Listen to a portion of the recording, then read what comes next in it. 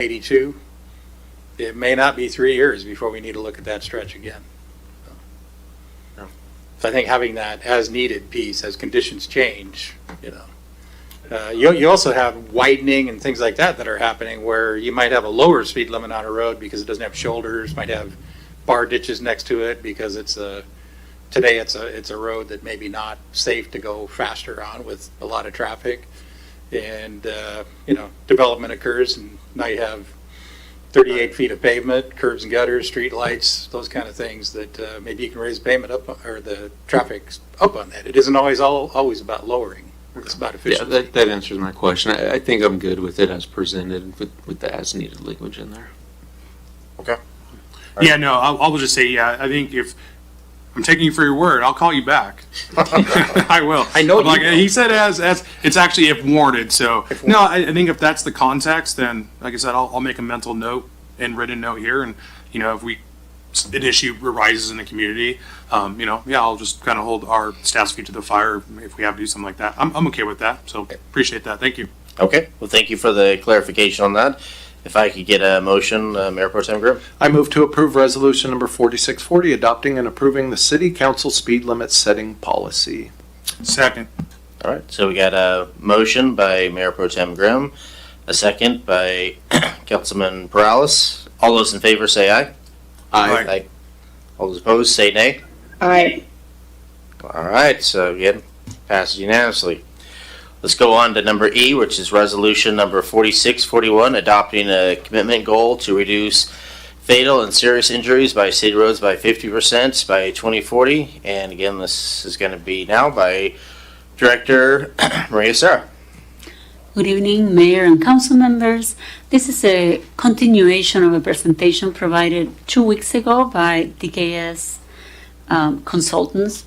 Ms. Sullivan provided a broad presentation. We actually have it available if you want to review any of it, but ultimately the task at hand tonight is action on setting a goal for the plan. And during the discussion, during the council meeting, there was somewhat consensus on bringing forward a reduction of fatalities and injuries as the goal to 50% of the current rate in a certain timeline. During outreach events, which happen in the following nights and days, both online and in person, there were suggestions, and I believe one of the council members suggested a modification to that year. So what you have in your packet tonight is two alternatives for the goal setting. One is a reduction of 50% of fatal and serious injuries in crashes in city roadways by the year 2040. That is motion A. And motion B is very similarly a 50% reduction of fatal and serious injuries in city roadways, but the difference is that it would be set for the year 2035. So really the only difference is the year in which we are aiming to achieve that 50% reduction. And with that, I'm happy to answer any questions you may have. All right. Do we have any questions by council? We'll start off with Mayor Pro Tem Grimm. Thank you, Director Sarah. Yes, I was the one raised that because I'll be honest with you, I thought what was originally presented to us was, I just thought we could achieve better than that. And I appreciate Councilman Perales really challenging us for more. And I thought this kind of met in the middle. And I did see that the outreach group, even at National Night Out and everything, doing their job, maps open, ready to answer questions and all that. And I appreciated that. The one question I do have about this is, just remind me from the prior presentation, the 2040 number was predicated on some funding or something. Would you remind me of that, please? Yes, the 2040 year tied with our current transportation system master plan. So it was in a way tied to our existing planning document and potential set of projects. With that said, we are underway with an update to our transportation system master plan, which may disalign with these dates because those plans are typically 20 years. So understanding that there is some variability to that plan coming forward, we thought when we discussed it with our consultant that it was a good idea to bring forward both alternatives. Okay, thank you so much for the reminder. Appreciate it. Thank you for that. I'm not seeing any other lights. So, yeah, again, both options are very good, and I will say hopefully one of these days we could have all stop signs with the flashing lights, because there's quite a lot in Pasco where you come up sometimes to the stop sign and you don't see it until the last second. So, but yeah, I'd love to see serious injuries reduced by 50% or 100%, but I will let Mayor Pro Tem Grimm decide on which one he would like to push forward first. Thank you, Mr. Mayor. I move to approve Motion B, Resolution Number 4641, adopting a commitment goal to reduce fatal and serious injuries on city roads by 50% by 2035. Second. All right, so we got a motion by Mayor Pro Tem Grimm and a second by Councilman Perales. All those in favor say aye. Aye. Aye. Aye. All those opposed say nay. Again, this one passes unanimously. Appreciate that. We're going to jump to number 12, which is unfinished business.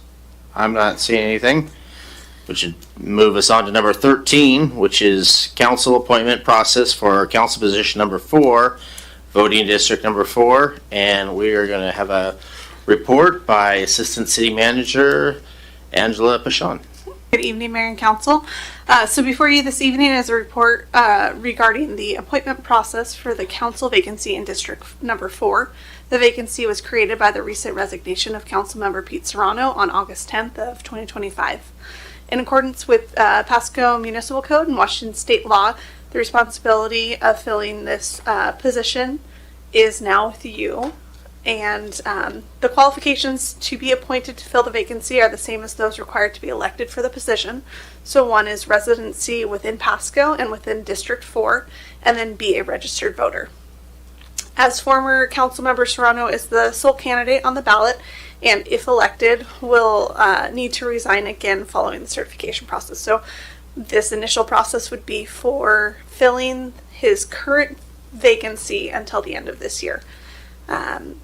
Staff is ready to publish the application and begin marketing the vacancy process, but staff is seeking some council direction on procedural elements, including how long you would like to hold the application process open for. Based on that, we could staff can provide some recommendations, but would like to know if you would like to hold the scheduled interviews during a council meeting, and if so, would you like to start early? And then the timing of the appointment, would you expect the selected incumbent to begin the night of the interview or the following week? So, look forward to discussion. Well, I have my druthers, but I'd love to hear from the dais. So let's start with Councilman Harpster first. Sir, can you repeat the second thing you wanted to know was if they should start that night or the subsequent meeting? What was the first point? So the first point is how long do you want to hold the applications open for? Mm-hmm. And then it was the date and time for public interviews. So would you like to hold it during a regularly scheduled council meeting? And if so, do you want to start early? Been through a couple of these, I think, in the recent years. So I think a couple on council might recognize that opportunity. Then, yes, the timing of the appointment, when you would actually have them start. Okay. Yep, my recommendation would be start the application, open the application now, and do it for 2 weeks, and at the next regular council meeting 2 weeks from now, have the interviews at that meeting, and that person start that evening. I believe that's what council did with Ms. Blaisdell about 2 years ago, and that seemed to work well. I think the sooner that we can get it done, which is that process I just outlined, the sooner District 4 can have representation once again. And I apologize, my mic wasn't on for any of that, but I think you all heard me because I saw heads nodding, so thanks. All right. And I know Councilman Perales was second, so let's go with him. Yeah, I was just going to ask, do you have any historical record of how long the application was previously open for the other appointments? Typically, I believe we've held it open for 30 days. Okay. And then give staff a little bit of time. We need to make sure, one, they qualify. They live in the district. And then do you all want to review the applications to select top candidates, or do you want to ask everyone to come in? So if you get 20 applicants, would you like to interview all 20 applicants? Okay. For the recruitment time frame, I would say 2 weeks. I say we review all the applicants and we narrow it down to 3 or what have you, and then we can interview them in open session like everyone else has, and then we can appoint them at a future meeting. They would start that night before, we would swear them in. Basically, that was my same talking point. Yeah, I agree with Harpster, but however, I would extend 2 to 3 weeks just to make sure that we give enough people the opportunity, making sure that there's an intentional outreach to make sure everyone in District 4 knows that there's an opportunity. And I do have a question. This is to serve until December and not until the next general election? Correct. So if I can add a few points of clarification. So essentially, this is a precarious or an unusual situation, I should say. So essentially what will happen is there are two things going on. There is the end of Councilmember Serrano's previous term, which ends December 31st of this year. So that is essentially what you're hiring for, that position, and that position will expire then. It is not clear what will actually take place. Well, we do know a couple things. We do know that, well, it depends on what happens with the election. We know that Councilmember Serrano is the only person who is going to be on the ballot. A write-in candidate could prevail, and unusual, could prevail, and that person would then assume the seat on after the first of the year. So they would go through the normal seating process. If Councilmember Serrano wins essentially in absentia, because he's still on the ballot, he will not take the oath, and therefore by default the seat will remain vacant as of January 1, 2026.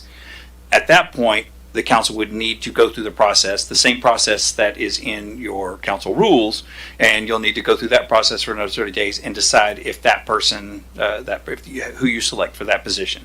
That position would then be held for another 2 years until 2027, and then that person could either decide to run or someone else could run. If they decide to run, that person will hold the position for another 2 years, and then the seat would come up again. So it is a weird kind of series of processes, but there would be two appointment processes, completely separate processes. You wouldn't be able to roll them into one because of the fill-in, the writing candidate, which thanks to Mr. Harpster pointed that out to us. So which was fascinating. So yeah, it's kind of an interesting situation. Mr. Ferguson, question to follow. Does council have the opportunity to wait until elections? That's a great question. So we looked at that, and yes, you do. Yes and no. So the state law says that you have 90 days from the date of vacancy to fill the position. If you don't fill the position, then the county commissioners fill the position for you. If the county commissioners don't fill it for, I think, another 120 days, or if it is included, I'd have to refresh my recollection there, then essentially it goes to the governor, and the governor fills the position. So none of that's going to happen because the clock is going to run out. As much fun as that does sound, I'm kidding, but my point is that the clock is going to expire November, was it, when did Mr. Serrano? Last Monday. So 10th, but essentially November 10th, and the county commissioners could potentially be able to appoint someone as a council member for you for the remaining meetings of the year. Not sure how many of those you're going to have, but obviously that's something that would be up to the council to decide whether they want to move forward with or not. But yeah, there's no mandatory. It's not like you're going to get fined if you don't appoint somebody. It just would go to the commissioners. Okay. All right, let's move on to Mayor Pro Tem Grimm. Thank you, and I guess just one more follow-up on that. So, because of the timelines given, I think I saw 180 days in there. Technically, if we didn't appoint and they didn't appoint, it would just be one appointment come January, correct? Because that would be within the scope of the time, correct? That's correct. Okay. But you would not have any authority to prevent the commissioners from appointing somebody. Of course. Maybe the word please, but no, anyways, I would probably agree with what Councilman Harpster said about, 2 weeks. And I think they should be seated immediately too. I think that's when I was in the audience, I think what I saw for Councilwoman Blaisdell is she was seated that night. And so I think that would really be the way to go. So yeah, I think we need to get rolling on it sooner than later, as Councilman Harpster said, so District 4 can have representation up here at the dais, and That's what I think. Well, thank you for that. We got Councilman Harpster again. Yeah, I was just in response to Mr. Prowse's suggestion that we narrow it down to 3 or so out of however many applicants we get. I would support that as well, just so we're not spending hours here interviewing everybody. And then especially if we decide they're going to take the seat that night, that's taking up a lot of people's time. Instead, we could just take up 3. And I think that respects their time, allows us a chance to review applications ahead of time and be better prepared. So I'd be in favor of that. Okay. And now we go into Councilman Perales. I'll be brief, Mayor. Yeah, I was just gonna also say, yeah, I'd be okay with like starting early and we can do the interviews like before the actual meeting. And then if we appoint them, then we can kind of start fresh, appoint them, and then go from there. Yeah, I'm looking at the timeline. I think 2 weeks would be sufficient. If we start advertising it tomorrow, then Labor Day, we won't be there that Monday, right? Council will be the next Tuesday, right? Great. So, I mean, that'd be 2 weeks, and I think that's more than enough time. There's no reason to really wait on this, and so, I think that we're talking about this last week to an extent. Just come on, let's go ahead. We know this whole song and dance. I mean, we've had a couple of appointments in the past couple of years, so it's not that difficult to understand. Well, I think we're all on the same page. I know I agree with my other council members. So if you kind of maybe give like a quick rundown. So if we did it like 2 weeks from today, then would we like have to have a special meeting where we actually went over the applications, or would it just be like the mayor pro tem or myself come in, or would we need like a group to actually go over that and then give them time to come in to interview? Or I believe how it's been done before is through an executive session. Okay. And so reviewing candidates that way. If you do the 2 weeks with the second being where they're due, you would need to wait until the following meeting basically to have your executive session. We'd want to at least run through and make sure that those applicants are eligible for you all. okay. And so we would be looking probably at the 8th for you all to review those applications. And then the 15th to have interviews come in. Okay. Does All that right. sound Well, I think reasonable? we're all in agreement. I don't know if Councilman Harpster has something else to say. Hey, I just had one more question I remembered. Sorry. The questions that will eventually be asked of the applicants by council in open session, those, I remember a couple years ago, I think those are written by staff or by legal. In referring my question there, we can't just ask random questions like, what do you think about PBS losing funding? Or We prefer not, but I would say usually there is a standard list, and each council member has a specific question so that all candidates are being asked the same. And those questions are Generally, I believe they are provided by staff, Okay. but with legal support as well. sure. Okay. Thanks. And if I can just add real quick to what you just said, Angela, generally questions are provided by staff, approved or run over by Mr. Ferguson. But if you have a question in particular, and just to make sure that you continue to ask that question to all the candidates, I would suggest submitting it. That way it's in writing. All right. Well, Mr. Ferguson. Yeah, just to clarify, I want to make sure, because we've had some changes in the law recently down in Walla Walla with regard to executive sessions and voting and those types of things. So we will nail down we understand that what the preference is, but we'll do our best to understand whether that is something that can actually take place in terms of winnowing down any potential applicants. It may be a decision of you take applications, you look at applications and discuss those in executive session, and then come out and make a vote. Somebody makes a vote, or you come out and you interview all the candidates. So it may be one or the other. So I'm not sure we can go into executive session. Narrow it down in executive session, because that would be looked at, I think, as a final decision in executive session. So we'll have to figure out what the dance needs to be, but there has been a little change there, so we'll figure it out though. Okay. Well, sounds good. That's why you get the big bucks. So, all right. I guess we got. I will be real quick. I mean, we haven't really. We've done this quite frequently. So, what was the process last time? Did the council come out and nominate 3 people? Nope, everybody got interviewed. Oh, everyone did. Yeah. Oh, okay. Yeah, I don't think that's ever been. Okay. That's what I'm aware of. All right. Not everyone. With that, well, let's go on to number 14. We got miscellaneous discussion. Do we have anything from our or, Well, they go first. yeah, city manager or staff? Good evening, Mayor, Council. Obviously, today being the first day on the job, I don't have a whole lot to report to you this evening, other than it's been a great first day. I enjoyed attending the ribbon cutting at Sageview today and seeing the great turnout there and getting to know staff and just kind of getting set up with computer and technology and all those kinds of things. So I promise a more comprehensive update at the next council meeting. But it's great to be here. I'm excited. I've been impressed with the council, the staff, and the citizens that I've met, whether through the interview process or house hunting or even just here on the first day. And so I'm very optimistic about the future, and I look forward to working beside all of you. And would invite any of the citizens that have an open door policy, and would love to meet with any citizens that just want to know their government better and the role of city manager and those kinds of things. And también hablo español, entonces les invito a visitar conmigo. So, thank you. All right, so thank you for that, City Manager Stewart. Looks like that's all we have as far as your light's still on, so I assume you're done. Okay, Councilman Bras. Thank you. I basically, as we were talking, we checked off several things on my list.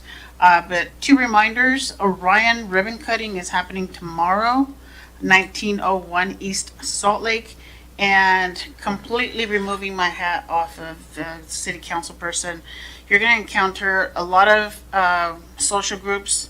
Kiwanis and Rotary are out there selling duck race tickets. Please remember to buy a ticket. A lot of the proceeds, or the majority of the proceeds, go to nonprofits that help the community. So you're investing back into the community. By the way, I am selling tickets, so you can find me at Yokes one of these days.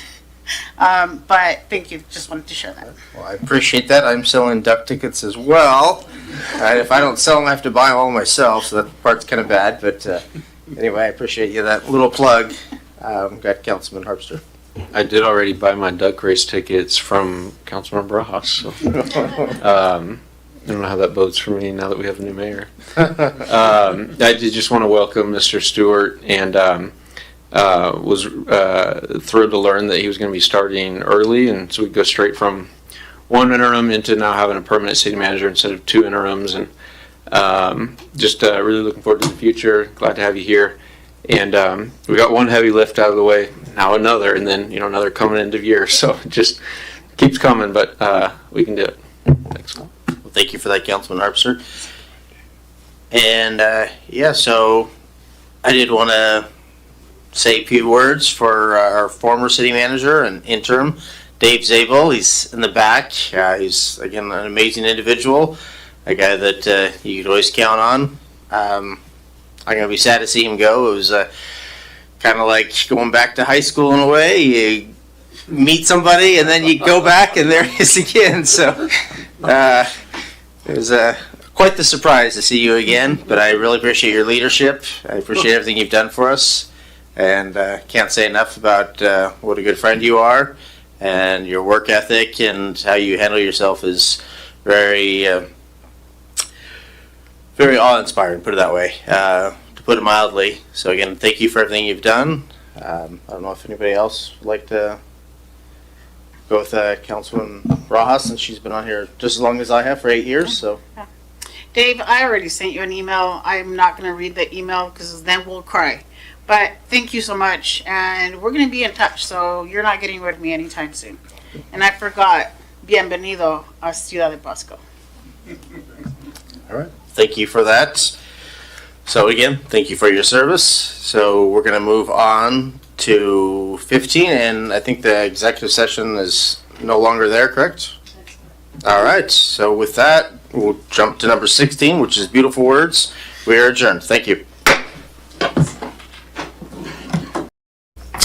Well, good evening and welcome to the City of Pasco's workshop meeting. It is Monday, August 25th, 2025. The council thanks you for being part of our city government at workshop meetings. The council discusses issues, but no formal action is taken. Agenda packets are available on the City of Pasco's website at www.pasco-wa.gov/agenda.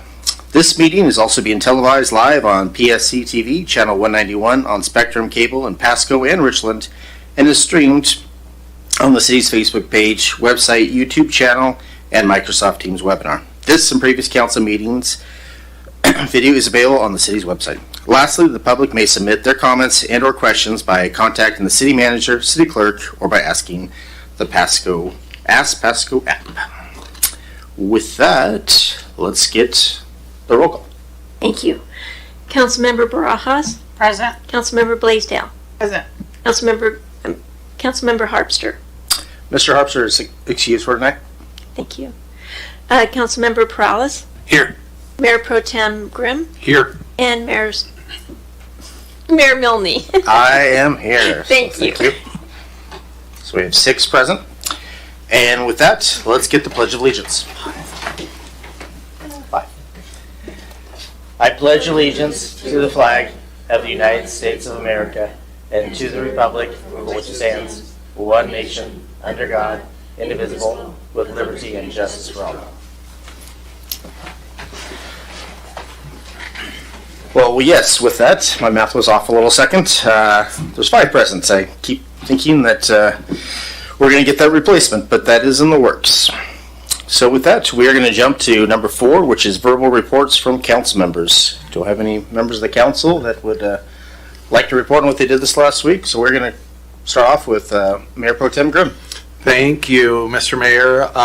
Like several others up here, I was at the barbecue for the employee appreciation last week that Mr. Rice, don't see him here, obviously maybe wiped him out after doing it, but he did an excellent job just putting that all together, and not only the cooking, but that is a lot to cook for that many people, and it looked like just the employees and the team members really appreciate it. So good on him. It was good barbecue, and the weather was pretty good, and just really appreciate the opportunity to be a part of that. And then also I was invited to go, we had a legislative tour in town, and I had the opportunity to try to advocate for our needs here in Pasco of various transportation projects, including the Road 76 overpass and other projects. And we really need 3. We could sure use one at Foster Wells, where we had some fatalities, a couple of fatalities just in the last 2 weeks, and out at, of course, A Street and US 12, and of course the Road 76, and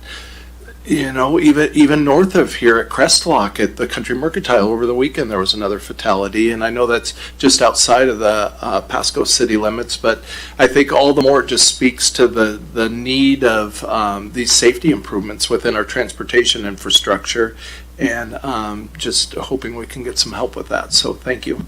Well, thank you for that report, and thank you for your time and dedication. Hopefully, yes, we could get some money and get some of these vital projects done. So with that, Councilwoman Barajas. Thank you. I won't add too much on top of what Mayor Pro Tem Grimm said. Oh my gosh, it's going to be a little bit. It's going to take a little bit. Regarding the appreciation lunch, I don't want to add too much, like I said, but one thing I do want to highlight, it was great barbecue. And it was great to see all the staff that were out there, all the staff that make sure that City of Pasco runs. Thank you, everyone here. Thank you, everyone, if you're watching. I don't know that you're all watching, but hopefully the word gets out. And thank you, everyone, for making sure Pasco runs safely, effectively, and efficiently. Thank you, staff. Well, thank you for that, Bletch. And not seeing anything else. This last week I did, as my first duty as an elected mayor, I did do the ribbon cutting for Orion High School, and had a good time, and it was good to meet all the community members that were out there. It was quite a crowd. So again, it's great that we talked about one high school and we're actually able to have 2 new ones. So very proud of our city. And with that, we will move on in the agenda, and we're going to jump to item 5, which is items for discussion with opportunity for public comments. The public may comment on each topic scheduled for discussion, up to 2 minutes per person, with a total of 8 minutes per item. If opposing sides wish to speak, then both sides receive an equal amount of time to speak up, with 4 minutes for each side. So with that, we're going to jump to 4A, which is or 5A, I'm sorry. Resolution Project Acceptance of the West Pasco Water Treatment Plant, Phase 2. And this is going to be by Director Maria Serra. Good evening, Mayor and Council members. We are presenting to you the work performed by Apollo Inc. in the second phase of expansion of West Pasco Water Treatment Plant. We have some general pictures of the location of the plant and some of the renderings from the design phase. This project had a mix of funding through ARPA, Department of Health Drinking Water low interest loans, and also rates. It is a $11 million contract with our contractor, and all the work was performed consistently with standards and specifications that were prepared for this project. You're seeing some before pictures and then some of the work while it was occurring. The Phase 2 project was focused on pumping capacity and some power improvements to that facility to ensure that we were able to distribute the water production that was already increased in the Phase 1. So this plant originally was built for 6 million gallons per day, and Phase 2 expanded to 12 million gallons per day. And there are plans for the next phase of expansion that will take us to 18. So you're seeing some of the construction pictures and then some of the completed work, and again, mostly focused on that pumping system and the new building that hosts those pumps and some electrical improvements to make those pumps function at all times. And finally, a summary on the cost. You're seeing the bid award for $10,400,000 and rounding. And then change orders. There were several change orders. Many of those accommodated for some transfer of work from Phase 1 into Phase 2 to avoid overlap between those two and not damaging things that were just built. And also changes in tax and some adjustments to electrical components. So final construction cost came up at $11,100,000. And as I mentioned, the 3 funding sources that made this possible. And with that, I'm happy to answer any questions you may have. Well, thank you for the good reports. Looks like we're going to start off with Mayor Pro Tem Grimm.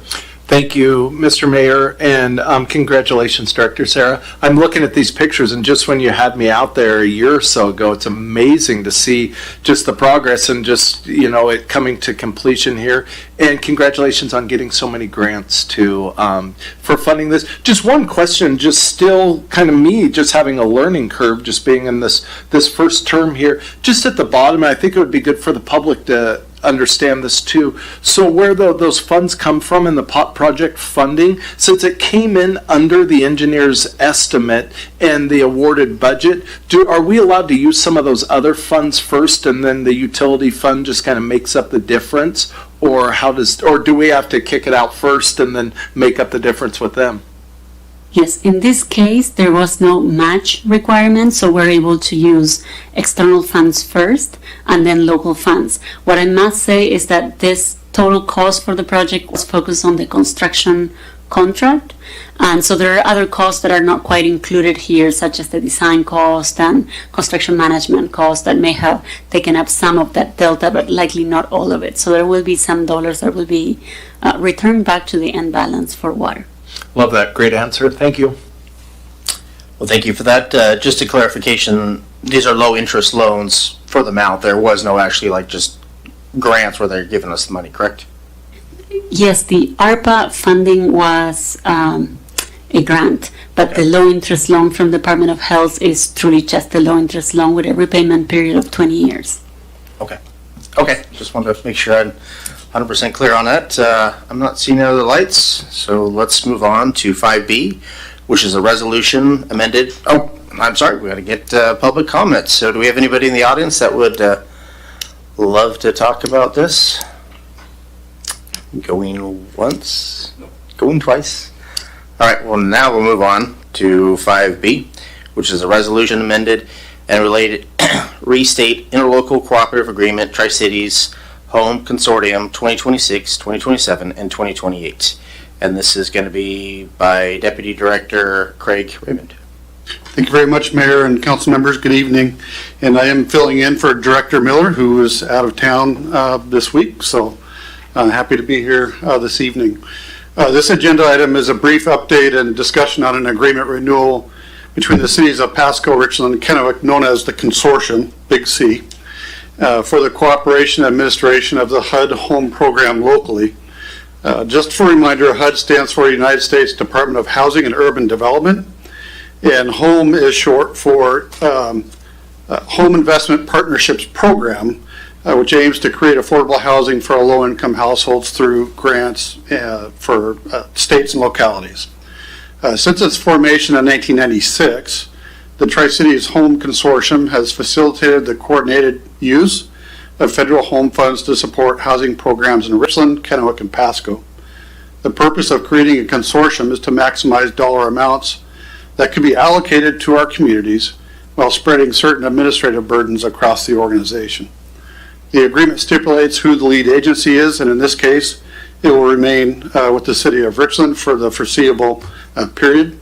It also lays out roles and responsibilities for the lead as well as member communities. Naturally, much of the language of the agreement is driven by strict HUD guidelines and regulations, which are subject to periodic changes. The proposed agreement that is attached to your staff report is largely the same as previous agreements, but you will notice some very intentional changes that highlight areas of special emphasis that provide for greater clarity of roles and much greater transparency for each other as well as the interested community. Staff looks forward to the City Council taking final action on the agreement, but is here this evening to answer any questions you may have. Thank you. Well, thank you, Deputy Director Raymond. Looks like we're going to start off with Councilman Perales. Thank you, Mayor. What are we currently using the funds for? I think I read in there, typically it's just for the home assistance, home ownership program. Yeah, it can be rehab, it can be down payment assistance. There's a few different areas where we're typically using the funds, but it's all primarily geared towards low-income housing assistance. So we get $165,000. The city of Pasco gets $165K a year, so that's about $500,000 over the 3 years. It can vary from year to year depending on what, how Congress acts. Okay. And the different formulas, but it pretty close to relatively consistent from year to year. What have we been using for our previous years? What has the money been used for? Again, down payment assistance and home rehab are the primary areas. It's like going in and putting like new windows in, carpet, Yes. things like that. Yeah, new sewer lines, water lines, Okay. things of that nature. So the city uses a good bulk of that? I mean, the city will obviously use it, but Well, we're allocated a certain amount, but all of the communities share in those funds. Roughly 15% is set aside for the CHOTO, which in this case is Habitat for Humanity. So they get a 15% set aside every year. And the City of Richland, being the lead entity, gets 10% for admin, and then the rest gets split up amongst the member communities. okay. Yeah, I didn't really get a lot of information by reading the staff packet, because I kind of feel like we really don't have a good relationship. I don't want to use the word good. We don't have an active relationship with the Pasco and Franklin County Housing Authority. They're looking to buy more development, and so I'm just kind of looking at ways. That's what I was trying to figure out, if we've, I guess, procured any money for them for development, and what that would kind of look like. I know you haven't been there that long. What could that look like in assistance to them? It would probably depend on what type of activities they're looking to apply for specific funds. We do have one CHOTO right now that's, as I mentioned, Habitat for Humanity. I don't know if in the foreseeable future there would be necessarily any move to replace the CHOTO, because I think they have a long history of a successful program with that. But certainly, if they have projects in mind, they're welcome to apply for the funds. So it's an active application, and just all year round? And Yes. Okay. Councilmember Perales, I can add to that just a little bit. The Chodo Fund that Deputy Director Raymond is speaking of, which Habitat for Humanity has applied, the Housing Authority is also eligible, and they have applied for it in the past. And so maybe in the recent years they've not, but this is definitely something that is funding set aside for entities like the Housing Right. Authority and the Habitat for Humanity. Yeah, because I know when I was on the Housing Authority in Kennewick, we applied for this money all the time, so I was just didn't really see anything in there, and I couldn't really find anything. What does CHODO mean? I guess what's the acronym stand for? Community Housing Development Organization, I believe. Okay. Oh, so yeah, that's what the Housing Authority is. Okay. Thank you much. Thank you.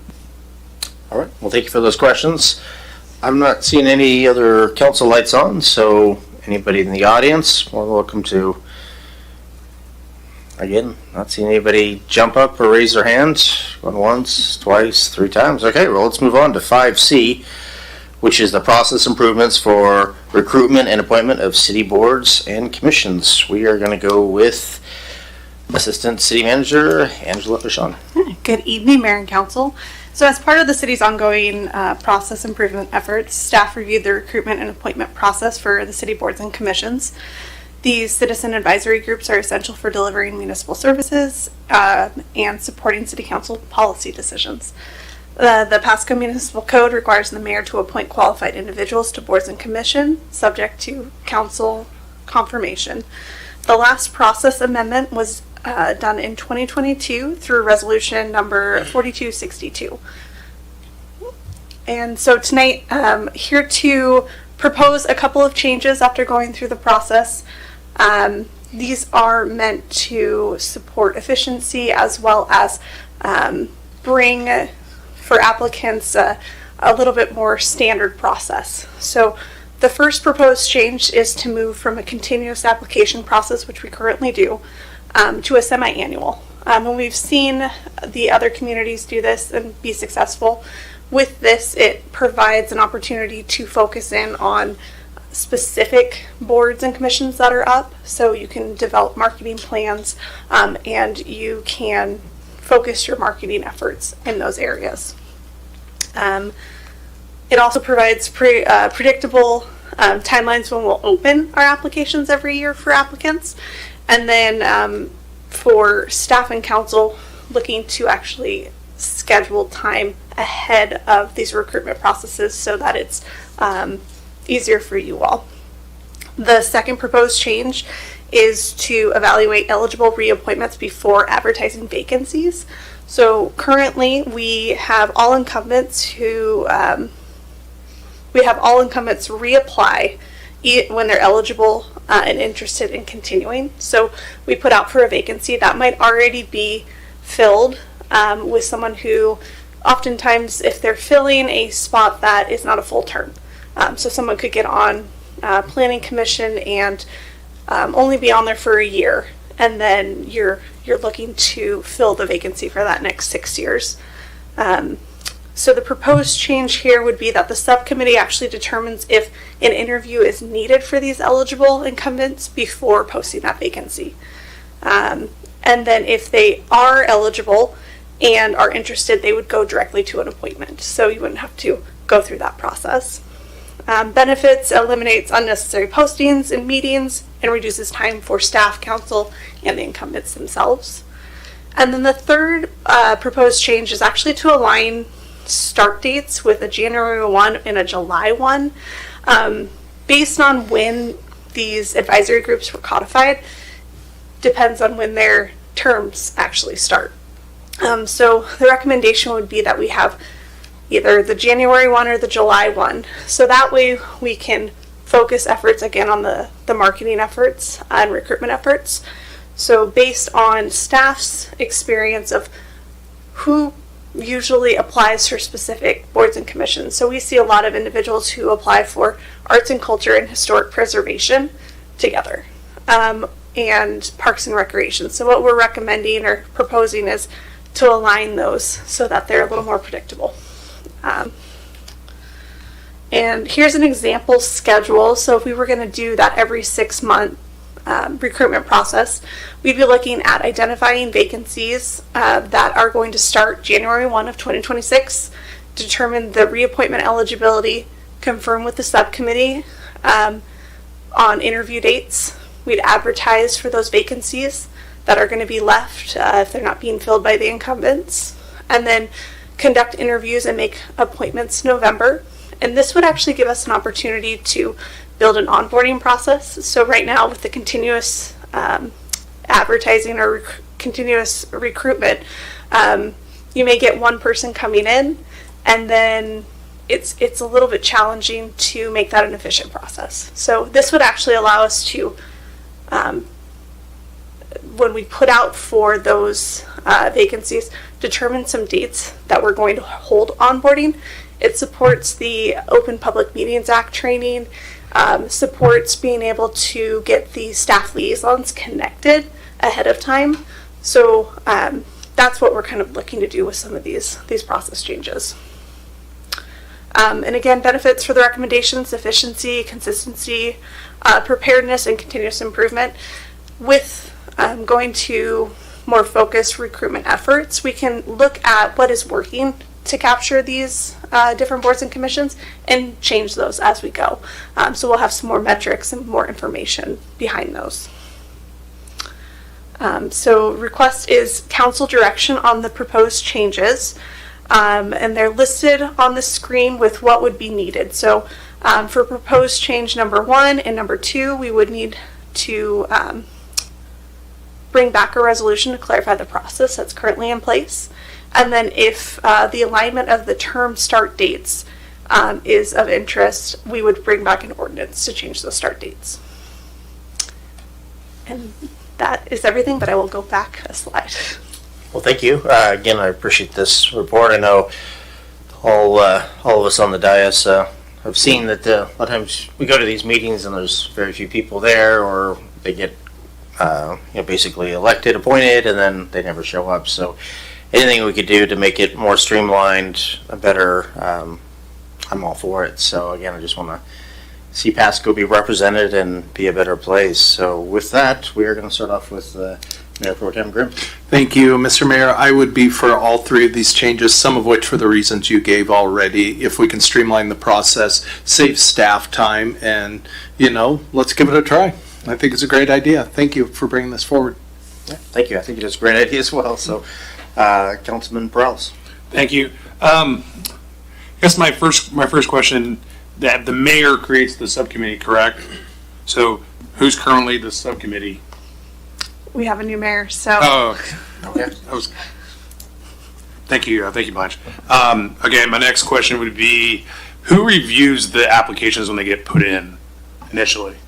Applications would be reviewed by the city clerk. So city clerk has a list of elements that they look at, eligibility, looking to see, so like for the Arts and Culture Commission and the staff liaison, there's different positions. So making sure that they applied for a position that's open, or they may be eligible for multiple positions. So whether that's the art professional and an artist. So looking at those requirements that are in the code as well. So that would be the first. To my knowledge, if they're eligible and they pass forward to that subcommittee without any staff weeding or looking into if they should or shouldn't pass forward. So it's strictly cursory to make sure that they're eligible? Correct. Okay. So for instance, for planning commission, what do you look at? When the application were to come across your desk, what exactly do you look at? Do you make sure they're registered in the city of Pasco, or do they live there? Like, do you actually look at the background? I don't look at their background. Okay. That's for the subcommittee. I just make sure that they're eligible, and if I think the planning commission, you have to be a resident of the city of Pasco, so I make sure that they're a resident of the city of Pasco. There are a few boards and commissions, they can be outside of city limits, but that's usually far and few between, so.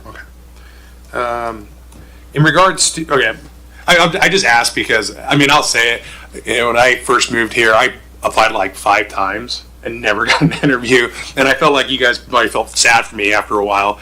So I was kind of like, I don't get it. Then other people kind of told me the same thing, that they applied and never got an interview. So I was just kind of figure out what exactly is the review process. But if that's just it, then I guess it probably was just the council at the time. So I guess when it comes to an incumbent, how many times can they be reappointed? Is it just forever as long as they want? It's 2 times. Just 2 times. Yes. That they wouldn't have to go through the interview process if that was what was selected. I do want to go back to your Sure. last one. With that continuous application process, that's part of that inefficiency. I think we saw as well. We have applicants that will apply, but unfortunately, we don't get to that process. And so then we have 3 positions open, and we continue with that process. So I think that was part of, you apply, and 6 months later, it's, well, we need to get through this process. So that's where we're really trying to focus in to make sure that we can put this out, and applicants aren't just into some kind of cycle of what's going on. So that's one of the reasons why we're bringing this forward. Okay, so they would be reappointed 2 times, and essentially, do they term out, or would essentially they'd have to go for another interview? They'd have to go for another interview. Okay. So, yeah, if they get through and they want to continue on, the subcommittee has the choice to bring them in to interview them or allow them to go forward without an interview. After that second time, they would then have to come in for the interview. At this point in time, that's how the resolution is. I know I don't think this was part of the scope here. What's your guys' thoughts on some of these committees or boards just being like, we don't participate in them anymore? Would that be a city council decision? Or I'm speaking for myself with the Franklin County Law and Justice Committee. They don't meet. I mean, they haven't met since like the 90s. So I was like, well, then why do we even have this? Why? I kind of, there's like no point to even really appoint a council member to it, I think. Outside our scope, of course, but definitely something to bring forward as council to probably work with city manager. Sure. Thank you. That's all my questions. Thank you. All right, well, thank you for that, Councilman Browse. So we're going to go to Councilman Bras. Thank you. All right, just a question for clarification in regards to slide regarding proposed changes on the dates. Proposed change number 3. So just clarification. You have here arts and culture from January 2nd to July 1st. Civil service, February 18th. You're moving that back to January 1st or moving it forward to the following January 1st? Correct. We'd have to work with legal to make sure that we don't step on any toes on the Arts and Culture Commission was created by you all. But for civil service, I want to make sure that we have the legal parameters. So whether that has to be, I believe the RCW says it's a 6-year term. I don't know that we can go backwards, so it might have to go forwards. Okay, so that was just the clarification, not in regards to any of the commissions in particular. It's the dates. I see some are going back into January 1st from the dates that they have the current term start. So I'm assuming it'll be moving forward to January 1st or July 1st instead of going back. If that's council's preference and there's no legal requirements behind it, that's what we would be looking to do. Thank you. All right, well, thank you. With that, I'm not seeing any other lights. So do we have anybody in the audience that would like to make a comment on this? Going once, going twice, going 3 times. All right. Well, with that, let's move on to 5D, which is the introduction to water conservation efforts. And again, we are going to go with Assistant City Manager Angela Pichon. All right, so good evening again, Mayor and Council. So tonight's presentation's purpose is to provide an introduction to to Pasco's water conservation efforts. Water conservation is not defined by a single program or initiative. It's a multifaceted strategy. So tonight we'll provide a quick snapshot of where we're at, what initiatives are underway, and highlight opportunities for council discussion. So as Pasco continues to grow, we are placed under great pressure with our water supply, as I know all of you know. Water is a shared resource, so our residents, our businesses, institutions, and the city must work together. Conservation depends on awareness and education. So, for example, many may not realize the role of curb and gutters, which conserve water indirectly by preventing waste and protecting landscapes, or that a silent toilet leak can waste up to 300 gallons a day. So, if you do that over a course of a year, it can fill up a backyard pool. So, if you just think about that, and if you have 3 toilets in your home, how impactful that is. Additionally, tools and incentives, which we'll discuss some tonight, policies, and then intentional behavior change. So simply shutting off the faucet when you brush your teeth, or having an automatic shut-off nozzle on your lawn hose, all make a big difference. So over the past several years, Pasco's potable and irrigation water use has remained very stable, even with population growth. This reflects the success of current programs and community awareness. Looking ahead, sustaining this balance will require proactive investment and policy updates. So some current efforts underway. We've got Boulevard Standards, which we are looking to update. This is a collaborative effort between Community and Economic Development, Parks and Recreation, Public Works, and the City Manager's Office to talk about the standards for boulevards, gateways, and corridors. Currently, the city maintains approximately 26 lineal miles, which require about $780,000 annually to maintain. So a lot of grass, a lot of cutting, weeding, and edging. This effort will be brought to council this fall to support current issues with standards and long-term maintenance, including the safety and costs, as well as discuss opportunities to reduce water consumption necessary to maintain current standards. So we're currently under contract with McCabe Spacito, and as I said, this is planned to come to council this fall for an introduction. The comprehensive water system plan. The city takes a comprehensive approach to the water use efficiency by combining water system design, engineering, operations, and community outreach and education. An update to this plan is underway and is anticipated to come to council for action in 2026. Within this plan, there's a 6-year water use efficiency program, and the program will provide updates for establishing water saving goals through a public process. So that'll be part of that update through Public Works. So boulevard median conversion to xeriscaping. We are in the process of creating a bid to go out for certain areas of the city. And it's Burden Boulevard, Oregon Avenue, Convention, and Rodeo. These are those landscaping strips in the middle of the roadway. I have not seen our staff have to do this, but they have to ride the lawnmowers up there and then right in the middle of traffic, make sure that they edge and mow. So big safety concern, but also water. It takes a lot of water to maintain those. And then additionally, Parks and Recreation is working on the smart irrigation clock installation. So these are clocks that are controlled through like a central command. These clocks provide the ability to adjust the water percentage based on seasonal scheduling. So can program that in. With remaining funding after these are installed, we're looking to also add some flow sensors where they're applicable. So it'll be dependent on each place, but that would recognize different zones and be able to either do an auto shut off or give some kind of alert when something isn't quite right.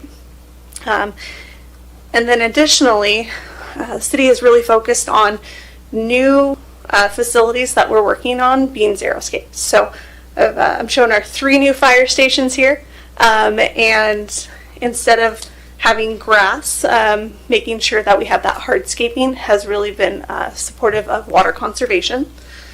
Additionally, showing off some Public Works stuff here, our roundabouts have been hardscaped as well. So opportunities for expansion. We've all seen programs in other cities, and some of those include community watering scheduling. So Moses Lake has seen a lot of support for implementing a watering schedule. They started off with a voluntary, and then they kind of rolled out education as well. So they bring on a seasonal staff to be able to provide that education where people may be watering on days that they're not supposed to. Spokane has a residential efficiency checkup program, so they have staff who will come to your home, and whether that's check your irrigation, see if it's on the correct timers or they're set correctly. They can also check your interior home to see if and identify if there's leaks happening. But again, that is staff supported, so it's funded through city funds. We've talked about lawn conversion incentives before. And then one of the areas that we see repeatedly that makes a very large difference in water conservation efforts is irrigation metering. And so we have approximately 10,000 customers in our irrigation, and those are not currently metered. I put up the approximate dollar amount. We believe that with staff time and installing of the meter itself, it's about $2,000 per account, which would equate to $20 million to retrofit. Very a big price tag there. But when it comes to changing behavior, knowledge is power. And right now, we know how much we're outputting for irrigation, but we don't know who's using what. And there's no incentive for them necessarily to change what they're currently doing.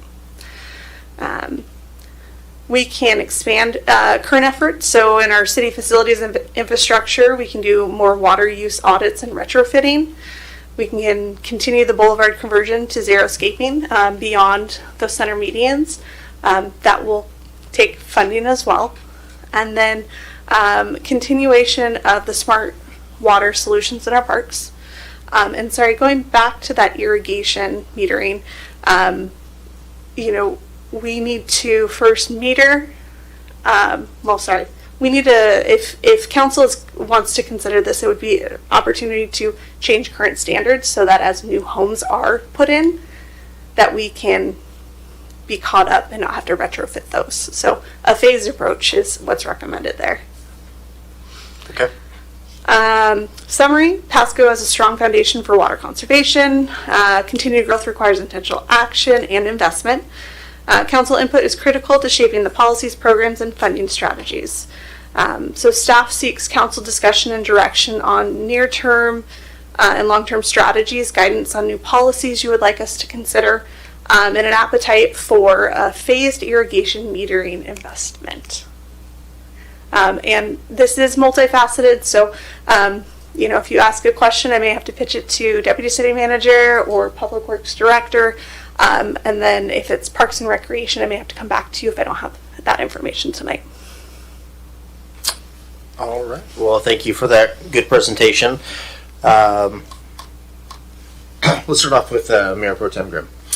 Thank you, Mr. Mayor. Thank you, Ms. Pashon. That was, I guess, thank you. And I'd like to thank Councilman Perales, too, because his relentless advocacy of zero-scaping and water conservation, and for you and the rest of the staff for really bringing this back to us. And I know sometimes we feel once in a while that, some of our goals and objectives aren't being prioritized in the way we necessarily would like, but I think this is a really good example of something that, and it's worth noting, being brought back to us, something we've requested. So I'm really grateful for this. And, and it's easy for us to think, being in the Pacific Northwest and having the Columbia River just flow right on by, that water's not an issue, but oh boy, especially with our conversation we had last year as far as water rights and just how much, more this is becoming a precious resource all the time. And so there is a lot to digest there and a lot to comprehend. I guess some of the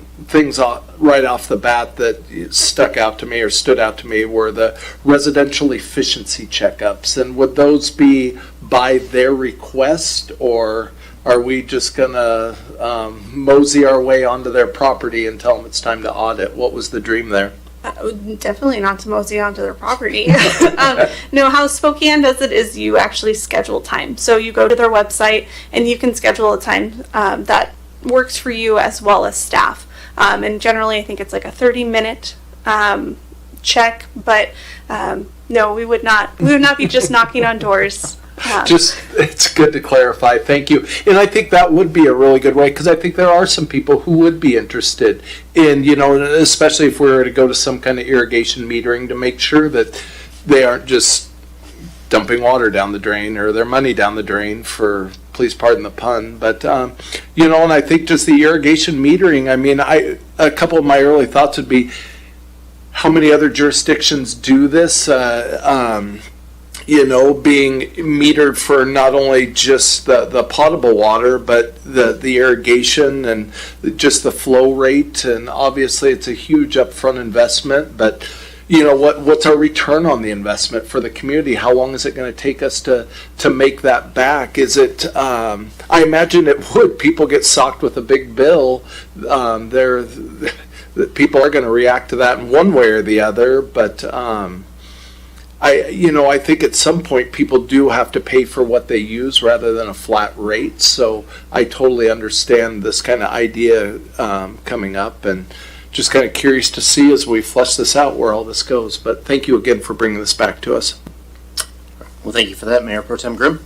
Let's head on over to Councilman Brawls. Thank you, Mayor. Yeah, no, it was a great presentation. It was a great, it was a great read. I appreciate all the hard work that's gone into it. I think if you're looking for direction, for me, my suggestion would be finalize and present the Boulevard landscaping standards, which is kind of on its way.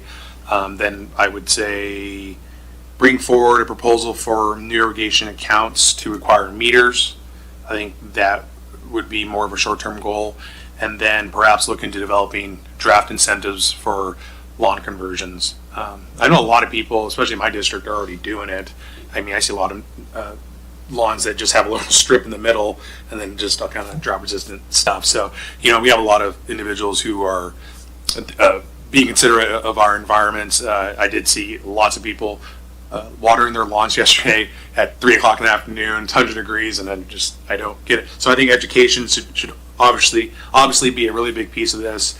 I mean, I can send an email, kind of my thoughts. I don't know how much more in depth you want us to give you. If you guys want us to give you direct direction with everything you talked about tonight, or just kind of do it in piecemeal. But since I am talking, I'll go ahead and just say, maybe in 2026, start looking at the costs and funding options for irrigation metering in regards to the retrofits, to kind of space out your guys' focus and stuff. And maybe talk about education and community watering and schedule outreach kind of campaign to talk about something like I just talked about. And then looking at and then lastly, looking at the conservation upgrades for our current facilities, and then that would kind of segue into the water conservation elements and our CWSP update that we're looking to do. So those would be my suggestions. I'll kind of follow up with the email, but this is a big topic. It's only going to become bigger, and I'm glad you looked at places like Moses Lake. Moses Lake they have a lot of water issues down there, so I'm glad you're kind of looking at different places who are needing to implement stuff, because the water is becoming really scarce. So really appreciate it. Thank you. Thank you for that, Councilman Brawls. We're going to go to Councilwoman Bras. Thank you. Couple questions. I know former Mayor Matt Watkins had talked about xeriscaping for a couple years. Then Ruben Alvarado, former Councilman Ruben Alvarado, also brought up the situation about xeriscaping and gave examples about how when he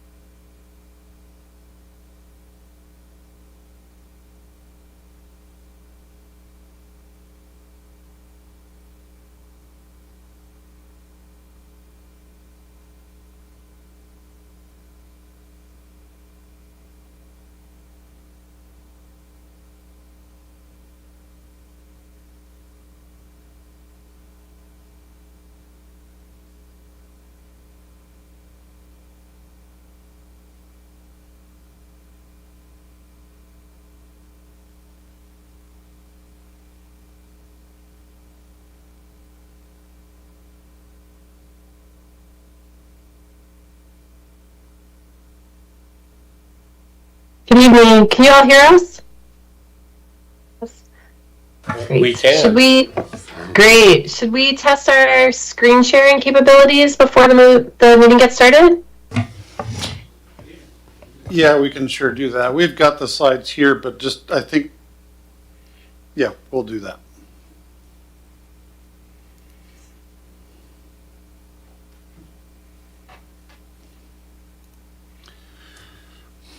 It does look like my sharing abilities are unavailable. Yeah, I'm working on it. Cool, thank you. Yeah. Oh, come on. What's going on here?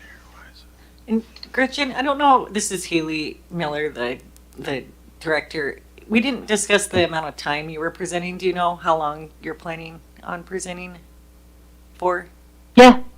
Yeah, I think we had talked with Craig about, it's about 20, 25 minutes Okay. and then a half hour. Does that align with what you all were thinking for this agenda item? I know you have other things you need to cover tonight. Yeah, that sounds good. I'd say 20 minutes. I just saw the amount of slides and I think that's enough time, and then there can be questions after, so. For her money. Yeah, okay, thank you.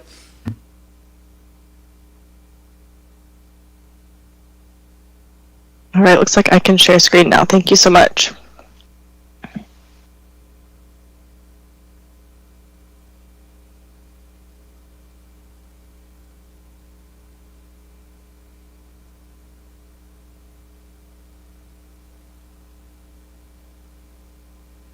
we'll go ahead and go off camera until y'all are ready for us. We just want to make sure that all the tech was working and we were ready to go when you all were ready for us.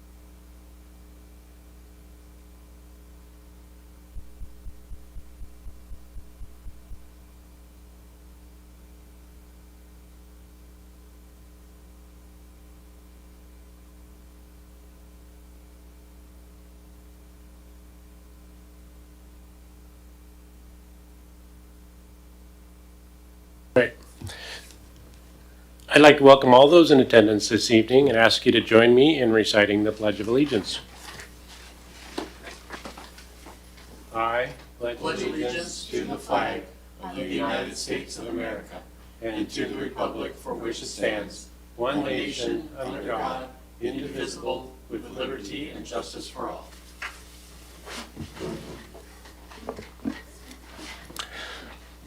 All right, I'd like to begin tonight's meeting, and I'll ask the clerk to call the roll. Oh. We're trying to make some adjustments to volume in the right place. I guess it's sounding a little bit odd. Gotcha. I apologize. Rosa Torres, excused. Austin Crawford. Here. Pat Jones. Here. Kim Lehrman. Here. Rob Waits. Here. Dana Crutchfield. Here. Rachel Teal, excused.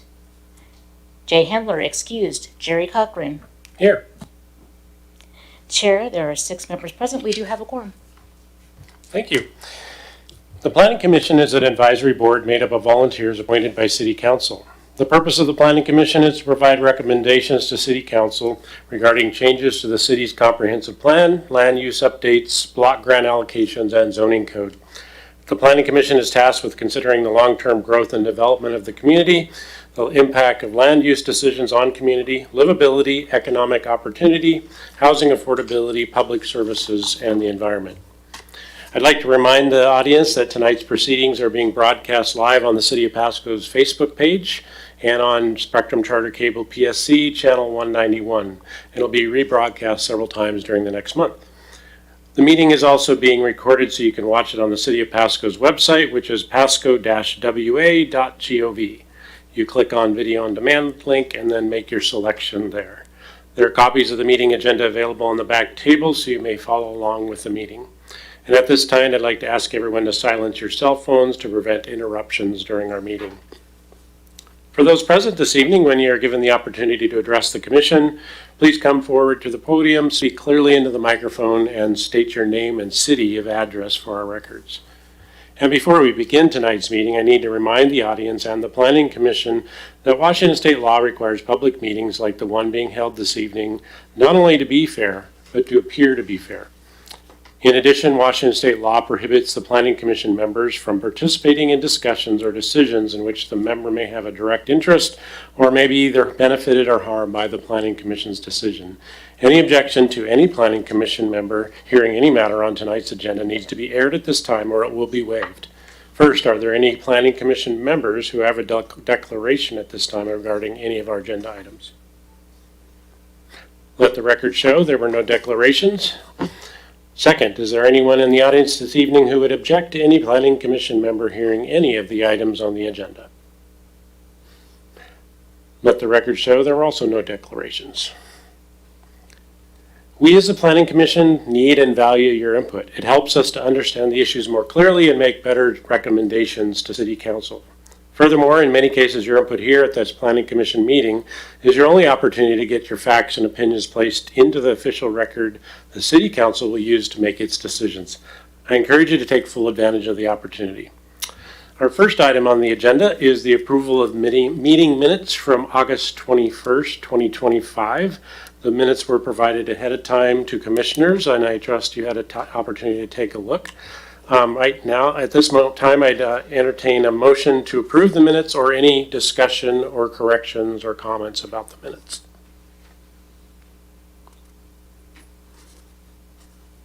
No, since I was chair. Yeah, you can. Okay. Yeah, you can move. Okay. I move to approve the August 21st, 2025 meeting minutes. Thank you. Do I have a second? I second that motion. Thank you. It's been moved by Commissioner Lehrman and seconded by Commissioner Waits. All those in favor? Aye. Aye. Any opposed? All right. Let the record show the meeting minutes were unanimously approved. We have no old business or public hearings on the agenda tonight, so we'll move right into the workshop item, which is the climate planning presentation by Cascadia Consulting Group. And I'll turn it over to staff, or I assume Cascadia. Thank you, Mr. Chair. And I will introduce the Cascadia Group to begin their presentation. Just as a kind of a primer, we've been working with multiple jurisdictions in our area with the consulting group on this project for some time now. And so we're here to kind of present to the planning board where we're at. We're nearly complete with the project, but they're here to talk about where we're at today and get some feedback from you. So with that, I'll turn it over to Cascade. Thank you. Excellent. Welcome, Cascade team. Yeah, thank you so much for having us, commissioners, and for carving time out of your agenda tonight for us to talk to you all about the climate element and provide you all with an overview and get into some of the specific policies that are part of your meeting packet as well. So my name is Gretchen Mahler, and I'm a director here at Cascadia Consulting Group and serve as the project manager for this project is called the Tri-Cities Regional Climate Element, and I'm joined by Catherine Allison, who'll be presenting with me on some of the slides, as well as Lucy Harrington, who is also on the call with us from our greenhouse gas inventory team. So thank you all so much for having us tonight. For the next slide here. So our agenda with you all, and as Haley mentioned, we do have some slides to walk through with you all. The first set of slides will really be an introduction to this regional effort, and just a couple of slides here. I'll be turning it back over to Craig to talk about this collaboration across 5 jurisdictions for this Tri-Cities regional climate element.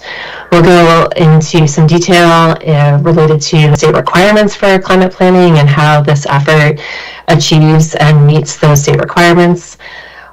What is a climate element? What are those key components of a climate element as it relates to the document that is out for public comment right now?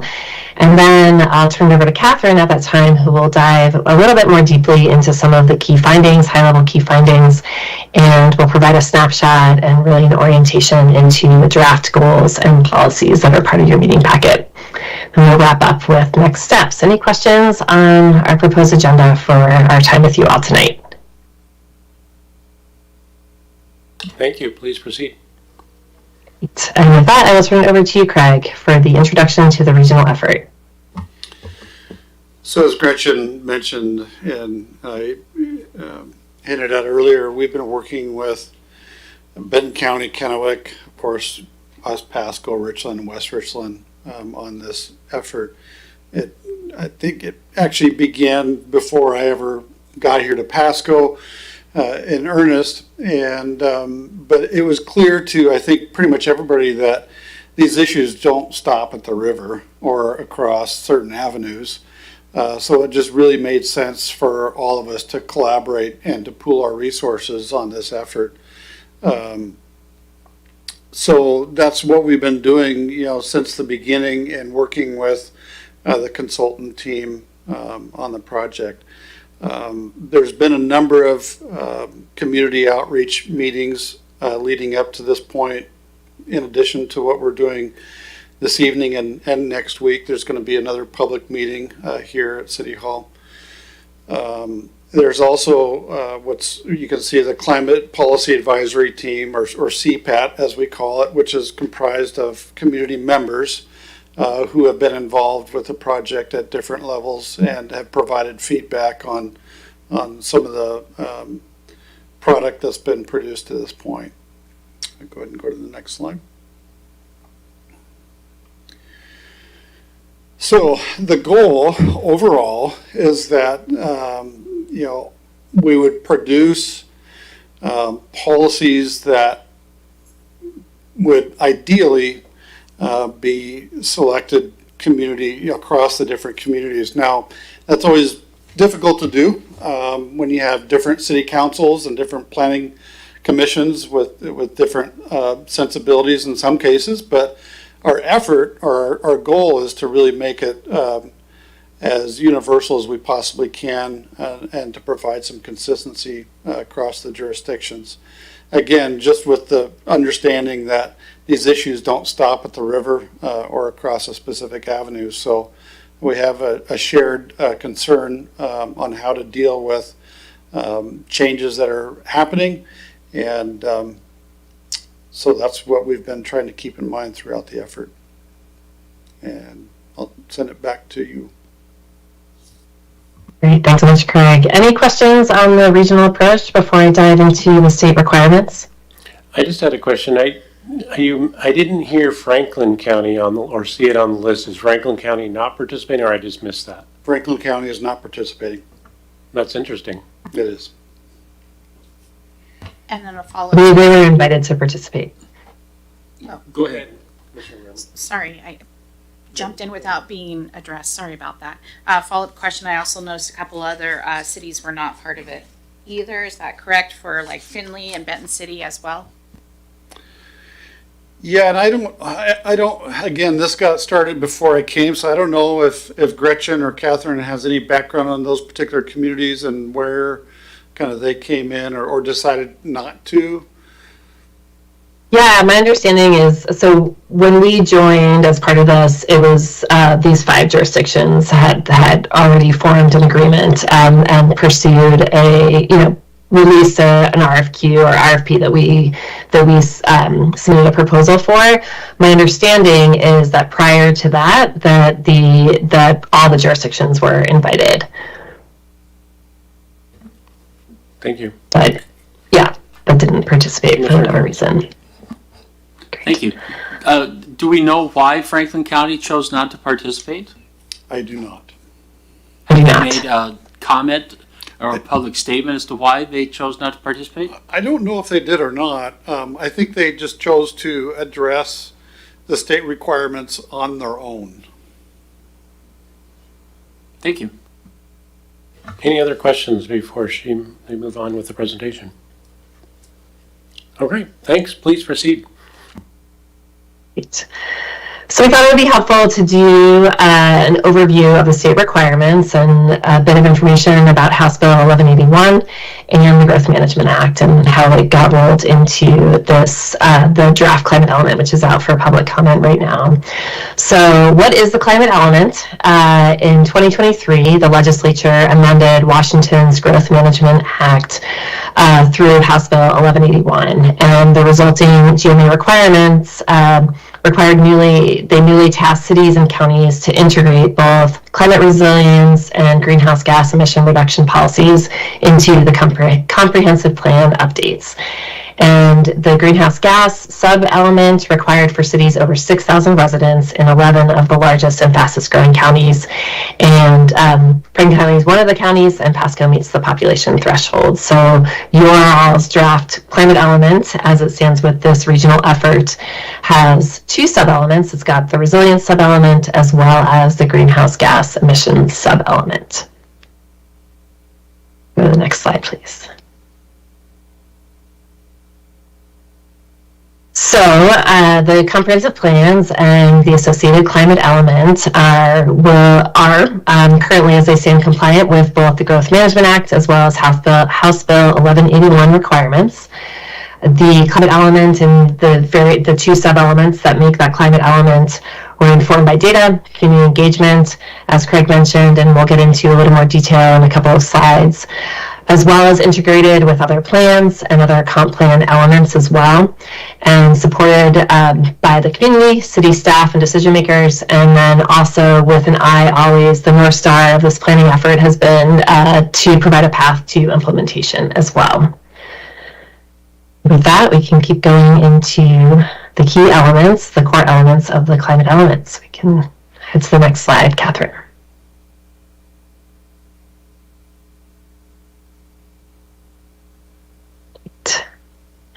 So the key components, and we can keep going here. I'm trying. My computer is suddenly going really slow. Okay. Great. Well, this is like a cliffhanger to the two sub-elements here. So you see here on, I believe, the left side of your screen are the emission reduction measures. The emissions reduction sub-element, as I mentioned, it's required for 11 of the state's largest and fastest growing counties and their cities. And so that is why you all have, as part of this regional effort, emissions reduction measures, which capture both greenhouse gas emissions and per capita vehicle miles traveled. So that is what is in that sub-element. And then on the right side of your screen, resilient sub-element, which is required for all jurisdictions, planning fully under the Growth Management Act, and it includes adaptation measures. So we've got the emissions reduction measures, which are the greenhouse gas emissions and per capita vehicle miles traveled as part of that one sub-element. As part of the other, the resilient sub-elements, it's adaptation measures. Next slide, please. So Commerce requires that the City of Pasco develop climate resilience goals and policies that meet the following requirements up on the screen here, and there are three minimum requirements. I won't read them each because I know they're up on the screen. And the goals and policies that are part of that, that are part of your meeting packet, all address at least one or more of these requirements for the resilience sub-element, and we can go to the next slide here. And on the greenhouse gas emissions reduction sub-element side, there are also three minimum requirements, and the goals and associated policies also that are part of your meeting packet also hit on at least one or sometimes multiple of these minimum requirements as well. And the goals and policies that are under these minimum requirements need to work towards the overall greenhouse gas emission reduction target of net zero emissions by 2050 on both a total and per capita basis. And yeah, you can keep going. We'll keep going here. So this timeline here shows all the various different ingredients and associated deliverables that went into where we are right now in that timeline of this. We've got the draft goals and policies, that draft climate element out for public comment right now. And at the end of October 30th, will result in a final climate element, and then we'll go through your all's adoption process as part of your comprehensive planning effort. And on the top, this blue bar up here shows the various different pieces and parts of analysis and associated deliverables that went into the climate resilience sub-elements. We've got the tree canopy assessment, the climate impact summary, as well as the climate vulnerability assessment. And on that yellow bar down below, the greenhouse gas inventory and associated projections with that work, as well as the vehicle miles traveled analysis. And a couple of documents that bridge each of those sub-elements. There was a policy audit that was conducted. That was the very first step. So what are all the various different relevant documents, planning documents, that you all as the city of Pasco and the other 4 jurisdictions that participated, what are all the relevant documents? We combed through all of them and made sure that we were flagging what is, where are there existing goals and policies that meet some of these minimum requirements, where there's some gaps, and that's what resulted in the final draft of the goals and policies that are out for public comment right now. And this next slide shows that simultaneously, while we were developing each of these different deliverables, had a community engagement as well as stakeholder engagement with the climate planning advisory team. So we had a set of public meetings, and as Craig mentioned, has a public meeting planned in Pasco in the upcoming weeks here, and this month-long public review comment as well. We've got both an in-person and a remote meeting coming up on the public side of things, and then we've been meeting with the climate planning advisory team this will be our 5th meeting with them. So we've been meeting with them throughout every step of the way, and they've reviewed these draft deliverables along the way as well, and have some key members from Pasco that have been sitting around that table. Any questions on either the 2 sub-elements that I walked through, what they are, what's included in them, and or the climate element timeline and what we've been up to these last few months here? Any questions on the process before we keep going? Commissioners? Okay, no questions. All right, great. Well, thank you all so much. With that, I'm going to turn it over to you, Catherine. Awesome. Thank you all. I'm just going to walk us through some very high-level key findings just to set kind of an understanding of the work we've been doing and how it's informed these goals and policies. I'm going to start with our community engagement findings. These are regional findings, primarily drawn from the community survey we did in March. And so they're not broken down specifically to Pasco, but they're representative of all the participating jurisdictions. And the findings really highlighted that residents are experiencing some financial impacts, some changes to their daily lives, some physical health impacts as a result of experiencing extreme weather events. The primary concerns of weather impacts are related to wildfire and wildfire smoke, along with increased temperatures, extreme heat, drought, and wind. We also found support for resilient strategies. People are interested in seeing more shade and tree canopy, some natural flood control measures, and affordable heating and cooling options. As I mentioned earlier, the key hazards that were identified by the community were also highlighted in our research, and these are the key hazards that Commerce requires us to address in all of the policies and goals that we're drafting. So we focus on these 4 key hazards that we had discussion with the projects teams, our CPAT members, as well as those community members, and our technical analyses.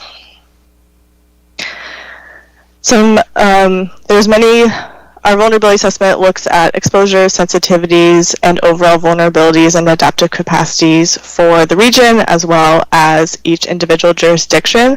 So just to highlight a few vulnerabilities we identified for Pasco, the wildfire risk associated with some invasive species such as cheatgrass that kind of increase that flammability and wildfire risk.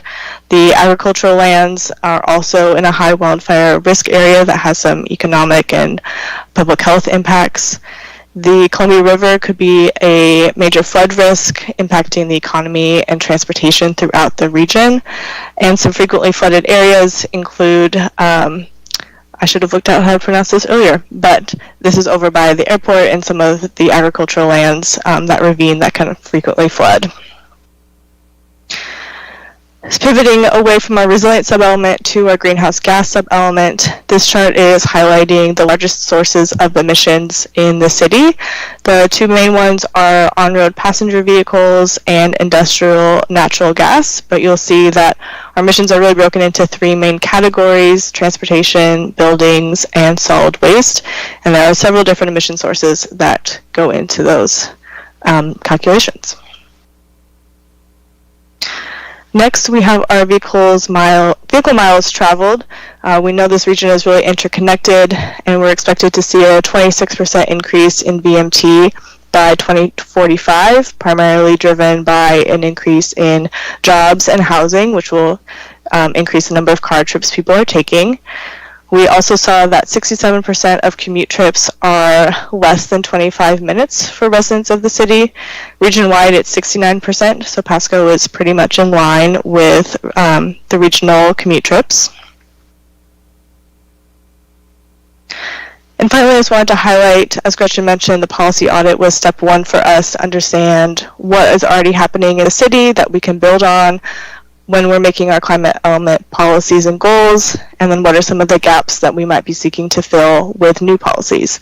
So some policy trends, things that are already being done in the city, are efforts to protect community well-being. That's associated with shorelands, critical lands, and protecting wildlife habitats that are already in the urban area. Also efforts to increase mixed use and walkable developments in neighborhoods. Some gaps that we're hoping to fill with climate element policies are around water quality, including sustainable and green economy jobs in the industry and employment recruitment, and more wildfire resilience prevention, and addressing the health impacts that can come from wildfires.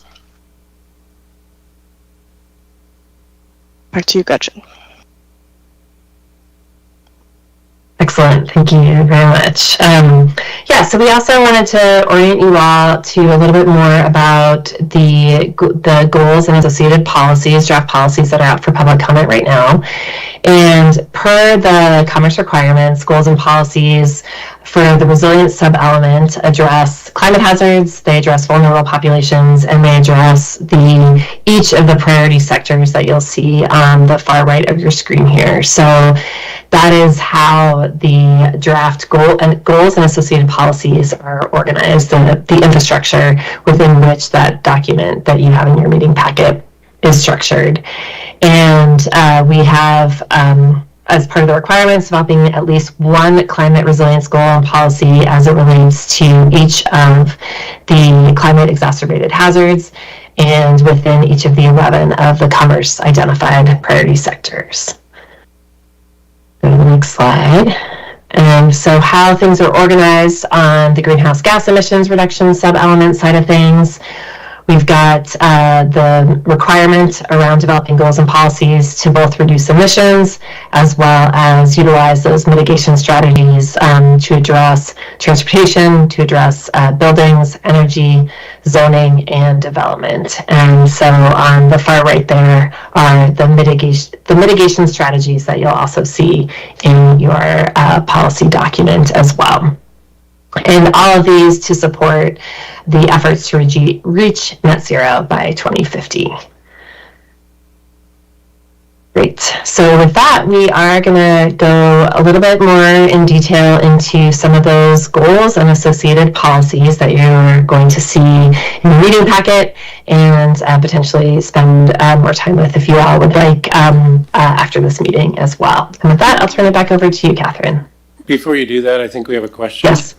Great. Commissioner Jones. Thank you very much. I'm sorry to interrupt, but when you say you've said a year to go carbon neutral, it sounds like you're saying 2015.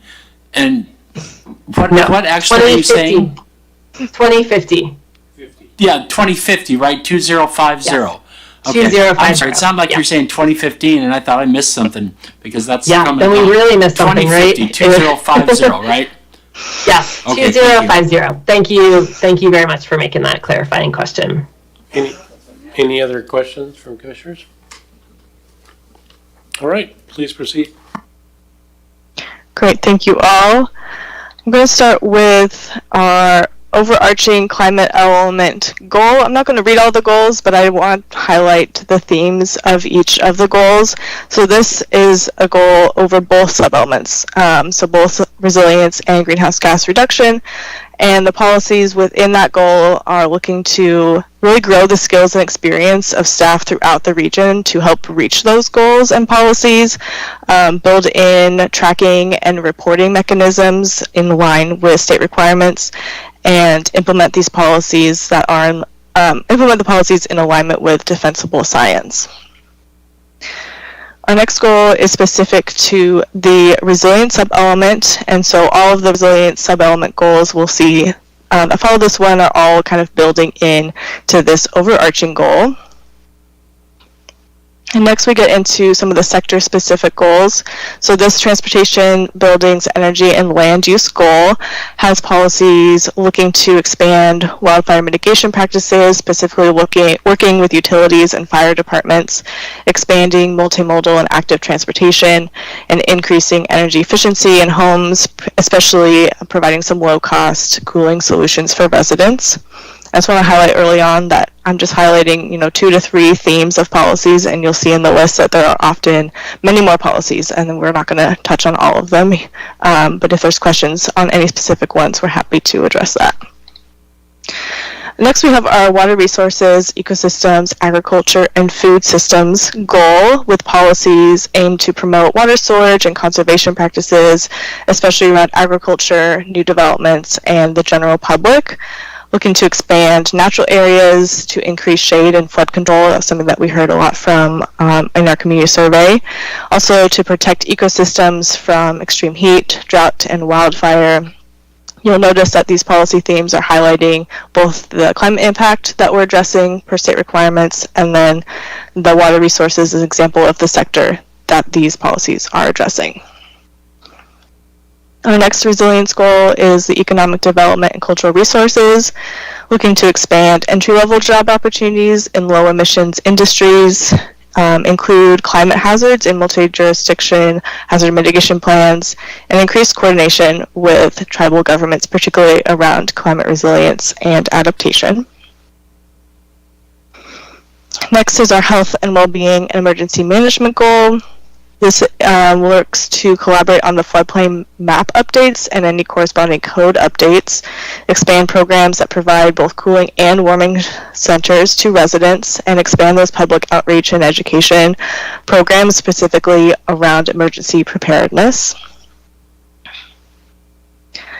And next we'll move into our greenhouse gas emissions reduction. So similar to the resilient sub-element, we have an overarching goal for this sub-element that all the subsequent goals are supporting. And our first sector for this sub-element is buildings and energy. The policies in this sector look to reduce building energy consumption and improve energy efficiency, and to align with state guidance for decarbonization, especially around building codes for electric vehicle charging. Our next one is our transportation, zoning, development, and land use. It's a very long goal because we wanted to be more specific on city actions versus county actions, but the policies within this goal are looking to increase mixed use land to integrate housing, transit, and different amenities, help to reduce commute times, and increase bike and pedestrian transportation networks. And our last goal for waste management, some policies within this goal are to consider ways to reduce waste and expand recycling programs and explore opportunities for regional collaboration on waste management.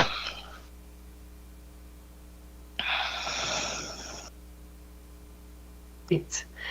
So just wanted to give you an overview of the goals and associated policies as they relate to each of the sub-elements that are part of the Tri-Cities, that regional climate element that's out for public comment right now. And, but no, that was a lot. And so we thought it would be helpful to put forward a couple of questions and recognizing that we may not be able to get all of the input that you may want to provide on those draft goals and associated policies during tonight's meeting, because I know you all have other things on the agenda. But as you're looking at those draft goals, as you're looking at the associated draft policies that are out for public comment, are there any major gaps? Are you seeing any major gaps, things that we missed that you think should be there? Is there something important that just is not addressed that you're not seeing in either of the sub-elements and their associated goals and policies?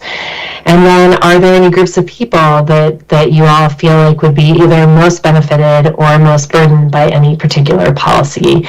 And so looking for any and all input that you all have either on these questions or on anything else as it relates to the climate element. And I don't know, Craig or Haley, how much time we have tonight to get input from you all, but know that we've got this public comment period. And Catherine, can you remind me when the public comment period closes for this? Yeah, just opened. It'll be open until October 8th. October 8th. So still quite a bit of time, and wanted to put these types of questions forward as you all dive more deeply into those goals and policies. Well, thank you. And I know you guys put a lot of work into this and a lot of workshops and steering groups and all that. And so I'll open it up. This is also a hot topic, and I'm sure we have a diverse set of opinions amongst the commissioners. And so we'll open it up for the commissioners to provide feedback, and I'll ask all of us, including myself, not to get on too many soapboxes, but we want to give you candid feedback. So I think we'll have lots of opinions. Commissioners? I have an opinion. Go ahead, Dave. Question. Commissioner Crutchfield. Good evening. Thanks for coming here to speak with us. I think that for me, one of the things with this climate change, the fire and that particular element is really important. And I think because now we're looking more and more towards high density, promoting mixed use and all of this that many of us are not familiar with, don't necessarily like it, then we better start thinking about the things that are going to come along with that. So I'm not sure how implementing some of the focusing on promoting dense mixed use, multimodal development and so forth is going to decrease our climate problem. We're going to have more infill of land, we're going to have more congestion. One thing I do think that's good the city has done, there's a lot of space being devoted to bike trails. It's kind of encroached on the actual car driving part, but that's good to have people be able to travel that way. In the wintertime here it doesn't work so well, but so I just had questions about that part. Also, reducing or minimizing regulatory burdens and some of those things, I think still permitting and having some of those boundaries can actually help in controlling some of these problems. Those are just some of my feelings. Thank you. Thank you. Commissioner Jones. Thank you very much. I'll keep my soapboxes to a minimum. Appreciate the comment. First one, did House Bill 1181 directly provide funding to the communities to implement this lengthy list of changes that they're looking for? there was grant funding available through the Climate Commitment Act. So this whole effort was funded through the Climate Commitment Act. Okay. And each of the jurisdictions pooled their resources as part of this effort. And so the funding is solely through this this Cap and Invest program, is that correct? There are lots of things that are under the Climate Commitment Act umbrella, and that is one of them. Okay, so what items then are generating the funding that will be available? The funding that was available for this grant program, or the What funding? items are in place right now? What taxes or fees or fines or whatever are taking place in the state of Washington that are generating the funding that states or cities rather can apply for to try to address these things? For the implementation set Yes. of things? Yes. Yeah, Craig, do you want to speak a little bit to that? I think the clarification is that there's grant funding to do the study and add the elements to the comprehensive plan. I don't hear there's a lot of grant funding to implement the impacts that those policies will have. And so And that's what my question is. What funding is available to implement? Thank you, Chair, for clearing that up. What funding is available to implement all of these changes that are being required by this House bill? To this point, staff is going to continue to keep an eye on different funding sources that will be made available. And sometimes you have to be really creative with how you're looking at different opportunities and where it will specifically fit within these different goals or efforts or policies, projects. For example, this is a question because I don't know the answer at this point, could programs like CDBG or HOME be used in part for financing home renovations that might help cooling in some residences? Perhaps, maybe, I don't know. So I think we just have to be really creative with how we're looking at different funding sources and what opportunities they might present. As far as direct line from the state to us, there's nothing. Well, I wouldn't necessarily say that. I mean, there's also transportation dollars for either transit improvements or other multimodal improvements. So we just have to be really creative with how we're looking at the opportunities and what they can purchase, if you will. Okay. I noticed in here, one of the things it talked about was making sure that people of all ages, races, ethnicities, and so on have access to parks.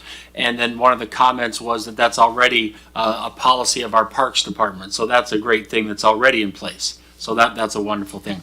My second of three comments is natural gas is mentioned in here very often. We all remember that natural gas was on the ballot the last time there was an election. I think natural gas is a very political hot potato right now, and it concerns me that that's mentioned so many times in here. The party that really pushed for all the things in here was also the party that pushed for to get rid of natural gas, so that concerns me that there's perhaps a political motive involved there. And then my third and final comment that I wanted to make was under the waste management. Maybe you can go back a slide for me, please. Would that be possible? Because ensure that the community can reduce, reuse, and recycle waste materials sustainably. In the city of Pasco, we only have one local company that does our waste collection, and I know they bid it and follow state laws and everything, but there isn't a lot of motivation for them to do more than what they absolutely minimally have to do. And I think to get a company to do those kinds of things, we need to find ways to motivate them to do something. And being the only company that gets to do that, those two things don't seem to go hand in hand very much, in my opinion. So those are my comments. But I congratulate you on the work that went into this thing, and boy, there's a lot to look at and consider, that's for sure. Thank you. Thank you, Commissioner Jones. Anyone else? This is Commissioner Lehrman. If we can go back to the slide that had like four main, I think, environmental concerns. Like it was more towards the beginning. The last one of the 4 was the word drought. The findings. On the resilient side of things. We'll get there. Yes, I think so. I think Catherine's turning not make you dizzy, like scrolling back through many, many slides. So we'll pull up the right one and share our screen again in just a moment. Okay. And so when I was first listening to the presentation and going through, so my background is in agriculture, so I think of our water resources not just for irrigation, but also the quality of water. And so when I saw the word drought, I thought that was really short for all of the needs that we have concerns for our local waterways, especially like as we've seen the last few years, algae blooms, toxic algae blooms to aquatic invasive species that have really taken over our Yakima, our Columbia rivers. And so I would encourage to maybe instead of the word drought, but water availability might be a better choice because if the water quality is not there, then we can't use it. Thank you. Anyone else? I'll just chime in with a little bit of feedback. I'll be honest that I was shocked that we have 14 pages of policy. I think that one of the things you might find is that Franklin County probably stayed out for a reason, and we all know that. And I think that the Pasco voters, the Pasco City Council is going to be very unresponsive to a lot of burdensome regulation. I think that most of us East Siders don't want what the West Siders want and what Olympia wants, and I think you're going to have a hard time. The other thing that was shocking to me, I'll just be honest, was many of these things are already present. As you mentioned in the example of the parks policy, many of these policies exist in many other places. Are the things you mentioned in building, we have building policies. We have policies that proliferate on these topics, and the need for 14 pages of more policy is kind of really irritating to me. The other thing is that these will impose huge burdens on our taxpayers as well as our developers. And so I don't know what kind of feedback you're getting from your participants, but maybe it's not the people that actually represent Pasco voters or our council, because with our current council makeup, I can't imagine you getting a fraction of this through, and I'll just be honest. And so I don't think I would vote to recommend this. My colleagues may disagree with me, but I would never entertain a burdensome regulatory package that we're seeing. I would think the Pasco voters and council would want us to take more of Franklin County's approach, which is what do we need to meet the minimum requirements of the state, because that's all we want. So I'll just leave it there, and I'll try not to be on a soapbox. I just wanted to kind of chime in on kind of the same line that a lot of this, there's a lot of things in the development, land use, and basically housing and development front that's, I guess loosely referring to new policies, things like that. And coming from that sector, it speaks to a lot more cost. And I would say one thing that I hear about a lot of in Franklin County, Pasco specifically, is we're a quickly growing community, and affordability is like one of our largest problems and has been for a long time and likely will continue to be as we have a growing population. And all of these things just adds to cost for builders, for developers, and at the end of the day, new consumers, new home buyers, people who are already here and trying to do that. So I guess falling back on what are our biggest problems and how do we mitigate that, and falling in line with initiatives from the west side of the state probably don't fall in line with, I guess, specifically just the affordability and housing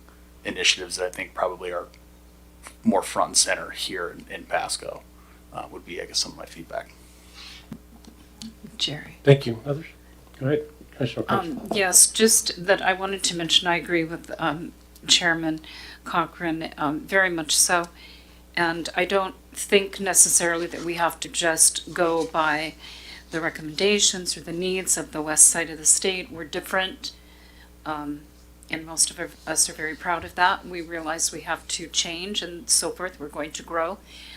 We should do so in a, in a very planned manner. But we've had a lot of things pushed over here that really were not wanted all along our horizon with the windmills and so forth and so on. So again, I don't want to get on my soapbox either, but I certainly concur with our chair. Thank you. Thank you. Others? Go ahead. You had asked us if there's any groups that might have been left out, and so I have a question back for you guys. Was the local school districts invited into the conversations regarding these policies and opportunity to be able to provide some feedback? That's a great question. I don't know, Catherine, do you have a list of the climate planning, the advisory team, the policy advisory team, and who was on there? I'm not sure if anybody from the school district was on there or not. But we can circle back and get you a response to that question through Craig. Okay, thank you. Pasco alone has 27 campuses and all in various ages. So these policies would definitely affect them and therefore affect the local taxpayers too. Thank you, Commissioner Lerman. Can you remind us when, I know you said the public comment period is October 8th, is there any more public workshops or meetings scheduled? Can we get those dates as well? Catherine, do you want to provide those dates? We have a couple coming right up here. Or you could send it out an email later if you like. Mm-hmm. Yeah.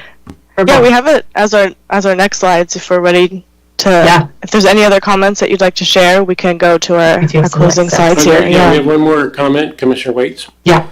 As far as gaps, if we're talking about things that affect everybody equally in the Tri-Cities general region, air quality has been miserable over the last several years. You mentioned wildfires, which largely aren't here in this region.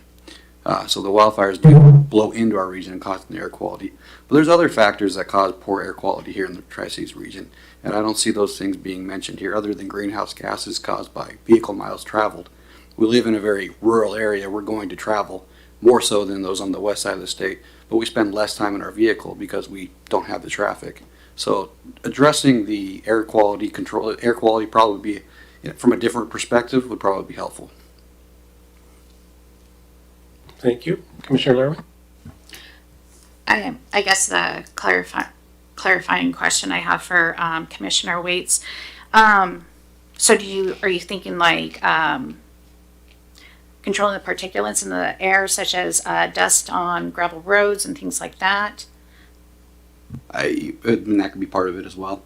But I mean, just driving here, looking out, I mean, know we're talking about climate. I looked out at my windows. I was driving here, and you can see a haze on the horizon. When I first moved here 10 years ago, it wasn't here. I've lived in Eastern Washington my entire life, and the air quality has suffered in the last 10 years for sure, especially here in the Tri-Cities region. Well, yeah, you tie back to climate. As the land is drier, then it's more fragile, and therefore it's up in the air more. Yeah. All right. Anything else for the team for feedback? Go ahead. Will we get to see this again or another draft, or if it changes at all? Will we? I believe it comes back to us in December. Yeah, so I just wanted to clarify a few things based on the comments, if that's okay, Chair. This is a document that was assembled at the regional level to advise cities on policies. So this document, if I've noted the comments that the group has said, and I appreciate the feedback. So Pasco in its comprehensive plan can adopt different policies. So the idea is that most cities mirror this so it's consistent, but if there is, a list of policies or certain things in there that we'd like to omit, staff would likely, seek to advise you on what is a required state requirement, the minimum levels. But if the commission and council do not wish to go above and beyond state requirements or have concerns over areas that may not be funded for implementation, we understand that. So we're listening to the feedback, and this document is going out to the public. We'll send you information and to the school district as well to invite their entities, and we'll take in the feedback. But when this will come back to you, it will be a part of the comprehensive plan climate change portion that's required at the state level. So it'll either be bundled into the environmental element or just its own element in the comprehensive plan. So Craig and I and staff will be going through this document once it's finalized, and it's meant to be a resource to inform staff on the comprehensive plan update. So what we'll do is we'll take in your input,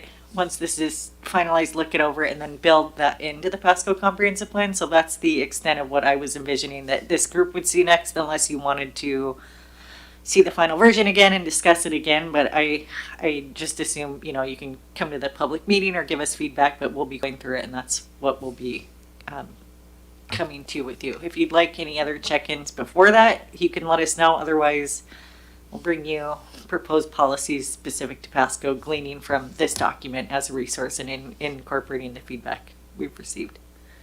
No, that makes great sense. Thanks for clarifying. That makes more sense than 14 pages of Pasco policy more. I will say my advice to you would be to focus on the specific findings to Pasco and the things that our people called out as problems, and focus on implementing things that impact those things.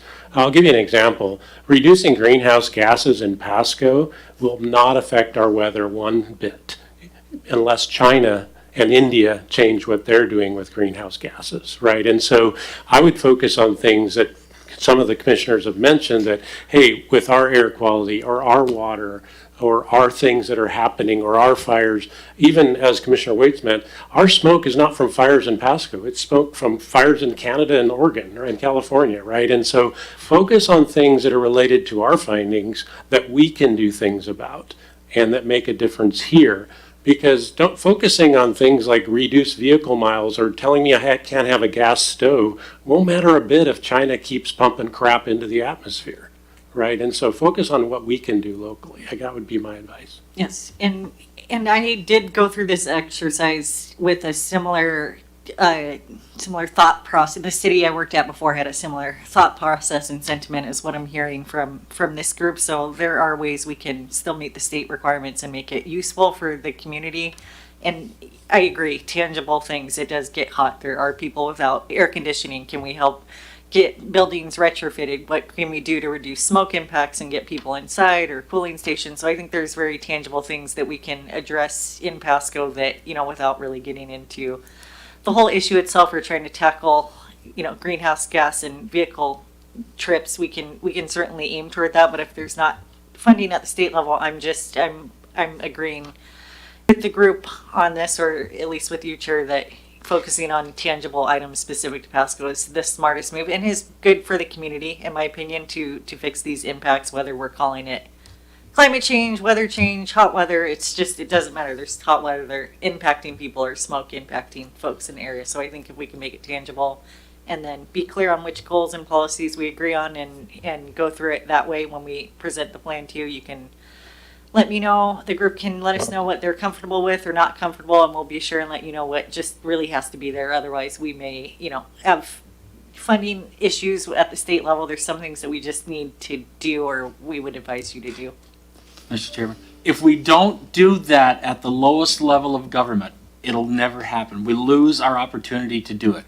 These kinds of opportunities continue to slip away as it is. We have to take these opportunities when we can. I see an opportunity for us to, there's a little bit of a glimmer of realism in this conversation, and I'm enriched by it. I really am. And so we have to do these things when we can. We have to be realistic. We have to do what's best for the citizens of Pasco. That's why we're here. And there are some things on there that would be in the best interest of the citizens of Pasco. And the 1, 2, 3, the 6 people sitting here, the 3 people out there, and others can recognize those things. That's where we should focus. That's the nudge that we should keep giving. And I think that's what we're gonna do, and that's refreshing. Thank you. Commissioners, any other comments or feedback for the team? Well, thank you, the Cascade team, and thank you for hearing our feedback and our passion, and thank you for the work you did on this, because I know you guys do a lot of great work, and it's a hot topic, and thank you for hearing our feedback. Thank you all so much for the opportunity to come and speak with you all tonight, and appreciate all the feedback. And just a reminder too of the public review period right now, and the draft climate element in its entirety is up on the BFCOG website, and the link is there. And Craig, can provide that with you all as well. So would love any and all additional comments that you all have related to that document in the upcoming days here through October 8th. Thank you all so much and have a wonderful rest of your night. Thank you very much. Go ahead. It says Tuesday, September 23rd, there's an in-person meeting. Where? The 23rd and the 29th. Yeah, where's that at on the 23rd and what time? Good question. It is here at City Hall, Council Chambers. And I believe the time was 6.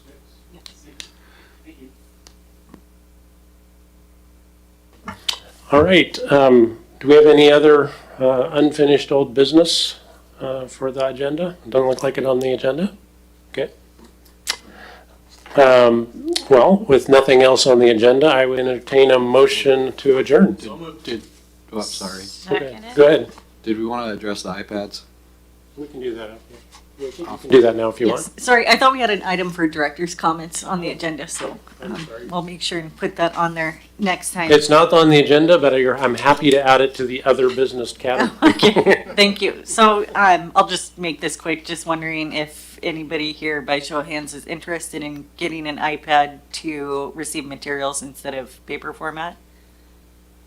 Rather not kill the trees and probably save the trips to our house. And Okay, so we'll start with the 4 in the middle, and then eventually would like to get everybody to electronic review just to avoid printing, and it's just easier to send it, more convenient, and we are moving paper free, so we'll work on getting a few to start and then phase in other folks. I need to still look at our budget and make sure that, since I came up with this idea when I got here, the budget was already adopted, so there may be a little bit of a waiting period, but I will look into that.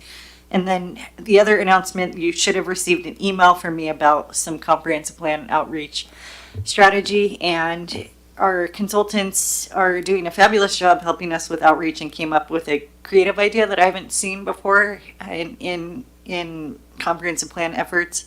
And the plan is to put together a show to go box that has information about the comprehensive plan in Pasco. And I'm not actually sure what it will look like, but what was described to me is just basically a little to go box that talks about the comprehensive plan and where we're going in the next 20 years. It's in simple terms, very easy to understand.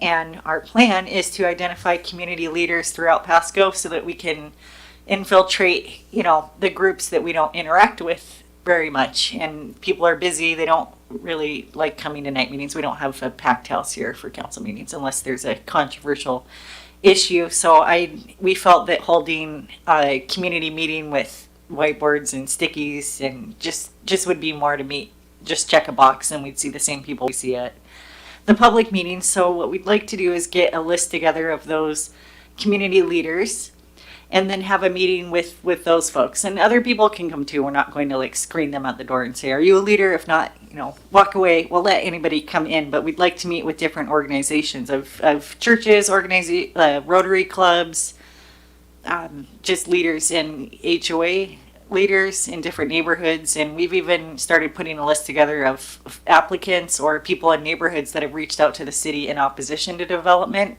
Mainly, some annexations recently occurred and people in the city limits are upset about new development coming in. So we're trying to get the ringleaders of those groups to come in and join the process, because that is where we can really plan long-term and establish that. So we want to do a meeting with those leaders, send them back to their groups with a box of goodies and an easy to fill out questionnaire, and really easy for them to get the information back to us. So it's a very simple exercise. I imagine we'll be asking things such as, what do you wish was in your neighborhood? What do you wish wasn't? What do you like corner stores nearby, or do you want those all the way over here? And just some questions that people can relate to. And we'll be compiling that data. If they do want staff to come visit and talk more, I will have Ivan, he's our planner 3 now. He can come with me. He speaks fluent Spanish and is a planner. So between Ivan and myself and other staff, we'd like to start going to these different groups and just get out there and go during the day or evening or morning and start interacting with the public that way. So it's a fun idea. I think it will be exciting to see what we come up with. So all of that to say, if you do have any ideas of community leaders, or you may be one yourself and would like to be added to the list, which is great, just email Carmen by next week your leader name and contact details and let us know, and we'll be reaching out. So I've never done an exercise like this before. It sounds like it may be a good way to get into the community, and I think with several different staff helping with different backgrounds, I think we'll be able to divide and conquer and really make meaningful appearances out with the public and introduce ourselves and sort of reintroduce the department and the comprehensive plan and ask about, you know, people's dreams for Pasco and what they want to see in the next 20 years and what they want their city to be. So looking forward to that, and I appreciate your help. Thank you. No, I applaud you for looking for new ways. That's awesome. Because I think, planning isn't that sexy, but we need people to get involved. So I appreciate you trying to experiment with new ways to get out there and get to the leaders, because at the end of the day, they complain that they don't like what's being done, but if they're not involved, it's hard to feel bad for them, right? Yes. We're just trying to make it easy to get. Go ahead. Yeah. Two-pronged question here. Do these leaders, or do they necessarily need to be Pasco residents, or is it Pasco business owners, people who, organizations that are based here, just specifically? I won't get too rural oriented with it. I think if you have someone you have identified as a leader in the community, we're not going to be checking their driver's license and asking if they live here, but if they work here, recreate here, if there's a pickleball club that's going on and that person doesn't live in Pasco, it's okay. I mean, just anybody associated with the city of Pasco that has an organization or a group, or they're seen as a leader or self-proclaimed leader. I mean, just really anyone. We'd want the more the merrier, basically, at that meeting with leaders. So it can be business owners, organization owners, just anybody involved with Pasco that you feel has influence or has more of a reach than what I would be able to do with a meeting like this to get people here. We're just trying to get more people contacted for this. Sounds good. Yes. Yeah.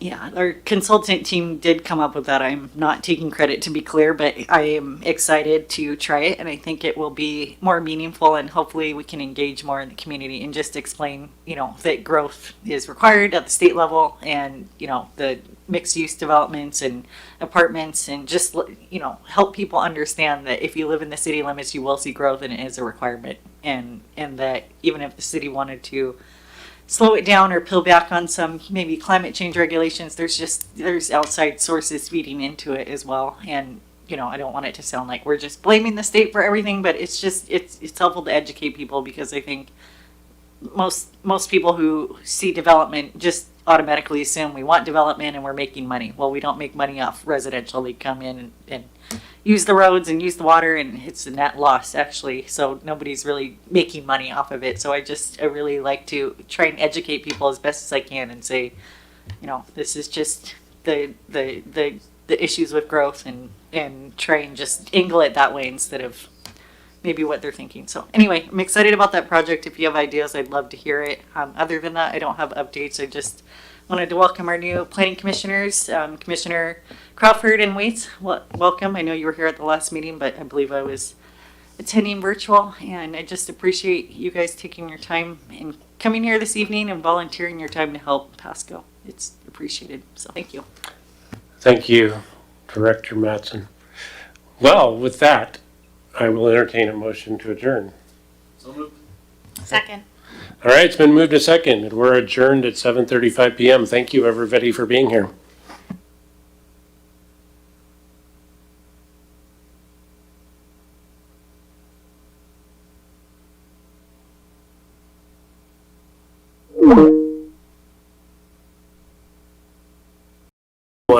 Who are the organizers for that from the staff level.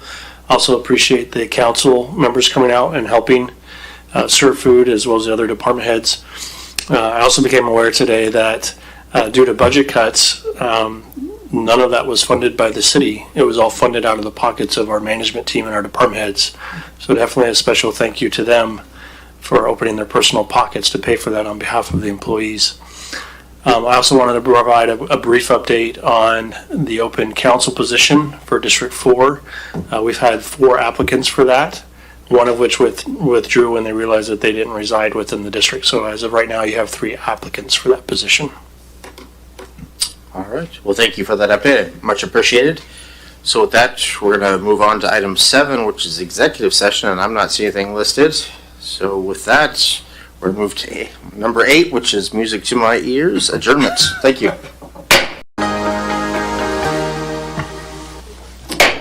Well, good evening and welcome to the City of Pasco Council meeting. The council thanks you for being part of our city government. At meetings, the city council takes formal action on items, holds public hearings, and conducts other business of the city. Agenda packets are available on the City of Pasco's website at www.pasco-wa.gov/agenda. This meeting is also being televised live on PSC-TV, channel 191 on Spectrum Cable in Pasco and Richland, and is streamed on the city's Facebook page, website, YouTube channel, and Microsoft Teams webinar. This and previous council meetings video is available on the city's website. Lastly, the public may submit their comments and or questions by contacting the city manager, city clerk, or by using the Ask Pasco app. So with that, can we get a roll call? Thank you. Councilmember Barajas. She is excused, so yes, she's Thank you. Councilmember Blaisdell. Here. Mayor Pro Tem Grimm. Here. Councilmember Harpster. He's excused as well. Okay. And Councilmember Prowlis. Here. Mayor Milne. I am here. Thank you. So All right. sorry. Well, with that, it's a long week. So with that, let's rise for the Pledge of Allegiance. I pledge allegiance to the flag of the United States of America and to the republic for which it stands, one nation, under God, indivisible, with liberty and justice for all.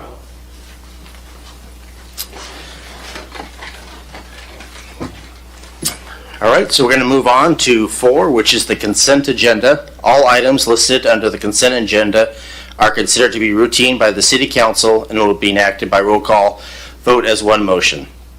There will be no separate discussion of these items. If further discussion is desired by council members, the item may be removed from the consent agenda to the regular agenda and considered separately. So do we have anybody that had any, not see anything, so let's move. So 4A, approval of meeting minutes from August 18th and August 25th. Bills and communications, approving claims in a total of $7,813,521.95. Part C is ordinance number 4785, amending PMC section 5.05.170, exemptions related to business licenses. 1D is resolution number 4642, amend and restated interlocal cooperative agreement, Tri-Cities Home Consortium 2026, 2027, and 2028. Resolution number 4643, project acceptance for the West Pasco Water Treatment Plant Phase 2. And with that, Mayor Pro Tem, can I get a motion? I move to approve the consent agenda as read. Second. So we have a motion by Mayor Pro Tem Grimm, and we have a second by Councilwoman Blaisdell. Can I get a roll call? Councilmember Blaisdell. Yes. Let's see. Sorry, I'm off a little bit tonight, so sorry. Councilmember Prowlis. Yes. And Mayor Pro Tem Milne, or Mayor Pro Tem Grimm, Yes. and Mayor Milne. That's a yes from me as well. Thank you. That passes unanimously. Thank you. Well, thank you for that. So we're going to move on to number 5, which is proclamations and acknowledgements. And we do have a proclamation. So, does Angela Pichon want to say anything, or? I would be happy to welcome Luann Ayers up, who is going to be receiving the proclamation. And I know that this is a very important proclamation for United Way, so I will hand the mic over to her. Thank you. Well, it's an honor to be here again this fall as the City of Pasco joins with other municipalities and the school districts, both public and private, to really emphasize that every hour of learning counts with a proclamation supporting Attendance Awareness Month in September. So as a Pasco citizen since the year 2000, it gives me, and the mom of a teacher and the daughter of a teacher, it's just extra special to really have our city leaders recognize the importance of attendance in school, at work, and in life. About 40% of our kids in the K-12 system struggle with attendance. And our United Way, our local United Way, has been really focusing on this since 2012 with the launch of Attendance Matters. Over the last 4 years, we've been working with 9 middle schools and about 750 chronically absent kids. The kids who worked with our mentors all year, about 55% of them were no longer chronically absent at the end of the year. So we consider that a real win. We're launching a pilot project pairing middle schools with their feeder elementary schools. Because what the data shows and what our principals are telling us is attendance challenges now start in kindergarten and first grade. So for parents, for grandparents, for caregivers, for business people, every hour of learning counts, and we appreciate the council's support. Well, thank you for that. Yes, outstanding job. Very proud that you guys are working so hard in our community. So with this, and I'll come down and, well, actually, I can just come down and read it to you, just to be more personal on this.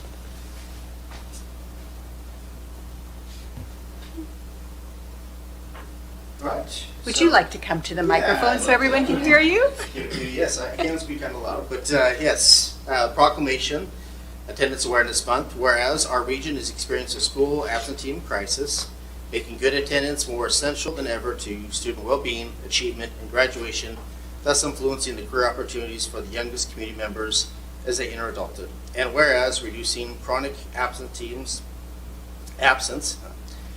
requires a comprehensive, collaborative approach that starts with preventive and early intervention and support ongoing parent and caregiving awareness of the importance of each hour of school attendance. And whereas improving attendance and engagement takes families, school systems, business owners, and employees, elected leaders, and other community partners working together to address the factors that cause students to miss school and those that increase student attendance. And now therefore I, David Milne, Mayor of City of Pasco, Washington, do hereby proclaim September 2025 Attendance Awareness Month and encourage all residents to join in and stand with the nation in its commitment to the academic success of our students by focusing on reducing absenteeism to give all children equal opportunity to learn, grow, and thrive as they gain the knowledge and skills needed for high school graduation, the essential pathway to careers needed in our region. And September 2nd, 2025. Thank you, Mayor. Appreciate that. Would you mind, Angela, taking a photo? We want to make sure we do a social media shout out so everybody knows what Pasco's doing. Leading the way. Yes. Sounds great. Of course. Excellent.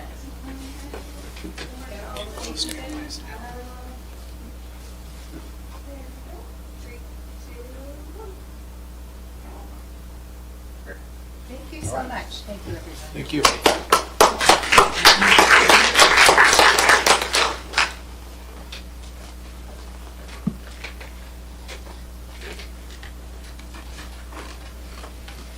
Well, that's my first proclamation as mayor, and boy, was it a good one. So thank you. Very important. So with that, we're going to move on to item 6, which is public comments. The public may address council on any items unless it relates to a scheduled public hearing. This item is provided to allow the opportunity to bring items to the attention of the city council or to express an opinion on an issue. Its purpose is not to provide a venue for debate or for the posing of questions with the expectation of immediate response. Some questions require consideration by council over time and after a deliberate process with input from a number of different sources. Some questions are best directed to staff members who have access to specific information. Citizens' comments will normally be limited to 3 minutes each by the mayor. Those with lengthy messages are invited to summarize their comments and or submit written information for consideration by the council outside of formal meetings. Lastly, when called upon, please state your name and city or county residency into the microphone before providing your comments. And with that, I believe that we have an online one. Let's have them kind of go first. And Zach Poteet, I think it is. Give me 1 second, Mayor. Let me get Zach's mic able to unmute.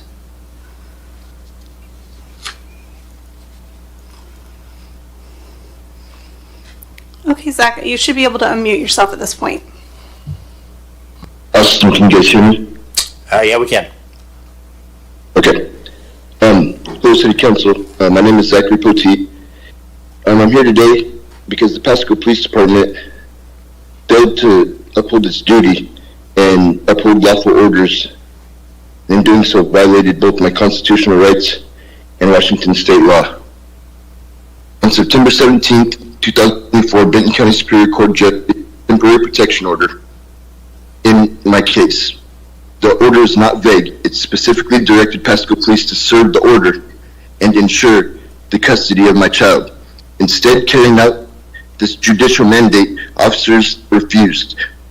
They cited so-called orders and chose not to act, even though state law requires immediate enforcement of protection order. Worse than that, I was subjected to a retaliatory order based on illegal bond requirements, something that Washington statutes explicitly forbid. This was not an error of judgment. It was a direct violation of RCW 26.50, RCW 7.105.105, and RCW 36.08.010, as well as my 14th Amendment rights to due process and equal protection. Let me be clear when I say this. Parental custody is a fundamental liberty interest. The courts, not the police officers, but the courts, decide custody and protection. When law enforcement ignores a court order, they are not exercising discretion. They are neglecting their duty as law enforcement officers.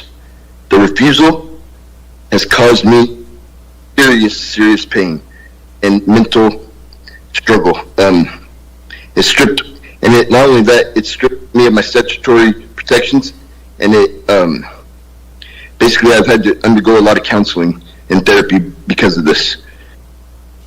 Council members, I'm just asking you to take accountability. The city must ensure that its police department enforces these orders consistently and without retaliation.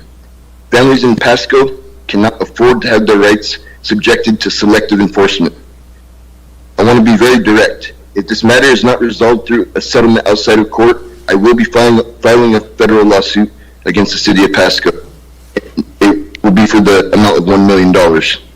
That lawsuit will seek compensatory damages for the harm I've suffered and the punitive damages against the individual officers involved, and also for attorney fees. You have the opportunity to prevent further harm to me, my child, and to the city. I urge you to take corrective action and to hold this department accountable and to resolve this matter however we can figure it out before taking it further in federal court. All right, well, thank you for that. I'm aware of your case. I would suggest if you want the other council members, you can email them separately, but I am aware of this, and that's all I can say on this issue. So do we have anybody in the audience that would like to make a public comment? You, sir?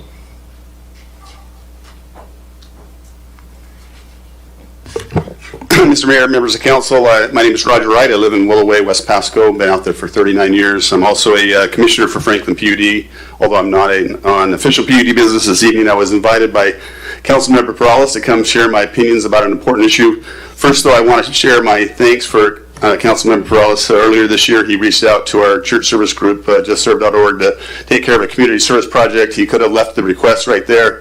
He showed up in his work clothes, swung a sledgehammer, picked up debris, and so very much appreciate that he came out and did real work. Not that this isn't real work. At that service project, though, I asked Mr. Perales about some things we had going on at the PUD, specifically due to homelessness issues around the PUD, and I asked who's the expert at Pasco about homeless issues, and in his opinion, he shared that he didn't think there was one.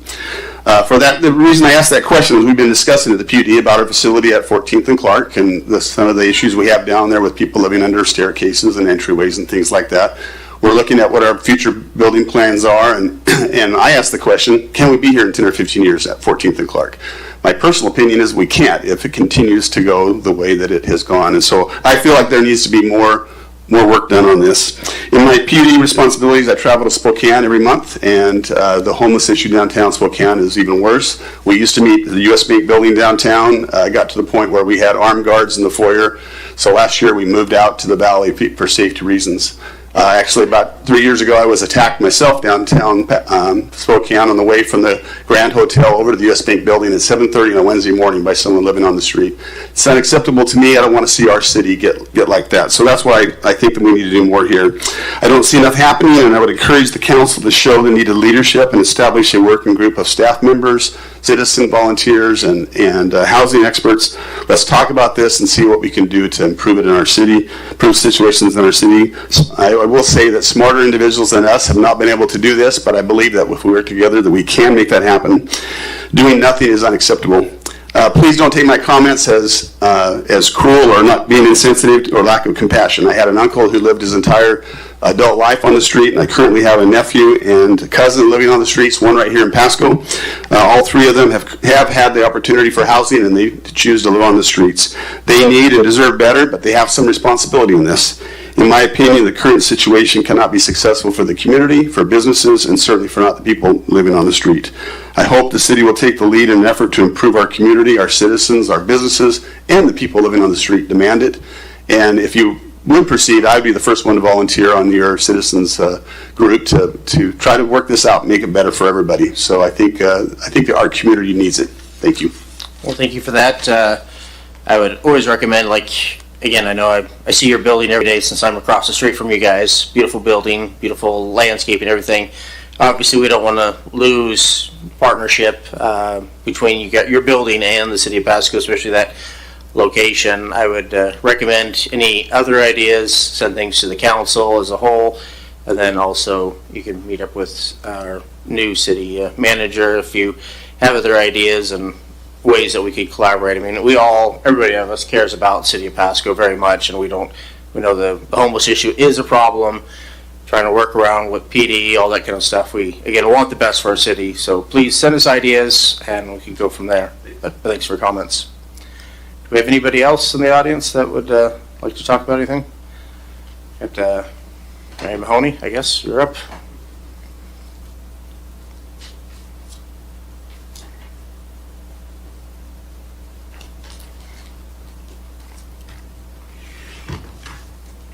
This is on? It is on. Mary Mahoney, Pasco resident, to Pasco via RCW 42.56. See my past request to Pasco and Pasco Council on 5525, 6225, 8425, 81825, and more. Pasco's CIP budget paid by our tax dollars is well over $500 million. How much of our tax dollars is going for a low-cost spay-neuter clinic for our dogs and cats and for a low-barrier homeless shelter for our people? How much? Currently, it's at zero. See the Tri-City Herald on 8/31/25. Homelessness for Tri-City families is climbing. What's being done? Again, Pasco's CIP budget with our tax dollars gives nothing and does nothing. How much are we, the taxpayers, paying for the Pasco Aquatic Center? Aquatic Director and former Pasco Mayor Matt Watkins and or his LLC is paid right around $11,000 per month, plus his travel expenses. Provide his travel schedule and his passport entries. Provide the total cost for Mr. Watkins' Wow Factor wave machine that can cost anywhere from $22 million to $280 million, with each wave costing $160. How much are we, the taxpayers, paying the Tri-City Animal Services to enforce a usage pay system or a bounty put on our dogs and cats? Tri-City Animal Services still denies due process protections, still performs botched, cruel, and barbaric euthanasia methods, and still sends our dogs and cats to WSU for research, where they linger and then they're killed. See Pasco City Attorney Lee Kerr with counsel on 4/1/19, and animal control rehire Angela Zeiler's quote in the Tri-City Herald. Provide all past and present ULID and LID designs for my property with start dates, costs, and a notice to me via U.S. mail.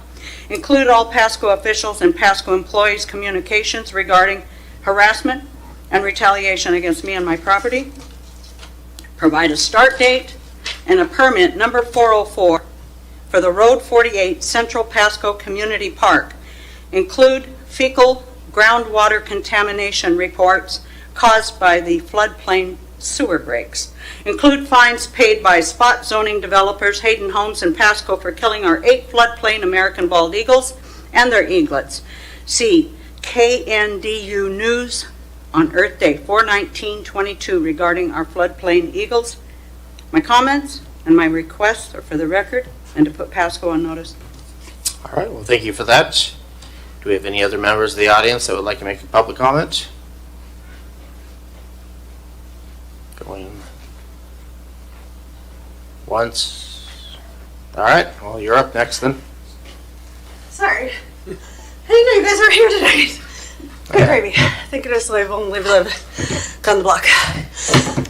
Anyhow, I am Amber. Give me a second.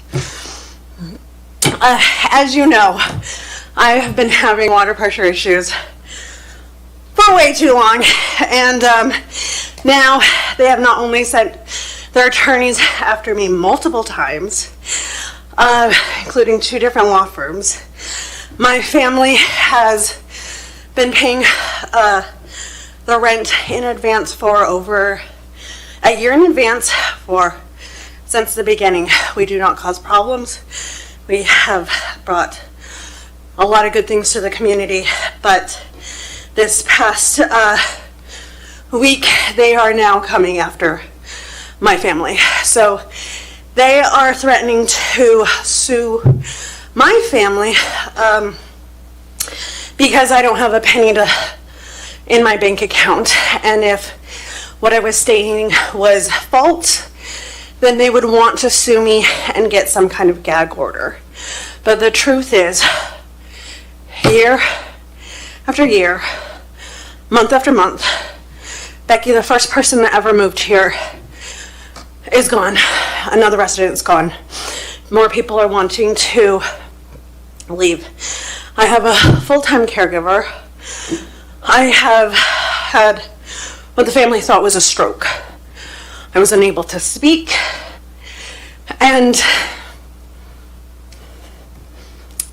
they're figuratively putting bullet after bullet after bullet into my sinking ship. So at what point do I let my family, who has used their generosity to place me into a home, and them be allowed to be sued? Do I stand here day after day begging, pleading with you for help, for water, for basic water? My health is deteriorated. I now am getting more hours for caregiving because my health has deteriorated. Don't have a penny in the bank. The family has sacrificed so much. But do I stand here and risk getting evicted and basically burning up my family's resources, or do I walk away? At what point do I say enough is enough? Thank you. Thank you for those comments. Very sobering. But thank you. Anybody else in council chambers that like to make a public comment? All right, well, not seeing any more, so let's move on to item number 7, reports and committees for our council. And I know there's some things that the council has done. I just want to make a comment that the council, sometimes people think that we don't take time off from work And I just wanted to thank the council members for taking time off work. There's some things that we like to do in our community. We can't really name what's going on, but they do take off the whole day, drive to other cities to see what good things that they're doing, and just wanted to give you a heads up that our council really does care about our community.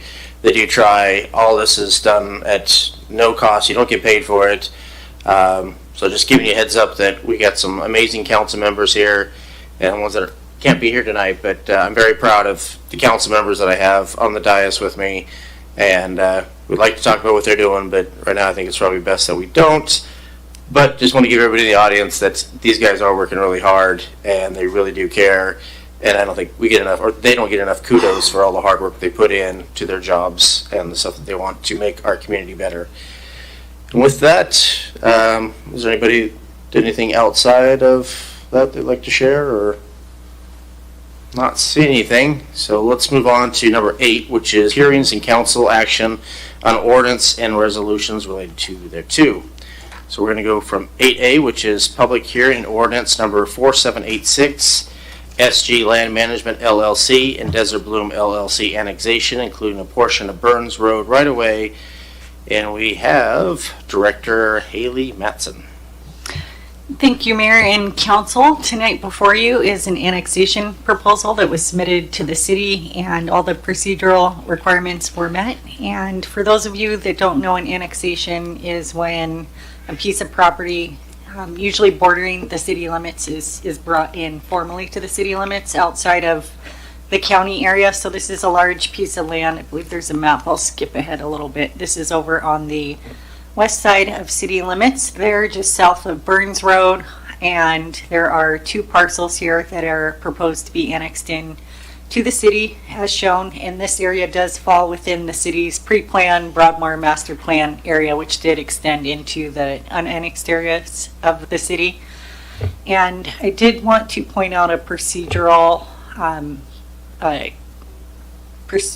just explain the procedure for the annexation, because it does follow 2 different paths. And for annexations coming into the city, these come to City Council for review and approval, and Council has previously reviewed this application and set the public hearing for tonight. There is also a process that this goes through the hearing examiner to establish the zoning on the property. So once it's in the city, then the city formally zones the property, and that process goes to the Pasco hearing examiner. And the hearing examiner holds a public hearing, gets input from the public on it, and then renders a recommendation that's provided to City Council. So that recommendation has been provided to city staff, and it's currently in the appeal period window. And there are a few residents that are seeking to appeal the zoning determination.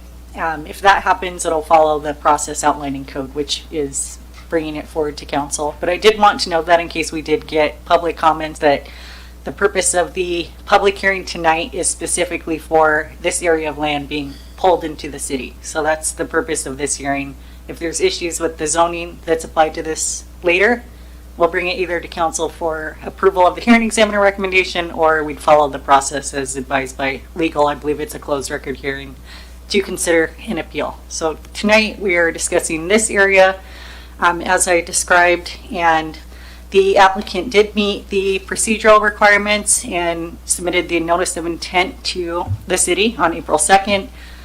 City Council accepted the notice of intent on June 2nd of this year, and the petition was certified to be sufficient on July 23rd by Franklin County. And then the public hearing for this meeting tonight was posted August 8th and published on August 10th. The fiscal impacts to the community are outlined in the staff report, and the surrounding context. To the east, there are properties that still remain outside of the city boundaries, and to the south and to the west, there are properties there along the river that are outside of city limits, generally larger single-family tract development. To the north, there is existing single-family development in Franklin County, and then to the east, there are existing residential developments within Pasco city limits, and to the south is a vacant piece of property.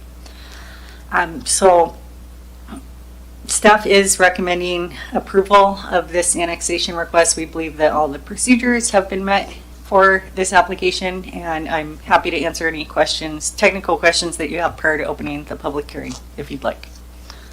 All right, does any of the members of the council have any questions before we conduct our public hearing?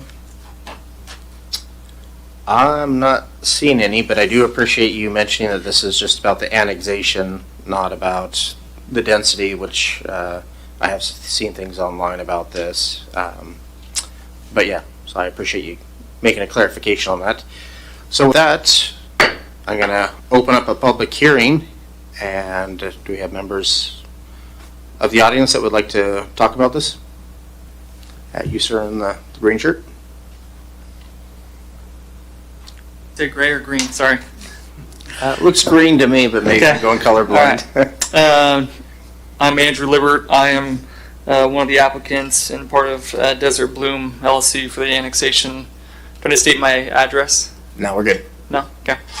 I live in Pasco, though. This property was included in the City Council's adopted comprehensive plan that was voted on in 2021. Part of the 2018 comprehensive plan update.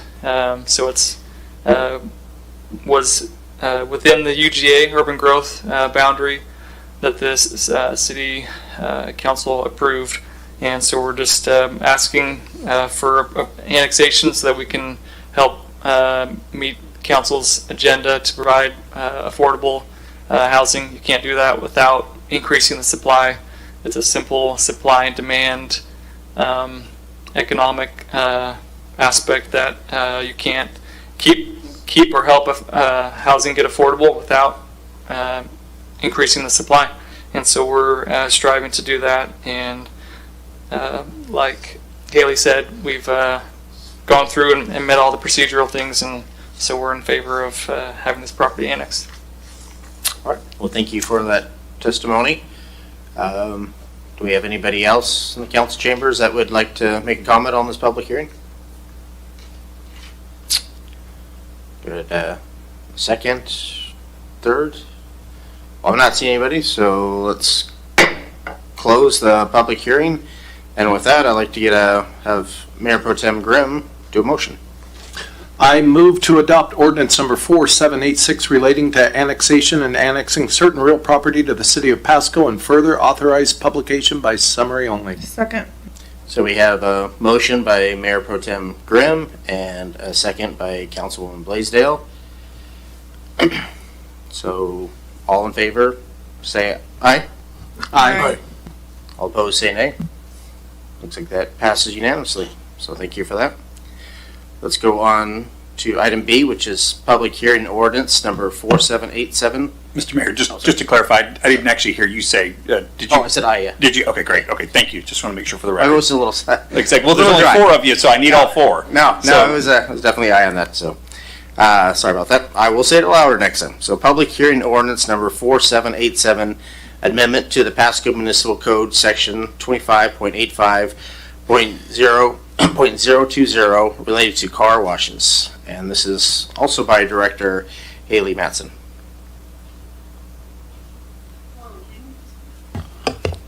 Good evening. Tonight before you is a zoning text amendment in the Pasco Municipal Code related to a standard for car washes. And if council will kindly recall, we brought forward, the Community and Economic Development Department brought forward a code change related to drive-through standards throughout the city back in May. And then recently we noticed that there was a code that was not edited in a different section that was in conflict with the new drive-through design standards in code. So staff has revised the reference to car washes in, let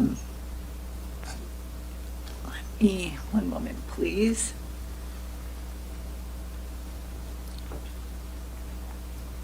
Thank you. In chapter 25, the C1 zoning district, there is a stipulation, item number 14, that states car washes are provided allowed provided they are located more than 300 feet, and the new code adopted allows car washes to be closer to these designations. So we've gone through and edited this item to still allow for car washes and then direct the applicants to the standards listed in the new drive-through design standards. So this is fixed. The last time I brought this forward to council, I had mentioned that we needed to edit it further. It is now edited correctly, and we have the correct reference in here now, and we've triple checked it, so it should be good to go and will coincide with the code change from earlier this year. All right, Happy to answer any questions. Well, thank you for that. Thank you for your hard work on this issue. Yes, we always want to be in compliant and make sure that we're doing the best for our city and all the codes are correct. So with that, do we have any council members that would like to comment or have a question? I'm not seeing anybody, so let's open up a public hearing on this issue. Do you have anybody from the audience that would like to make a comment on this? Going once, going twice, going 3 times. All right, so we're going to close the public hearing. And if I could get a motion, Mayor Pro Tem Grimm. I move to adopt ordinance number 4787, amending Pasco Municipal Code subsection 258502014 related to car washes in C1 Retail Business District. Second. We got a motion by Mayor Pro Tem Grimm. We got a second by Councilman Blaisdell. So with that, all in favor say aye. Aye. Aye. Aye. Just make sure you heard that. All those opposed say nay, and it passes unanimously. We're going to move on to number 9, which is ordinance and resolutions not related to hearings. Part A is resolution number 4644, setting time and date for a public hearing for ROW Vacation Rocky Hills Management LP. And we're going to have, this is Director Haley Matson again. You're popular tonight. Thank you. Tonight before you is a resolution for a right-of-way vacation submittal that the city received. And a right-of-way vacation is when you have a segment of public-owned property, right-of-way or road that is no longer needed for that purpose. And so the adjacent property owners can petition the city to vacate that area, which means it would no longer be owned by the city and it would be owned by the applicant. And in this case, there is a fragment of an old road that was established back in 1968. It was established as a track in the subdivision in that area. And then there was a deed that was provided in the 1990s that established this as a right-of-way for purposes of extending, I believe, Road 104. And that piece of segment is determined to no longer be needed by the city for road purposes or anything associated with the thoroughfare. So the applicant's requesting to vacate it, and the applicant has met the procedural submittal requirements for this. And when we bring this back to council, assuming a date is set, staff will go through the criteria that is used to approve these vacations. So the purpose of tonight through this resolution is to set a public hearing date, and that is what staff is requesting, that the hearing be set for 7 p.m. on Monday, October 20th. Happy to answer any questions. All right. Does any council members have any questions for Director Haley? Doesn't look that way. So with that, if I could get a motion, Mayor Pro Tem Grimm. I move to approve resolution number 4644, setting 7 p.m. Monday, October 20th, 2025 as the date and time for a public hearing to consider vacation of a portion of Road 104 right-of-way as established by special warranty deed under Auditor's File number 505754. Second. So we have a motion by Mayor Pro Tem Grimm, and we have a second by Councilwoman Blaisdell. All those in favor say aye. Aye. All those opposed say nay. Looks like that passes unanimously. So let's go on to B, which is resolution number 4645, approving 2025 through 2027 Pasco Police Commanding Officers Association Collective Bargaining Agreement. And I guess it's Sarah Manson, Director. Does this work now? Oh, okay. All right, good evening, Mayor and council members. I'm here tonight with Captain Bill Paramore and Captain Brian Vaught. I thought you were coming up here. You guys look so sharp without I your asked. uniforms. He tried to leave me hanging right there. I asked, and he told me he was going to be up here. They both played critical roles in negotiating the success for collective bargaining agreement for the Pasco Police Commanding Officers Association. As outlined in your agenda report in your packet, this agreement covers our lieutenants and captains and is effective from 2025 through 2027. We began negotiations in fall of 2024 with Captain Paramore, who helped set the foundation and then stepped away to go to the FBI Academy. Captain Vaught took over and led the team through the final stages of bargaining.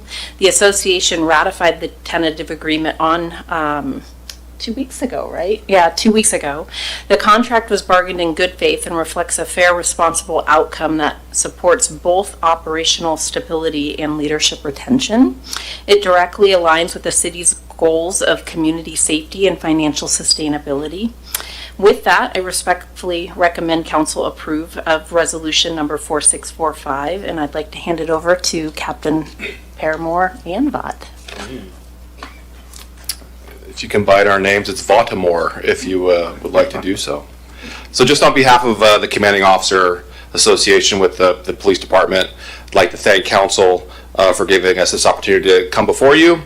Specifically, Director Mattson and her staff. We entered this interest-based bargaining in the fall, as she said, and I want to thank her for her team's professionalism and collaboration as we went through that process. It's a reflection, this agreement is a reflection of our shared commitment to both the employees who we serve and the community as well. And we just want to thank Sarah and her team again for the strong partnership. Well, thank you for that. I know it's always nice to hear such kind words to city staff, so thank you for saying that. It means a lot to us on the council to hear good things about our staff. So with that, anybody have a question or comment? We have Councilman Leo Morales. I'll make a quick comment. I know many of us haven't talked that much, but a lot of these things are kind of self-explanatory. So for the people out there, I don't think we're really that quiet of a council, but every once in a while. No, I just want to say thank you for all your guys' hard work. I think, looking at these numbers, it really doesn't, it's not a lot for sacrifices that you guys make. And so I just want to say thank you on behalf of myself and the council. Keep up the good work, and looking forward to seeing more good work out of you guys. So really appreciate it. Thank you. Yeah, thank you. I can't say enough how pleased I am to have such a great police force. So thank you for your hard work. Well, with that, I would like to have Mayor Pro Tem Grimm give a motion. I move to approve resolution number 4645, approving the 2025 to 2027 collective bargaining agreement with the Pasco Police Commanding Officers Association. Second. So we have a motion by Mayor Pro Tem Grimm, and we have a second by Councilwoman Blaisdell. All those in favor say aye. Aye. All those opposed say nay. Again, pass unanimously. Thank you, guys. Thank you very much. So with that, we are going to roll into number 10, which is unfinished business. I'm not seeing anything. So let's roll into number 11, new business. Do we have anything? Nope. So let's roll into number 12.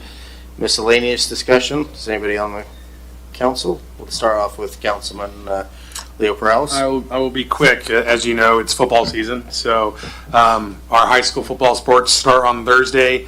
Chiawana versus Sageview at Edgar Brown, 7 p.m. And then Pasco Bulldogs are taking on Southridge over at Lantern Stadium, also at 7 p.m. So hopefully I'll see some of you guys there. All right. Sounds like fun. Everybody, I know I love football, so I'll try to make it. We'll see. Let's go with Mayor Pro Tem Grimm. Thank you, Mr. Mayor. No, I just want to make a note. I know sometimes, we have people here and there that are gone, but I couldn't help one of our directors gone last week, and she came back with a different last name this week. And I just wanted to say congratulations. It means, we have two Matsons now, but there is a subtle difference. There's Matson and Matzin. And so just so you know, I know that and I see it, but I just want to take a minute and wish you congratulations. More great things happening in Pasco, and so glad to have you as part of our team. Thank you. Well, thank you for that. And let's go with Councilwoman Blaisdell.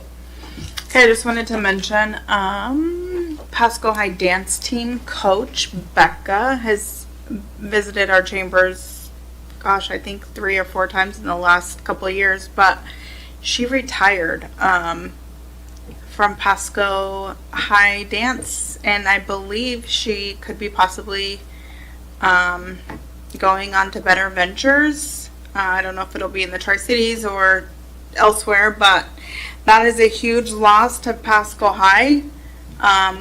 So I just wanted to, I guess, spread the word. If you see Coach Becca, tell her thank you for her service, because she made huge marks for Pasco, not only in our state, but also throughout the country. Those kids are very talented, and it was under her leadership. So thank you, Coach Becca, if you're listening. All right. Well, thank you for that. Do we have anything the city staff would like to bring forward, or we're all good over there? Okay. Well, with that, that's going to roll us into number 13, which is executive session. And I have on air A, which is discussion with legal counsel about current or potential litigation per RCW 42.30.110, subsection 1, subsection I. And it looks like we're going to need 7 minutes. So right now it's 7:45. I'm going to need about 10 more than that. So 17 total? Let's do 20. 20 minutes. So that would bring us to 8:05. And with that, we'll be in exec session. Thank you. All right. It is, the clocks aren't matched in there, but it's 8:28. But we did come back at 8:27.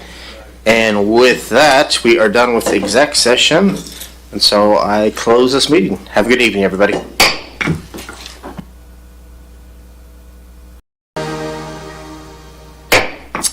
Well, good evening and welcome to the City of Pasco Council special meeting and regular workshop. The council thanks you for being part of our city government at special meetings. The council takes formal actions on specific items, and during the workshops only discusses issues with more formal action taken.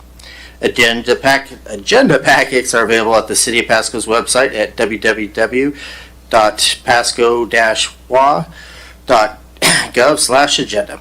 This meeting is also being televised live on PSC-TV, channel 191 on Spectrum Cable in Pasco and Richland, and is streamed on the city's Facebook page, website, YouTube channel, and Microsoft Teams webinar. This and previous council meetings video is available on the city's website. Lastly, the public may submit their comments and/or questions by contacting the city manager, city clerk, or by asking the Ask Pasco app. And I forgot to say the date, and it is September 8th of 2025. And with that, can we get a roll call? Yes.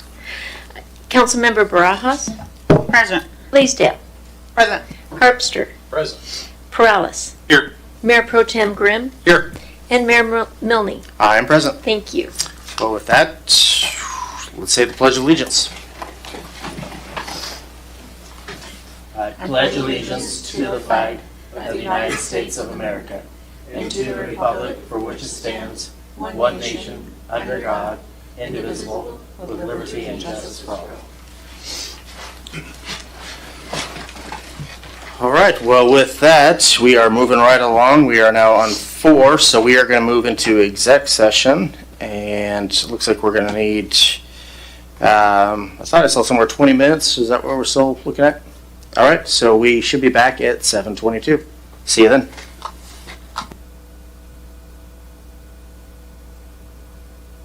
Mr. Mayor, I'm sorry. I just realized that you didn't say the RCW that we're supposed to go in under. Oh. Well, my bad on that. Yes. I don't know what I was thinking on that. It's to evaluate the qualifications of a candidate for appointment to executive office per RCW 42.30.110, subsection 1, subsection H. And who will be in attendance? Got city manager, Mr. Ferguson. Sure, I'll go. All right. Anybody else? All right. It doesn't say on here.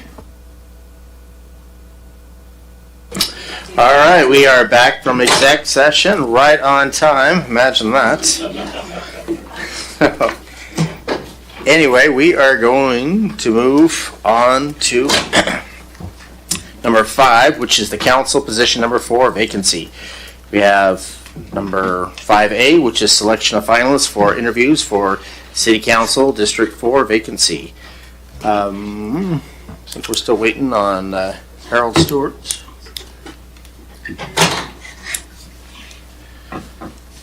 Well, Mr. Mr. Harold Stewart, while you were gone, we rolled into you. So if you'd like to say anything before we have our discussion or whatever. So we're on 5A. Did you want to say anything or? Am I on now? Okay. Just a real quick update. So it's been a whirlwind of a few weeks coming on board, which is not unexpected, and I've kind of enjoyed it. Great staff, great community members. Just started today getting out to do department tours and a couple of community functions here over the last couple weeks. So right now I'm in a phase where I'm just trying to learn and observe and understand how and why Pasco does what it does. However, that being said, there is a change that I'm anticipating making with regards to how updates and communications are provided to the council and to the public. So I've directed department heads that beginning the first meeting in October, the council and the public will now see a memo from my office called the City Manager Memo. It's just relating to the selection of finalists for interviews. I'm sorry. I thought we were talking. I think you're jumping ahead here. I thought we were talking general agenda. Oh, no. It says, on 5, says council position number 4, vacancy, selection of finalists for interviews for City Council District 4 vacancy. And I didn't know if you wanted to have any words before we got a motion. I don't. I appreciate all that have applied and been interested in serving the city of Pasco and the community. At this point, the council has discussed a lot of the qualifications and those kinds of things. So at this point, it would be fitting for there to be a motion of who the council would like to invite to interview. I believe the plan is to interview them at the next week's regular council meeting and a special meeting, and then have them appointed immediately so they can take the seat on the dais with the council during the regular meeting. I also have the questions that council would like to ask, so I will work with staff and have those ready for your meeting next week as well. Apologize for the tangent. All right, well, I appreciate that. I appreciate your words. So do we have anybody that would like to give a motion? Mayor Pro Tem Grimm. Thank you, Mr. Mayor. I move to approve the following candidates: Joe Cotta, Patrick Jones, Abel Campos, and Tanya Bowers for council position number 4 to be interviewed by City Council on Monday, September 15th, 2025, starting at 6 p.m. Second. All right, so we have a motion by Mayor Pro Tem Grimm, and we have a second by Councilwoman Blaisdell. Do we need a roll call, or do we want to just do a... Unless you want.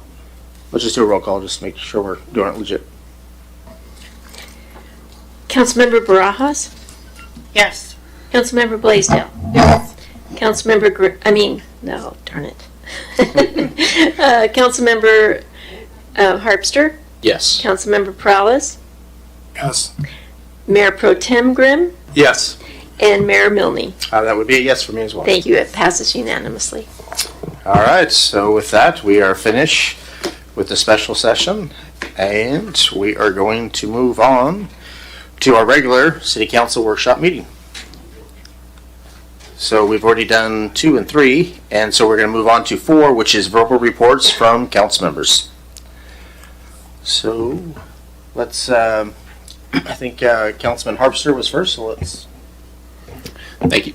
Been a couple weeks, but I did attend the Employee Appreciation Barbecue that was held here 2 or 3 weeks ago, and always enjoy that, getting a chance to talk with folks who work here at the city. And shortly after that, a few days later, attended a Tribeca board meeting and continued discussion over the Hanford Area Economic Investment Fund, HAFEC for short, and then continued discussion regarding what we feel is complete and total overreach by Department of Fish and Wildlife to request mitigation for shrub step, especially in areas inside UGAs that are designated for development. And Rep. Connors is working on that at the state level. We started with some questions from her that were sent to Fish and Wildlife. Their responses were very vague, and so she's going to go to work on that next session next year and see what progress they can make to that end. Also discussed ecology permitting practices at the Hanford site that continue to drive up costs and continue to lengthen the duration of the cleanup, which of course is already well over schedule and well over budget. More discussion on that. And then tomorrow morning, 9 a.m., TriDec is hosting Donuts and Development at the Bechtel Boardroom at Visit Tri-Cities. Discussion tomorrow, they started this series, I think spring this year. The discussion tomorrow will be on the Tri-Cities housing market, and that will be featuring April Connors, Matt Heyer from Tri-Cities Association of Realtors, and Jeff Losey from the Home Builders Association. And then finally today attended promotion ceremony for Benton County Prosecutor's Office, which was attended by several elected officials, all of them from the other side of the river. But they did promote 3 attorneys to the roles of Chief Deputy Criminal, Assistant Chief Deputy Criminal, and Assistant Chief Deputy Civil.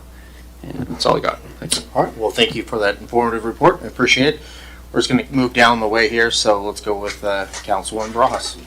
Thank you. I want to just say that several of us attended the Pasco Chamber of Commerce luncheon today, and we had the presentation by Pasco PD Drone Department or Sergeant Parks. Although I did know that we have that apparatus and that system available to us for their service to help keep our city safer, I did not know the extension of the detail it goes into and making sure that we are a safe community. We as a community don't know all the background work that goes in making sure that some of these individuals that like to commit crimes are apprehended. So I just wanted to shout out and thank you, Sergeant Parks, and thank you, Pasco PD Chief, for that department, for that extra effort to keeping us safe. So thank you. Yeah, that was a great presentation. I much appreciated that. I was hoping they would let us play with the drones, but as elected officials, they wouldn't let us do that. But it was a really good presentation, especially seeing the thermal imaging where the guy's hiding in the bushes, and then all of a sudden you see him and you see Pasco PD surround the guy. So it was pretty cool. It's amazing what they could do with modern technology. So let's move on to Mayor Pro Tem Grimm. Thank you, Mr. Mayor. No, I was just going to speak about the same event, and I guess just bring up the fact that I was recognized today and given a plaque for my advocacy on behalf of the business community and being a board member of the Pasco Chamber for the last few years, but I turned off, and so it's basically, thanks, here you go, next. And so, no, it's just a really great organization there, fighting for the business community and on behalf of the business community. It was really a great honor to serve them the last few years, but yeah, that was kind of my swan song there today, so thank you. Well, thank you, and again, thank you for your service. We much appreciate it. So let's go on to Councilwoman Blaisdell. Well, Pasco Chamber was very busy this last week. I also went to the Sunshine Ball today, but as well as the Crop Fest at Osprey Point that was put on by Pasco Chamber. It was live music. The crawfish was good. A little on the spicy side, but it was very, very well put together. So kudos to Colin and his team for 2 great events in the last 3 days. So thank you. All right. Well, thank you for that. Thank you for attending Crawfest. Let's go back to Councilwoman Bras. Thank you. I forgot to mention one other event happening this weekend. Thank you for reminding me, Melissa. There was the Hispanic Chamber of Commerce, in coordination with City of Pasco, had a cultural event called Raíces del Corazón, where there was folkloric dancing and partners coming in from, if I'm not mistaken, Walla Walla, Sunnyside, throughout the Tri-Cities. It was held at Peanuts Park. It was, again, a cultural event that brought out families and just gathered to listen to music, to see dancing, to, buy food from the local vendors. So it was a great event. No incidents happened. And so just wanted to report that it was a great community event, and thanks for the efforts in regards to Hispanic Chamber of Commerce and City of Pasco for coordinating that. All right. Well, thank you for that report. I'm not seeing any other lights, so let's move on to 5, which is items for discussion with opportunity for public comment. The public may comment on each topic scheduled for discussion, up to 2 minutes per person, with a total of 8 minutes per item. If opposing sides wish to speak, then both sides receive an equal amount of time to speak, up to 4 minutes each side. So we're going to go on to 5A, which is Community and Economic Development Department Work Plan, and that is going to be Director Haley Matson.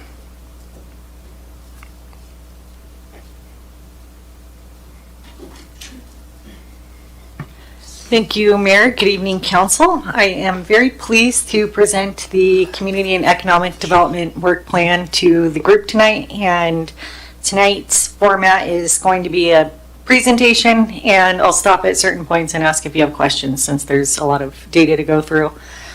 So I'll just get started here. And there's a copy of the work plan in your packets. And the work plan was assembled based on feedback from City Council, from the City Manager's Office, from staff and applicants and state regulations. So I've been collecting this the last few months and I've put it all in one place with some anticipated deadlines for the work plan. And this is for the Community and Economic Development Department. So this department oversees development in the City of Pasco and long-range development, where we're going in the next 20 years. We are working on the comprehensive plan. And then we assist applicants through the process with permitting and helping them develop properties. And there's also a CDBG component and code enforcement under our department.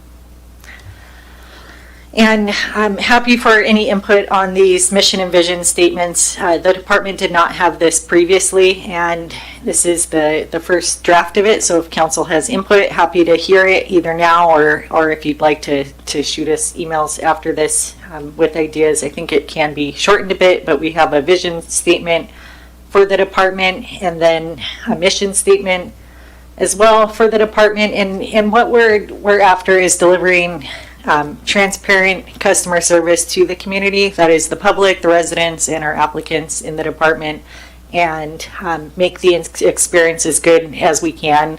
I started in the private industry before coming into government, and I was the person tasked with putting together permit applications. This was several years ago, and I had some bad experiences with the planners at different entities I was submitting these permits to, and I just thought one day, why not make it better and more efficient and easy for applicants? So I have struggled on the other side, and I'm sensitive to it and know how,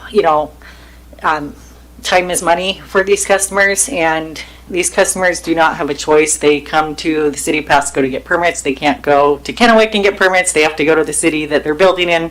So we especially want to make that experience great. We do have a great group of people here, and what I've observed since being here is that our systems and processes are out of date and haven't been updated in several years, and that's evident with the applicants are soon going to be offered the ability to pay for permits online and over the phone. So we'll come up with the times with our permit system and fix that. So I'll go into more detail there, but this is the mission for the department here for our customers, and the vision statement here for this department in Pasco.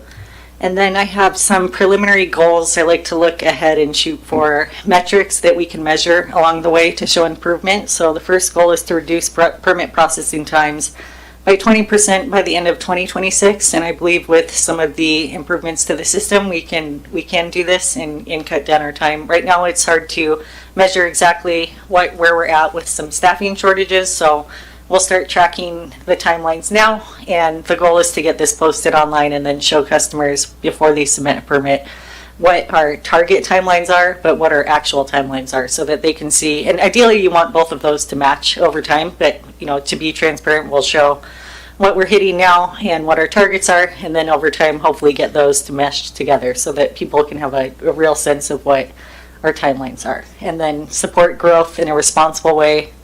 Growth can be challenging for the community, specifically for existing residents who have lived here for several years, and just the mix of the old and the new population. So we're not ignorant to the fact that growth can be challenging for the community, but growth is important. It does bring more amenities. It's also key point I'd like to address is that growth is required at the state level. So even if Pasco or the decision makers decided, maybe we should take a breather and relax for a few years and stop growing until we can fix things around the city that we need to get to. Well, that is actually not an option for cities planning under the Growth Management Act. It is mandated by the state that cities grow and densify so that you have large groups of people near facilities, near transportation centers, near commercial, so that you have compact, efficient development. So that's how it is in Washington State, and all cities are required to go, and Pasco is not unique to this requirement. We do have allocated growth numbers from the state, and we are required to accommodate that growth. So going into the policy improvements, the work plan here is divided into two sections. So the first part of the work plan covers the policy and legislative items, and I have listed these generally in order of priority for now. And to start, the work plan is listed here. My plan was to run this by City Council, get input, and then we are holding a developers forum in October at the Home Builders Association facility. We are going to go there for a lunch and share our plan with the development community and applicants and get their input and just show them, a lot of things that have been requested by applicants are built into the plan, and we'll prioritize as we can get to it. So the first item in here, legislative changes from 2023 to 2025, and legislative changes in this sense refers to the state House bills, Senate bills that have gone through that cities are required to address. And the state has really picked up speed in the land use arena over the last few years. So the last time the city went through its comprehensive plan update, it was more straightforward. It was, here's your growth figures, please plan to accommodate these new houses and this new population coming into town. And that was a fairly straightforward process. Since that time, the state has been working toward providing more housing options throughout the state. So a lot of these legislative changes that are listed here have to do with middle housing, being more flexible with middle housing options, accessory dwelling units, lot splitting is also in there. So more creative ways to allow for people to own their homes in ways that previously weren't available to customers. And climate change initiatives, that's a big one that's coming through, and we'll have more to share with the group on this when we go through the comprehensive plan update. And then, mostly housing options, and then reducing parking in any way available for middle housing or accessory dwelling units. So the first list has 16 items that need to be looked into by staff that haven't been looked into prior to 2025. So some of these may be overdue, and we do have a list, which is a good starting place. So when we have the resources, we'll be able to go through and hopefully do a couple of these, similar topics at the same time and bring forward these code changes. And I did want to point out that this list, so for pre-2025, there's 16 items. And then for 2025, this recent session, there are 30 items, and this is a big list. I just wanted to let you know it's a lot bigger than what we're used to seeing. So there's 30 items to go through, and we'll have a staff look through these and then build these in. This will be done at a staff level. We may look at outside resources if needed, but our plan is to recruit a senior planner to help with most of this work. And this isn't covered by the consultant that was hired for the comprehensive plan update. We used the state grant funds for a consultant to help with the comprehensive plan. So the consultant will be helping with the comprehensive plan, the overarching policies, community outreach, and then this work listed under legislative changes will be municipal code changes that will be brought to council and planning commission as we work through these. So this is a staff item to be working on. And the list is mighty, but I think that since there's similar patterns, we should be able to address all of these by the deadlines and then focus first on any that are overdue. And if there is an overdue item, we would honor the state regulations in that case for the applicant. So we're tracking these fairly closely. I'm going to pause there since this is a big list. If anybody has any questions about the state legislative changes. I'm not seeing any lights, but I did have a question. Like, when I read through these the other day, when it talks about, like, say, for instance, 6 residential driveway parking, House Bill 1061 allows residential parking owners to park vehicles across their driveways if permitted by local ordinance and resolutions. I mean, if it's your own driveway, can't you park wherever you want? Or, I mean, I don't understand how this is gonna, to help Pasco, or, I mean, what was the whole point of that? I mean, that just seems kinda,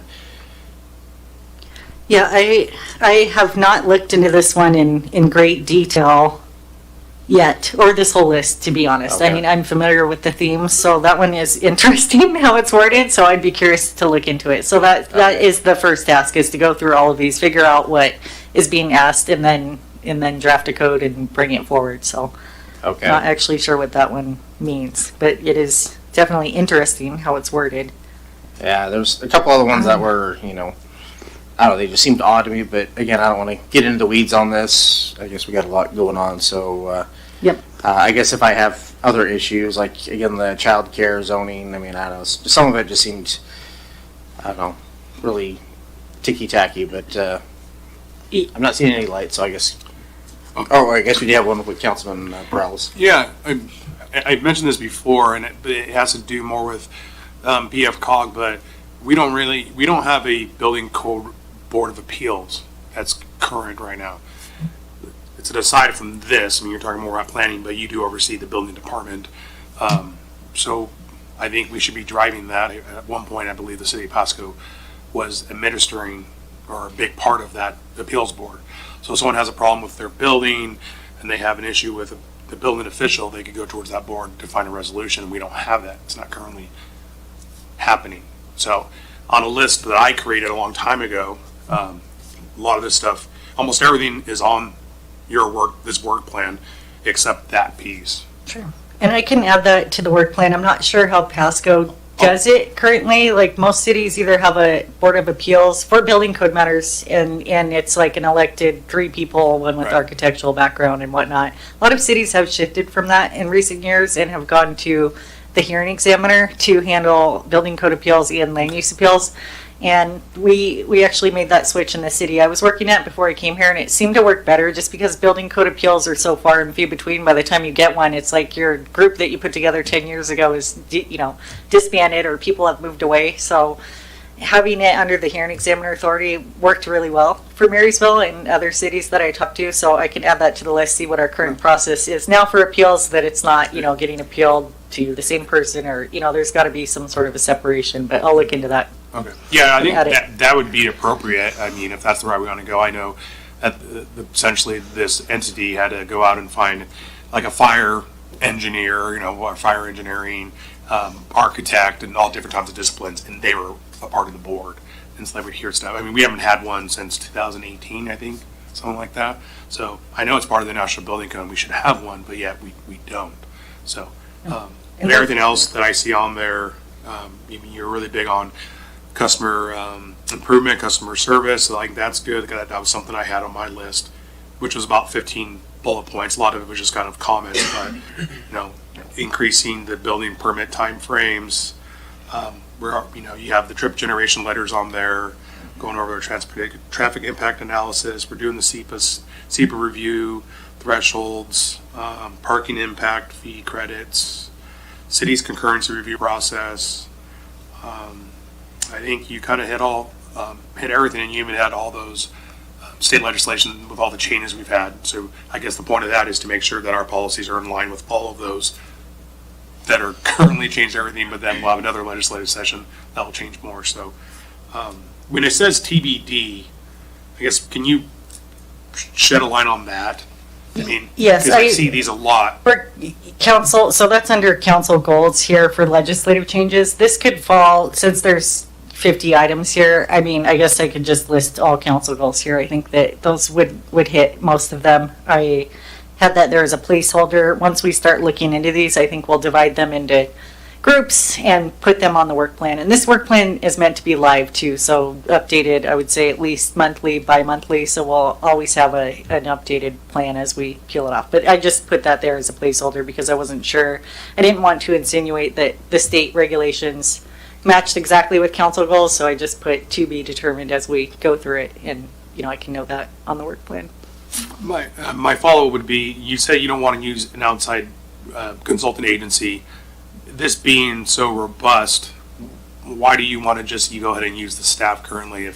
You guys are busy doing other things for the city.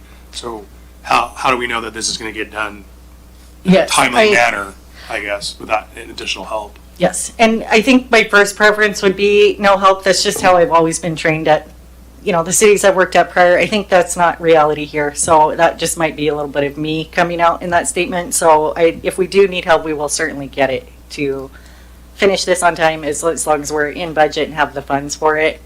I know that myself and Craig can do these code changes. It's just hard to get to during the normal working hours, so that's not sustainable. But if we do hit a point where we feel like we do need outside help, that is something we'll approach with the city manager's office and talk through our options. Another question, I guess, in there you're talking about training and what have you, and perhaps staying on top of the ever-changing landscape of some of these policies and stuff. I guess what I'm asking is there a plank in there you can put in there of just more like common sense stuff? Meaning, like, for instance, a developer in South Pasco wants to do a subdivision. No one around them has sidewalks and curb and gutter, but yet he wants to do an infill development, and we're going to make him put in sidewalks, curb and gutter, and then they're on an island. You go past that subdivision, and it's back to what it was like in a county. Sure. I mean, maybe in my lifetime we may never ever see that street on both sides have sidewalks, curb and gutter. Like, what's the point of doing that right now? Yep. Why don't we just leave some areas the way they are? So I guess what I'm trying to say is, are we going to look through the whole code and just make it be a little more flexible, and then put that on the people that work under you? It just add a little bit more common sense, because to me some of that stuff doesn't even make any sense. And some of the stuff we actually do have in our PMCs, but we don't really implement it. It's really at the discretion of the person at the counter or the people above them. They have to go and ask, well, let me go ask this person. Because I think if you're when you go to that lunch next month, that's what they're gonna tell you. I know that because I talk to them all the time. Hey, what's your issues? What are you dealing with? And there's just a laundry list of different stuff that I think we need to be more flexible about. So I just don't see a plank in there that says common sense planning, working with developers. I mean, we need them, right? You just said we can't stop growing or the state's going to come in. I have my reservations and comments about that, but I think if we want to continue growing and continue building, then we need to be working with these people, whether it's letting them do grinder pumps, whether it's letting them do septic tank in some areas where they're far away from city services, like working with developers so they can build. That's what I want to see from this plan, I guess. Because again, I had my comments a year ago, and we started working on all sorts of stuff, developer review fees. I mean, the TIF stuff, like, a lot of the stuff was put on us as we got onto the council to help finish, to help see some change. And so I like this, but at the same time, like you just said, you were in the private sector, you like to see these things get done, but now you're on this side. So I'm not saying I'm pessimistic, but at the same time, I would like to see things actually get done in a more timely manner, as opposed to, well, I guess we'll get there when we get there. We're going to do it ourselves, and we all know that we have a staff shortage. Yep. So I don't like seeing TBD, to be determined. It's like, okay, and it's never going to get done. Like you just said, some of the stuff hasn't been done in years, hasn't been updating in years. Yep. So, I mean, there needs to be like a plan in the private sector, right? I work in the private sector. Right, my boss gets on me if I don't get something done within a week. Are we doing the same thing here? Like you said, we have a dime holding up $1 half the time around here when it comes to the development stuff. So I'm not trying to rain on the parade here. I think it just needs to be said. Yeah. But I love the plan. I like what I'm seeing here. We need more defined dates. That's what I would like to see and what we're working on. Thank you. Thank you. And I did just want to respond. The TBD was just really under the council goal section. I believe everything has dates on here, so all of the legislative items are required to be done by the end of 2026, whether we do it or we have outside help.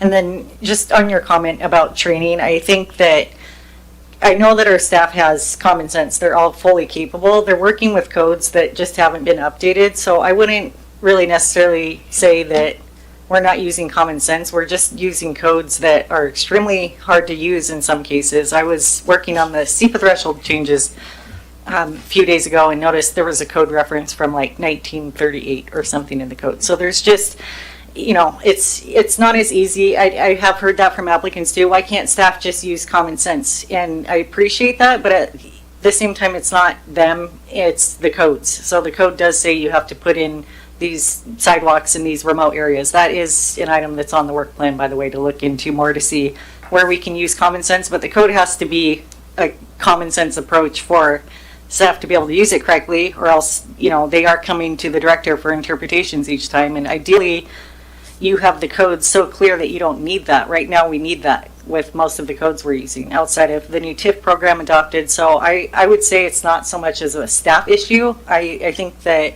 they do want to help and be flexible. The code just says you can't do this, so we need to change the code and look at it and talk through that. But I hear what you mean about that, and especially remote situations, and then, helping applicants facilitate development. You'd mentioned grinder pumps. It's just, when we look at the city and how it should function long-term and properly, these short-term solutions and infrastructure to help facilitate one development and have them, do their development and, move on to the next one, then the city's left with maybe these grinder pumps. They fail, and the homeowner, they're going to call us first and say, there's an issue, I have a single grinder pump, what do I do? And then it just comes back on the city. So if we do those things, there's consequences long-term. So it's definitely something we all look at to try and facilitate development, but we definitely don't want to do it at the detriment of the community where it's going to cost everyone more later. But I hear you, and I hear the sentiment, and it's a lot similar to applicants that I've talked to as well. And I'm sure that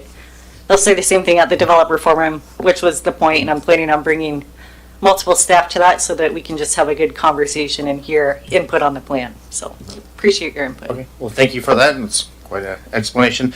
Getting back to what I was talking about earlier, when I was reading the list, there was number 15, which talks about diaper changing stations and public restrooms, and then number 17, electronic security alarms, the operation of electronic security systems in jurisdictions without existing regulations. Are these just somehow they weren't supposed to be in here, or are these actually things that it didn't seem like these things were such weird things in the whole list? I thought, well, baby station, crap, if you put baby stations in every public restroom, we have a hard time keeping certain public restrooms open as it is in case people set fires to things. Are you guys just trying to waste our money? Or maybe it's true, if they're setting fire to things, they're going to rip that off the wall too. But to me, it didn't really seem like it went with the rest of the list. So my question is, do they just throw in these odd things, or was that actually supposed to be in the list? This was lumped in with the land use changes adopted at the state level. So that was looked at as a land use issue because it's a building code requirement, I would assume. So when we're reviewing building plans, we need to ensure the restroom has, lit, emergency lighting, and now diaper stations in the restrooms. So that's it seems a little out of place, but it does fall under the land use category. So this includes the bigger building code changes. There's an update every few years for the IBC, but anything that is slid in at the state level that sort of supersedes the international building codes, that's where it would fall on this list. So that's a state mandate. Everything on that first big chunk is state regulations. Okay, well, I don't understand what the state does anyways all the time, so I'm good with it. We have Councilwoman Barajas. Thank you. I just wanted to comment. First, thank you for bringing the list again, bringing it back. In regards to code enforcement or the issues in regards to not having a code enforcement board, and there was a date mentioned, 2018, and if I'm not mistaken, Ms. Richa, I think you can correct me here, or Mr. Ferguson, was it 2018, 2019 when we brought on the hearing examiner for this purpose to then delegate some of these, I wouldn't say nuisance, but to delegate some of this extra work to the hearing examiner to alleviate and make sure that we are staying on the right side and not causing any litigation to what we're deciding and doing. So a hearing examiner does pick up on a lot of that extra work. So it was around 2018, 2019. And again, some of the comments that I hear is in regards to restrooms and the uses and additions to these restrooms is, again, because there's a state mandate or there's a state regulation that we must follow in regards to accommodations to the public. So yeah, it's going to cost us money. It's going to cost us money to keep it up, to maintain it. But there's a regulation that is kind of pushing us that way to do things that way. So correct, it was 2018, 2019. So yeah, this is the hearing examiner system that the city implemented to go away from mainly the planning commission for specific quasi judicial matters. That was the main role there. So, but the particular issue that a lot of folks are talking about, and we can come back with a more in-depth briefing, but essentially the issue that Mr. Prowse was bringing up with regard to building code interpretation. So that is currently in our code as well as the two other cities' code to be delegated to the BF-COG. They're supposed to put that board together with some folks, and so they're the ones who have to take that lead. We need to take that out of the code. The concern with that, it's still an open question what the other two cities want to do as well. It's been something that hasn't been a hot topic because, quite frankly, as Ms. Mattson pointed out, it doesn't get used very often. And then conversely, it also doesn't do what a lot of people think it's going to do, which is it doesn't interpret city code, it interprets the building code. And that is, those are two different things. And so people there has been a group of people who wanted to reconstitute that board to interpretate, or for this separate board to interpret your municipal code, which is not what it would do. It would interpret the building code, which is a much different thing. So anyway, we can get into what the unique aspect of that particular topic is and look at it, but it hasn't been something that BF-COG and or the other two cities have really been in a hurry to go after, and so it hasn't really gotten a lot of traction. But happy to work on it. Thank you very much. So all in all, Ms. Now Mattson. Yeah, if it officially changed my name, but I'm working on it. So I just want to say thank you for updating this list. I know it's a work in progress. It's a live document, and it's constantly being looked at and checked into. So again, thank you and your team. Thank you. So I'll just keep going through, okay. and I'll pick up the pace a little bit here. TIA scoping procedures, we will be bringing you a workshop item related to this, an update in October, and we have Brian Cartwright has done a great job streamlining the process for that, so you'll be hopefully happy to hear the details and what we've done with the scoping procedures. I've heard good feedback from applicants so far, and it's work in progress, but we'll be updating you soon on that. And then there's code changes, the SEPA categorical exemptions, that should be coming back to council here in the next month or two. There is, we have aligned with Kennewick's policies and mirrored what Kennewick has. The difference between Pasco and Kennewick is we have lots more areas that are identified as high probability for cultural resources. And so Kennewick has listed that as still requiring a SEPA, and Pasco will be too, doing that. So there will be SEPAs required for cultural review. I am working on a phase 2 of that where we can hopefully take SEPA out altogether for those reviews and do that administratively. That will likely require an MOU with the tribes and will be a lengthy process to go through. So first phase will be matching what Kennewick has, and then we'll just keep chipping away at the SEPA regulations. So that's moving along. And we'll be coming back to the group soon. I have 2 comprehensive plan amendments related to school impact fees and the RS20 zone that are on the list that'll be coming to council by the end of the year. And then, of course, the 2046 update for the comp plan is due at the end of next year. That will take priority over the code changes that is required to be completed. That is being assisted by a consultant. So we have help with that, but it will include lots of collaboration between the department directors here in Pasco and the community. And we do have some fun outreach ideas that we'll be bringing to the group and asking for input on too. Critical areas ordinance update, that's required by the end of the year. And then we have some local streamlining permit requirements to address. Accessory dwelling units I've touched on, and then parking regulations, noise regulations is on the list to look at closer.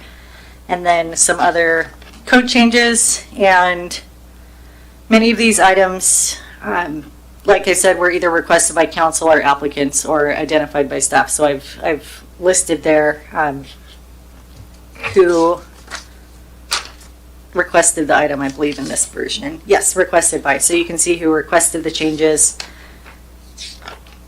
Anything else? Frontage improvement requirements. I believe we touched on most things in your comments. So before I move on to process improvements, are there any questions on the legislative work plan or changes? Okay. I got one. All right, I got one. Councilman Perales. How are we documenting legacy conversations? So let's say, like Road 40, a lot of stuff happened there over years and years, and no one doesn't remember what. How is that documented here at the city? I'm not sure how it has previously been documented in the past, so I don't actually have a good answer. Best practice would be to hold a meeting and then send a follow-up email to everyone in the meeting and say, here's what we discussed, because that does happen too. You have a meeting and you're all going one direction, and then a few people either leave the city or the applicants lose interest in said topic, and then you're just kind of scratching your head, left wondering what happened. But I would say email is the best way to keep track of that. That would be the best way in my mind how to document it, but I'm not sure how we're currently doing that. So we don't have like a database where we have a potential project down the line, especially when it's like a city one, where we're having correspondence with a applicant or adjacent landholder, and we don't like document those conversations. Like, did it just be email? Yeah, I have hundreds of conversations a week, so for me to document everything I've discussed with applicants, like if it's a big deal and it has to do with like vesting, like the best way to get something in writing is to actually apply for the permit, and that's where we start respecting the vesting rules and those guidelines. If you're not submitting a formal permit for a development application, everything before that is discussion, and there's case law on that. If you submit a pre-app, you're not vested until you submit, and that's protecting both sides from misinformation or he said, she said kind of thing. So I would say if it's an issue, we can look into documenting it, but I do, some of us have meetings 8 to 5 all day, every day, so I don't think tracking every meeting is the best use of time, but if it's a bigger discussion, I think it is good to put together a memo, like I would do that. Right. They just summarize what everyone discussed and what we stated, but the danger to that is codes, as you can see with this list from the state, these 30 items, codes can change rapidly. So, if an applicant doesn't submit for a few years and come back, the situation could have drastically changed, especially with the roads. So I have mixed feelings about it, and then someone comes in with this memo from a previous director and it's like, okay, this actually isn't binding. It's just a heads up on something, because you can't really guarantee, you want to follow your word, what you give to people as much as possible. If something changes though, that's the downside to that. But I would say a memo after a meeting. Save it to the file. Thank you. Okay, so the process improvements, and this is very fun for me to work on these kinds of things, and happy to go through the list here briefly because I could talk about this for the longest time. I'm still working on credit card payments. We're looking at payments citywide and the options for the department, and the best option for community and economic development is likely going to be integrating the payment system into Trackit. So there's some hangups that we've experienced, but we are still very focused on moving forward with the online payment option, so the applicants have the ability to pay from the comfort of their home or from their cell phone, and that is being worked on and is very close to the top of my list to get done. So that's moving forward. We've just hit some unforeseen issues with contracts, and we'll move forward on that. And then developer forum, I touched on that. That's in October, and I'm hoping to establish a more routine check-in with the HBA if they are up for it. I did meet with the HBA in the last city I was at quarterly, just over Zoom, so people, if they had issues, they'd just log into that meeting and share them, and so we were able to communicate with them. So we'll start with the first developer forum and then go from there. We have a development map online that hasn't been updated in a few years, but my idea is to get it linked on the front page of the community development site so that anybody in the city or anybody anywhere can log on to our website and see where the current projects are around town, and there'll be details on number of units, square footage, and then eventually I'd love to link it to the project documents so people can just click on the map and go straight to the publicly available submittal materials so that they can cruise through it and then ask staff if they have questions. I've seen that done before and it's very helpful, and working on that. So the first phase of the map, which will just show the project location and details will be in the next month or two. And then when we figure out what we're doing with our file system and how we can make some of the files public, we'll link it to the map. So that'll happen, I would say, next year sometime, but we'll have the first version out here in the next few months on our page, so you can see what is being developed around town all in one location. And then we'd like to establish a customer service survey that's linked on all of staff's emails. So when they're interacting with customers, we can see our progress with customer service over time. Right now, I'm expecting, not 100% customer service feedback, not necessarily based on the staff. It's just their systems in place are a bit clunky. So I would imagine we'd get better feedback over time as we can fix the systems in the department. And that's just one way to measure our customer service numbers and share back with as a measurement.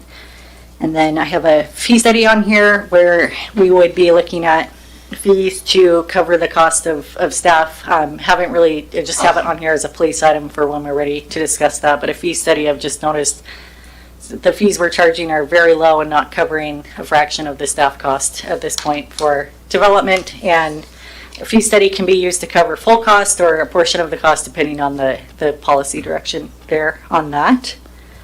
And then creating process sheets for all steps in the permit process. And this is extremely helpful for staff turnover or training and consistency. And if you have a step-by-step procedure that's created for all steps, then everyone's working off the same system and not doing it slightly different. So it's just a way to provide consistency throughout the department. And we have started this process, and this will likely take 2 or 3 years to get completely finalized. As we go through and build the process sheets, we're not just writing down the steps, we're writing down the steps and then analyzing it. Like, do we really need to send everything to Haley for final review before the permit's issued? Or, this person, what are some logical steps that we can cut out? Or why are 2 people looking at the exact same thing? So you can start seeing themes when you write down the process, and then you can go through and start cutting out steps, which is the fun part, and then it starts becoming more efficient. And then you can put the process sheets on a quarterly review time frame, so you're not changing them too much and fatiguing staff with too much change after you establish these. Then you look at them quarterly and update as needed, and it goes through a committee so that myself or just any one staff member can't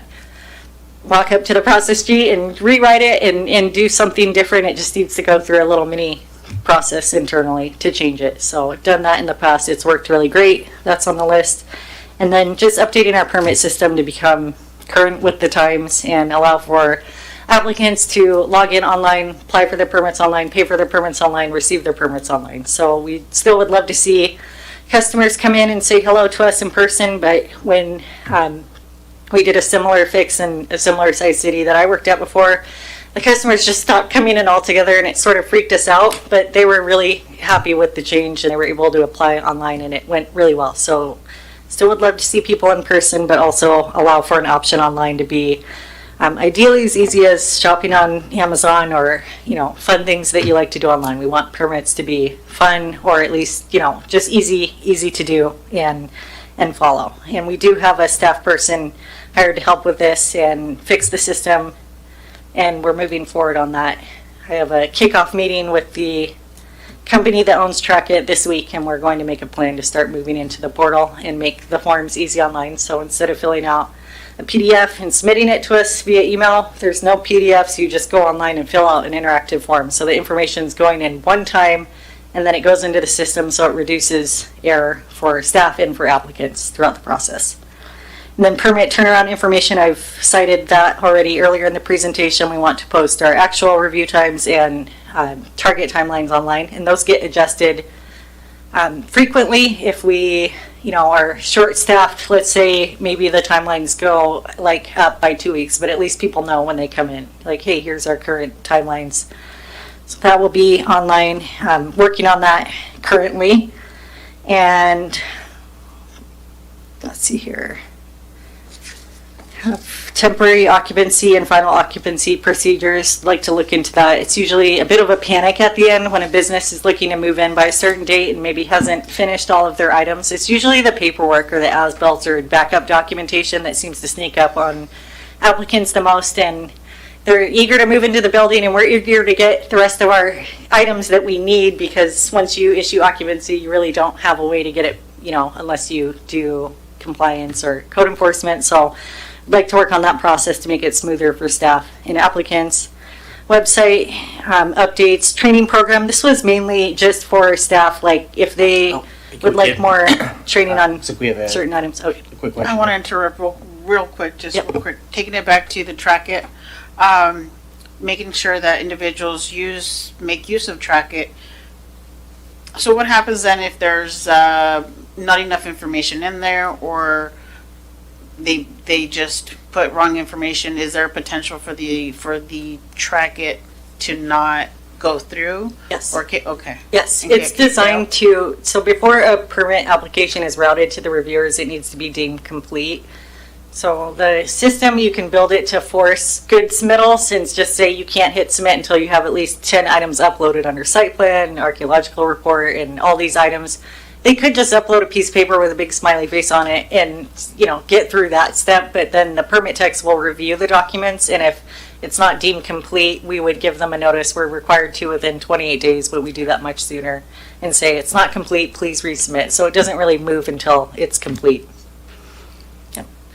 And the system, once we update it, can automatically notify people over time. Right now it's done by hand, but it should be something where we can just send an automatic notice, and then the system can also update people through the process. That's one of the biggest feedback I've received since I've been here, is people submit their permits and they're not sure where it is in the process until they get a bill or until it's done.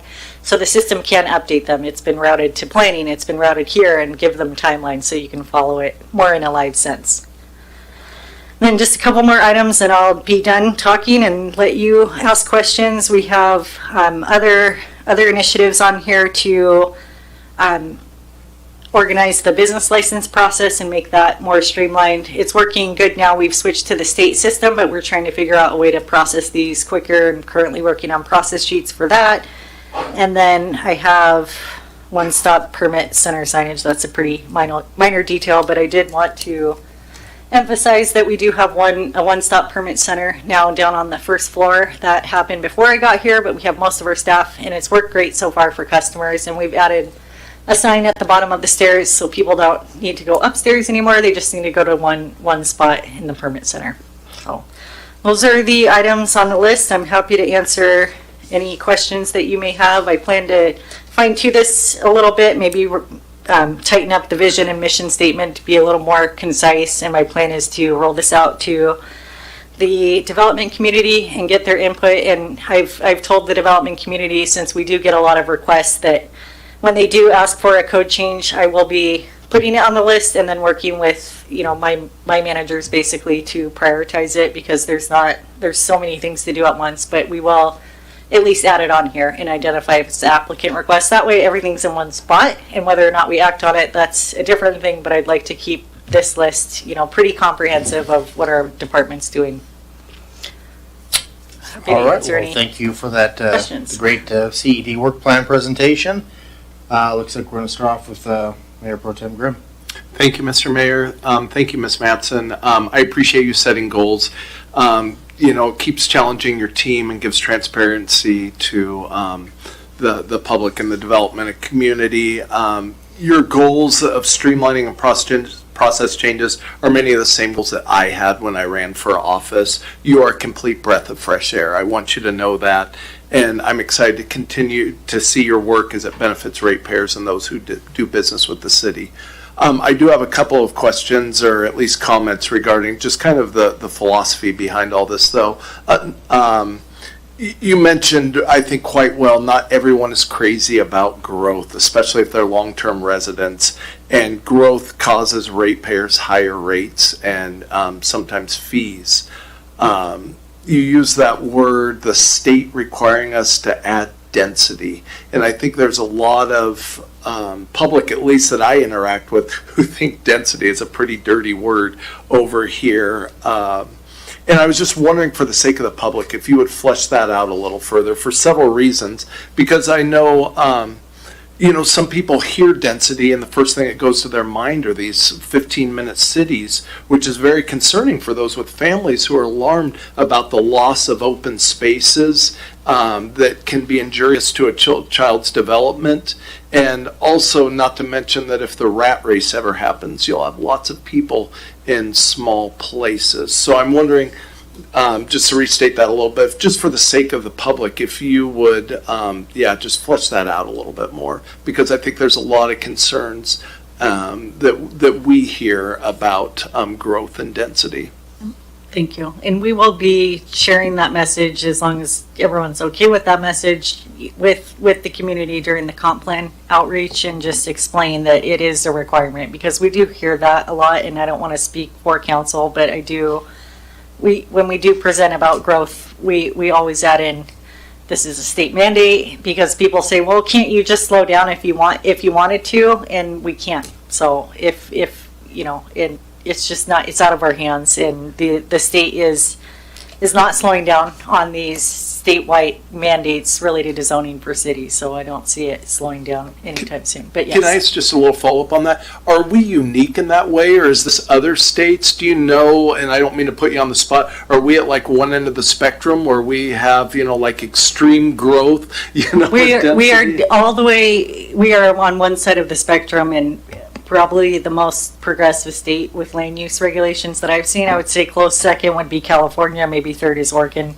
Okay, But and I really Washington's very appreciate progressive, like the middle housing stipulation, that middle housing is required on all residential lots in the state. Basically, that's a very forward progressive requirement, and I believe there are other states looking at Washington to sort of mirror that are also in housing crisis. The state has said, we have a housing shortage of 300,000 units, so their solution to it was mandating that all cities allow middle housing everywhere. So yeah, Washington is definitely ahead of the pack, the leader of these initiatives that I've seen. Thank you so much for expressing that, because really one of my guiding principles of government is, that of subsidiarity, which is government at the most local level possible. I think we are going to make the best decisions for Pasco, and I think it's really beneficial for the public to know, the kind of the only way of fixing this is for our voter turnout to be higher than 30% in statewide elections, and really just change Olympia is kind of what I'm hearing from you.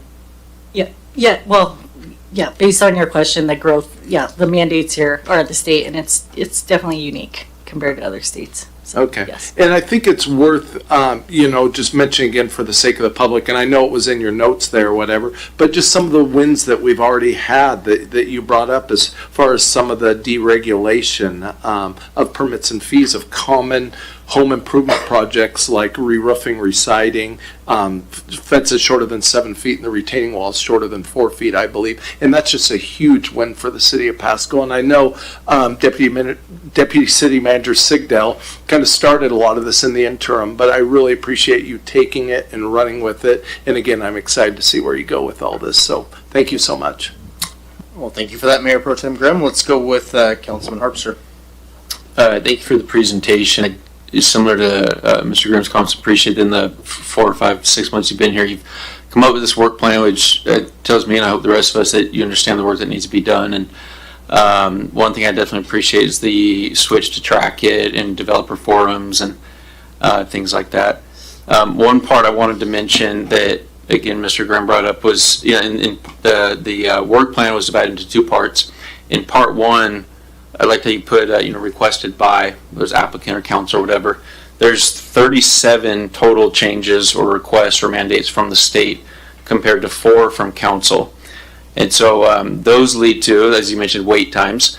And so what I hope folks listening or watching understand is there may be extended waiting periods for permits to be processed. And a lot of that would be, our state and all their magnificent wisdom creating 37 different regulations or laws or things that we need to implement. Not to mention then staff's own initiatives, council's initiatives. And so that's just, I think sometimes the sentiment is they're just so slow because, for whatever reason, but to some extent there's a good reason because the department's so busy with other things.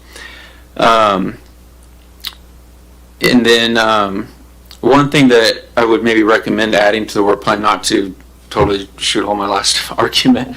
But in 2023, that council passed residential design standards update, which allowed a lot of the housing that we're now seeing going in north of Burns Road, and smaller lots, more opportunities for more folks to be able to purchase a home.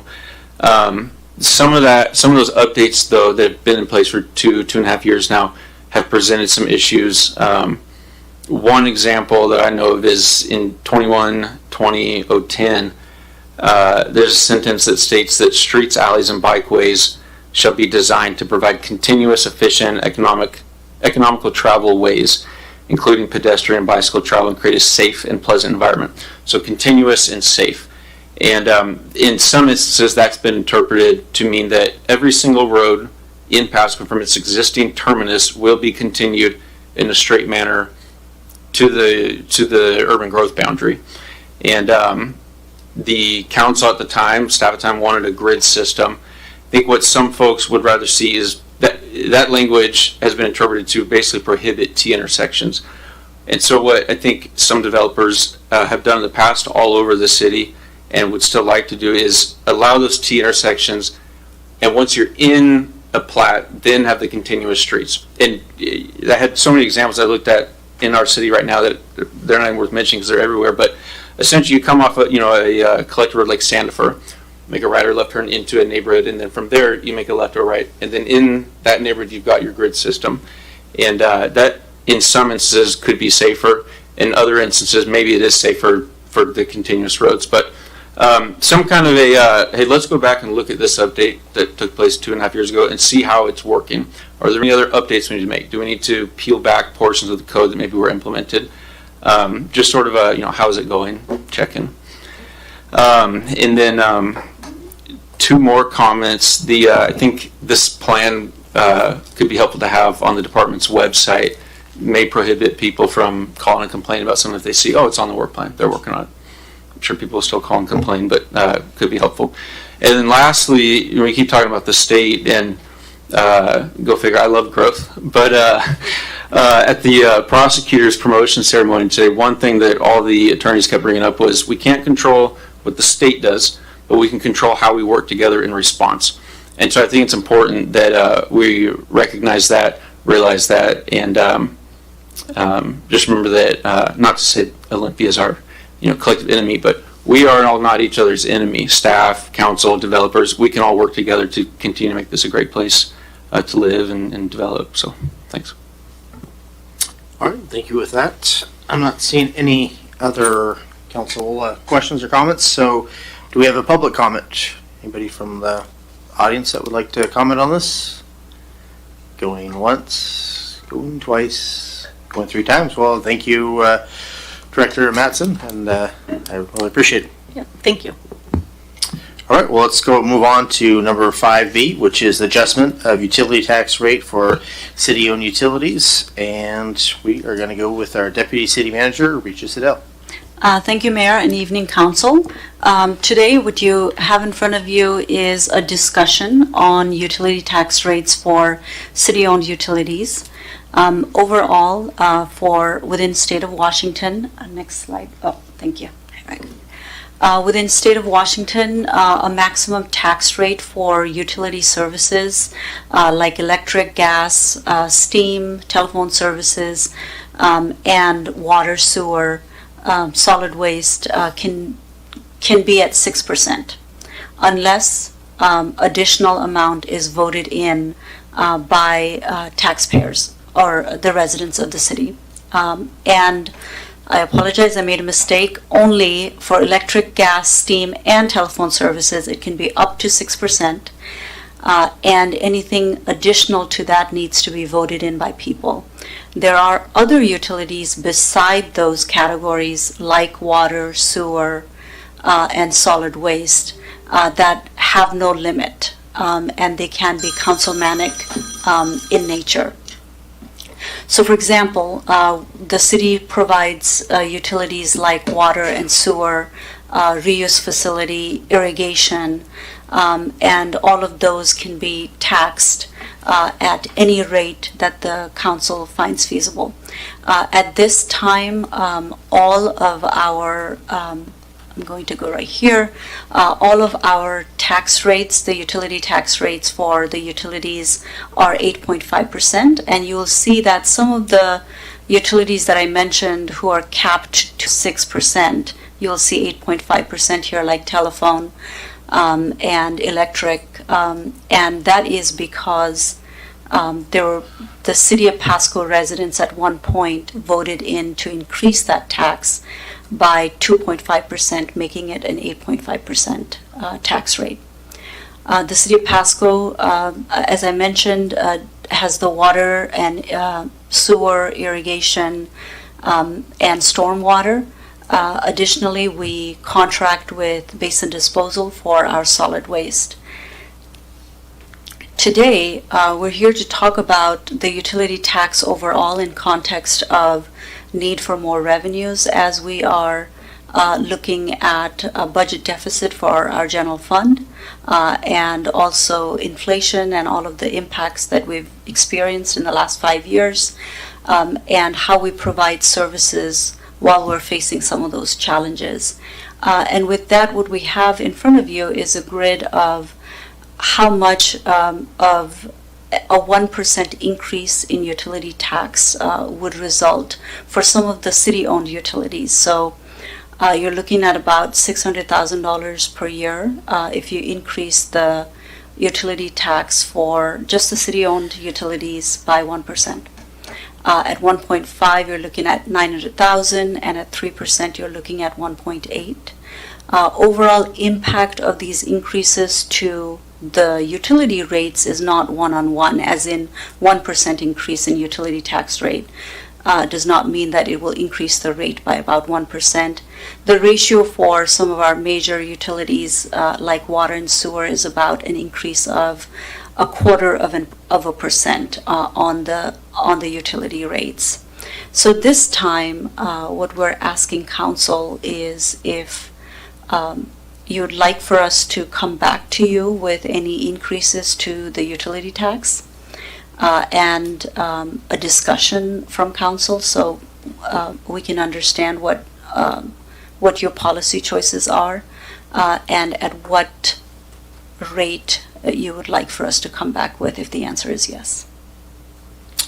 All right, do we have any, let's start off with Mayor Pro Tem Grimm. Thank you, Mr. Mayor. Thank you, Ms. Sigdell, for the presentation. I guess just if not today, maybe if you do come back at some point, I think the citizens, and I know everybody's kind of feeling the pinch of inflation and some of those other pressures you were talking about, but could you be a little bit more specific as far as what the need is? I think that would be, perhaps easier for the public to digest rather than just saying that the general fund, could use the money. Is there, because I think we all, it's kind of like when we give to a fundraiser, we like to know what it's specifically going for. And I think just having that as part of the discussion would help the public a lot. Absolutely. You're looking at about $5.5–6 million per year annually for this biennium. Deficit, so essentially expenses over revenues in operational cost. And general fund is a fund that usually is used for what people view local government, the services that local government provides, like police and fire, permitting, even though permitting has its own revenues, parks and recreation, city manager's office, things like that. So that's what it funds. And you're looking at about $5.5–6 million in deficit, and part of that we have fairly healthy savings, for the lack of better words, and but at this point, as you're using your savings for your operational expenses, you have to be extremely careful about when that is going to run out, when your savings is going to run out. So we're trying to mitigate using up all of our savings and ensuring that we have a sustainable budget and sustainable services that we can provide to the community. Thank you. Two more questions. One, do these funds have to be used, are they utility specific, or can we put more cops on the road with them, for instance? There is no restrictions to these funds. It can be used for any general fund purposes, which would be police, fire, anything that council chooses to use it for. Okay, last question. I noticed somewhere on here it said, I think it was up here at the very top, it said, oh yeah, alternatives. Council could choose not to increase the utility tax rate and direct staff to find other revenue sources or reduce expenses to reduce the current general fund deficit. What would those be? What are those other options? There's plenty of options. I don't think any of them are easy. So one is increasing property taxes, so that would require levy lid lift, which would need to be voted in by people. Increasing fees for, like Director Mattson just mentioned. Once we do a full fee review, if you choose that 100% of the permitting activity needs to be supported by the permit ratepayers, then that lessens the burden just a little bit, not a huge amount. You can increase utility tax, you can decrease services overall. So some of the things that our fire department looks at is service time or call times. There's a specific word for it. Response time, thank you. There's a certain service level that you are promising to the community that would need to be reduced.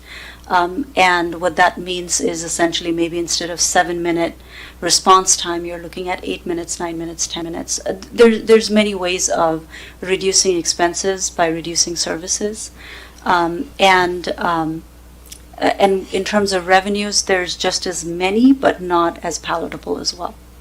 Okay, and I guess I guess it's also worth mentioning, I think we have several unfilled positions of public safety already, don't we, on police and fire, that just are really kind of that way mostly because of budget constraints. Is that correct? That is correct. We have about 8 positions in public safety and another 19 positions from general fund overall that are vacant for this biennium. And so that, to be frank, is another service level reduction in a sense, because those people would be able to serve the community if those positions were filled. Thank you. And I know, yes, that eyes have also been on overtime and other things like that. So anyways, thank you, Ms. Sigdell. Mr. Mayor, that's all the questions for now. Okay, so Mayor Pro Tem Grimm, did you have a druthers on this? Did you just, council's asking for, or the staff's looking for feedback? What is your opinion on this, since you went first? Boy. I would actually, I'm not known to be a man of few words, but I would like to digest this a little more myself first, Mr. Mayor. Okay. Thank you. Okay, granted on that. Let's go with Councilman Harpster. Thank you. Yeah, I hate to say it, but I mean, I'd be in favor of the 1.5% increase for all the reasons that were stated previously and in the staff report. This, would bring in nearly, if we go to 1.5%, bring in nearly $1 million in additional revenue, and going with the 1.5 versus 3, as mentioned in the staff report, doesn't overburden ratepayers. And then the fact that there's a legitimate need, it's not like we'd be doing this to, do cosmetic updates in this room. I don't even, it would just be closing the gap, a little bit, not all the way, but getting us there a little bit more. Knowing that we've been having and will continue to have lengthy discussions over increasing revenue and also decreasing expenses, that's another key part that we need to keep talking about. I'd be in favor of that. If we were looking at not decreasing any expenses, this would be harder to swallow, but since we're looking for options on both sides, it's a little easier to, for me to tell my constituents, yeah, it's going up 1.5%, and here's things we're cutting from the budget to help on that side as well. So I get that tax increases are never fun and they're not popular, but the reality is I think it's very necessary in this situation. Thanks. All right. Well, thank you for your opinion. I do appreciate it, Councilman Harpster. Let's go to Councilman Perales. Thank you, Mayor. I'll be brief. I would just like to know what exactly, I know you said this money would go towards general fund stuff, but I've gotten a lot of phone calls in the last few days, and almost every phone call I got from residents in my district they were telling me, don't vote for this. Don't vote for the Transportation Benefit District as well. We want to see this money go towards something of value. You always talk about value-added services, projects. What exactly is this money going to go? I mean, they want to know the specifics. And I'm like, those are very, very good questions. And I would just like to know, what are we looking at to do with this additional revenue? I mean, obviously, this wouldn't, a year from now, if we were to implement this, then we would see roughly that amount, right? So it'd be like next year we get this money. So, just more specifics and what we're cutting and really looking at some of those other options that you talked about. Have we looked at everything? Whether we've talked about the Mid-Columbia Library annexation, a levy lid lift, Transportation Benefit District. What are all the things? And it makes sense because when you get to the next general fund monthly report, it looks like we're going to look to get an additional $1.5 million because we're that much in the red and we're seeing that. So it makes sense, but I just have a hard time. I want to be able to look at people in the eye and tell them this money went towards this that I know. So as of right now, I would be a no for this. So thank you. Okay, well, thank you for that. Let's jump on over to Councilwoman Barajas. Thank you. I'd like to add that, I agree with Councilman Harpster's points. We have been discussing this, and if we're supposed to give some sort of guidance to our staff,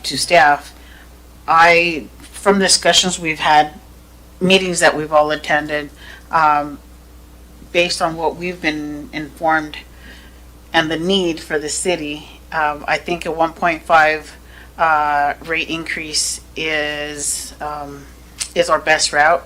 And one question that I do recall asking a couple of weeks ago was that if council in the future wanted to change their mind, you could change it, reduce it back to, maybe remove it. We've heard about alternatives, and I'm pretty sure staff has been looking into those alternatives already. And we're at the point that the alternatives are possibly not working out or not enough. And so we are at the point that an increase is needed. I would rather see a 1.5 increase on utilities than an increase on my property taxes. That is my take on that. Thank you. Thank you for the comment. I do appreciate it. Yes, since nobody else is, I'll chime in as well. I don't think anybody likes tax increases. Nobody likes inflation either. I mean, this is all definitely difficult choices, but I mean, that's why we are voted in, is to make difficult choices. I mean, I don't want to see obviously 6 million, or even, you look at the next report, we're talking about $1 million now, or an additional $1 million down.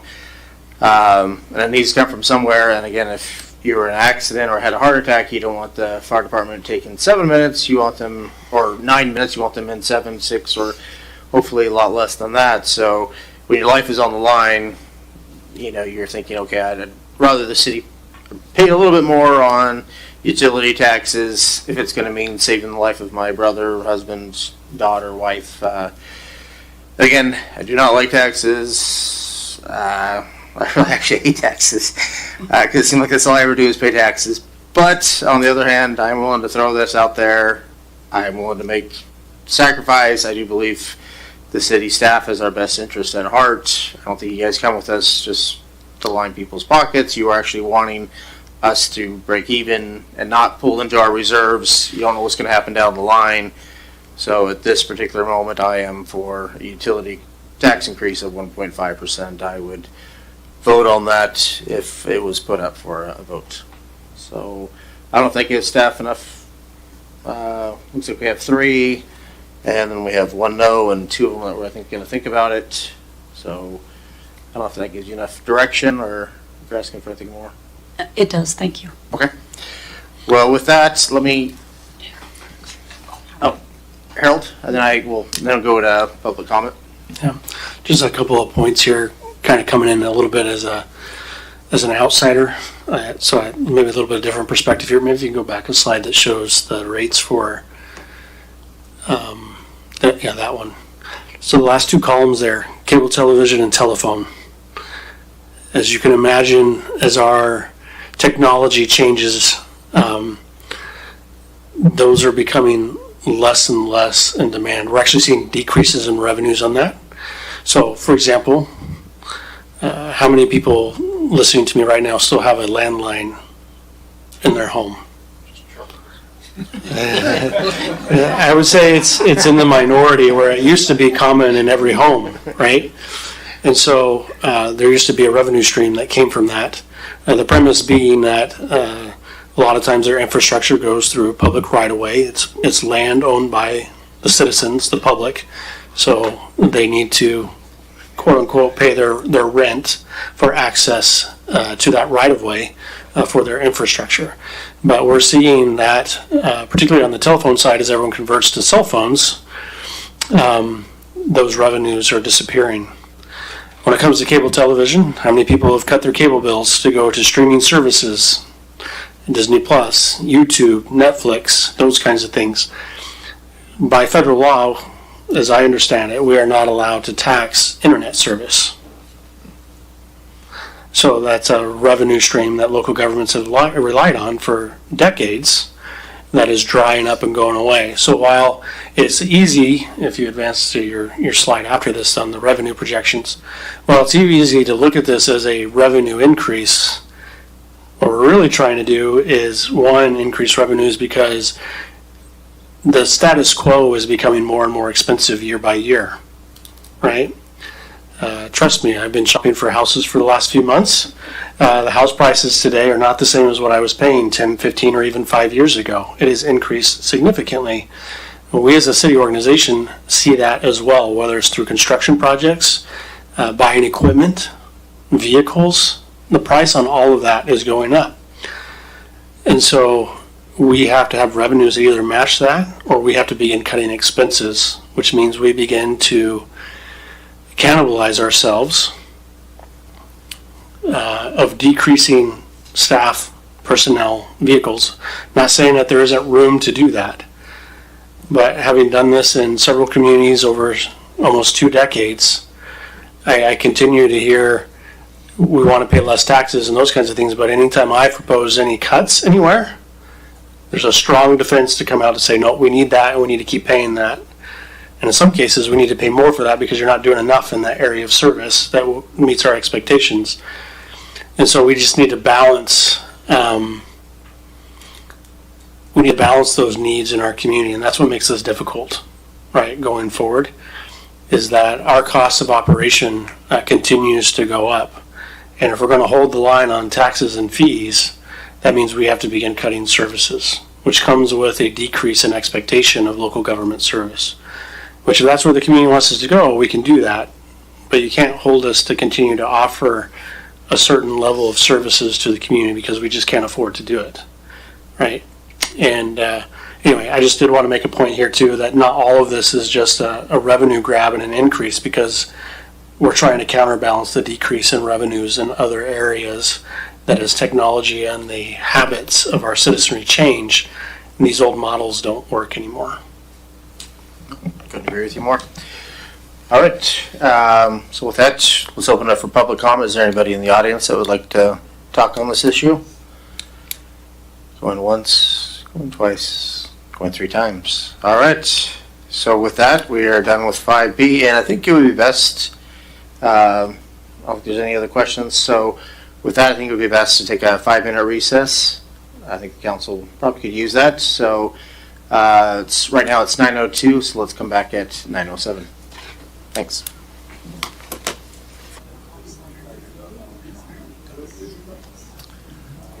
All right, it is 9:07. Are we ready to resume this meeting?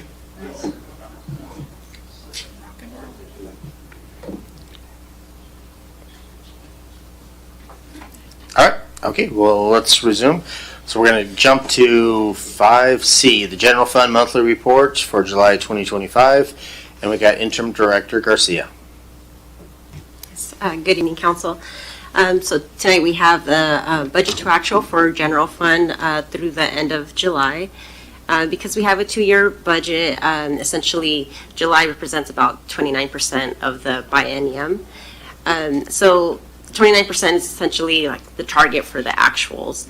And overall expenses are around 26% of budget, which is below the target, which really demonstrates the mindful management of expenses, which I know we were just discussing that of overall expenses are being managed, and that message and goal of only as needed type of expenses. For example, supplies are at 11% of the total biennium, so there is really that mindful approach that is being taken by staff. On the revenue side, we are seeing a shortfall of on the revenues. So overall, if the revenues keep on that same pace where we're at now, even though we already budgeted for usage of the reserves, it seems like if we stay on this pace, as of now, the projection is that we would use an additional 1.5 million of reserves. So just for this time frame, expenses were more than revenues by 3.8 million, which means that that's the amount of reserve funds that we use for this time frame. And just to kind of build off of the previous conversation of the utility tax, just to kind of put that into perspective, so the estimated amount of 900,000, if with that increase, the overtime for just public safety through the end of July was 920,000. So that, it's not a one-for-one of if we increase that tax, it would cover this, but that's just to put it in perspective. That's what this about the same amount of overtime for this time frame. And with that, I'll answer any questions. Does we have any questions? We'll start with Mayor Pro Tem Grimm. Thank you, Mr. Mayor. Thank you, Garcia, Interim Director Garcia, for the presentation there. I just have a lot of thoughts, actually, just even going back to our previous discussion. And, man, we in part of it, we are in a tough spot here in Pasco. We have, I believe it's about 30 or 40% more land than Kennewick. We have about 30 or 40% more population than the city of Richland. And yet, our property tax levy rate, for example, and not that I'm opposed to raising it, has been held down for so long. Every year, those municipalities start with about a $10 million advantage. And yet, it costs the same to do all of our public utility work over here. If we don't pay our officers and our firemen and women a competitive rate, I mean, they just go across the river. And so these are really, really hard decisions we have to make, not only for the retention of employees, but just for the vitality of our city and for the future of our city. And so these, whether it be a rate increase or a tax increase or a fee, I mean, I know there are a lot of people living on fixed incomes where, it's easy just to think, well, man, it's just $10 and we all have to tighten our belt. And I know there are people making hard decisions about medication or meals or other things like that. And so, and I know none of us are being flippant about that. I know we all take it seriously. And on the other hand, we shouldn't be just raising rates just so we can match our neighbors across the creek. By no means should we be doing that. But I agree, as staff has said so many times, that Pasco's prided themselves on doing more with less, but, we can only do that for so long before we just, really have to look around. I noticed that just looking through all this data that overtime was, I think I saw 28%, year to date, but here we are. For public safety, we're in September, going to be October really soon. So here we are, almost 3/4 of the way through the year, and yet thank you, both of you chiefs in the audience, for just holding that down and helping, these hard decisions to be made a lot easier. And so, yeah, I think we really have some difficult decisions in days ahead as a council. Thank you for that, Mayor Pro Tem Grimm. I'm not seeing any other lights come on, so do we have any public comment on this issue? Going once, twice, 3 times. Well, okay, Interim Director Garcia, I guess you're off the hook. Thank you for that report. Let's jump to 5D, which is resolution change order number 4 for wastewater treatment plant phase 2A construction contract with DePaulo, and we are going to go with Director Maria Serra. Good evening, Mayor and council members. We are presenting to you a change order. It's change order number 4 for wastewater treatment plant improvements phase 2A. This phase of improvements focuses on the solids treatment train for the facility, which deals with sludge and dewatering and thickening of those solids that then can be hauled off-site. The project is mostly complete. We've accomplished a lot of the bigger items in it, and portions of that facility are being turned over to operations team to be able to operate them and do the startup of those different components. As we've been doing this work, we have found a compilation of small items that need to be addressed, which all add up into what is this change order that has been presented to you.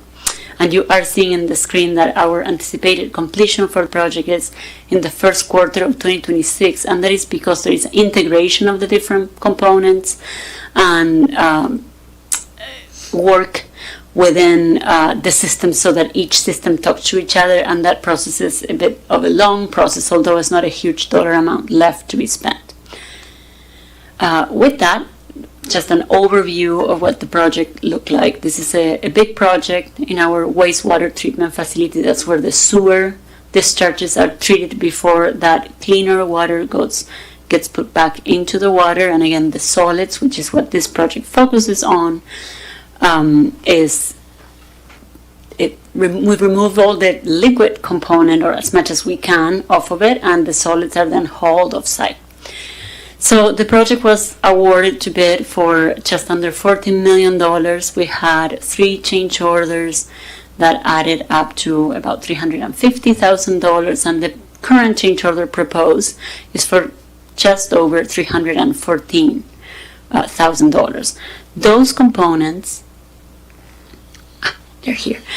These components are a combination of site improvements that were identified as work was being done, some mechanical needs that were, again, identified as we uncover issues with how pumps are functioning or how a system is talking to each other, or replacement of an outdated equipment to identify how dense that sludge is becoming. So there is a list of items in your packet that shows what all those components were and how much each of those could cost. Some of the work associated with this had to do with identifying where the problems were as we were doing work, and then some extended areas of work where we had to then come and resurface, for example, areas that had been kind of crumbled through the construction of the work. So this is, again, a series of items, $314,000. We do not have any other change orders in sight, although I know better than saying that there will be no change orders as a firm statement. But I'm happy to answer any questions you may have on this. Well, thank you for that update and the report. It's always good to see that there's still $4.5 million difference from what the engineer thought it was going to cost, so that's always good news. Does anybody on the council like to make a comment on this? All right, not see anything. Does anybody in the public like to make a comment, or once, twice, 3 times? All right, well, let's keep moving along here. So let's jump to 5E, Resolution Professional Services Agreement amending number 2 with RH2 Engineering Incorporated for design service for the process water reuse facility, irrigation system farm upgrades project. And again, it's Maria Serra, Director Maria Serra. Good evening, Mayor and council members again. In this case, we are bringing to you a proposed amendment to a professional services agreement with our design engineer, RH2 Engineering. This is for the project that will expand our land treatment system.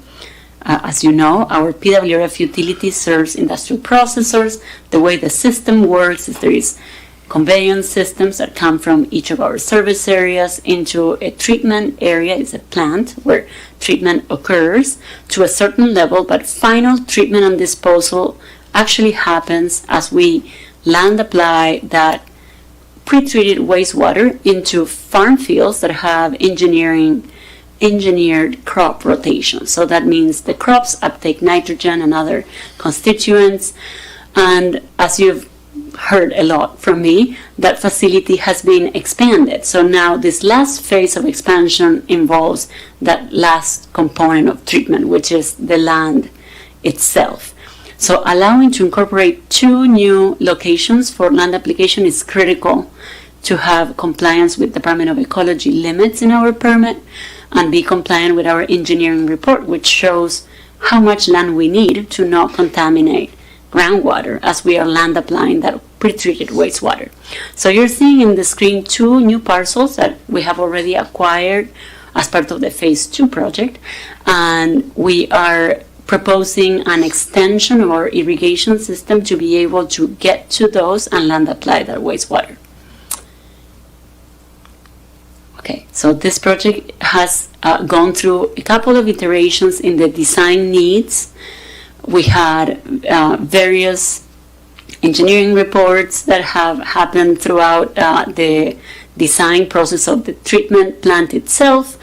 And so our design engineer has been working with us to try to fit the project within the budget. So the budget has also had some changes along the way where we had bonded for the project for a certain amount, and then we were counting on some ecology low interest loans to come forward.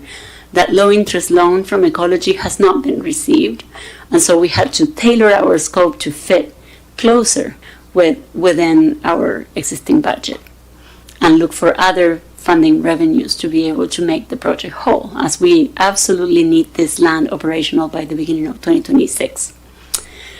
So this is a big overview of what we're doing. So the amendment itself with RH2 is to allow them to finalize those plans. We're shooting for a open bid advertisement date in October. So this is coming because work needs to happen this winter. And then the vast majority of this amendment really addresses their support throughout construction. So again, we are having the same company help us through finishing the design, support us during the bidding, and then provide technical support during construction, which will happen within the next 6 to 8 months. And this amendment is for $306,744. Overall, we believe this project will be in the order of $13 million. So when you look at industry standard for cost of design and construction support, this is a very low estimate, which is a good sign. We are counting on their knowledge and expertise in this area. So with that, we recommend approval of this amendment, but I'm happy to address any questions you may have. All right, does any of the council have any questions for Director Maria Serra? Looks like we're going to start off with Mayor Pro Tem Grimm.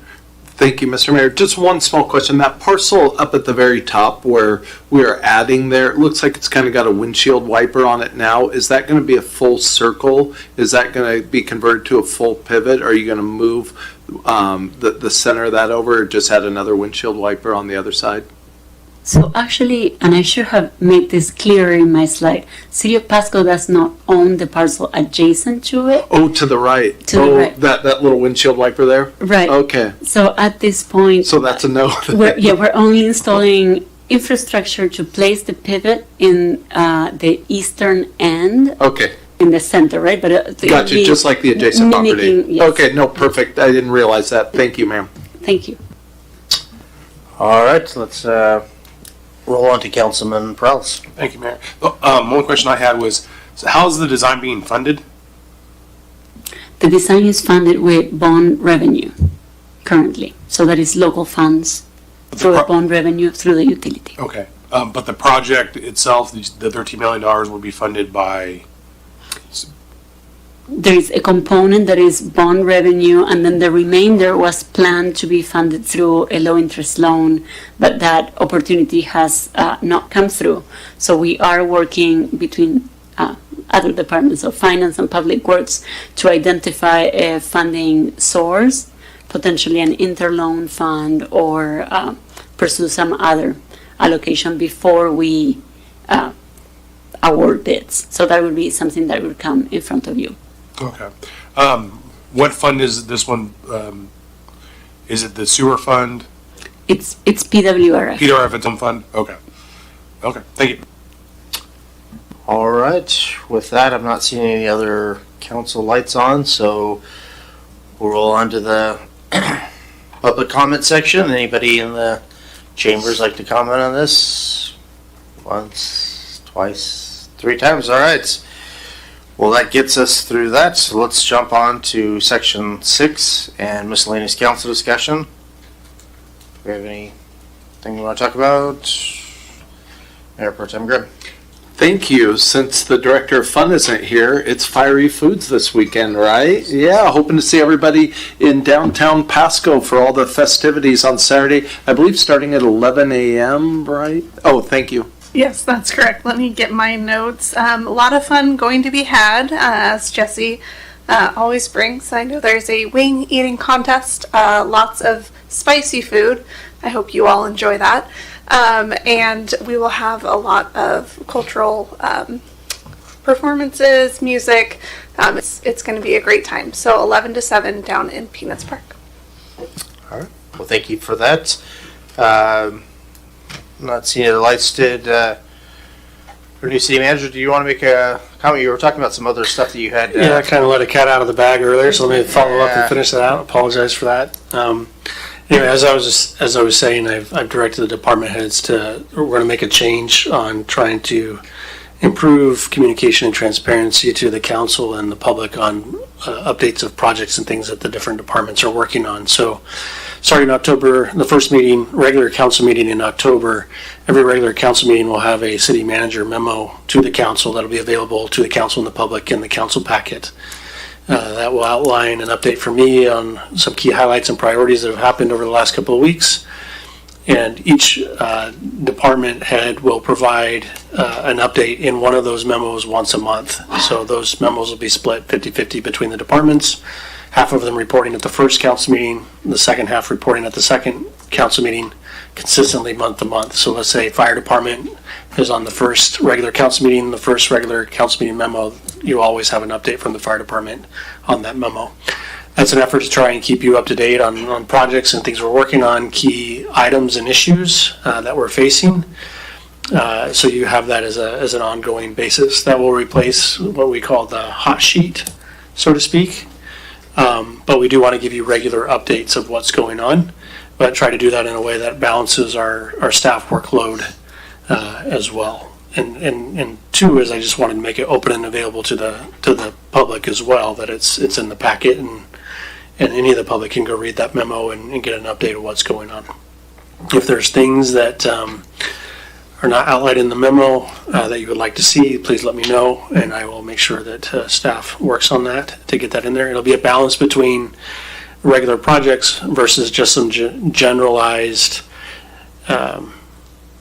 information of work that the staff is doing on a regular basis and working on.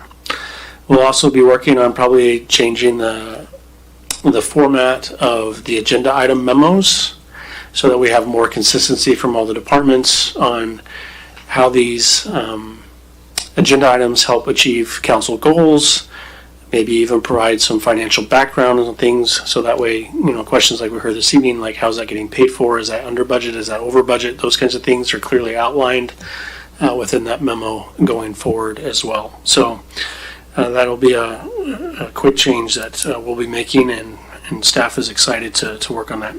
Finally, I do just want to give an update. We do have two key positions that are open and vacant, or will be coming vacant. One is the city attorney's contract expires the end of this year. So I've been meeting with our HR department and administrative staff to work on that. we will be looking at putting out an RFP for a potential city attorney contract to help meet the temporary needs. Well, at the same time, we'll be putting out, we'll be doing a professional recruitment for that position going forward that we'll be working on here over the next few weeks to get that started. And in addition, the finance director, we will likely be doing a recruitment for that process as well. And that'll be a key piece going forward too. So I just wanted you to know that we're working on those. Those aren't falling by the wayside. Those are a high priority of key fills going forward, and we'll be working on that.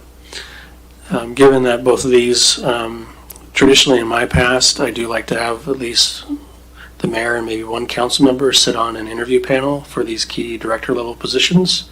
So if you're interested in that, and I like to kind of balance it around so we're not using the same council members all the time for these, to kind of spread that love and share it. So if you're interested in that, then let me know, and I'll talk through. No, we don't want to have a quorum of the council on there, but I would welcome your input on those as well.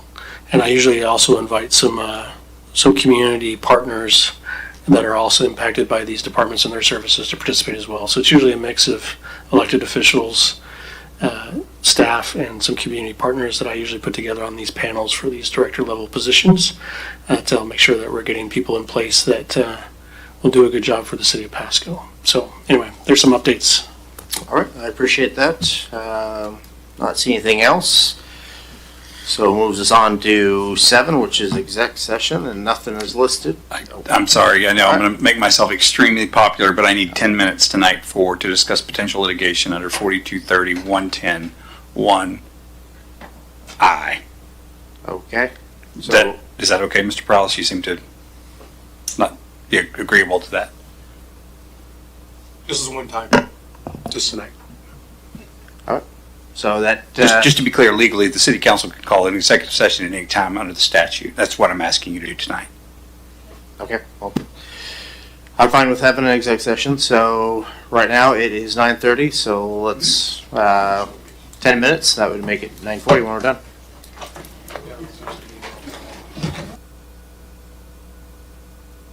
All right. Well, it is now 9:50, and great audience that is in the chambers here. They can all now decide to go home. So at 9:50, and we are done with exec session, and so we're moving to 8, which is adjournment. Thank you for joining. Thank you all.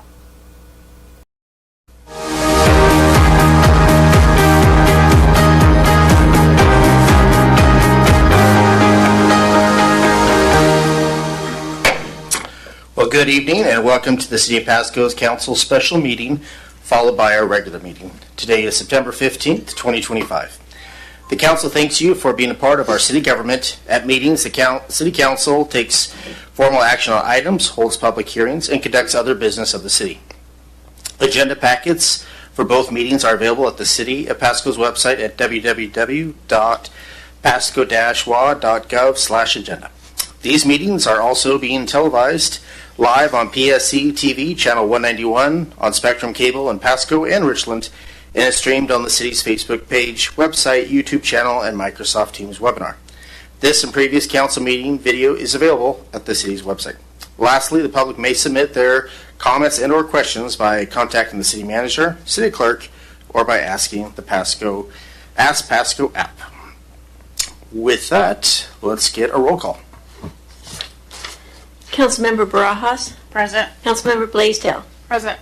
Councilmember Harpster. Present. Councilmember Perales. Here. Mayor Pro Tem Grimm. Here.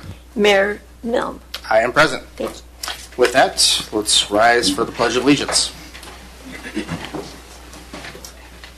I pledge allegiance to the flag of the United States of America and to the republic for which it stands, one nation, under God, indivisible, with liberty and justice for all.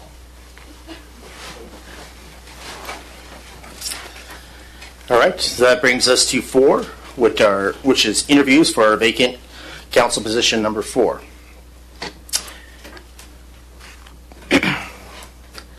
So, do you want me to read the script? All right. So tonight, the council will interview 4 finalists for council position number 4, serving council district number 4. After the interviews are concluded, council will adjourn to executive session to deliberate the attributes of the candidates. Upon return to the meeting, council has the option to appoint a candidate to council position number 4 to serve to December 31st, 2025, when the term for position number 4 ends. While the candidates may stay in the council chambers during the interview process, as this is an open public meeting, council asks that all candidates remain outside the council chambers until it is their turn to be interviewed, so that the interview questions are new to each candidate. After their interview is finished, the candidate may return to the council chambers. At this time, will all council candidates please step outside the council chambers while the council finalize the interview questions.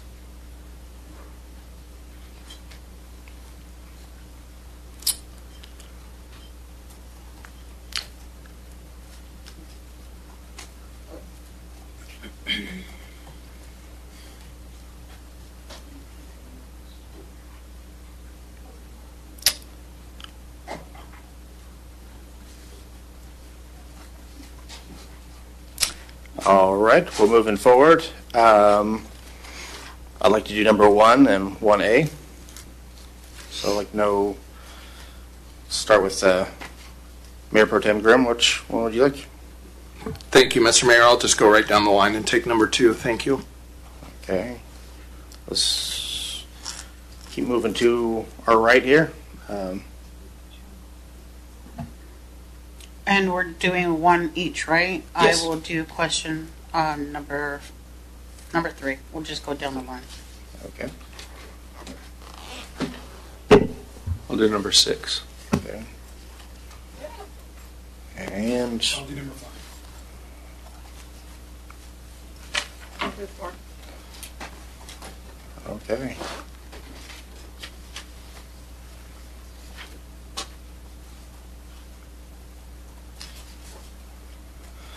Okay, well, and then, number 7 we're not doing.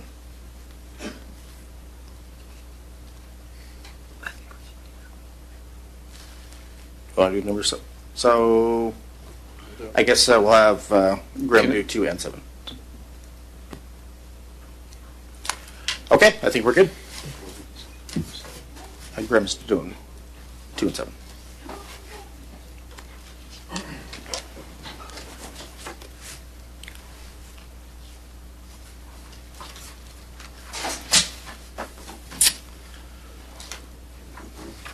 Thank you.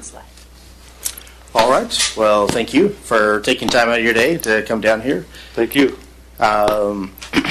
We'll just, I guess, for the record, let's state your name and. Joe Cotta, District 4.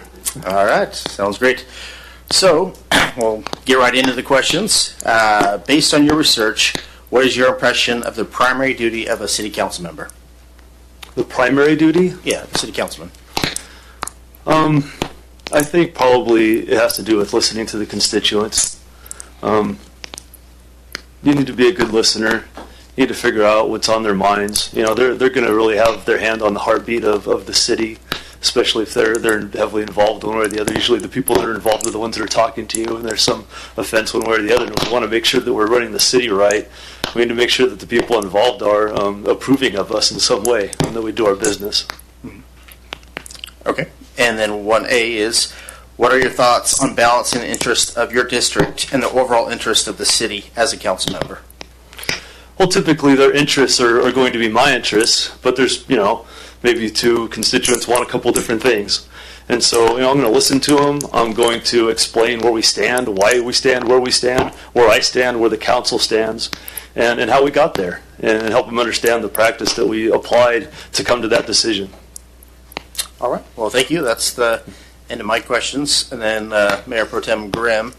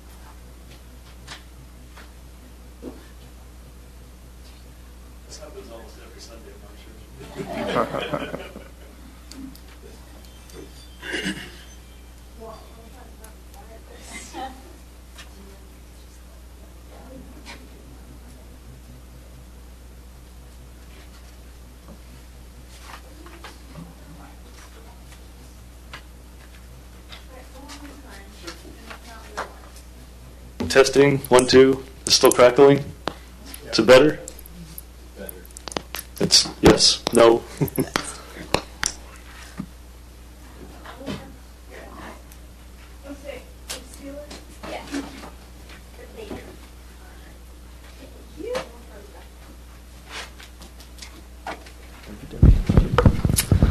Okay, we're back.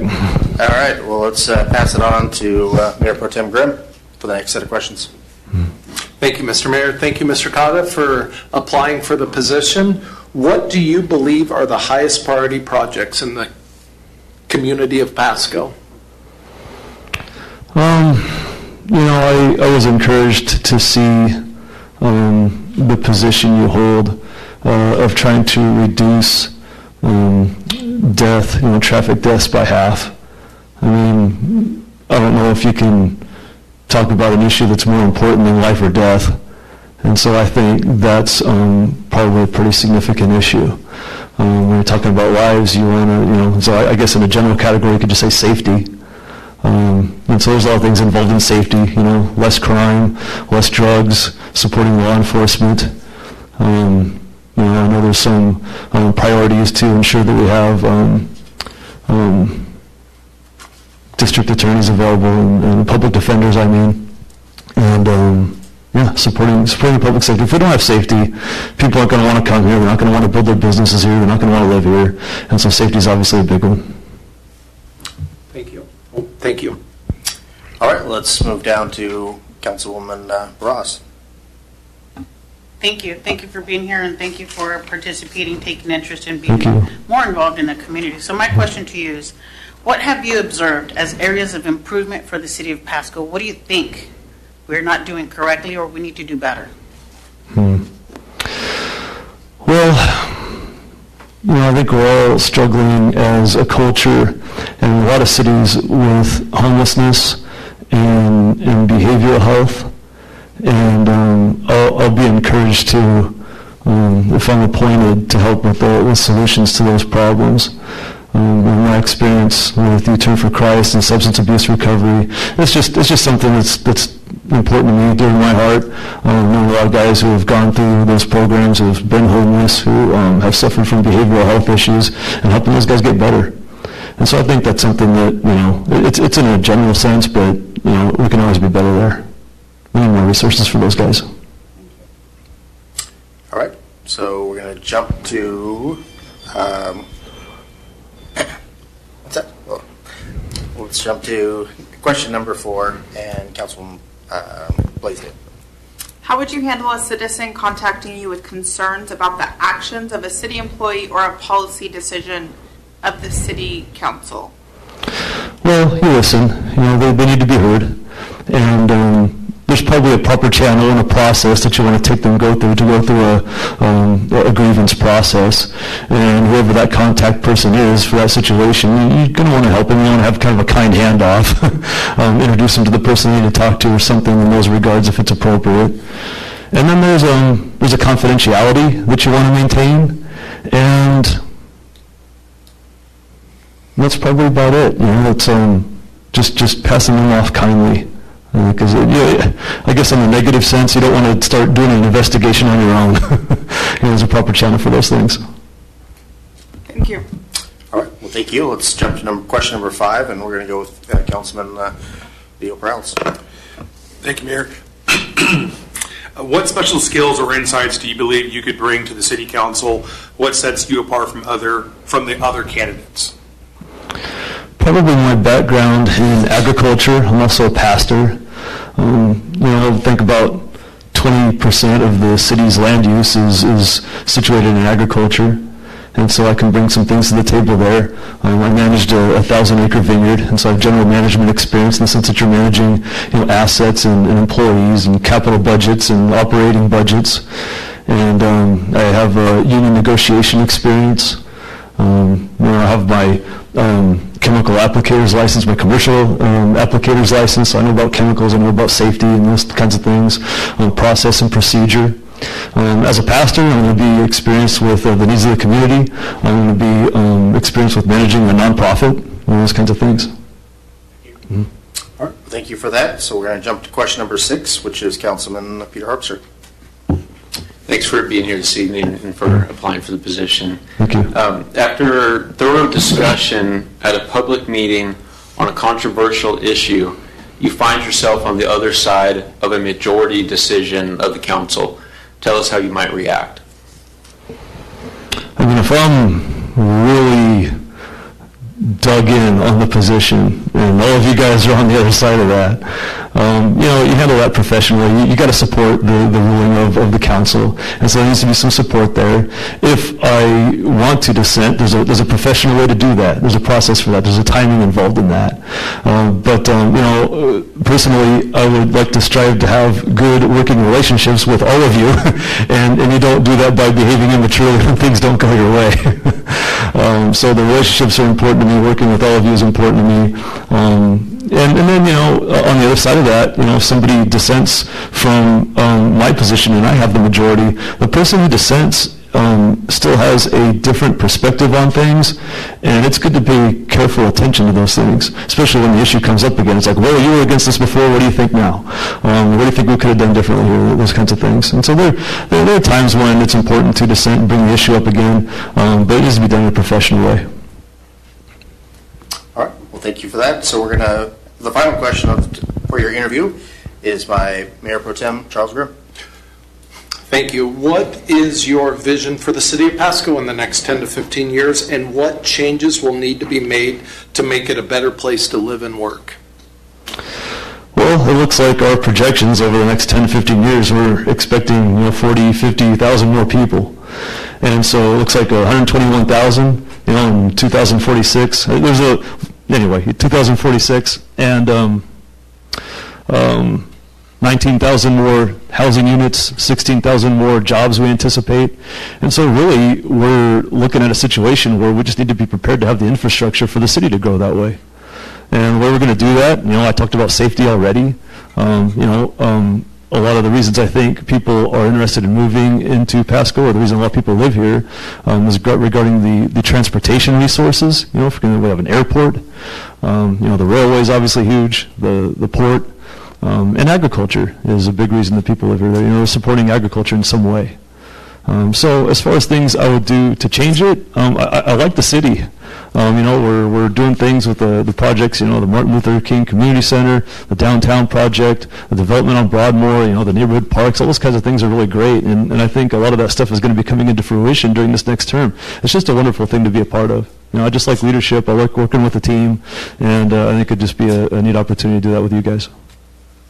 All right, well, you are done, so thank you. Thank you. And if we could get the next candidate. I'm going to leave this here. So yeah, you could stay if you'd like, or more welcome to do what you'd like. Thank you.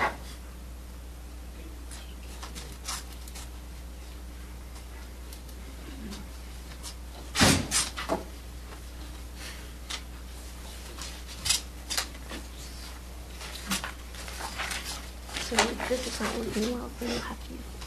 Okay, just like karaoke. Yeah. Testing, 1, 2. Oh.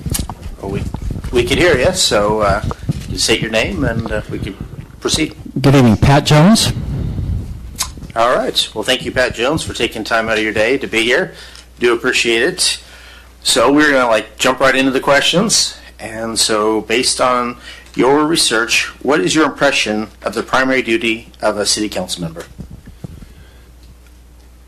There are 2 answers I'd like to offer to that. First of all, it would be what the law of the cities say that you must perform, the duties that you have to perform, whatever those might be as far as governing and managing the cities, managing the taxpayer dollars, being fiscal in how we do that, making sure that policies are followed, making sure that government is done by listening to the people, making sure that infrastructure is kept in place, and all of those parts that the law says that we must do.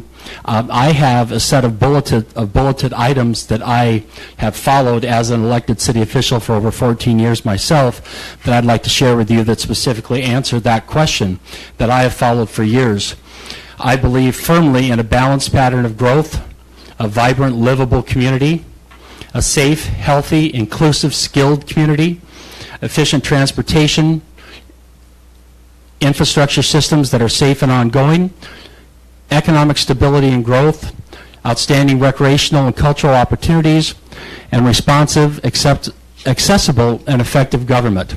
So philosophically, those are my beliefs. From a day-to-day standpoint, I believe we have to meet all of the things that I mentioned first and be responsible to the citizens who put us there.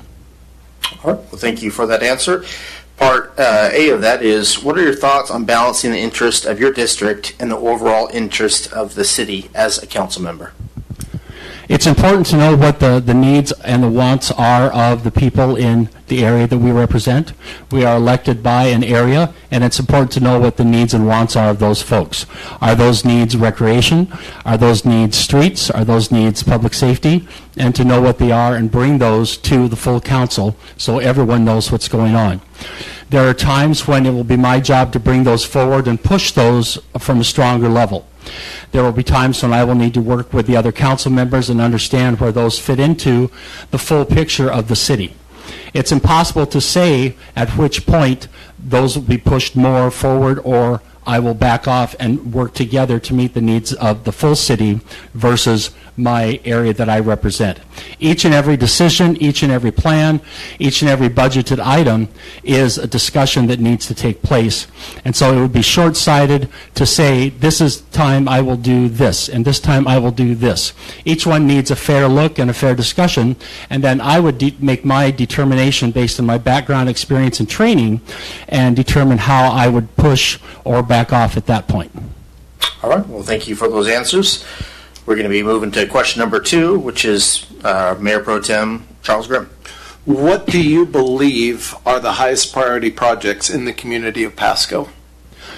Right now, I would say infrastructure-wise, making sure that we have a plan for water in the future. I understand that our water system might be at a certain age where we have to start looking at either building a new water tower or investing in the one that we have. We can't grow, we can't support what's going on in our city if we can't guarantee water every time someone turns on their tap or does the flush. So it's our job to make sure that that's there. That's one of the first things I would want to look into as a new council member. I would also want to make sure that we are meeting the needs from a public safety standpoint. We want to make sure that our citizens are safe. We can't be a good growing city if citizens don't feel safe here. So that would be from a public safety, police, and fire standpoint. The next thing that I think needs a lot of attention is retail.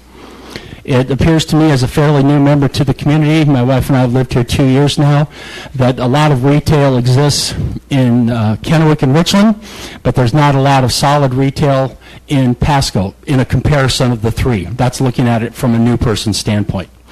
So those would be my main focuses coming on board. All right, thanks for coming in, Mr. Jones. Appreciate it. All right. Well, thank you for that. We're going to move on to question number 3, which is Councilwoman Blanche Barras. Thank you. And I just want to say thank you for participating and wanting to be involved in your community at this level. What have you observed in areas of improvement for the city of Pasco? What do you think we need to do better or we are not doing at all?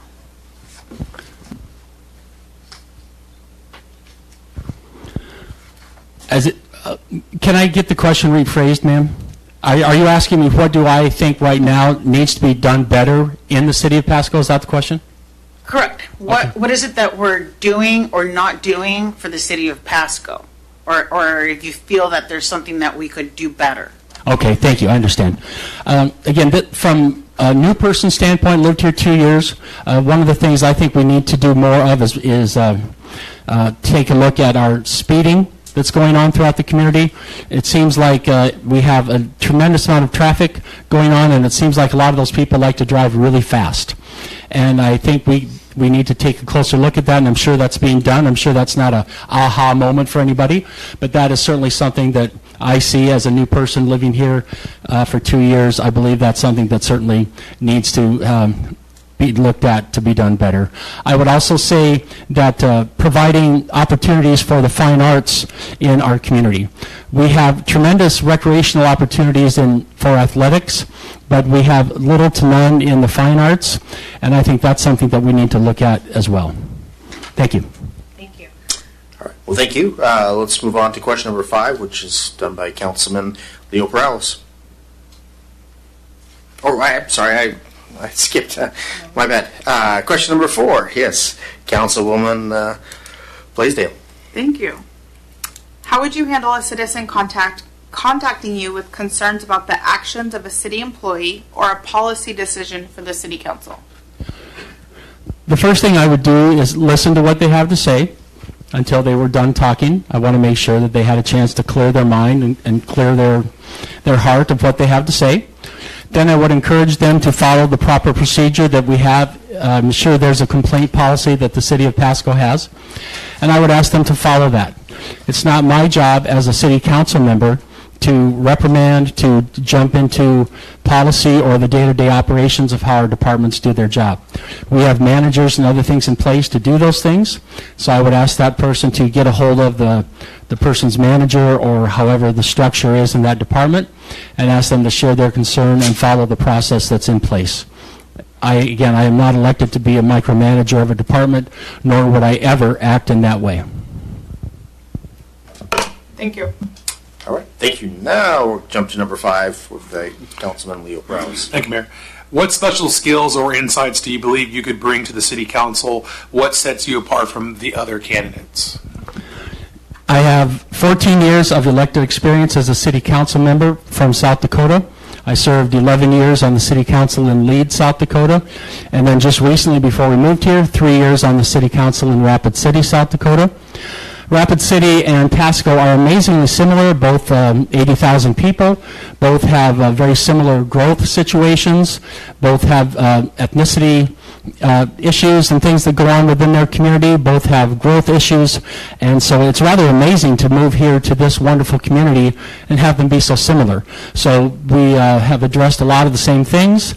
Also, just my years of training, like I said, 14 years there, 17 years as a school administrator. I have great amount of training in how to run meetings, how to do proper procedure, how to do the simple things of making motions, how to vote, parliamentary procedure, all of the ways of how we do business.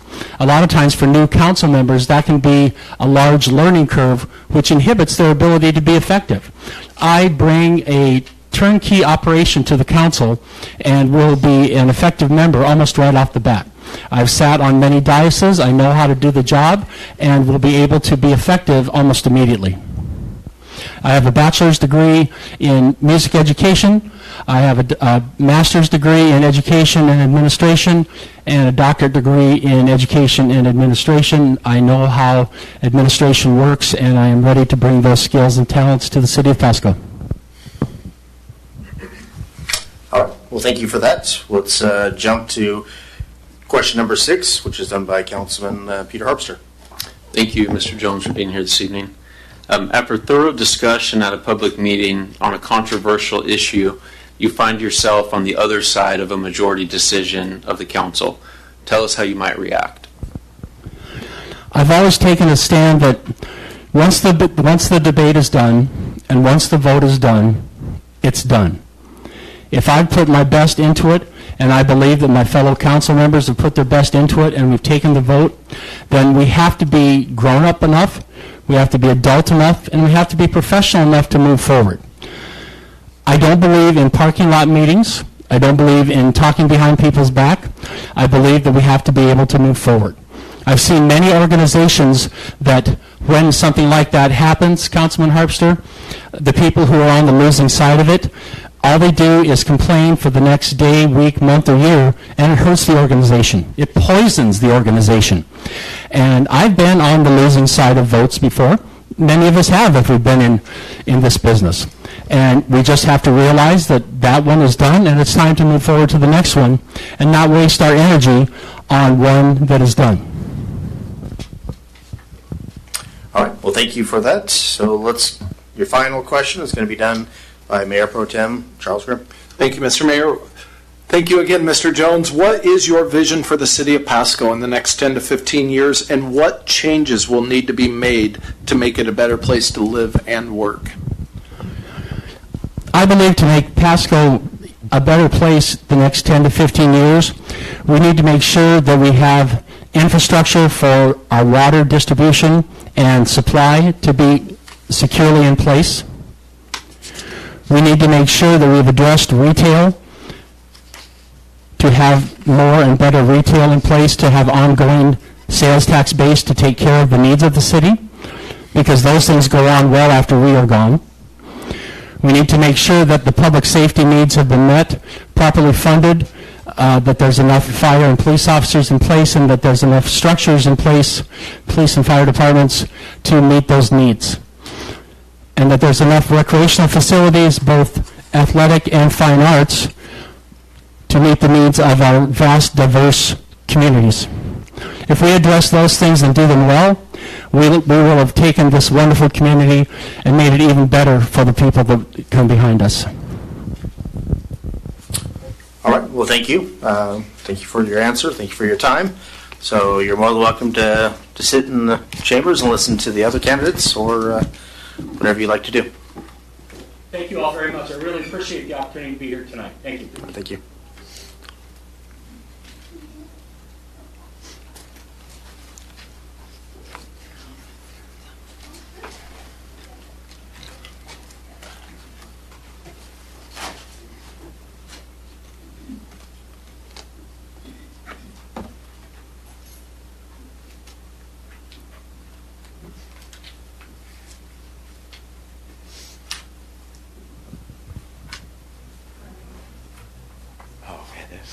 All right. Hello, good evening. Hey, good evening. If you want to state your name and, I know who you are, but state your name. Yeah, my name is Abel Campos. All right. Well, thank you for that. So we are going to jump right into the questions. So based on your research, this is question number one. Based on your research, what is your impression of the primary duty of a city council member? Well, I think the city council obviously is the legislative body of the city. So they have some important aspects to that. So they go ahead and they make policies and laws. And so part of it's the making sure that they have everything that would make the city very successful. And so they do that. They also oversee, obviously, the staffing and the budget. They also are representative of the city. And so each member is designated to a district. And so they represent that district. And so it's just making sure that they hear from them and then bring that to the council on that. I also know that they also designate different citizens in the city to serve on other commissions and boards to help with that. All right. Well, thank you for that. Let's jump to 1A. What are your thoughts on balancing the interest of your district and the overall interest of the city as a council member? Yeah, I think that's a good balance to have. I think on one side, the council member needs to obviously represent their district well and hear them out and be willing to listen to any constituents about their concerns for their city. But at the same time, they got to come together as a team for the city council and make the decision that's better for the city itself. So I think it's a very important balance. Definitely a juggling act that needs to be happening, making sure that they're doing both, listening to the constituents, but also working with everyone else and making sure that the city moves forward in a positive way. All right. Well, thank you for that. So we're going to jump to question number 2, which is going to be done by our very own Mayor Pro Tem, Charles Grimm. Thank you, Mr. Campos, for being here this evening and participating, just throwing your name in the hat for it, too. What do you believe are the highest priority projects in the community of Pasco? I think there's just so much going on. I mean, just knowing the fact that, by 2038, we're going to continue to grow 40 to 50,000 people. That in itself, managing that and making sure we're putting everything in place to continue to grow our city is very important. But I think obviously making sure that we continue to develop our businesses and our economic plans in place, making sure that we have housing. I know that serving on the Planning Commission, that was a big deal that we had to kind of look at, hearing all this, housing and making sure that we provide for that. But I think it's a big task, and I think that that's something that we need to really look forward to, is making sure that we have not only the right housing and the economic plan, but also just making sure even everything from traffic and everything else, making sure all those ordinances are in those places that we're ready for the population that is to come. All right, well, thank you for that. So we are going to move on to question number 3, which is done by Councilman Blanche Ross. Councilwoman. Councilwoman. I don't know what I heard. Oh, no, my voice is a little dry. I'll take some water. My ears are Councilwoman. failing me. Thank you for participating and wanting to continue working for the city of Pasco. I know you're in the Planning Commission, but this would be a very, very different role. My question to you, what have you observed? What have you seen as areas of improvement for the city of Pasco? What can we do better? I think that it's just all part of gathering and making sure that we are gathering kind of those stakeholders for getting businesses that want to be here, making sure that we're putting all those right ordinances in place and making the system better to go ahead and draw businesses into the community. Also, we got to figure out what we're going to do with the people that are living on our streets and the homeless and the unhoused. Making sure that we establish some type of programs that we want to make sure to help either direct or help them as well. I think those are all very important issues that I think we must address, and knowing that more people are only going to come, I think those are the things that we have to absolutely address and make sure that we have that plan. Thank you. All right, well, thank you for that. So let's move on to question number 4, which is Councilwoman Blaisdell. Thank you. How would you handle a citizen contacting you with concerns about the actions of a city employee or a policy decision of the city council? Yeah, I think that's, depending on what exactly they're saying, but I think it goes back to that previous question of being able to listen to our constituents, making sure that we're providing that ear. However, at the same time, making sure that we also represent our staff and making sure that we, depending again on what's going on, making sure that we somewhat defend our staff if it's something that's not as big of a deal, making sure that we do that, but also bringing it back to the city council. Again, depending on how big the severity of the issue is, communication, making sure that we are bringing that to the table, talking to the mayor and so forth. But I think also talking to the citizen itself, directing them to the right place as well. Whether it's an email or a conversation or directing them to somebody director that needs to do that. So I think just making sure that I'm the liaison of not only listening, but also helping them and direct them to the right place. Thank you. All right. Well, thank you for that. So let's move on to question number 5 with Councilman Leo Perales. Thank you, Mayor. What special skills or insights do you believe you could bring to the city council? What sets you apart from the other candidates? I think that one of the things that I know that I guess kind of pride myself in is just making sure that I have that emotional intelligence to carry on big, serious discussions and situations, but be able to stay calm and collective and patient. I think is one of the things that I kind of really just think that's one of my biggest strengths. I think the other part is just I'm a team player. I love to do teamwork and to work together and get our hands, dirty and trying to figure out a solution. I'm big on that. Let's figure out a solution. Let's talk about issues. Let's talk about problems, but let's work together and let's figure out a solution to that with that. And so I think those are the 2 biggest skill sets that I think that I have that I could bring to the city. Did I answer that full question? I want to make sure. Yeah. Okay. All right. Well, thank you for that. So let's move on to question number 6, which is Councilman Peter Hubster. Thanks for being here this evening, for applying for the position. After thorough discussion at a public meeting on a controversial issue, you find yourself on the other side of a majority decision of the council.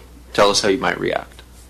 You support it. You absolutely are on the council, and you trust basically the other council members to make a decision. And so as long as I know that as long as I did my part to represent the voice and my district. And as long as I know that I did that and we discussed it well as a council, then I support the decision of the council, and we make sure that we move forward with that. All right. Well, thank you for that. So we are going to jump to the final question of tonight for you, which is number 7, and this is going to be again by Mayor Pro Tem Charles Grimm. Thank you, Mr. Mayor. Mr. Campos, what is your vision for the city of Pasco in 10 to 15 years, and what changes will need to be made to make it better, to make it a better place to live and work?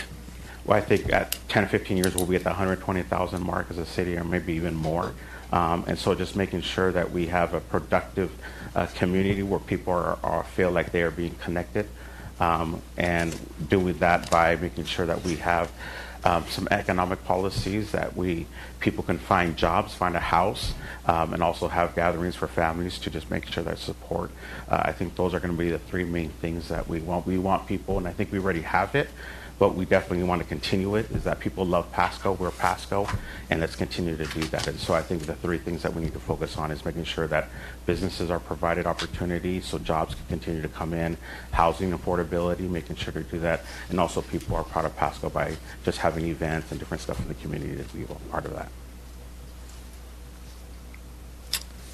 All right. Well, it looks like you're done then. So thank you for applying, and if you'd like to sit in the audience, do whatever you think is best. Thank you for the opportunity. Appreciate it. Thank you.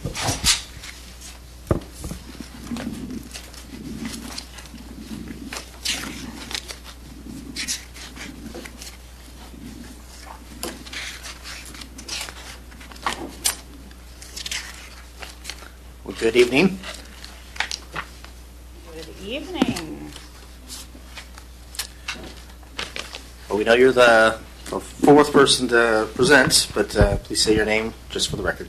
I would be happy to. Hello, my name is Tanya Bowers.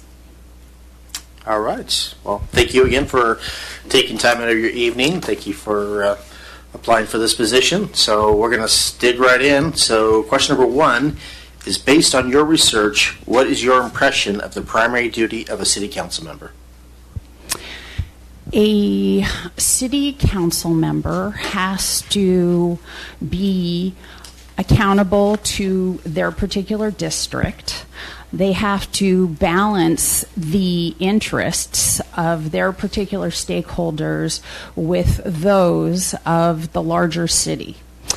The city council member also has to make sure they are judicious about the decisions that they have to vote on.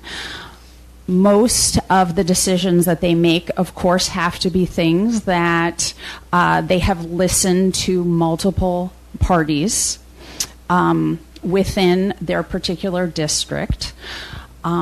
And then I'm a big believer that listening to multiple viewpoints helps people come up with the best decisions overall. So as a city council member, that is one of the things that we have to make sure that we are accountable. We also have to make sure that we know what the processes are that we must adhere to, so that we do not have conflicts of interest that get in the way with decisions that we are responsible for casting votes on. All right. Well, thank you for that. So I have a part A on my question. So what are your thoughts on balancing the interest of your district and the overall interest of the city as a council member? I think I just spoke to that. Kinda did, yeah. I think it's a very careful balance that one must make. Of course, your actual constituents are the ones who, in the end, will be making the decision about how fairly, how well you represented them. So, of course, I would consider them first. Most people who know me through my professional and my volunteer positions know that I am very open to building relationships with all sorts of people, listening to multiple viewpoints, ensuring that my particular biases don't get in the way of giving them the opportunity to share their particular positions. Okay, well, thank you for that answer. So we're going to jump to question number 2, and that's going to be done by our very own Mayor Pro Tem, Charles Grimm. Thank you, Mr. Mayor. Thank you, Ms. Bowers, for being here this evening and throwing your name in the hat. What do you believe are the highest priority projects in the community of Pasco? I actually think that the various goals that you all have created for 24-25, I think those are spot on. My particular interest would be the financial stability and economic sustainability, as well as the character or identity of Pasco as a whole. We are growing. Since I arrived here in 2014, we have been told that our population is expanding. We have to ensure that the things which attracted people to Pasco in the first place, those particular characteristics are preserved as best as we can. So we need to make sure that we do smart planning, but at the same time give respect to the things that made Pasco the best secret in Eastern Washington. All right, well, thank you. We're going to have question number 3 is going to be done by Councilwoman Blanche Barras. Thank you. I was still reading over my notes. Thank you for participating. Thank you for throwing your hat back in the game here. My question to you: what have you observed as areas of improvement for the city of Pasco? What do you think we need to improve in? I definitely think that our downtown is in much better shape than it was when I first got here. Of course, we are really, really grateful to all the business owners who contributed to making our Main Street, our historic downtown, the vibrant place that it is today. We know that there were some management challenges previously, so I believe that with the city of Pasco being responsible for downtown once again, things are back on track. So I would say that is one of the improvements that have been made here. I also think the development that's taking place in Broadmoor, we finally have Road 100, the exits, working so they aren't the traffic congestion nightmares that they were initially. So I know that as we move further into developing that area, we are going to make sure that that becomes something that is beneficial to the rest of the city. Thank you. All right, well, thank you for that. So we're going to jump to question number 4, which is Councilwoman Melissa Blaisdell. Thank you. How would you handle a citizen contacting you with concerns about the actions of a city employee or a policy decision of the city council? Contacting me, I'm assuming because they were not happy. Okay.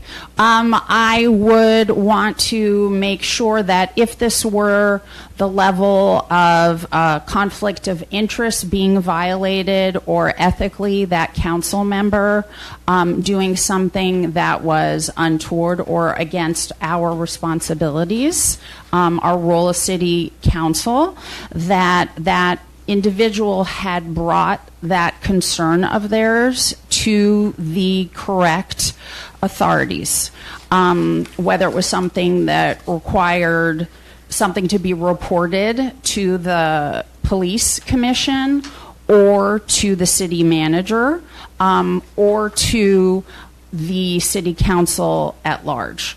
I would hope that that individual felt safe enough being able to speak up for themselves. If they didn't, I would ensure that there were other avenues for them to be able to share specifically what it was that had happened. And as information were obtained in the form of an inquiry or an investigation, that took place within the appropriate channels. Thank you. Okay, well, thank you. So let's jump to question number 5, which is going to be done by Councilman Leo Perales. What special skills or insights do you believe you could bring to the city council? What sets you apart from the other candidates? I believe my skill set and my track record. I am someone who has volunteered here in Pasco in multiple ways. Additionally, my work experience is something which proves that I know how to navigate government on the city, county, state, and federal levels. One of the first things I did when I came here, I volunteered with the Office of Community and Economic Development.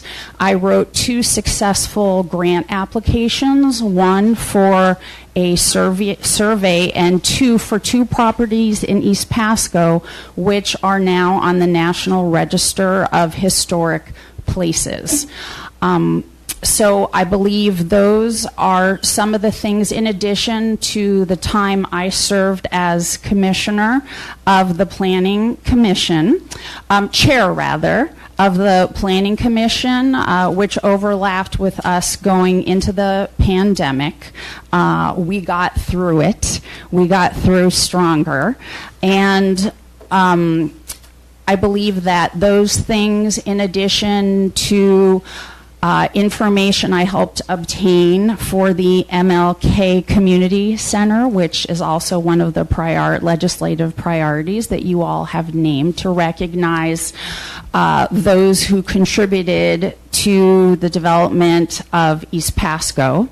That just shows that I'm always available and have utilized my skill set, whether that was something on a volunteer basis or something that I have been paid to do. You all are aware that my work experience, I started out in the planning space, and then after seeing how politics worked, I decided to go into the diversity, equity, inclusion space to try and get to some of the attitudes that impacted decisions around equity. So if you will, between my undergraduate degree in urban studies with programs completed at Columbia Business School, Columbia's School of Architecture, Planning, and Preservation, and my graduate degree in psychology, I would say that I have demonstrated I can be on a council in Los Angeles. I also served on a neighborhood council, was first appointed and then elected. And neighborhood councils were something that the city created to ensure that enough communities had a voice in what ended up happening in terms of city operations. So between those things, time that I have spent working with other agencies such as the Regional Plan Association, which covers the tri-state area on the East Coast, Community Redevelopment Agency, which focuses on blighted areas throughout Los Angeles. I am someone who has been a part of a lot of the negotiations and operations of things that are very similar to what the City Council, as well as our colleagues, your colleagues, who you are responsible for overseeing with the city manager and city staff. All right. So with that, we're going to jump to question number 6 by Councilman Peter Harpster. Thank you for being here this evening for applying for this position. After thorough discussion at a public meeting on a controversial issue, you find yourself on the other side of a majority decision of the council. Tell us how you might react. I would most likely ensure that we heard from all viewpoints. And it sounds like in the particular scenario you are describing, we would want to make sure we heard the minority viewpoints as well, even if it seems like the majority position is one that the council is heading towards. As I mentioned before, I have seen and it has been proven that the more viewpoints we take into consideration, the stronger, the better that final solution or outcome will be. So I would make sure that it were voiced. I am also a team player, and the relationships that I have or would have with the other members of the city council would also be important to make sure that those were preserved as well. All right. Well, thank you for that. So we're going to have our final question, which is going to be done by our Mayor Pro Tem, Charles Grimm. Thank you, Mr. Mayor. What is your vision for the city of Pasco in 10 to 15 years, and what changes will need to be made to make it a better place to live and work? So as I was looking at the goals that you all came up with for 2024, 2025, I was on board with them. I think one of the things that we need to make sure is that we don't overcommit ourselves in looking at our budget. We don't want to further eat into our reserve. We can only do as much as we have funds allocated for, so I want to make sure that we stay within budget. As I mentioned earlier, I think Pasco has so much to offer, and I really think that our city identity is something that we can leverage to attract more business, more opportunities here to the city. I also want us to make sure that we are creating enough opportunities so that people who grow up here in our city have the ability to work the jobs that are going to be created in 15 years. I'm so grateful that we have the 2 new high schools that have just opened up. I also would like us really to think a little bit more about sustainability. We have a lot of industry that's coming in. Thank you so much to the Port of Pasco for this. We want to make sure we have the water and the energy to keep that industry going. And I see us being a city where we can be sure that we have engagement from all members of our community. Okay. Well, thank you for that. If you'd like to sit down, and I guess we'll jump to number 5. I did want to say thank you to all the candidates that showed up. There were some phenomenal answers. Was going to be extremely hard to pick just one. If we had my druthers, we'd pick all 4. So anyway, so thank you. Again, I thought it was excellent by everybody. So with that, we're going to jump to number 5, which is our exec session to evaluate the qualifications of a candidate for appointment to elective office per RCW 42.30.110, subsection 1, subsection H. I'd like to know what the council thinks, how long we're going to need. You think 10 minutes? Let's start for 10. Let's start for 10. Hard decision, but let's start for 10, but it'll probably be longer. So anyway, we will be back at 7:07. Thank you, Mr. Mayor. I need to join you for just a few minutes in the beginning. Okay. Thank you. Sure. I'll be in attendance. Okay.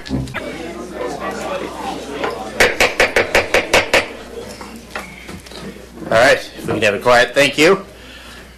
We are back from exec session, very lively exec session. And before we have a nomination and a motion, I would like to say that we do really appreciate everybody coming out. This is by far probably one of the most difficult decisions I've ever been part of as far as a councilman. It was, everybody would do an excellent job. And with that, we actually have some new information from our attorney, Eric Ferguson. So let's have him kind of tell the nuances of what actually is going on, and then go from there. You bet. Thank you, Mr. Mayor. So essentially, this is a very unique situation with this particular council seat because it is a short and full term. So it's not clear yet to what degree or what length the term of the person who assumes this particular position would serve because of the election that will take place, the general election that will take place on November 4th. So with that being said, the thing that just needs to be made clear is that since all the candidates, and the reason why I'm just clarifying this because originally the mayor stated that people would need to be able to serve until December 31st. And so there's no guarantee that it would be up until December 31st. It could be only till November 25th. So I just want to make sure that all the candidates are aware of that and knowing that that they're still comfortable proceeding and going forward. So with that being said, would each of the candidates confirm that works for them? Mr. Cota? Mr. Davis, that's great. And where's our other Mr. Abel? Yep. And then our finally.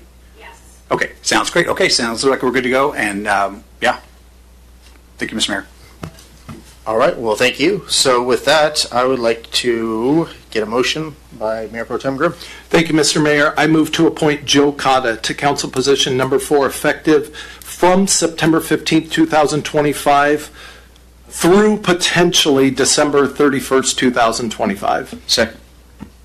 All right, we have a first by Mayor Pro Tem Grimm and a second by Councilman Harpster. So let's do a roll call on this. All right.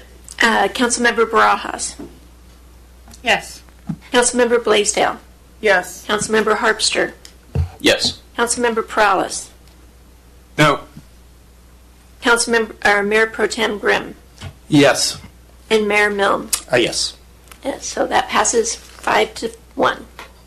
All right, so with that, if we could have newly appointed Councilman Cotta come up here, and then we'll also take, we need a 5-minute recess?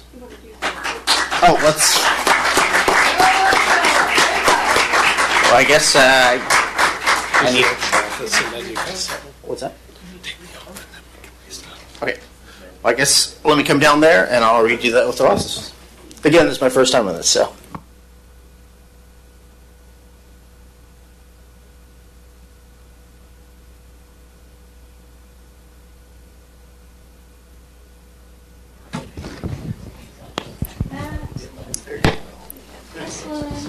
We'll redo these.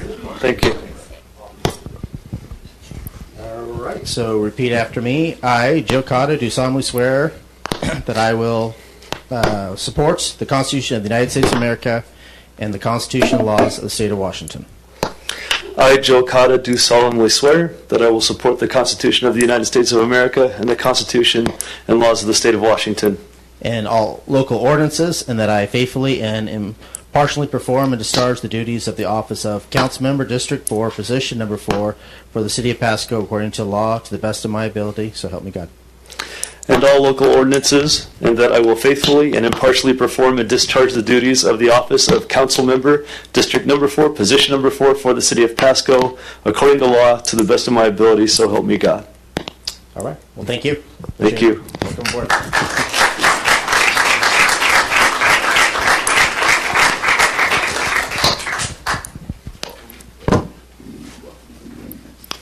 I need that back. We're going to have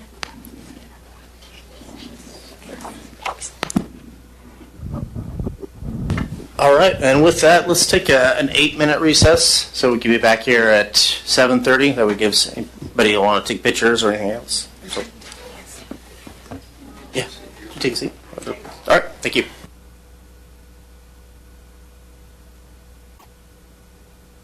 All right, it is 7:30, and we are back. So we are going to move on to our regular City Council regular meeting. And with that, I'm going to roll on to number 4, which is the consent agenda. All items listed under the consent agenda are considered to be routine by the City Council and will be enacted by roll call vote as one motion. There will be no separate discussion of these items. If further discussion is desired by the council members, the item may be removed from the consent agenda to the regular agenda and considered separately. Is anybody... We lost one already.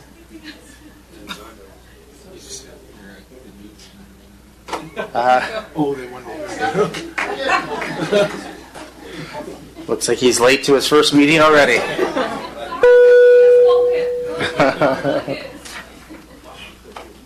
And Harpster, is that the spot you wanted to be in? Or do you want to be on the end? Okay. All right, so now that Mr. Cotta is seated, we're going to go 4A, which is approval of meeting minutes for September 2nd and September 8th. B is Bill and Communications approving claims in the total amount of $6,714,030.52 with a write-off totaling $280. We got C, ordinance number 4788, amending PMC section 5.05.170, exemptions related to business license. D is resolution number 4646, change order number 4 for wastewater treatment plant phase 2A construction contract with Apollo. E is resolution number 4647, professional services agreement amendment number 2 with RH2 Engineering Incorporated for design services for the process water reuse facility irrigation systems farm upgrades project. And with that, can I get a motion, Mayor Pro Tem Grimm? Yes, Mr. Mayor, I move to approve the consent agenda as read. Second. Okay, so we got a motion by Mayor Pro Tem Grimm. We got a second by Councilwoman Blaisdell. Can I get a roll call?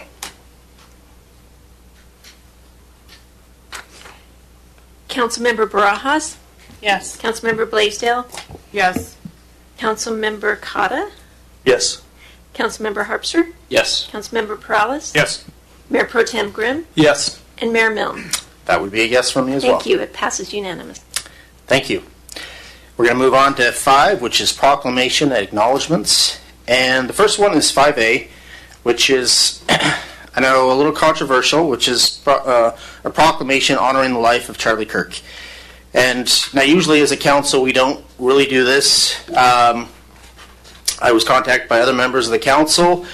I was thinking of more of a moment of silence.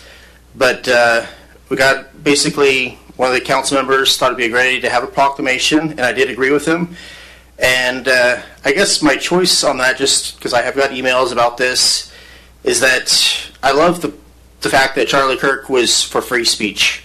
That where he would go, he would have a discussion, and the best part about it was that he would have a discussion and violence wasn't considered an option. To me, it says something about the man that you're going into areas that most people wouldn't go into, whether for political beliefs or religious beliefs, and having open conversations. So to me, he was an inspiration. I watched a lot of his videos, usually every other day, and again, to me, it was a profound loss when somebody's talking nonviolent interactions, just have a discussion, and with that, the man is basically killed for having a discussion. So it's my decision to do this. Again, I appreciate the support that I've got from council, but it's not an easy one, and I know there's people that are against this because of some of the stuff he has believed in, but for me, it's an honor to do this proclamation.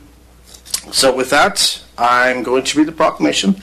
So whereas Charlie Kirk was the founder of Turning Point USA, a national nonprofit organization committed to educating young people about the principles of limited government, free markets, personal responsibilities, and whereas Charlie Kirk boldly proclaimed his faith in Jesus Christ, consistently grounding his public service and civic engagement in biblical values and deep conviction that faith must live out in both private and public life. And whereas Charlie Kirk worked tirelessly to equip a new generation of Americans to think critically, engage civically, and uphold ideals of freedom, family, and faith. And whereas Charlie Kirk believed in the power of civic trust, community involvement, and moral leadership to strengthen democracy. And whereas Charlie Kirk's life was tragically cut short when he was assassinated while engaging in dialogue with college students. An act that shocked the nation and underscored the growing need for civil discourse, mutual respect, and the protection of those who speak boldly in matters of conscience and truth. And whereas, despite his untimely death, Charlie's enduring legacy lives on through the lives of those he inspired to serve in their communities, engage those around them, and stand firm in their convictions.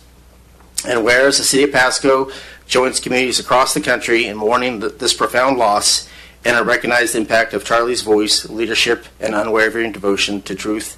And therefore I, David Milne, Mayor of City of Pasco, Washington, do hereby proclaim September 15th, 2025 as a day of honor to the life of Charlie Kirk, and urge all residents to reflect on Charlie's legacy of faith, freedom, and service, and to recommit ourselves to these founding values.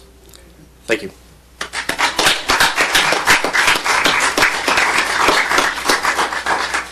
So with that, we're going to move on to 5B, which is a proclamation. I'm sorry. Would it be all right for me to comment? Yes, please do. Yeah, the same as you mentioned, I hope what people take away from this and from his life is the courage to have conversations with people that we disagree with. And at the end of those conversations, you may still disagree, but you've at least had a conversation, respected that other person as a human being, another person. And as I look out in the crowd here, I've met many of these people out here, and many of us disagree on many things, but we've had conversations about it. And there's a lot that we do agree on that we found, and there's items we found that we're just going to disagree on, and that's fine. And when I was running for city council, I reached out to all the council members at that time just to hear their thoughts on council and priorities and whatnot. And those who maybe think differently politically than me, Ms. Barajas to my left here was the only one who got together with me to discuss priorities. And we found in that conversation there's a lot we disagree on. But we sit here every week and find that there is a lot that we do agree on. And I respect Ms. Barajas for her willingness to serve on council and to keep showing up. And I hope she does the same for me. And again, we get together pretty frequently and have discussions that aren't fun to have. They're sometimes difficult discussions, but we work towards finding common ground. And what's cool to see is, Fiery Foods Festival this past weekend, she ran into my family and gave my wife a hug, said hi to my boys. They were excited to see her. That's the result of having conversations instead of saying, we disagree, so we're not going to talk. And again, the irony of the open dialogue is everybody's going to have the opportunity this evening to share their opinions on us, perhaps. And again, as you mentioned, Mr. Mayor, I know we're not going to agree, but I just really hope that that people would see what happened and that would embolden them to not be silenced, but to seek out people that they have disagreements with. And again, you may not win somebody to your side, but it's still so important, in my opinion, to have that conversation anyways. Thanks. Thank you for those words. I could say, being on the council, I agree with you wholeheartedly. There's just times where you disagree with other members, but it's for the best of Pasco that we get along. We try to work things out, and you try to hear different voices and different opinions. So again, the whole Charlie Kirk thing, it was a profound loss to me that his life was taken so young with a family and all the stuff that he was trying to let people be aware of, and again, to try to make America a better place. So with that, we're going to move on. So with that, we're going to move on to 5B, which is a proclamation declaring National Hispanic Heritage Month. And we are actually going to kick it off with Councilwoman I don't get it. The Barajas. rules say that you start with public comment and then you do public business. No, public comment, please sit down. Public comment is coming up. It's coming up on the agenda. At the beginning of the meeting, not No, it's coming up. We are running the meeting here. If you could sit down, please. You will give you a chance for 3 minutes to talk. Not that. It's just you're violating your own rules. No, it's on our agenda. We have an agenda. We have an agenda, not run by you.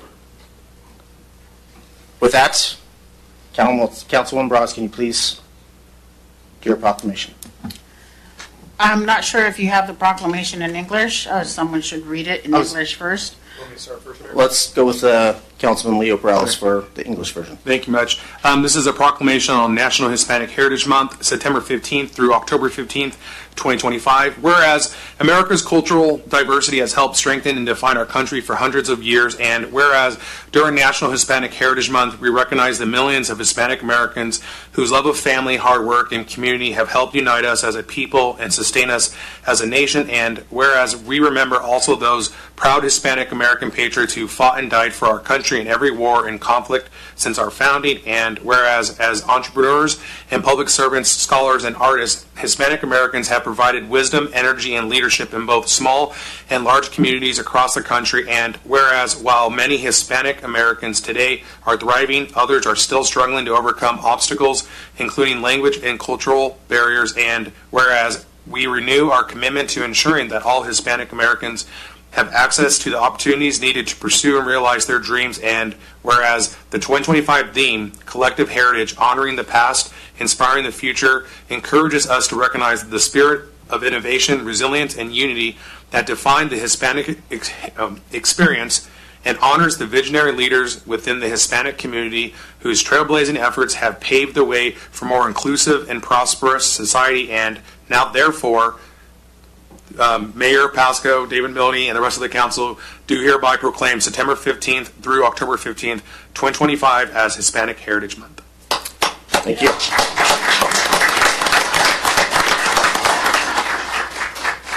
And now will Councilwoman Barajas read that in Spanish. Thank you. I do have a couple comments before that.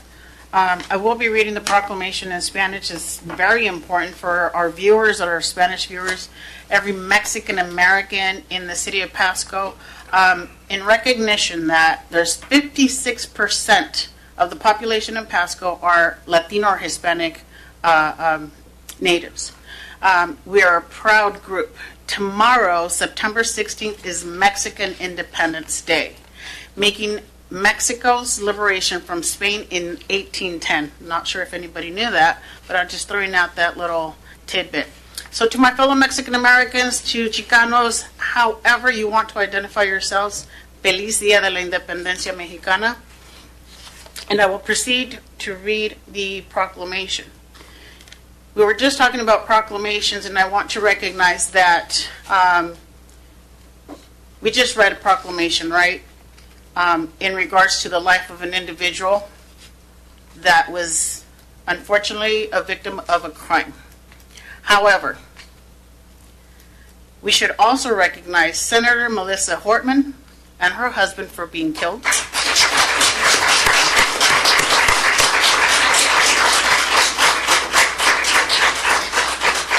Irina Sarutska from Ukraine for also being killed.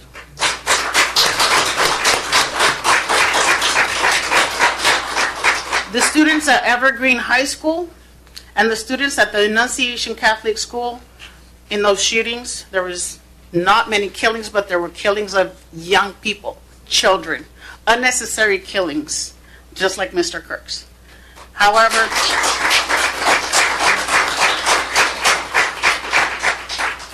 I feel that local government should aim to keep our streets safe, to focus on local matters. May they all rest in peace.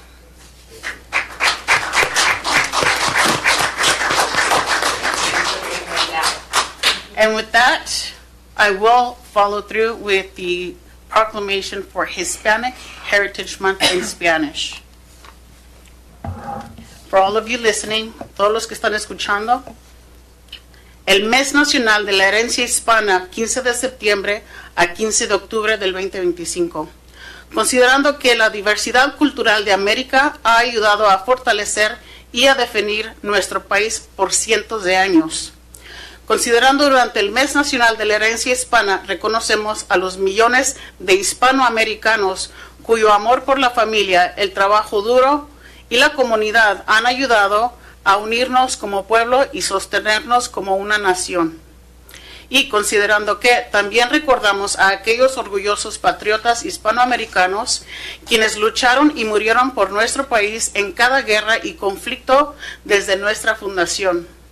y considerando que como empresarios y funcionarios públicos, estudiantes y artistas, los hispanoamericanos han proporcionado sabiduría, energía y liderazgo en comunidades pequeñas y grandes a lo largo del país. Considerando que, aunque muchos hispanoamericanos han prosperado hoy en día, otros aún están luchando para vencer obstáculos, incluyendo el idioma y las barreras culturales.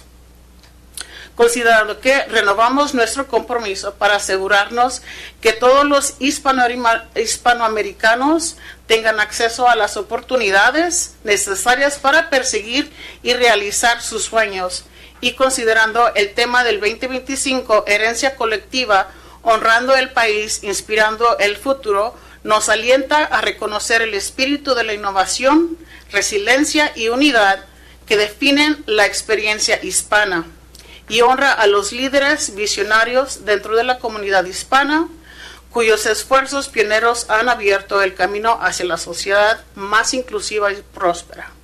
Feliz Día de la Independencia a todos los mexicoamericanos.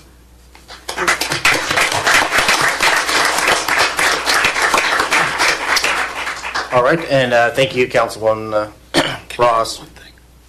I'm sorry, hold a second. I just want to say thank you for pointing that out. I did have it in my notes to recognize the other ones. I did miss it. I am sorry, but thank you for saying that. And so let's go to Councilman Grimm. Thank you. You're fine, Mr. Mayor. Thank you. No, and just to add on to what my fellow council member was saying, I don't know if a lot of people realize this, but just reading from the internet here, we can't quite claim it as Pasco, but we're the lion's share of the population in Franklin County. But Franklin County became the first majority Hispanic county in the entire Pacific Northwest around 2006. And I think that is something we should be very proud of. Can't quite claim it as a city, but obviously we're like, 85% of the whole county. So I think that is something to be proud of. Thank you. All right. Well, thank you for that. So let's go to Councilman Make a quick comment. So I just want to address what happened earlier. The bodies, we have our schedules and stuff. They're available on the internet at our website. But if you look at our Pasco Municipal Code, I'm just going to address the individual who came up here.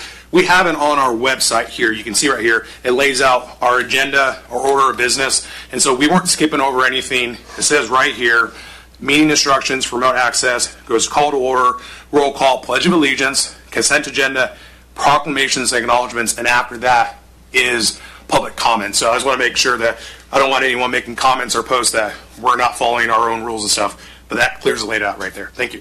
Thank you for that, Councilman Perales.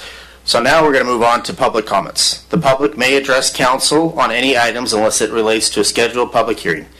This item is provided to allow the opportunity to bring items to the attention of the City Council or to express an opinion on an issue. Its purpose is not to provide a venue for debate or for the posing of questions with the expectation of immediate response. Some questions require considerations by council over time and after a deliberative process with input from a number of different sources. Some questions are best directed to staff members who have access to specific information. Citizen comments will normally be limited to 3 minutes each by the mayor. Those with lengthy messages are invited to summarize their comments and or submit written information for consideration by the council outside of formal meetings. Lastly, when called upon, please state your name and city or county residency into the microphone before providing your comments. And with that, we have a list of people that have signed up to speak. So let's start off with, first we'll go off with Michelle Andrews.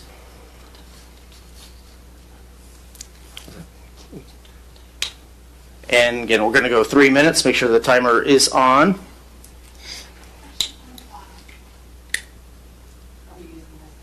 Yes.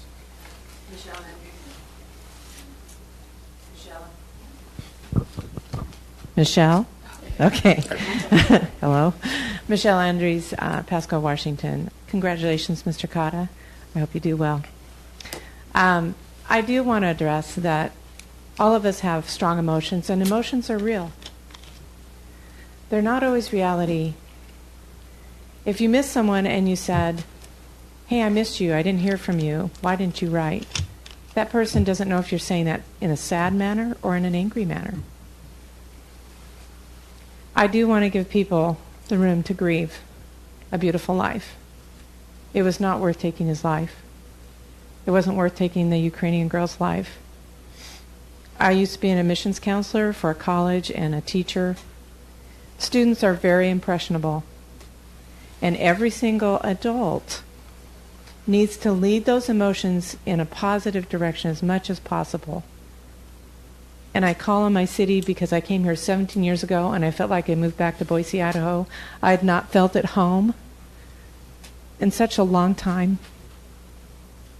I love this city and I love this county. Please love one another. It pays off. And even if you disagree and didn't want us to say an amen or not, I love you. I care about your feelings.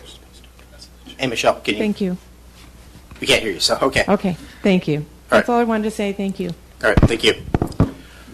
So moving forward, if everybody could approach the dais as far as face us so we could actually hear you better, would be appreciated. So up next, we got Steve Wilson.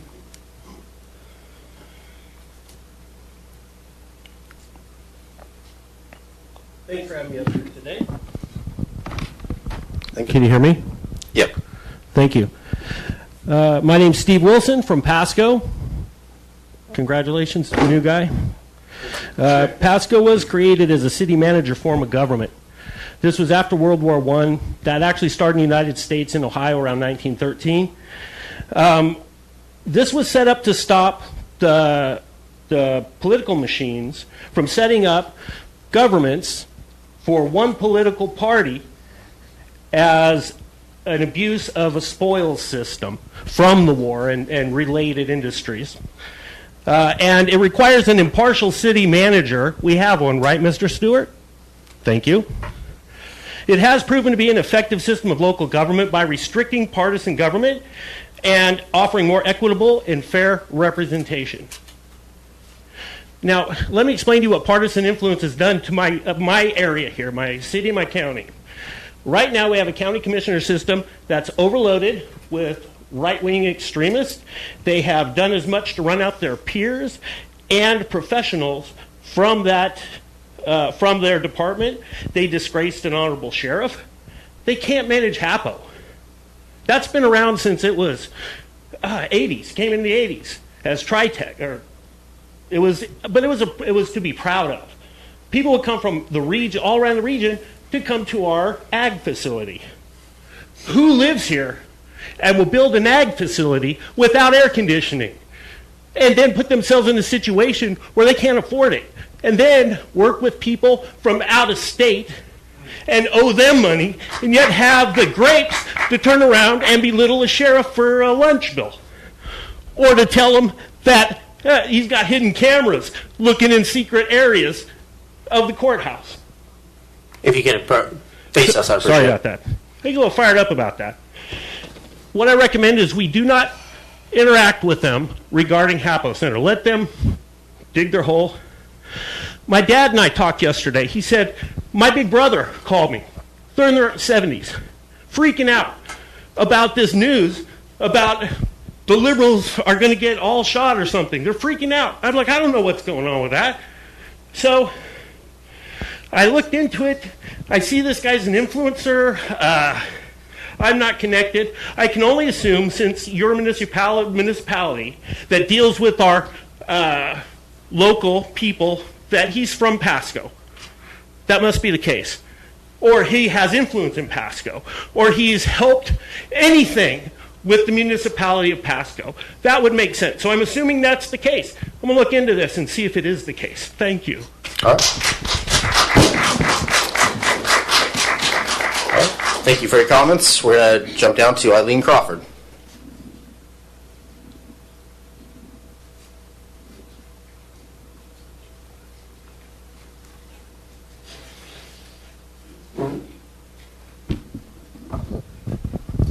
Thank you for your time. Eileen Crawford, City of Pasco. Congratulations, Joe. I'm here to talk to you about an article I read in the Tricycle Herald regarding $50 additional car tab fees. Is that going to go on motorcycles, RVs, etc.? Need I remind you, Pasco is a very low per capita income city. We don't have that kind of money, all right? Have you looked at other options? I found it interesting that one of the council members was supporting a 0.01% sales tax. Well, at least that would capture everybody that shops in Pasco. If I don't want to pay your fee, I'm going to transfer my tags out of Pasco.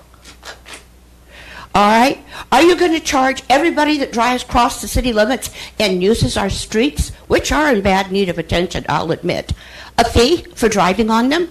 Because you're charging us for their privilege. Have you looked at, because of EVs, better gas mileage, have you looked at putting this extra fee on EVs or hybrids only? What about the charging stations? Let's charge them too. The city is not responsible to support businesses that compete with private business or things that don't involve our health and safety. So let's re-inspect those, all right? I wonder, and I'm asking, the Grand Ole 4th of July, Cinco de Mayo, Fiery Food Festival, movies in the park during the summer. Is the city supporting those with our taxpayer dollars where you're going to tax us for more and more? Maybe what you ought to do is start taxing, if you pass this, start taxing U-Hauls while we move out. Because that's what's going to happen. Okay? This is not Olympia. You were all elected by the people to represent the people first, and the city of Pasco second. So start representing us and our pocketbooks. No more tax and spend, please. Thank you. All right. Thank you for that, Mrs. Crawford. Normally we don't interact. I mean, if you could please sit down. But I did want to say that every member here does not like taxes. We also don't like roads with potholes in them either. And you need roads. I mean, again, that's a big thing. And I can tell you that there basically is no secret meetings. We haven't even voted on this. We still have a couple more months. We're willing to hear from people. We want to hear from our constituents. So I'm saying, with that in mind, again, even though I had leaning one way, I'm still open. I think every councilman is open to seeing what is best for Pasco, hearing people's ideas, moving forward on this. But let's come up with a way, if we can, to have better roads, but at the same time, not bankrupt the city budget. All we want is to keep things moving without being bankrupt, again, we want fiscal responsibility. So with that, I will jump to Tim Eidman, and you got 3 minutes.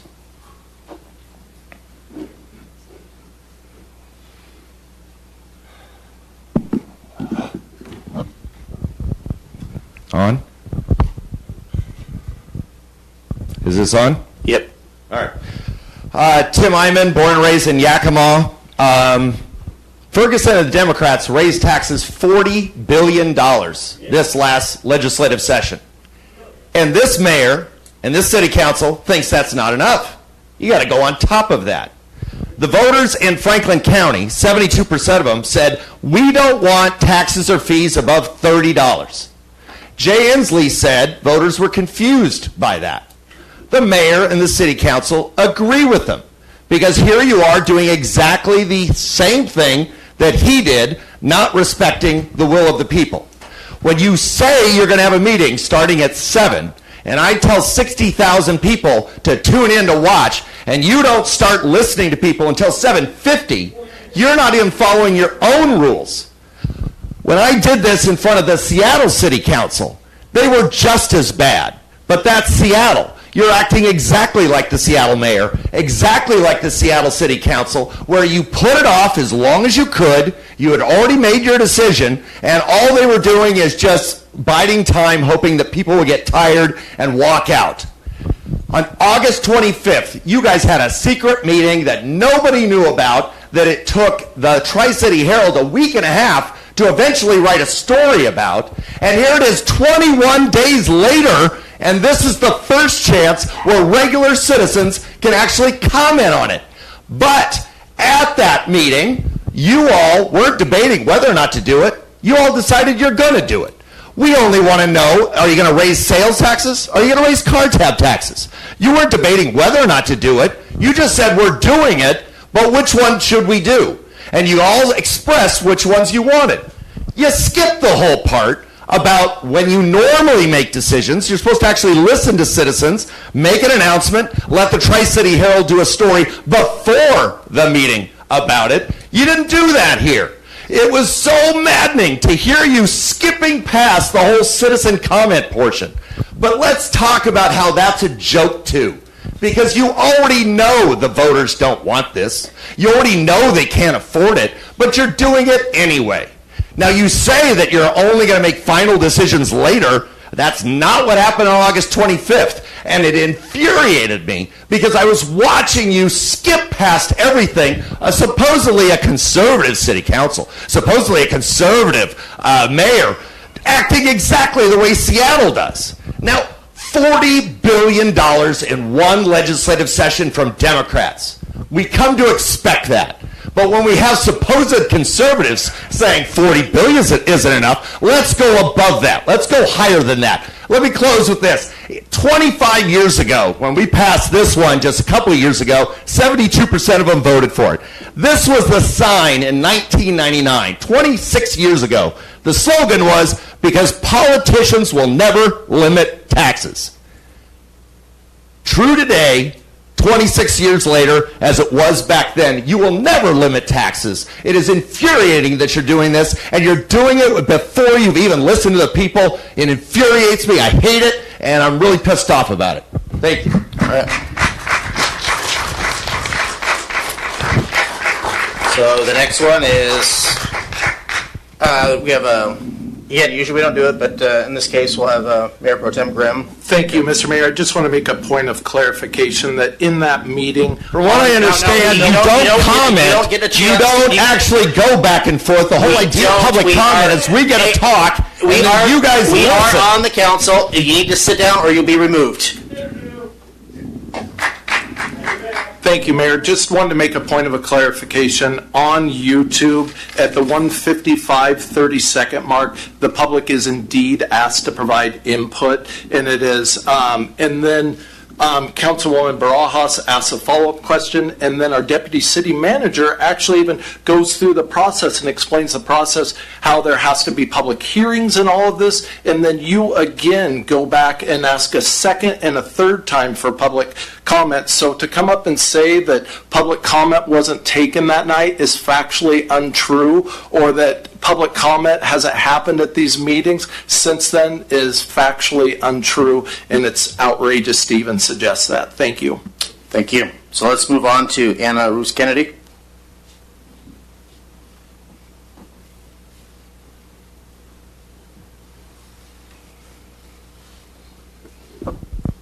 Thank you.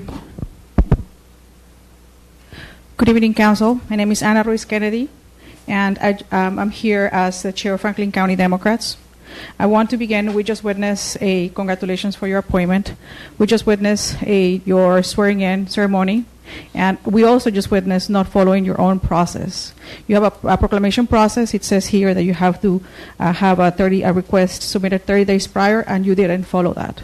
So just reminding you to follow your own process. You are breaking. You're making everybody break your own laws, and then you set precedent. That's very dangerous, okay? But now you did it, and I would like to encourage you. I did this publicly right away after we've heard the tragic passing of Mr. Kirk, or assassination of him. And I said that we condemn all forms of violence, including the assassination of Mr. Kirk and the targeting of all political leaders for their beliefs. This kind of despicable violence has no place in our democracy. I respectfully ask that this resolution be expanded to also honor the memory of other political leaders who have been assassinated. Leaders across the political spectrum, from Martin Luther King Jr., President John F. Kennedy, to more recent figures like Representative Melissa Hortman, her husband Mark, and others. These tragedies are not just political losses, they are human losses. They affect families, communities, and the very fabric of our democracy. By recognizing all victims of political violence, we send a powerful message that our community values every voice, stands united against hate, and believes in civil discourse over division. Let this resolution be a bridge not just in mourning, but in hope and shared purpose. As Martin Luther King Jr. said, "Injustice anywhere is threat to justice everywhere." Thank you for your time and for your commitment to community, unity, and justice. Thank you. Thank you.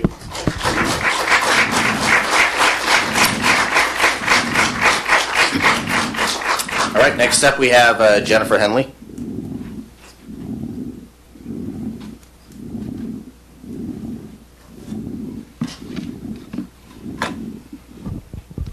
Good evening, Mayor and the City Council members. I want to thank you for this opportunity. I've never actually spoke before to any council, so I appreciate the opportunity. I am here tonight, though, to share my concerns with the decision to make the special proclamation about the death of Mr. Kirk. I first want to say that, number one, anyone celebrating the death of anyone is deplorable. I don't care who they are, and if they agree or disagree with me in any way. Second, everyone has a right to mourn someone that they are upset about the death of, but this group is not a person. You guys represent the entire city of Pasco, and some of those people, as you said, receiving emails, disagree with the decision.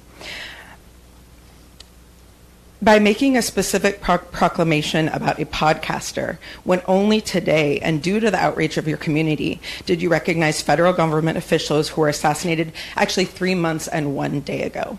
My understanding, there was no proclamation prior to the outrage that began over tonight's proclamation. The racially fueled comments made by Mr. Kirk, as well as the abhorrent programs he supported, and his comments about women, create a divisive environment and do not make me feel supported by the officials in a city that I've lived in for almost 20 years.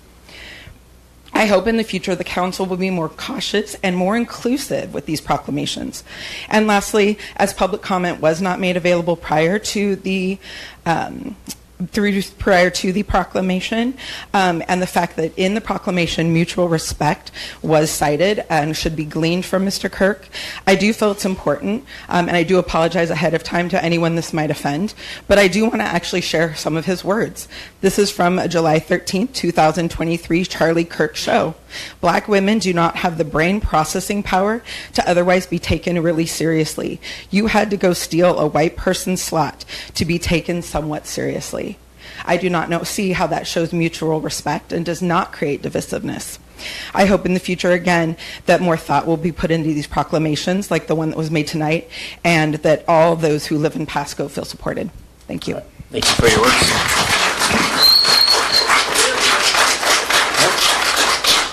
So we're going to move on to Andre Luther. Oh, Andre, I'm sorry. I can't hear you. Good evening. My name is Andrea Luther. I'm from Pasco. I wanted to share my concerns about the proclamation honoring Charlie Kirk. First, every life lost is tragic, and every death deserves to be mourned. We can absolutely extend compassion to Mr. Kirk's family and his supporters without elevating him with an official city proclamation. Mr. Milne, you claimed he was a great debater and a voice for free speech. I would like to invite you to come volunteer your time with the Pasco School debate clubs so that you can learn what a great debater actually looks like. Okay. He's not. Pasco is one of the most diverse cities in Washington, and our proclamations in Pasco should unite our residents. Honoring a national political figure whose works and statements who have been openly partisan risks dividing our community. If the city would not issue a similar proclamation for a leader with very different political views, such as Minnesota Rep. Melissa Hortman, which it had not until tonight when it was amended, who have been victims of political violence, it is inconsistent and inequitable to issue one here. I urge the council to focus future proclamations on shared values and local contributions rather than on national political figures whose legacies are rooted in divisive advocacy. We can mourn a death without exalting someone like this. And I do have a whole list of statements that he has made if anyone would like one. Why don't you give it to the clerk? All right, thank you for those words. We're going to go on to. Oh no, what's this?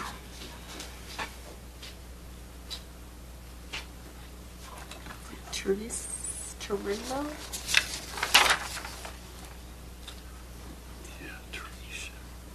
Is it Tarisha?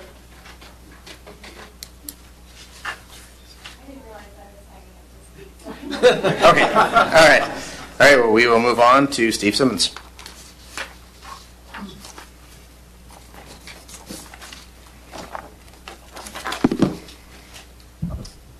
My name is Steve Simmons, Pasco resident. I just wanted to speak to the proposed tax increases. So Pasco families are already stretched thin. If you didn't notice, we just saw a gas tax go up because of a failed carbon tax that hasn't delivered yet. And now the city wants to raise taxes again. The truth is that Pasco hasn't done well in long-term planning and instead has asked us for more. The city should be accountable with the money it already collects. And as President Reagan reminded us, the problem is not that people are taxed too little. The problem is that government spends too much. So we need smarter spending and not higher taxes. So thank you. All right, thank you, Steve Simmons. It looks like we have some. Is there anybody else? Right, Mrs. Maloney.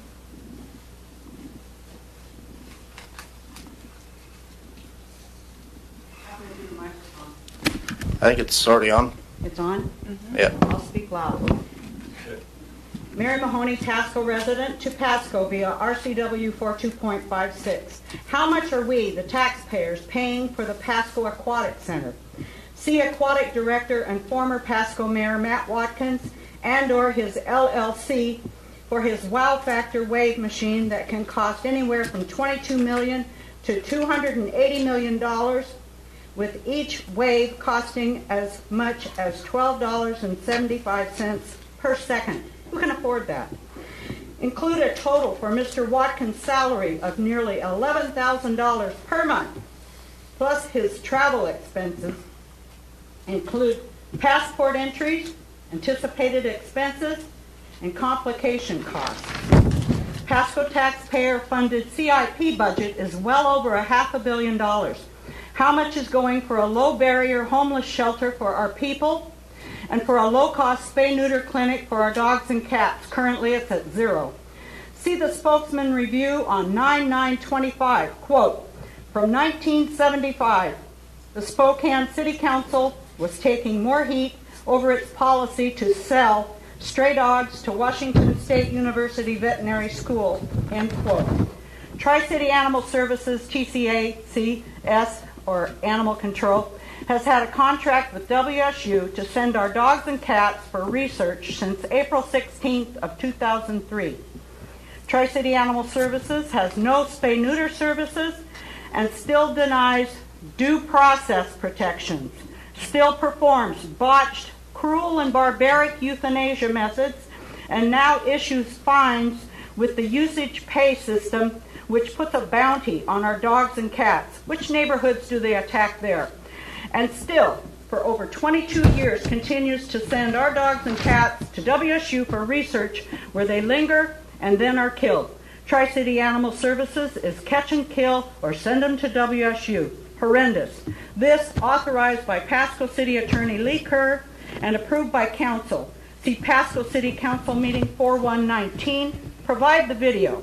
Provide all past and present ULID and LID designs for my property with start dates, costs, and the U.S. mail notice to me. Include all Pasco officials and Pasco employees' communications regarding harassment and retaliation against me and my property. Include a permit number 404 for the floodplain sewer system and for the Road 48 Community Park. Include fecal groundwater reports caused by the broken floodplain sewer system. Also include fines paid by Pasco and spot zoning developers Hayden Homes for killing our 8 floodplain American bald eagles and their eaglets. See KNDU News on Earth Day 4/19/22, alerting the city regarding our floodplain eagles before We get you to wrap it up. Pasco killed them. My comments are for the record. My requests are for the record, and to put Pasco on notice. All right, thank you for that. Is there anybody else in the audience that hasn't spoken that would like to speak? Going once, going twice, going three times, and then we have some callers that have been patiently waiting to speak. So I think we're going to go with the first one, Lori Lane. Hi, can you hear me? Yes, we can. Hi, my name is Laurie Lane, and I'm from Buckley, Washington. I, too, am concerned when I hear about tax increases, because this is just a terrible time for that. That's why the 1% tax cap, property tax cap, was passed in the first place, so that we could have, as voters, be able to afford to stay in our homes. To me, I have a question. How can anybody trust somebody when they trust you guys when you secretly pass taxes without the voters' consent? I would think that would tend to do quite the opposite. Honestly, what I believe needs to happen here is that there needs to be a tax diet. And you just need to learn to stay within your, live on a budget, true budget, and just say no. Thank you. All right, thank you for those words. Just so you know, we haven't passed anything, so we're still discussing it. But let's go on to Mila Mapson. Mapson, can you hear us?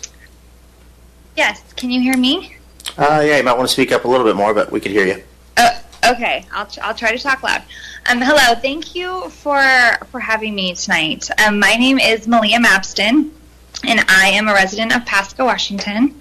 I'm here this evening with a concern of a proposed gas station, convenience store, and car wash development on parcel number 11550285 and parcel number 11550286. This land is on the corner of Sandifer Parkway and Road 90, right next to Broadmoor Terrace, which is where I live. The proposal for this gas station is less than 100 yards from my front door. So I was notified this weekend by just walking by a sign that was posted. It was about the size of a paper by the mailbox that said that this gas station is, there was a proposal for this gas station, and that the community had until the 22nd of this month to write any comments or speak regarding the opposition of it.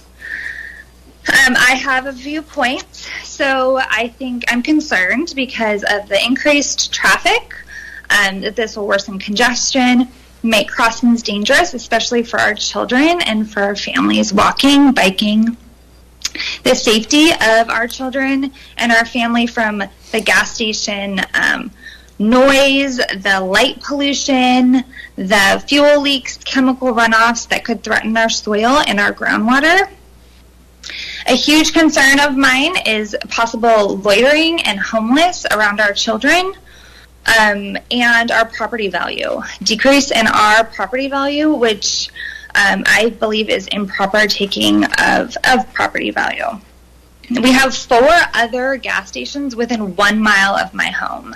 This will be the 5th added, and so I'm wondering what is the reasoning for the need for our community. I think the responsibility of the city government is to make decisions with the established community for safety, for safety and culture development in mind, and I don't believe that this 5th gas station across the street from my home supports that responsibility. I leave you with 2 questions. First, what would you do if you got notification that a gas station was going across the street from your home? And the reason of why this would be important for our community to have.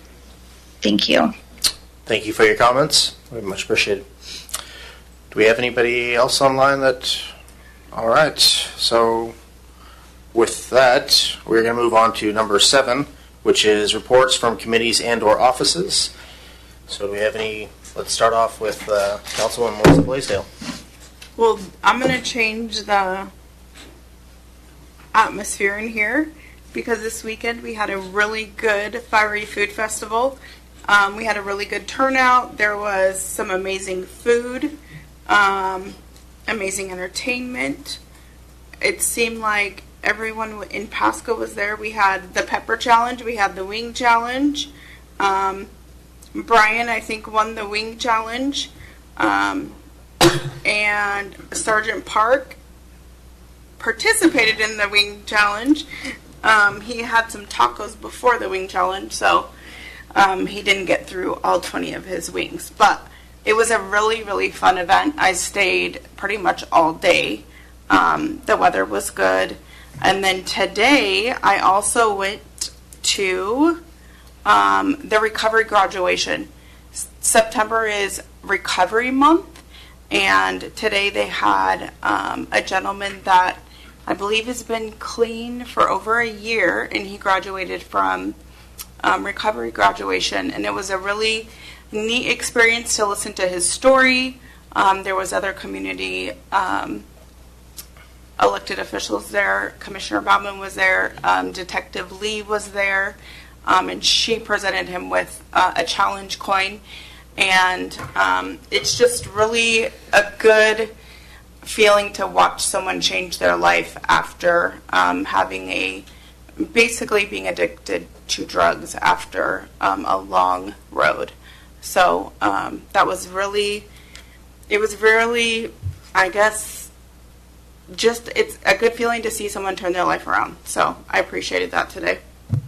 Thank you for that, Councilwoman Blaisdell. And we're going to jump to Councilman Harpster. Thank you. I did attend Tridex Donuts and Development. I spoke about last week, and discussion was around housing in the area and the increased supply, but also the increased days on market and the challenges that's presenting not only for brokers in the area, but for builders and buyers and sellers as well. And again, that was with Rep Connors and HBA and Tri-City Association of Realtors. Met with Kara, I think her last name is pronounced Kabler, something like that, with the Franklin Conservation District. She presented to us about a month ago. It was at a meeting that I missed. And I had a good discussion with her. Next week, I'll bring back a couple items during miscellaneous discussion to talk about, including my favorite topic of shrub step mitigation. And we discussed that and how the city can partner with them on a couple different issues that they're dealing with. And then, as Ms. Blaisdell mentioned, did attend Fiery Foods Festival. And I don't know if it's just because your memory as a kid gets a little twisted when you get older, but as a kid going to Fiery Foods Festival, I felt like it was just this enormous, huge thing, and got a little small during COVID and all that. But it feels like year over year it keeps growing and growing. And this year felt like the first year that it was like really back post-COVID.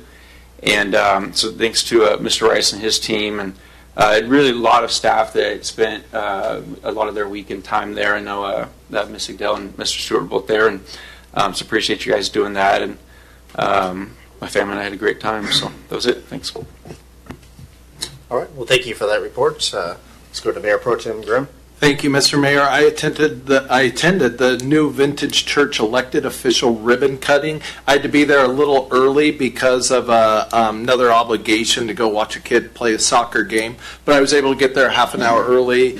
Congratulate Pastor Matt, pray with him, and I appreciate him making time before his big event to do that. I also attended the Ben Franklin Transit meeting last Thursday where they announced their Employees of the Year and also their Department of the Year. And I don't know if you guys watch their videos online, but Brittany and some others on that team in the marketing department are doing a fantastic job of just really reflecting the values of Ben Franklin Transit and promoting the image of BFT and just having a lot of fun doing it too. So that was great. And then also they gave a report on the Benton Franklin Fair and Rodeo ridership, and ridership was way up. I remember being at that meeting last year, and if my memory serves me correct, like from our 22nd Avenue station, ridership was down 6%, but this year I think it was in the teens or almost 20%. Ridership was up just from our one station here in Pasco, so that was encouraging. And then like others, I was down at Fiery Foods Festival. I'm the one with the big family,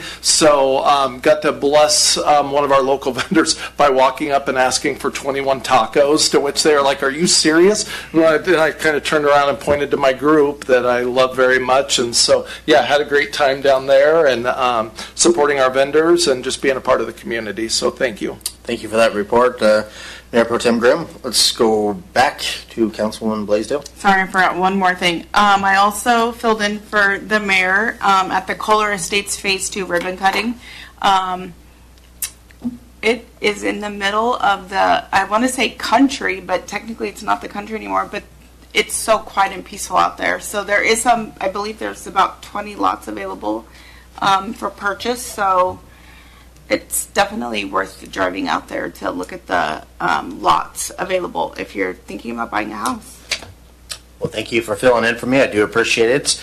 I had a busy week as well, but to summarize for the amount of time we have, I did attend the Park and Recs Advisory Board meeting, and we had a long discussion on the Aquatic Center. Got an update by former Mayor Matt Watkins, and I will say that there is no wave pool. I've gone over the plans a couple times, very Pacific.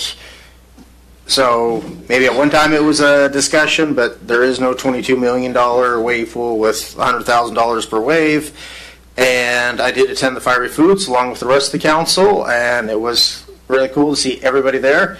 And I did want to join in with, I saw our Councilman Leo Perales eating the hot peppers. I thought of my time up there, but I was glad that somebody from the council was able to dig in, and sad that he didn't win first prize, but looked like quite the competition, a lot of folks. And so again, it was good to have a good time and talk to constituents. So with that, I think we're going to move on. And let me get back to my spot here. If I can.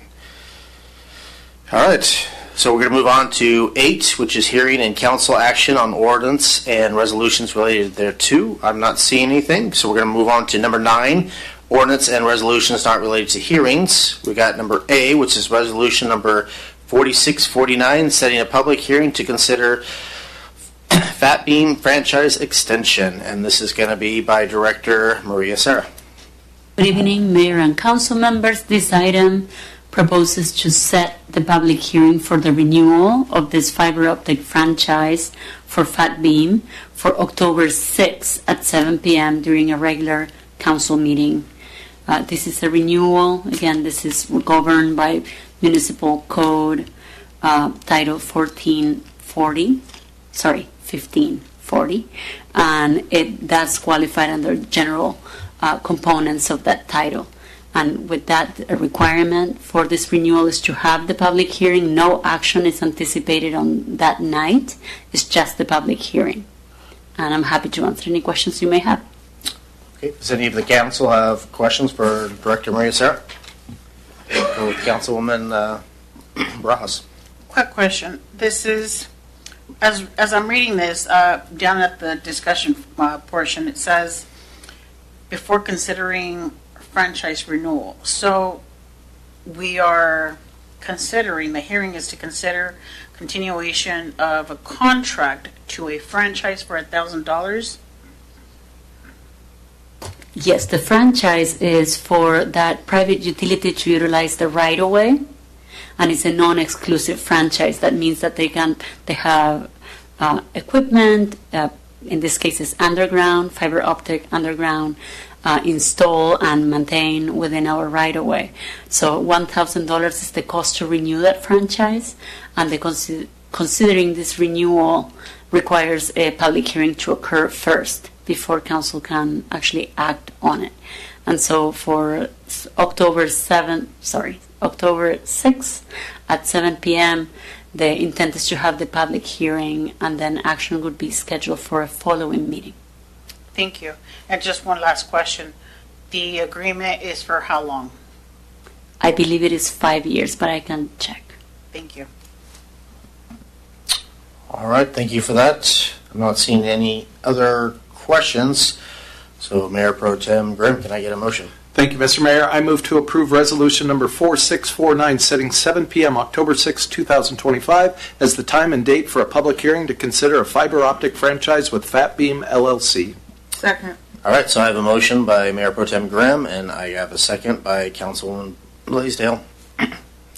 All those in favor say aye. Aye. All those opposed say nay. Looks like it passes unanimously.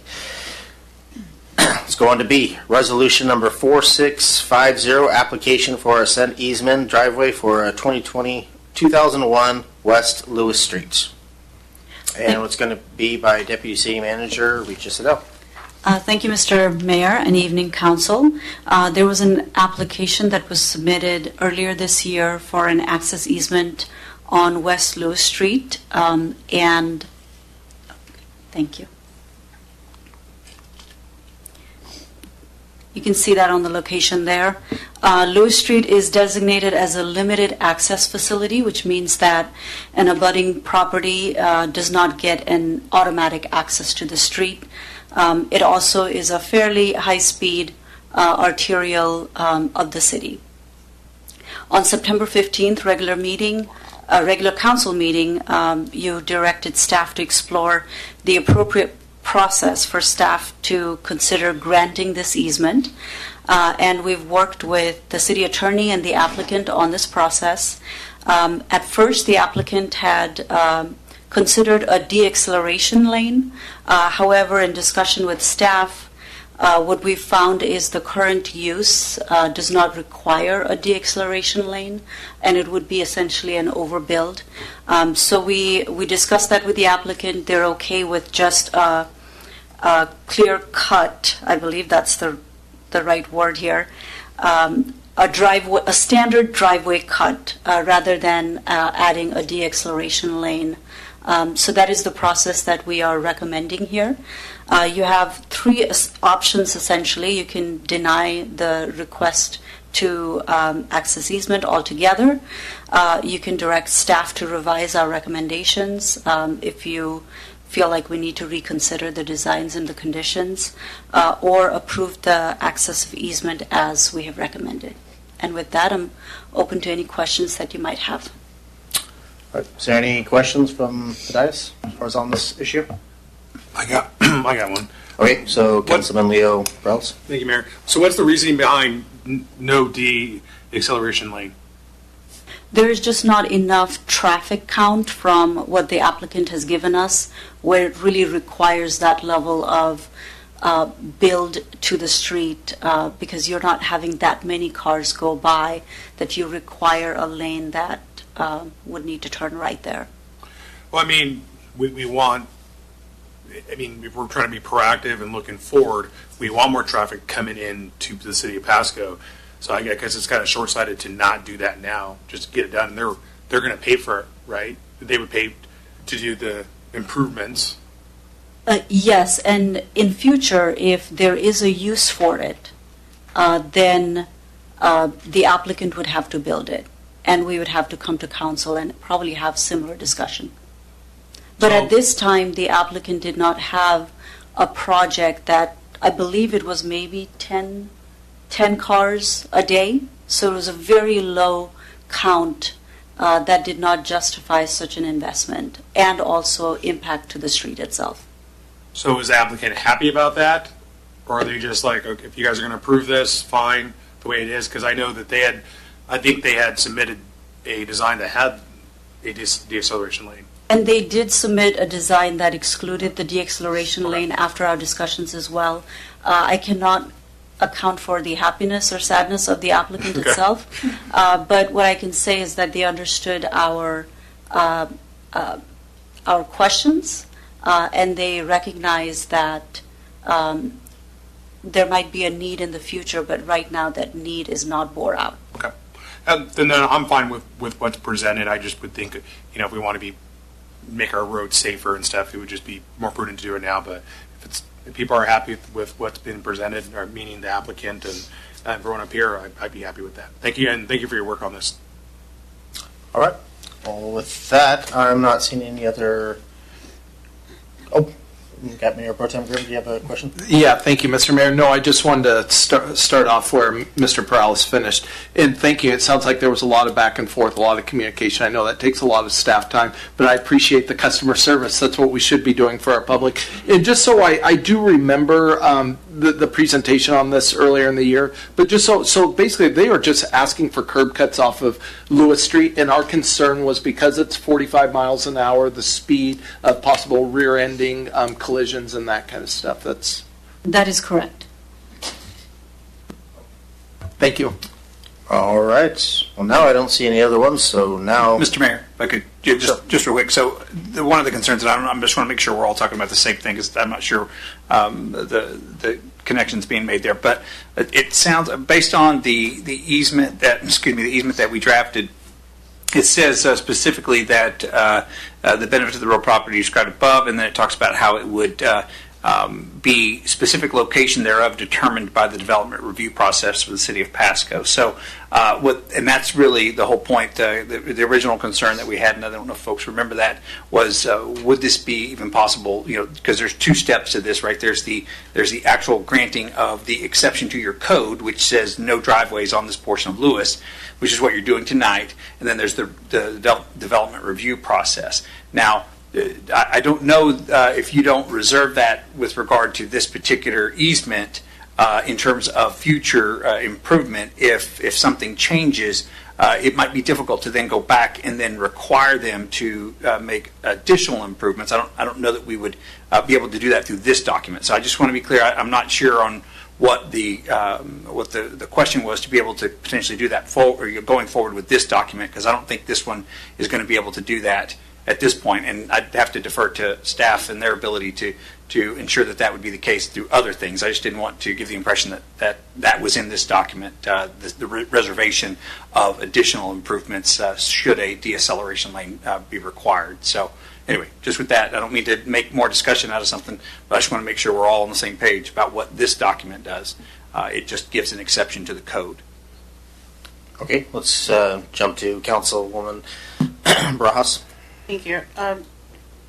In regards to this particular request for an easement, traffic does go by, not a lot of times, don't hear this, Chief, not a lot of times adhering to the speed limit.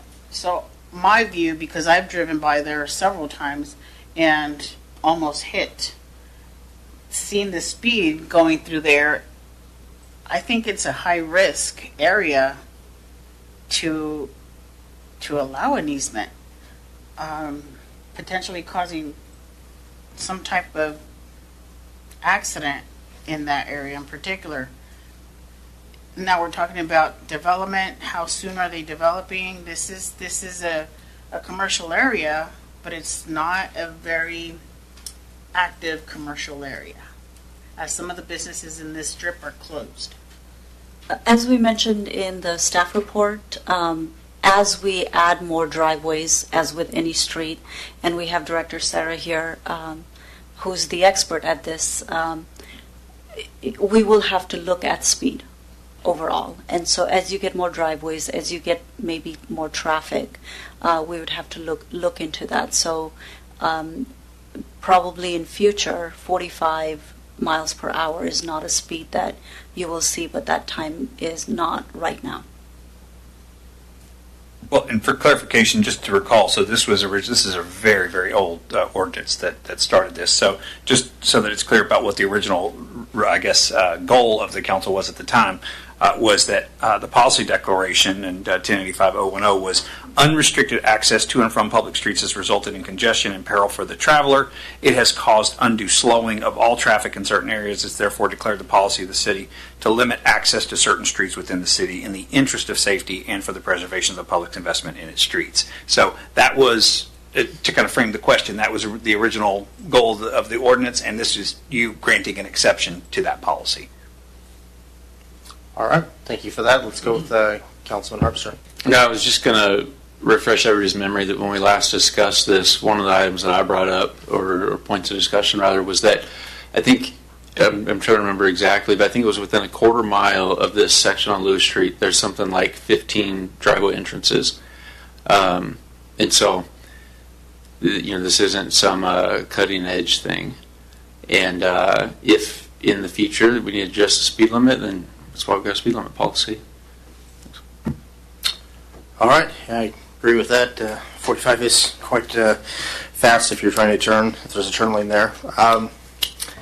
Let's go with Mayor Pro Tem Grimm. Thank you, Mr. Mayor. Yeah, just one last comment. Just pulling this up on Google Map. I mean, there's no legal access for the entire strip of Lewis, and if somebody ever wanted to do anything, have a separate, business here, just having the one access there off 20th really, really does, limit the ability for us to, have more business and revenue in the city. So I suppose I'll just go out and say I would be in favor of this, Mr. Mayor, granting them the curb cuts.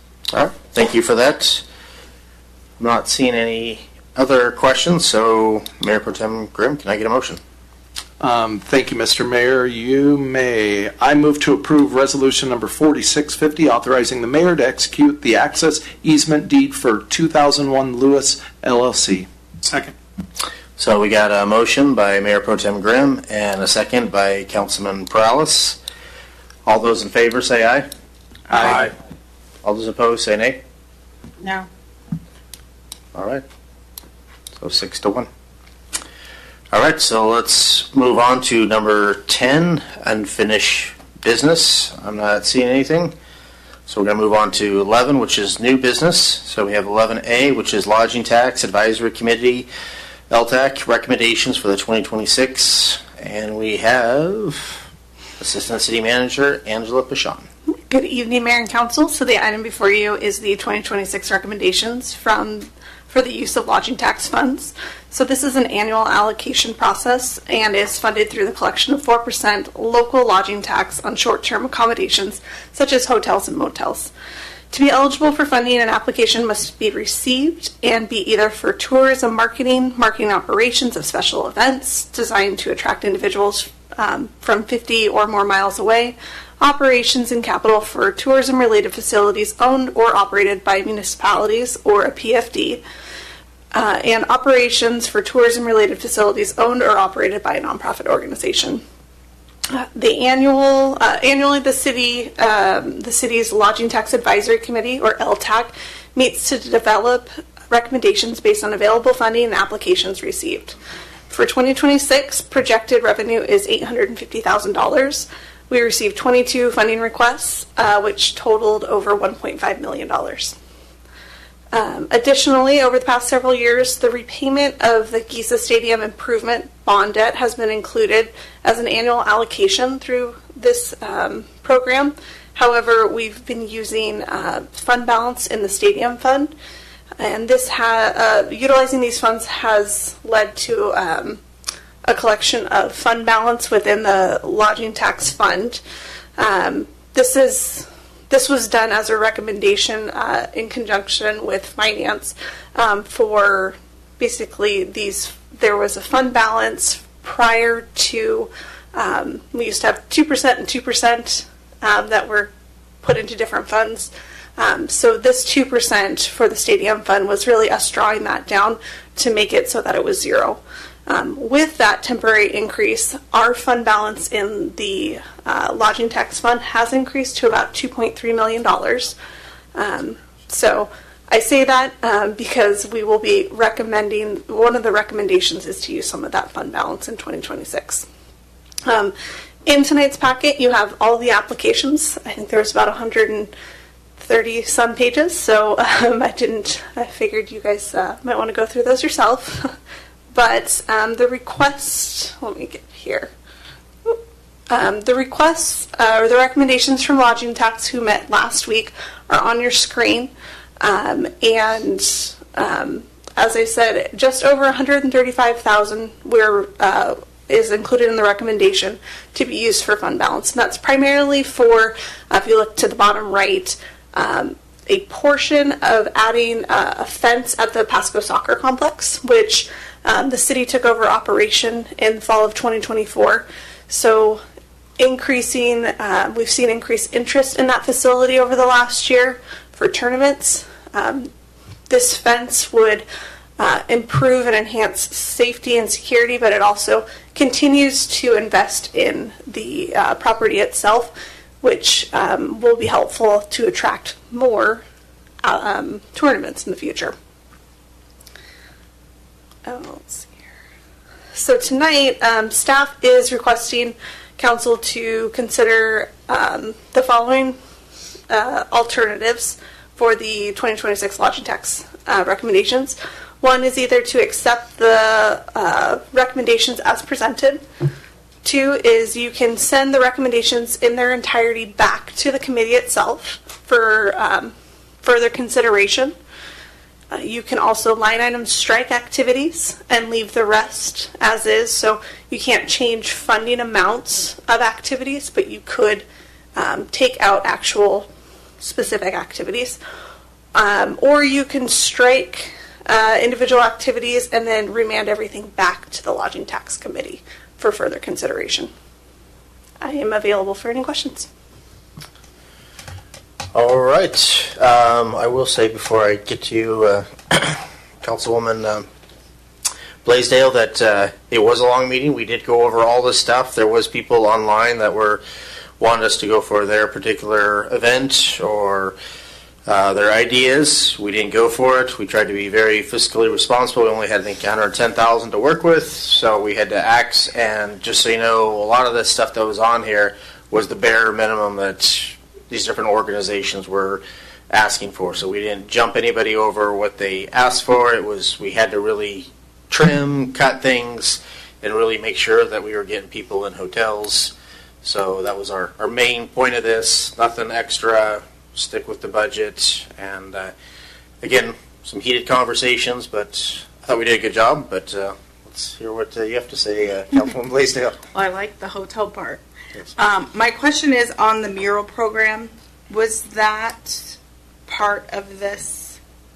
So for the mural program that is currently running, it was an original allocation from 2024, or 2020, what year are we in? 2024 was the allocation, and I believe it was $20,000. We went back, the city went back and requested that we had $10,000 left in that for at the end of 2024, just based on how long it took us to get the program up and running.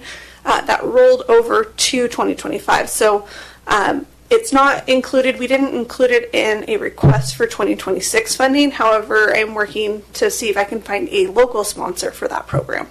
So we currently have $10,000 left in that? You won't shortly. So Cafe Con Arte just finished up a mural on their facility, and we are processing their reimbursement. And then there is one on American Family Insurance as well that is finishing up. So that will be zeroed out by the end of this year. Okay. I guess my opinion about, especially because that falls in District 6, I personally think that the mural program has brought life to downtown. And I would like to continue to see more life being brought to downtown. I would like to see that in recommendations for 2026. That's my 2 cents. All right, so let's go to this side of the room. We'll start with Councilman Harpster. Thank you. I don't know if anybody recalls, I had a plethora of comments regarding this last year. I don't have that many this year. So thank you for your guys' work and Ms. Pashon's. I did honestly notice that when I looked at it, it seemed more fiscally responsible this year. swim the snake. It's such a small event. I get it's only $1,000 out of $2.3 million. I just want to make mention of that. I did, however, look up information about the event. Saw that it's a fundraiser for Blue Mountain RC and D, which is, reading what they do, it seems a lot like what the Franklin Conservation District does. So I suppose that's something that we could support. Do any of you three that were involved know how many people attended last year, and if these funds really are kind of making a difference for them and whatnot? I knew you'd probably ask this year. So we did reach out. They had over 60 participants so you can think then in addition to that, the families that come with them. And it was over 25 that came from out of our area. They used area codes, so 509 was a high number, but I can't give you that it wasn't, Spokane. But I can tell you that at least 24 of them were a 208, a 253, 306 kind of number. Okay. Appreciate that. Thanks. So we did remember your comments. So we did have, that was actually probably one of the bigger things was swim the snake, and as far as trying to get things just so you are heard, we did remember what you had said last year. So, yes. So, well, let's give Councilwoman Barajas a chance, and then I'll circle back to you, okay? Thank you. In regards to swim the snake, that's something that's historic now. We've been sponsoring them. Is that the word? We've been helping them out for several years, right? Last 2 years, they were. I will say that our marketing team and our communications team has done a really great job about marketing these dollars and opportunities. So we've seen a lot more interest in this fund, and that's where I believe Swim the Snake I take back my historic, but I've seen it on there constantly, once or twice. But it's not a huge amount, and they do bring in tax dollars. They do stay in our hotels, so I do see that as giving back. My question is in regards to the committed requests.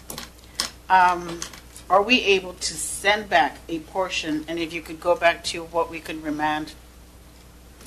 Are we able to review, remand, resend parts of, or the section that is committed requests? My question is because of the amount designated to the HAPO Center. So for the HAPO Center, this is the city of Pasco being the applicant.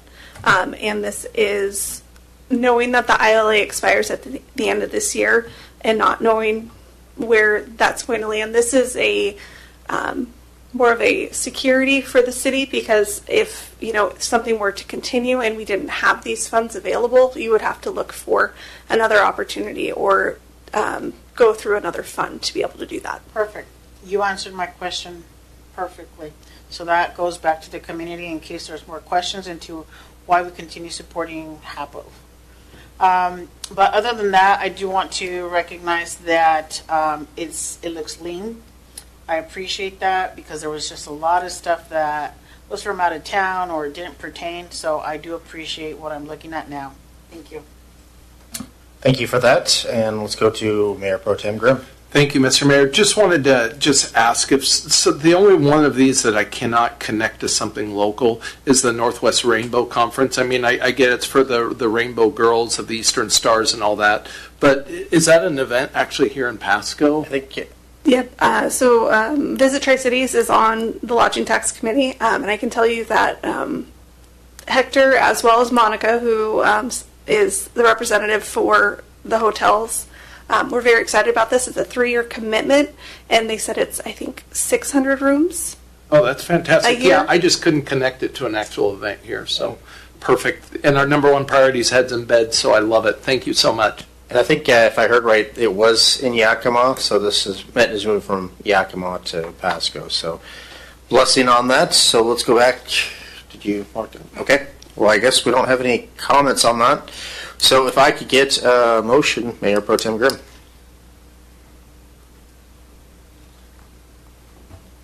Can I just ask one more thing for the sake of discussion? So were we hoping to add the murals, because I don't see them in there? I can speak on that. Because the murals was not an application that was placed, we can't put funds towards that in 2026, but I can follow up with you in regards to my efforts outside of this process for finding a sponsor for that program. Thank you for that clarification, because I didn't see it in any of the options. I only saw removing, so thank you for the clarification.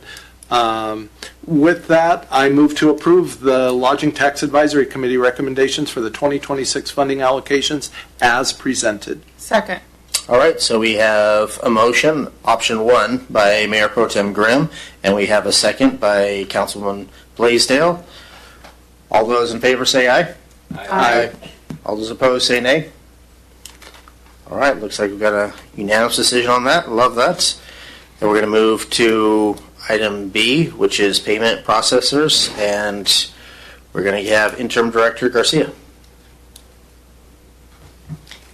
Good evening, Council. So we are here to discuss options on the online payment processors.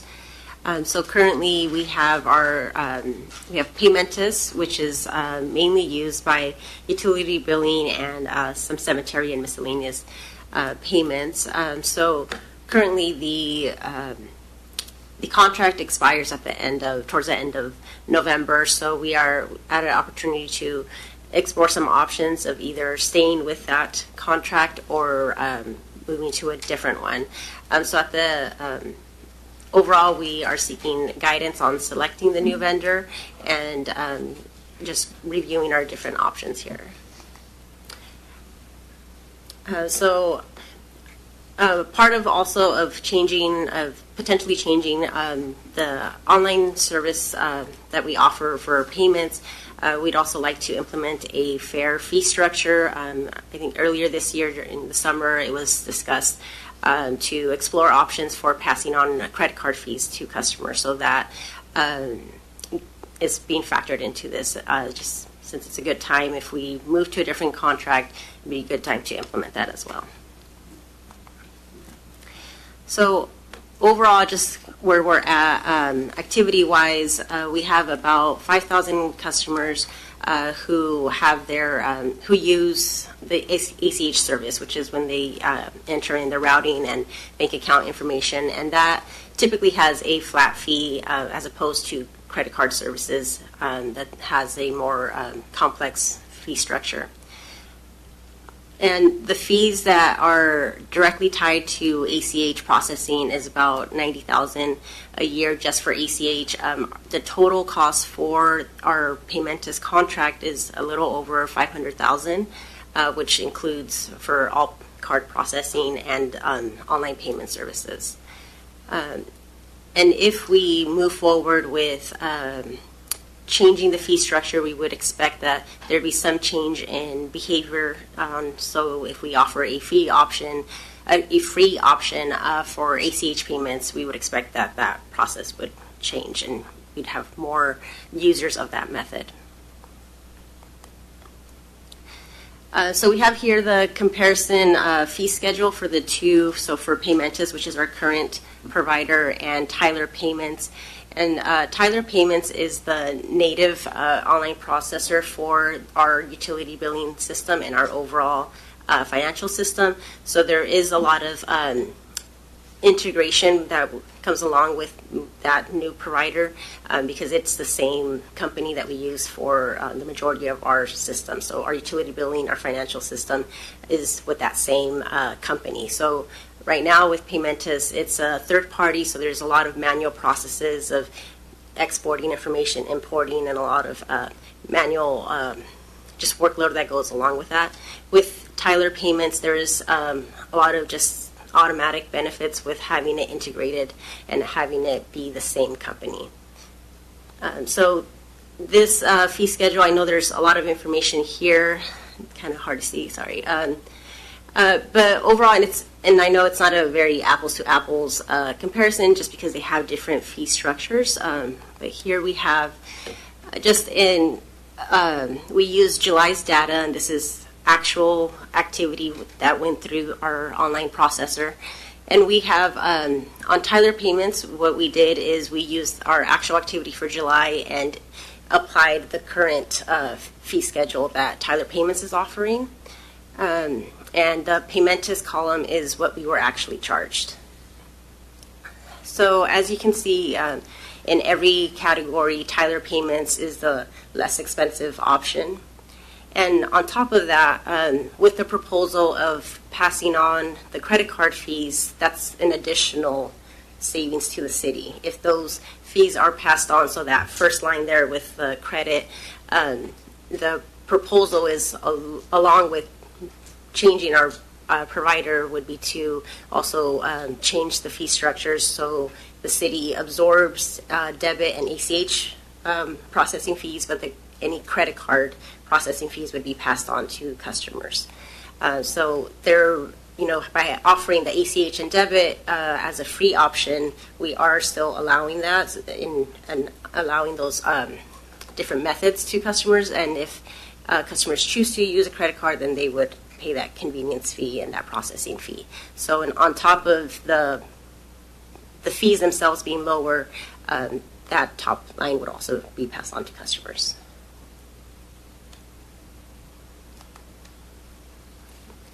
Kind of just summarizes what I just said.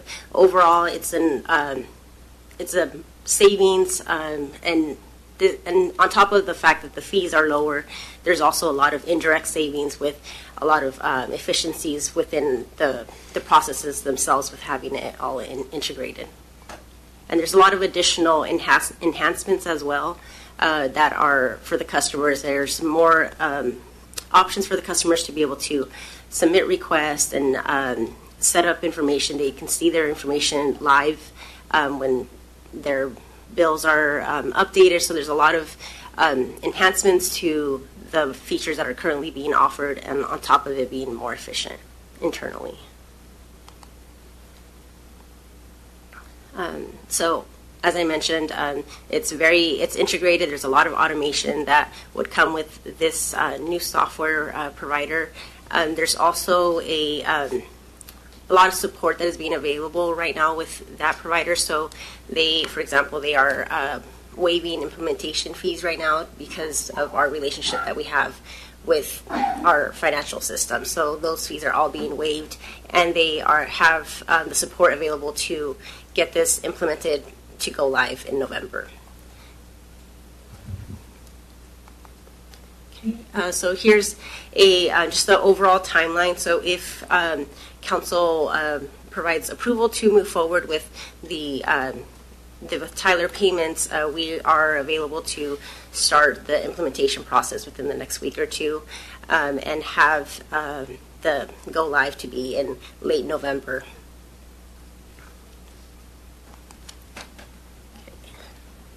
So now kind of switching gears over to the customer perspective.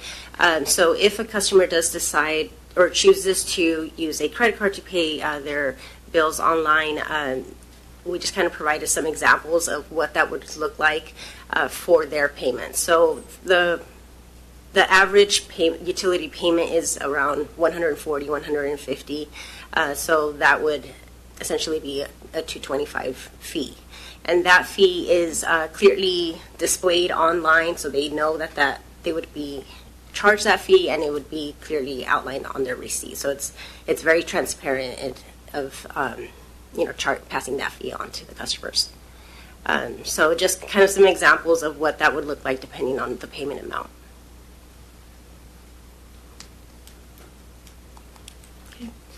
And overall, there's a lot of benefits to moving to Tyler Payments, the cost effectiveness, the streamlined processes. However, there will be impacts to the public because it's a change, especially for those customers who have their online payment set up. So what would change is the actual website where they go to make their payment. So it's integrated into our site, and there's a link on there. So some people just have that already saved. So it would be a different actual website where they go in and make their payment, and they would have to set up their auto pay again. So from past experience, when these kind of changes happen, there is kind of a 3 to 5 month change process, just because it does take some time for customers to kind of change their habits, especially for auto pay. It's kind of a one and done. People just log in and set it up, so it's an easy thing to, I guess, forget to update.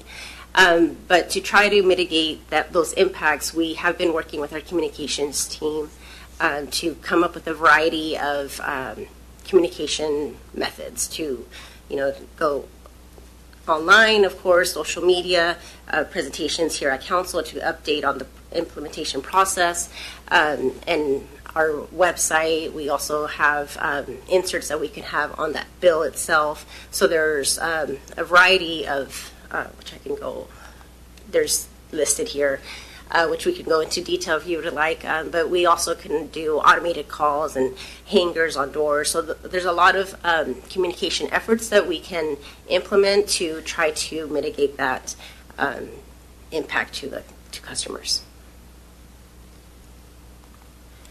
And again, there's, the process is not just leading up to the conversion, it's also that time frame afterwards.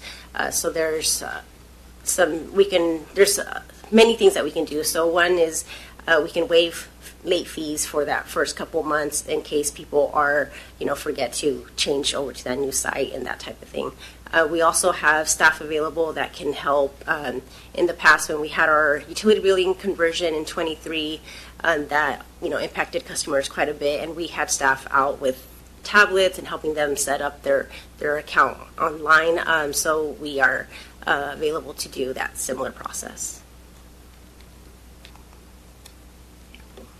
So overall, we have, the two decisions are to either move to the new payment processor or stay with the current processor.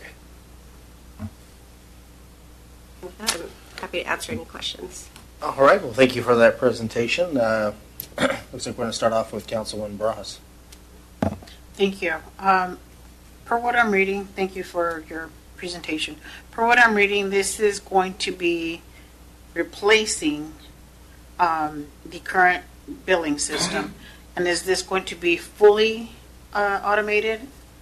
So a lot of it would be automated. So right now there's quite a bit of processes that require manual processes. For example, whenever it's time to for shutoffs, what we have to do is we have to wait until that last minute around 8:15 and pull the report and find out who is still late, that type of thing. And with this process, it will just automatically, we can see pending payments, we can see all of that within the system without having to run any extra processes. So there's a lot of efficiency there, and there's many examples like that that is very automated. Thank you for that. I agree with this. Every time I call BDI, they charge me like $3 for making my payment over the phone. So I don't see why the city should be continuously eating up fees. It's unfortunate, but this is looks like, per what you're presenting and what I'm looking at, it seems to be a more convenient, economical option. And how long does it take to switch over? It takes about 6 to 8 weeks, and so we've had discussions already with the processor, and we are ready to go, and so are they as soon as we get that approval. Thank you. All right. Thank you for that. Let's move on to Mayor Pro Tem Grimm. Thank you, Mr. Mayor. Thank you, Ms. Garcia, for putting all this together. Just one question for you and then a bunch of comments. But in your July 2025 comparison, you showed the difference between Paymentus and Tyler Payments. Would the difference you're showing there account for people that actually switch from credit card to ACH? I mean, it's kind of an unknown factor, correct? Right, yeah. This is more of, if we would have had Tyler Payments in July for that same exact activity, this is what the payments would have been, what the fees would have been to us. So it doesn't factor in any hypotheticals. So the only hypothetical that we have right now is we expect that people would probably shift over to ACH, since that's the free option for customers. Probably around 25% of our customers would shift over. So right now we pay $90,000 in ACH fees, and if that 25% does shift over, that would increase to like around $112,000. No, I really appreciate that. Thank you so much. And yes, I've been a big proponent of this from the beginning. I really appreciate your work on this. I guess I have one other question. We were looking at going to online permitting to where our developers and stuff can fill out all this online. I am assuming this is going to all integrate to that. And Unfortunately, it doesn't. Permitting process is in Trackit, which is outside of the Tyler company. So that is another item that we have been exploring that. We tried to see if it could work with either Paymentus or with Tyler payments, and that is one of the items that we've been working. We've been definitely trying to get it in there, but the challenge is that most companies are they come with their own processor. So Trackit has their own, and there's not a lot of flexibility there to have another provider. Okay, thank you. No, I appreciate that clarification. I don't think the public really realizes why these credit card companies push these mileage or reward cards so much is because they are big money for them, and it gets put on the back of the actual processors themselves, or I guess actually the retailer, the person who actually takes it, which in this case is the city. So it is really just the taxpayers who are allowing people to get all these rewards and extra miles and everything on their credit card. And as much as I love to take advantage of that as much as anybody, like the councilwoman next to me said, it shouldn't be on the citizens of Pasco. Typically, whether it be, I think she cited BDI or the state of Washington, or when you pay Josie Kelzer for your property taxes, I mean, you are making that choice between 3% or no charge at all. And I don't know anybody that really, given that choice, wouldn't take the free option. And I appreciate, as our deputy city manager brought up time and time again, that just being able to pay online is a huge labor saving to city staff. And we would want to always give them a free option, because going and opening all those envelopes and processing the checks would be a huge workload. So I am definitely in favor of this. The one thing that I would want to, I guess, ask for, that hopefully my other council members will go along with, is you spoke of how big of a transition this was for the customers before in 2023, that maybe if we moved it to 4 months of no late fees, just to give the people a little extra cushion that maybe aren't opening their bills as they should every month and seeing what they're actually paid and just so used to that, just to extend that grace period a little bit would, I think, be good for our citizens. Thank you.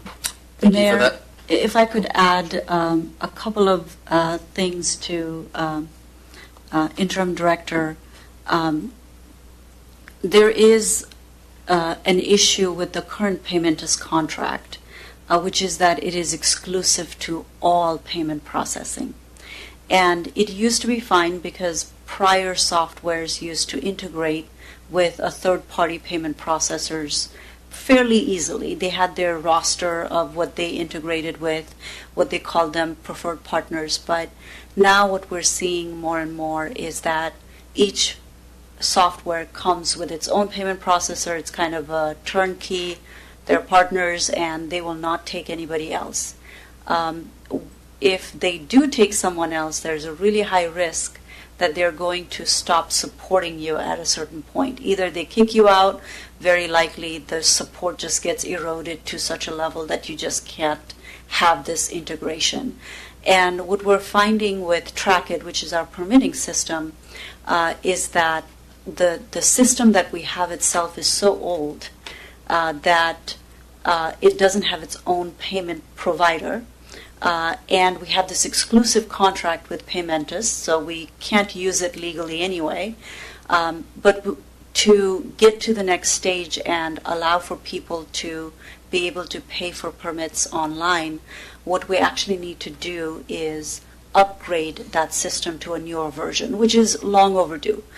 So that is what we're doing right now, and it's delayed that integration with the payment processing and allow online payments in the permitting realm. But we are looking at first quarter of 2026 upgrading and providing all of those services. That will include online forms for online applications, essentially, so that all of that work can be done completely online. So this effort of transition is twofold. One is to get out of that exclusive contract. So we would end our contract with the Paymentus, and then if council did recommend that we stay with them, we would have to create a new contract. It would be with the same company, but a new contract that would have that exclusive language out of it, so that we can move forward with permitting software and online payments there. All right. Well, thank you for that. Let's go to Councilman Morales. Thank you, Mayor. I just wanted to revisit our 6/23/2025 meeting, and I remember in this discussion for utility payments, it says, we talked about three options. One, passing on all fees for utility payments again. Two, continue to absorb all fees, the current model estimated annual impact of $500,000. Or three, absorbing ACH fees while passing on card fees. So what I'm seeing today is that we would absorb the ACH by passing on the credit card. So we'd be saving about $250,000. Is that still accurate based on the report back in June? We believe so. We think that the ACH fees overall are going to be around $120,000, as Director Garcia mentioned. In that estimate overall, we're kind of estimating some of the other activities that would be transferred out, like there's other transactions that happen outside of utilities as well. 250 is a pretty generous estimate, but okay. At this point, that's yes. what I was wondering based on what I was seeing. I'm like, well, the numbers don't really match up to what we talked about in June, but it's still a cost savings. I could pay for your murals. I think so. I like the direction. I will support this tonight. All right. Thank you for that. Yeah, I also like it. Sounds like Tyler's the way to go. And anytime we can save money and try to make a lean city hall is what we want. So unless we have any other objections, I think this is the way we should move forward. And so, not seeing any other questions. So let's move on to 12, which is miscellaneous discussion. Do we have anything that the council would like to bring up, or our new city manager? Yes, just a few things, if I may, Mr. Mayor and members of the council. First of all, welcome, Councilmember Cotta. Look forward to working with you. I did want to address some of the information provided underneath the public comment, because I think there was some misinformation. So I do just want to address that really quickly if I can, just to make sure that there's some facts out there. So the meeting that was addressed before was at a work session. Work sessions are designed for staff to talk about options and alternatives with the council to get direction so that we can go through the right processes for the actual actions that you take.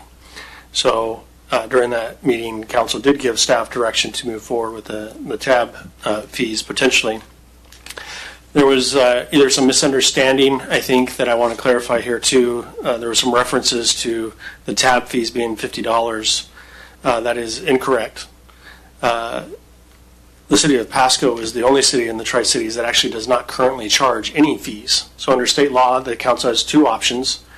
You can either charge a fee via sales tax, as was addressed here in other public comments this evening, or there is a tab fee that we can do. And by state law, when the city of Pasco, should it choose to move forward with this, is limited to only a $20 fee at the beginning. And then I believe it's every 5 years you can increase it at another $5. I'm sorry? Yeah, it goes with 20, 40, 50. Okay. So anyway, there's a delay in time process that the city can then increase that amount. But I wanted to be clear, what we're talking about right now, what staff proposed was a $20 tab fee, which is the max that we can do at the first implementation of it. And since Pasco has never implemented this is the first implementation. Now, the public can debate whether or not that fee should exist in the first place. And as part of that, the official process for the city of Pasco and the council to consider that does require a public hearing, which will be scheduled more than likely in the second meeting of November. So between now and that public hearing, the public has more than enough opportunity to reach out to council members, come talk about it at public comments, at regularly scheduled meetings, or even our work sessions, because the council has opened that up for public comment as well, which you're not required to do, but we do anyway to increase transparency and dialogue. So you have until now, till the second meeting in November, and we will have an official public hearing at the second meeting in November, at which point the council can make a decision on whether or not you want to implement any fees at all and which alternative you want to do. So I did just want to clarify that. And then in addition, with Councilmember Cotta coming on place, I do just want to update the council that I've directed staff to look at some orientation packets for newly elected officials. So one, so we can get that from Mr. Cotta. It does need some updating, but we also intend to have that up to date so that after the November election, when there's new council members elected, that we have up to date orientation materials to get to the new council members, help them get up to speed as quickly as we can.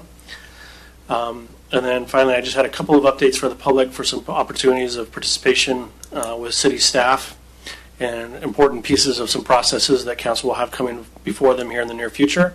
So first of all, our police department will hold a District 2 Business Watch meeting on Tuesday, September 16th from 1 to 2 p.m. in the Walmart team meeting room. It's at the back of the store at the Walmart. So, and then also there will be a police department District 2 community meeting that will be held on Thursday, September 18th at 6 p.m. at the Grange Hall. Then we do have materials available, so you can either contact City Hall or look at our Facebook or social media pages for further information on that, times and places of those. And then also, we will have our second of 2 fluoride public feedback sessions that is also advertised on our website and social media, and that will happen Wednesday, September 17th, so in 2 days, at 6 p.m. here at City Hall in this room, the City Council chambers. And so if anyone has any opinions on whether we should continue including fluoride in our water treatment or whether it should be removed, there is a public feedback session on that this Wednesday here at City Hall in this room, Council chambers. And at that one, you can either attend online or in person, and you can register online on our website to attend, to speak virtually at that meeting if you would like. So, and then also I would just like finally to thank staff. I think you may see some changes here. There was some more emphasis on today's agenda with regards to different alternatives the council has on different agenda items, and I appreciate the staff following my lead and direction to provide that to the council on agenda items. So that's all I have for this evening, unless the council has any questions for me. All right. Thank you for that, City Manager Stewart. Let's go with Mayor Pro Tem Grimm was first, so let's start with him. Thank you, Mr. Mayor. My comments kind of fall in line with what our city manager, Mr. Stewart, was saying. Just as far as public meetings, I mean, I'm sure we all remember, but maybe the citizens don't completely recall that before this council was completely in effect and came together, that, there was no public comment during workshop meetings. And one of the things that always stuck with me was that we could have something presented by staff, and most of these are just, typical items that are just kind of run-of-the-mill, but if staff presented something and we said, we like the sounds of that, that could potentially go on our consent agenda, which is then voted on before the public has even the opportunity to comment. And so really, I thank this whole council for opening up our workshop meetings to allow the public to comment on each and every individual item that may come up, so that we don't find ourselves in a place where the public doesn't have a chance to respond. And so, I get it. There's a lot of emotions and passions, and,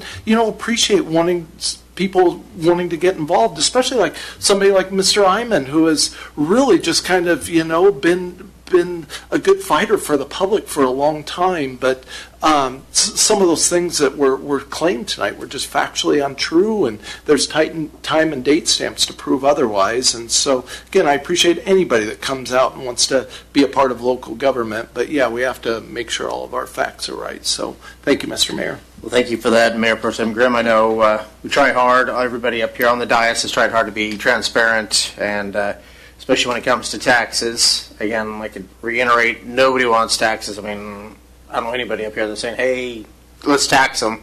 So it's very frustrating to hear, the different comments that we received in our email boxes when we're trying to be as transparent. I know Mayor Pro Tem Grimm even reached out. I saw some of his correspondence reaching out to people, and it didn't seem like there was comments back or even calls made and he didn't get calls back, or so it's hard when you're trying your best to do the right thing and people still don't want to hear they have an agenda and they kind of want to believe what they want to believe.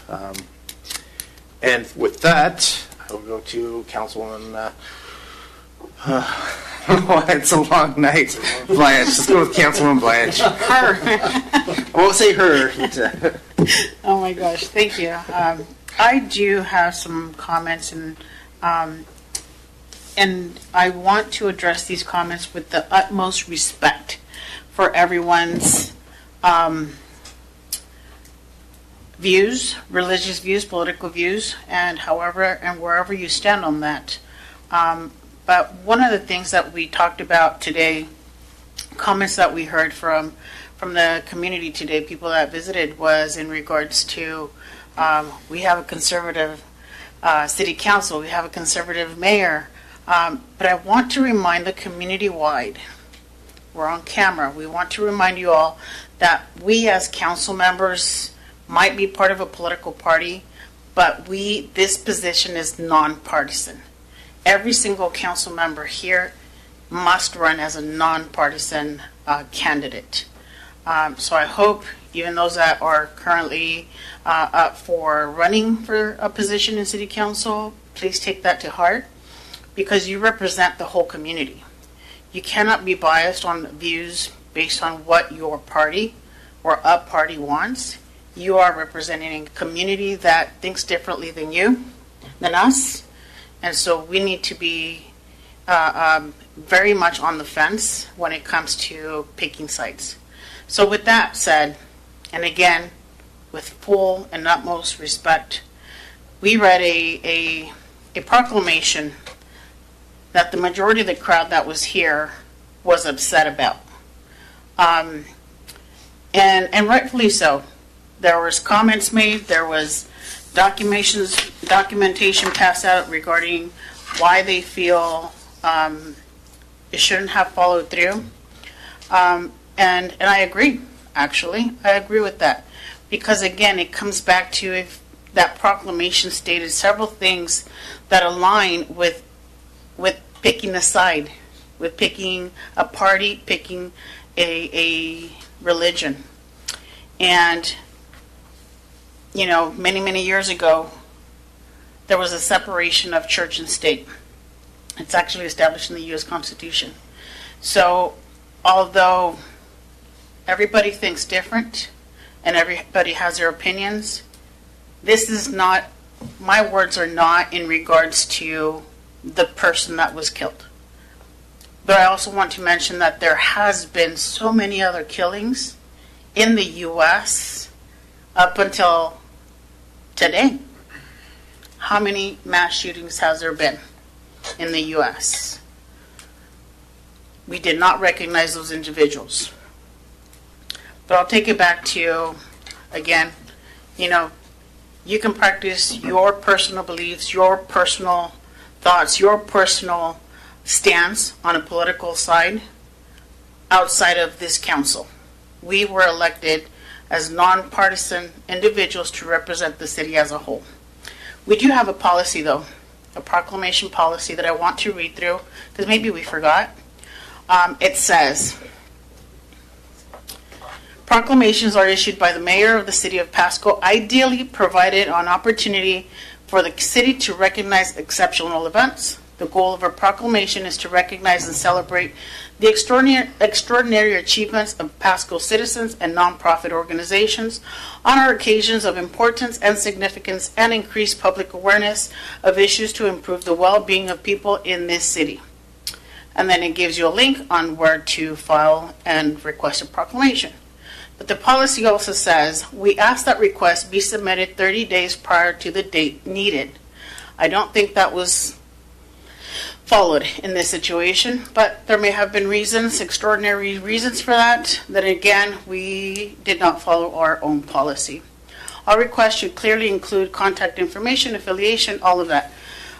It reads also, request should include draft language of what the background information about the exceptional event should be. Assuming that was followed. But as you continue reading, it says, We are unable to accommodate proclamations for out of community events or for profit causes. You keep reading, it says, greetings from the mayor or other forms of recognition can be issued when a proclamation request does not meet the guidelines. Greetings and or other recognition shall be used to honor special events or individuals within the city of Pasco. There were events community-wide, statewide, nationwide, I'm assuming too, in regards to the passing, the killing of Mr. Kirk. I would invite you all to attend on your own time to these celebrations of life, to these commemorations of life, to acknowledge the work that he did, if you so align with what he did and said. But also, Mayor, I want to highlight that I named a few names earlier.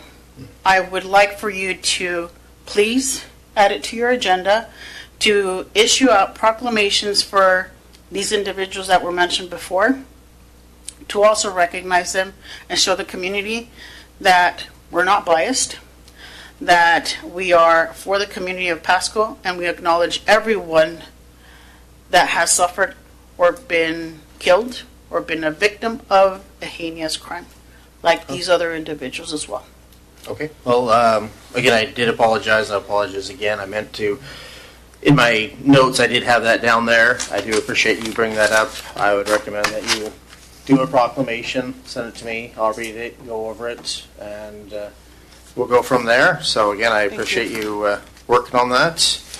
And yes, if you're going to blame anybody, I guess blame me about the 30 days. So I took it upon myself. I'd like to say no, this is not a blame game. This is not intruding into anybody's personal thoughts. This is if we're going to do things a certain way, then let's do them that way. We have policies and guidelines to follow, and again, respectfully for everyone, whoever, whatever you want to believe, that's on you, but don't bring it to the city council.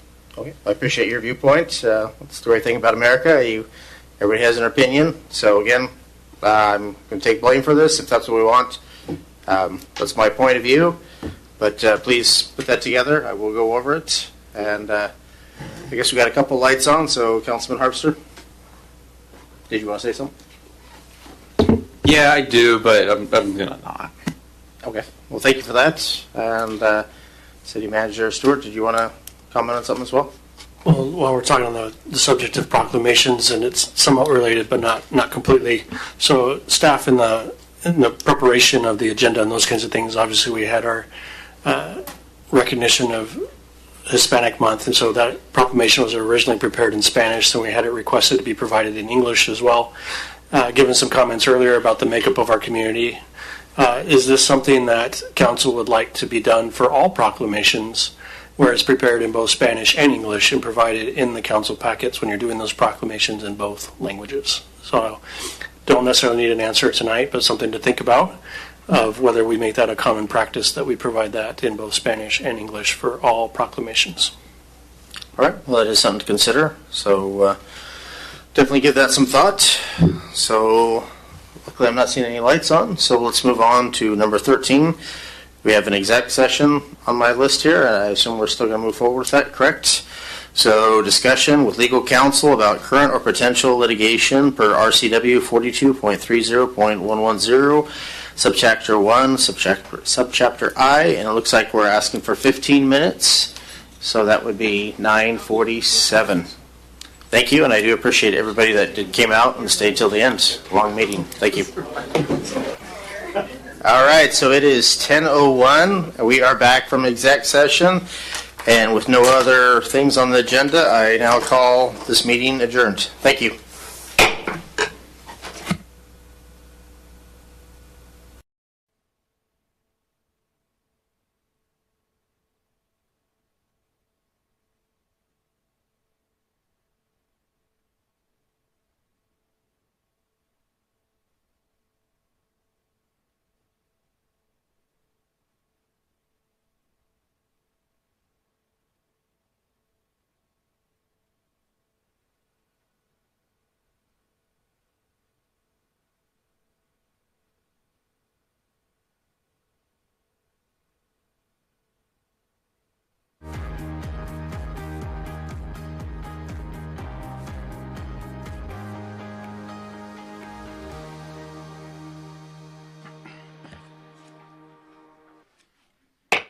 Good evening and good evening and welcome to the City of Pasco Council regular meeting of Monday, March 17th, 2025, and happy St. Patrick's Day.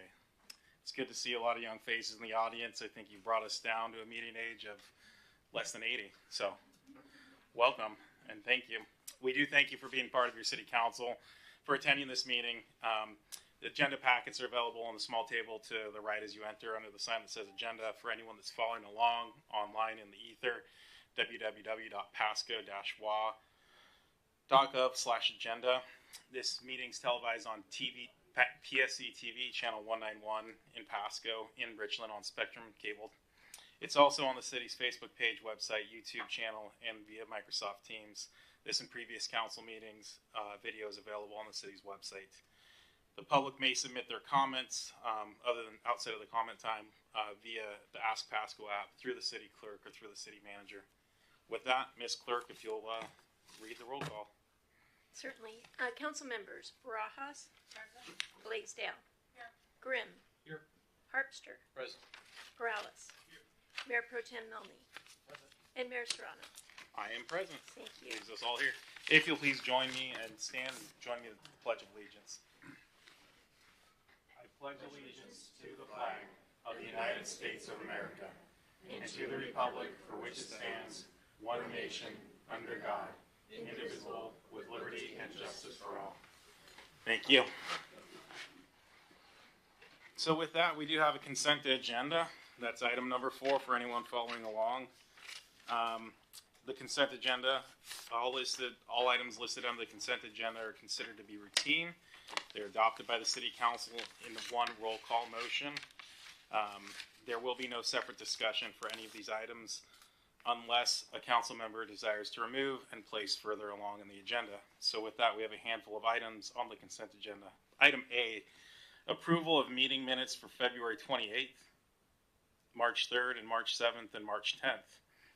Item B, bills and communications, approving claims in the total amount of $3,743,876.74. Item C, resolution number 4575, change order number 3 for wastewater treatment plant phase 2A construction with Apollo. Item D, resolution number 4576, memorandum of understanding between the Bureau of Alcohol, Tobacco, Firearms, and Explosives, the ATF, and the City of Pasco. Item E, resolution number 4577, memorandum of understanding between the Bureau of Alcohol, Tobacco, Firearms, and Explosives, the ATF, and the City of Pasco for the NIBIN Enforcement Support System, or the NESS. Item F, resolution number 4578, memorandum of understanding with the Washington State Department of Commerce and the City of Pasco for participation in the Domestic Violence High Risk Team, the DVHRT. Item G, resolution number 4579, letter of agreement between the Geiger Institute and the City of Pasco for implementation of the Danger Assessment for Law Enforcement, or the DALE, D-A-L-E, model. Item H, resolution number 4580, service agreement between Hanford Mission Integration Solutions, or HMIS, and the City of Pasco for use of the Emergency Vehicle Operations Course. And finally, item I, approve Visit Tri-Cities Tourism Promotion Area Reserve Funding Request and 2025 Work Plan. With that, before I get a motion, do we have any discussion or desire to remove any of these items? Seeing none, Mr. Milne. Thank you, Mayor. I move to approve the consent agenda as read. Got a motion by Mr. Milne and a second by Ms. Blaisdell. Can we get a roll call? Councilmember Grimm. Yes. Councilmember Harpster. Yes. Councilmember Perales. Yes. Councilmember Barajas. Yes. Councilmember Blaisdell. Yes. Mayor Pro Tem Milne. Yes. And Mayor Serrano. Yes, a yes. It's unanimous. Thank you. With that, that moves us on to item number 5, which is proclamations and acknowledgements. We do have one proclamation, and I'm stuffing the final envelopes to give to our wonderful students at the Pasco High dance team. So what I will do is I will read. You know what? Let's do this. Why don't you all come up all the members of the dance team, and I'll come down and read it to you from there, and I'll hand these out to you. And then I know there's a request for a photo op, so if that takes a few minutes, we could take a quick intermission. But I'll come down and I'll approach you from the lectern. That way I can read it into the lectern.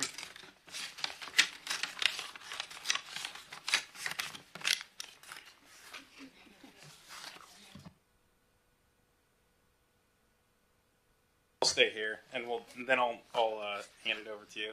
So on behalf of the city of Pasco, I want to extend my heartfelt congratulations to the Pasco High Schwana. That's the right Schwana. Okay.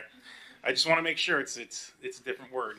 Bulldogs hip hop team for your historic victory at the 2025 Dance Team Union National Championship, earning the title of national champions in the hip hop small division and becoming the first team from Washington State to achieve this prestigious title is a truly remarkable accomplishment, one that will be remembered and celebrated for years to come. Your extraordinary performance has brought us great pride and joy to your community, and I'm honored to commend you on your well-deserved success. This is an exceptional achievement. It's a testament to the hard work and the dedication you've poured into your craft, and you've truly exemplified the power of teamwork, tenacity, and passion. Countless hours of practice, perseverance through challenges, and an unwavering commitment to excellence have led you to this incredible moment, and you have a well-earned, deserved place among the best. Your steadfast dedication and your ability to shine brightly on the national stage truly exemplify the spirit of Pasco. Your victory not only showcases your talent and the talent of Pasco High, but it also highlights the strength and spirit of our community. You've inspired younger generations by proving hard work and determination anything is possible. And I believe that the Shawana Bulldogs have set a new standard for excellence for teams across this region. As the mayor of Pasco, I would like to extend my sincere appreciation to each one of you as a member of the Shawana Bulldogs hip hop team, to your coaches, to your mentors, to your supporters, of course your family. Couldn't do it without them. I encourage you to continue pursuing your passions with the same enthusiasm and determination you currently do. I congratulate you. Thank you for representing the city of Pasco throughout the nation and certainly throughout the Pacific Northwest. I've got letters for each one of you, but I understand the photo op has been requested, so I'll come down. And what we'll do is I'll come down to you, and then council will stand behind us, and we'll do that, and I'll get you your letters. And then if we need more time, we'll take more time for photo ops. Other than that, you're free to go for the night. So with that,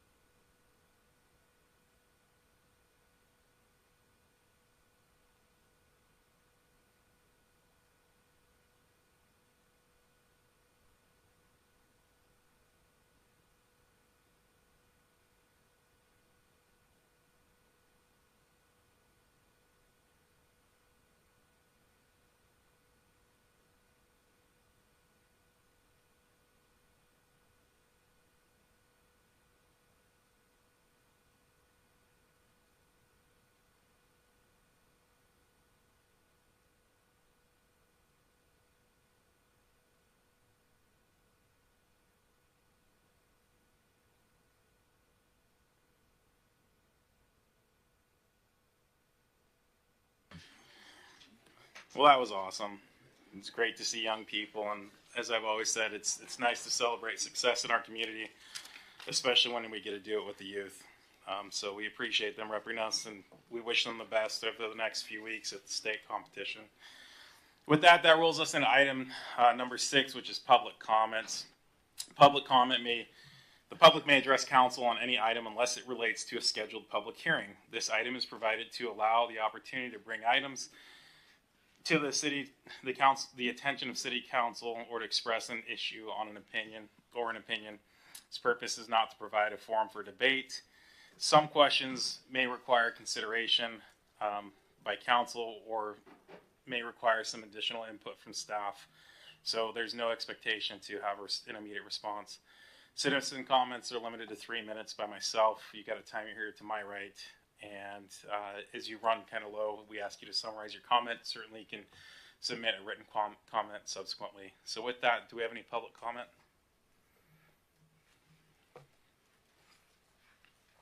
And if you can give your name and city of residence for the record, please.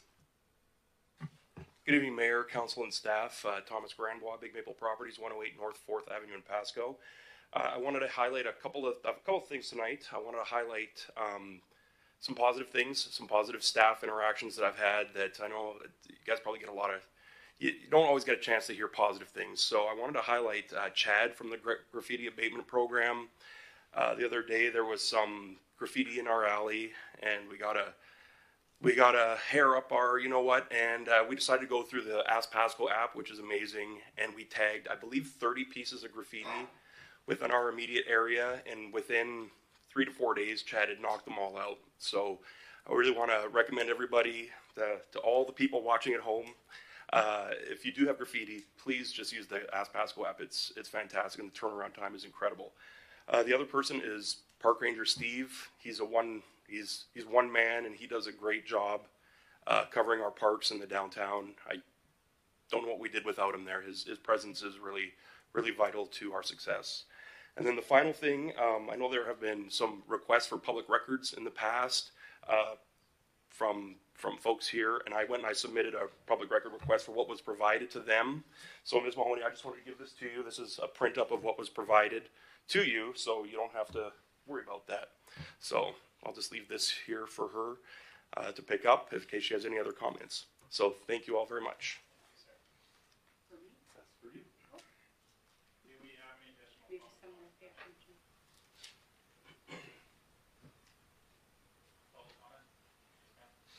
Oops, sorry, my mic was off. Ms. Mahoney. Go ahead, ma'am.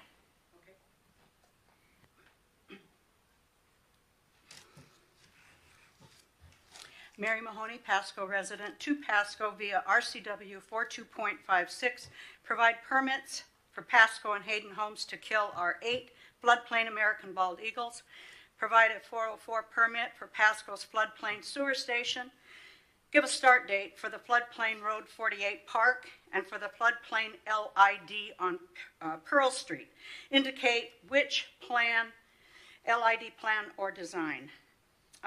What's the total cost for the Pasco Aquatic Center, including Matt Watkins' Wow Factor wave machine, which comes in at a cost of, who knows, $22 to $280 million. Pasco's CIP budget is over $500 million. How much is going for homeless shelter for people with and without pets? How much of the CIP budget is going for a low-cost spay-neuter clinic anywhere? Provide the deleted Pasco City Council meeting with City Attorney Lee Kerr's comments regarding the WSU contract, Angela Zeiler's missing rainy day fund from Animal Control, his permission for no due process at Animal Control, floodplain development, and more. How much money does WSU pay Pasco and Animal Control for our dogs and cats used for research? Animal Control, Angela Zeiler's quoted in the Tri-City Herald, quote, "The dogs euthanized at WSU were the ones the shelter would have had to kill anyhow." See Animal Control Zeiler-Zegan's files with Bell, Kilo, Jack, and more, as well as WSU Animal Control dog videos. Give Angela Zeiler's rehire date at Tri-City Animal Services. For all details, call Lee Kerr at 7351542. Animal Control has botched many euthanasias, calling it popcorning the dogs and cats. That is, dogs and cats suffer painful and violent deaths. Provide Zeiler-Zegan's education and certification for humane methods of euthanasia required by the Animal Welfare Act. Provide results for the 48 counts of animal cruelty, theft of $375,000. The Missing Rainy Day Fund.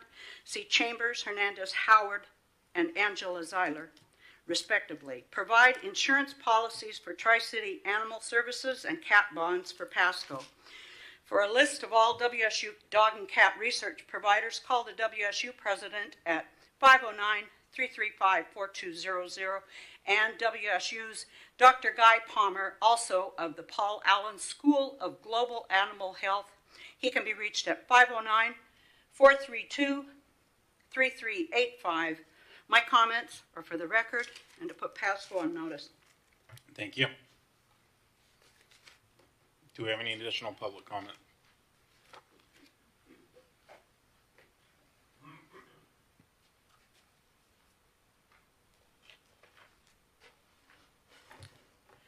City Council members, my name is Amber Wade, and I have lived in this community since 2001.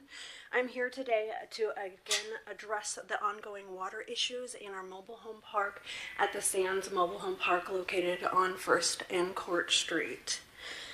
Recently, it took me 30 minutes to fill my bathtub. That is completely unacceptable, and it is not just me.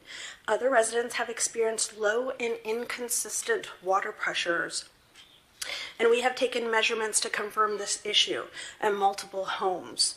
Instead of fixing the problem, management is now threatening me with another cease and desist letter for speaking up.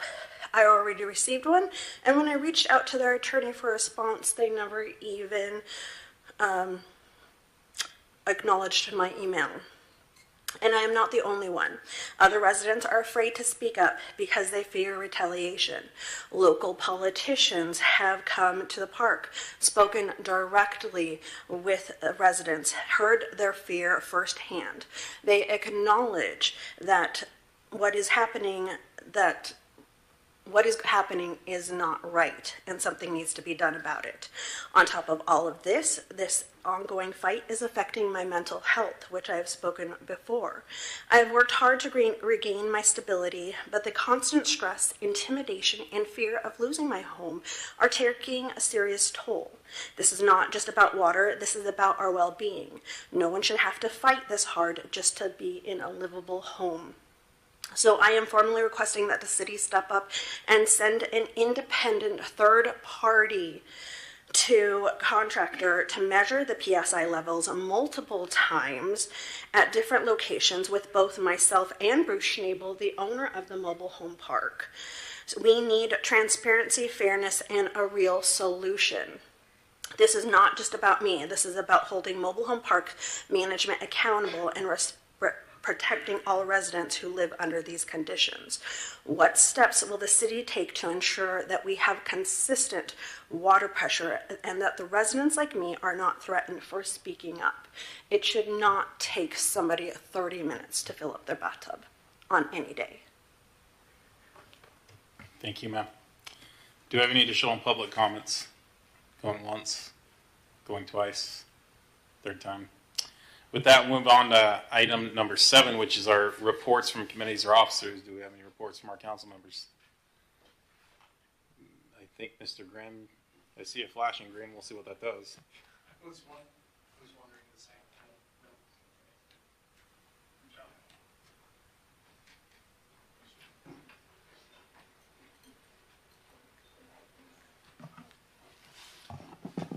Thank you, Mr. Mayor.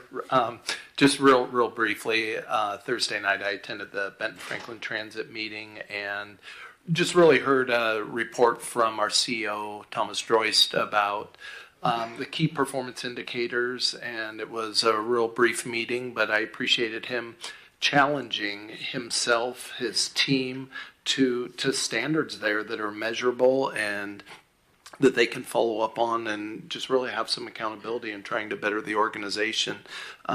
He's, several months in now, but I'm sure still getting his feet wet, but yet he is more comfortable, confident, and I believe he's off to a great start there. So thank you. Thank you, Mr. Grimm. I'll go with Mr. Harpster because it looks like Mr. Milley's struggling. If we have to, slide my mic over, David. Yeah, I attended the Pasco Chamber of Commerce luncheon today, along with Mayor Pro Tem Milne and Councilmembers Grimm and Brajas. Outgoing Port Director Randy Hayden gave a presentation on really how the port's done over the last 25 years that he's been there, and certainly exceptional. And they still got a lot of great stuff in the pipeline that I'm sure we'll hear about. That was it. Thank you. Now it's working. Okay, yes, last Thursday I did attend the Park and Recreation Advisory Board, and it was a great report, but the highlight for me was the Highland Park. I was a Pasco youth football coach for a while there, so they talked about installing sidewalks, possible walking paths in the future, and then, of course, a little bit updating some of the landscaping. So, yeah, it's just good to see that our youth are being well taken care of, and some of the fields that have been around for a number of years are improving and making them better and better. So glad to be part of that. Thank you. Thank you, Mr. Milne. All right, I just know I saw some flashes with mics that weren't working at one point. So with that, it looks like that's what we've got for item number 7. We'll move on to item 8, which is hearings and council action on ordinances and resolutions relating thereto. None are listed tonight. That moves us on to item number 9, which is ordinances and resolutions not relating to hearings.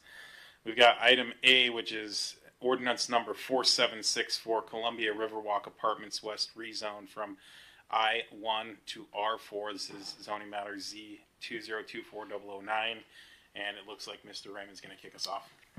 Thank you very much, Your Honor and council members. Good evening. The owners of the property addressed as 2326 West A Street have requested to rezone parcel number 119740115 in Pasco from I-1 light industrial to R4 high density residential. The subject property is approximately 1.38 acres in size. And as you can see from the aerial map, the surrounding area contains a mix of high density multifamily residential along with some commercial and even some single family residential uses. Next slide, please. The comp plan land use designation is mixed residential commercial. As such, the requested R4 designation is allowable and fitting in this location.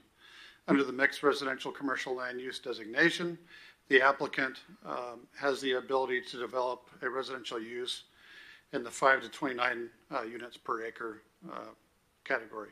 Next slide. The surrounding zoning designations vary from R1A2 low density residential alternative district to the north, C1 retail business district to the west, and R4 high density residential to the east. Given this, R4 is a fitting continuation of recent development trends in the area. Next slide. This slide speaks to the requirements on how to evaluate zoning petitions like this. And in consideration of all the criteria, application package, and public comment, staff finds consistency with this criteria. Additionally, the hearing examiners held a public hearing on January 8, 2025, and subsequently recommended approval of the requested zone change. Next slide. At this time, staff is requesting that the City Council adopt Ordinance 4764, amending the zoning designation of the subject property from I-1 light industrial to R4 high density residential district. Thank you. Thank you. Do we have any questions or comments? This hearing? Sorry, Mr. Ferguson. Yeah, I just need to go through the script real quick for quasi-judicial. So this is a quasi-judicial hearing or proceeding to render a final decision on materials that are presented. It's defined as a proceeding in which the council defines the legal rights, duties, or privileges of specific parties in a hearing, proceeding, or other contested proceeding. The appearance of fairness doctrine applies. The hearing must be fair in 3 respects: form, substance, and appearance. All council members should consider whether they have potential conflicts as follows: A, a demonstrated bias for or against any of the parties; B, any direct or indirect financial interest in the outcome of the proceeding which would affect the council members personally, whether there has been any prejudgment of the issues prior to hearing the facts, whether there has been any ex parte contact with anyone other than staff prior to this hearing, and finally, any other conflict which a council member believes would prevent them from hearing this matter fairly and impartially. If any council member has any of these concerns or disclosures, now would be the time to make those known. Seeing none, any member of the public wishing to seeking to disqualify a member of council from participating in these proceedings? Seeing none, please proceed. Thank you for that. Do we have any questions or comments of staff from by council? Seeing none, can I go ahead and get a motion? Yes. Yeah, Mayor, I'd like to make a motion. I move to adopt ordinance number 4764, amending the zoning classification of certain real property located at 2326 West A Street on the south side of West A Street at the intersection of West A Street and South 23rd Avenue in Pasco, Franklin County, Washington, from I-1 light industrial to R4 high density residential, and further authorize publication by summary only. Got a motion by Mr. Sorry, I got a motion by Mr. Melanie and a second by Ms. Blaisdell. All in favor, say aye. Aye. Aye. Any opposed, say nay. Hearing none, that passes unanimously. We'll move on to item B, which is resolution number 4581, fourth amended and restated interlocal agreement with Benton County Emergency Services, BECS. Mr. Ferguson. Great, thank you, Mr. Mayor. So essentially, first of all, I must say I'm very disappointed. I worked very hard on trying to get multiple colors in this document to show you the differences, and they were there, but then they got lost in translation. So anyway, I was. Do you ever? Okay, good. At least on I had it up to 3 colors at one point, but anyway, long and short of it is I won't drag you through it. I'll just show you the things I really wanted you to focus on that were different from last time. Were on page 14 of the document. I guess it's page 330. Well, gosh, I guess mine may be off now, but it's page 14 of the fourth amended document talking about. The public records. Essentially, the first section describes ownership of the records. Now that all the member agencies will be, or participating agencies will be members of they'll have ownership of their own records. The second part really talks about retention, and that the BCS will be solely responsible for retention values, but will not go below what the state law minimum is. So that's a significant concern that we would have, and it's ameliorated by that provision. Next part that really is focus is that the member agency will be the ones who are responsible for processing their request. And further down in that section C and D, you can see that BCS, because even though the records are created by each jurisdiction and they, quote, own them, they don't actually possess them, because BCS has a lot of these records in their bank. So what is, and the big key, or I guess the big, not bone of contention, but the big concern was how then, if they have the records and we're responsible for providing the records to make sure that it's compliant with the Public Records Act, how do we know that the search was adequate? So the part that you see in D, where it talks, you see the 1 and the 2 there, that is really the part that came in after a lot of discussions, because what it said is that if BCS does the search, they essentially are indemnifying the agencies for the adequacy of that search. Now, there's pretty strict requirements to get to that point. It has to be the only portion that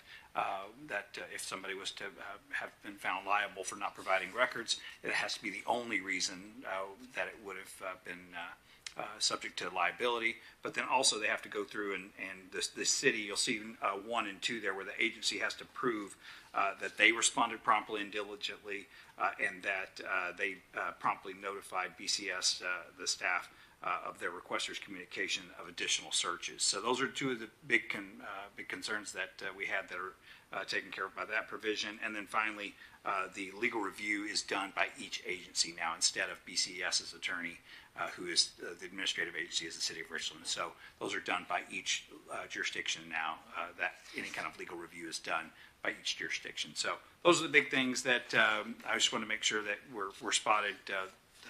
A lot of work went into making sure that got written correctly, and that everybody could live with it. So yeah, if you have any questions, happy to try to answer them. But sounds good. Thank you, Mr. Ferguson. Do we have any questions or Mr. Corrales? It looks like you're making an attempt. Brad again. There you go. I was just gonna ask, so BCES has approved our changes. So what we're approving here is, I mean, it's not gonna get changed? Okay, thank you. That's correct. Yeah, everybody's gone through, and I think we are one of the last two to go. So everybody else has already approved it, so it won't have any changes. Thank you. Do we have any other questions or comments from council? Seeing none, Mr. Milne. Thank you, Mayor. I move to approve resolution number 4581, authorizing the interim city manager to execute a fourth amended and restated interlocal agreement for the Benton County Emergency Services. Second.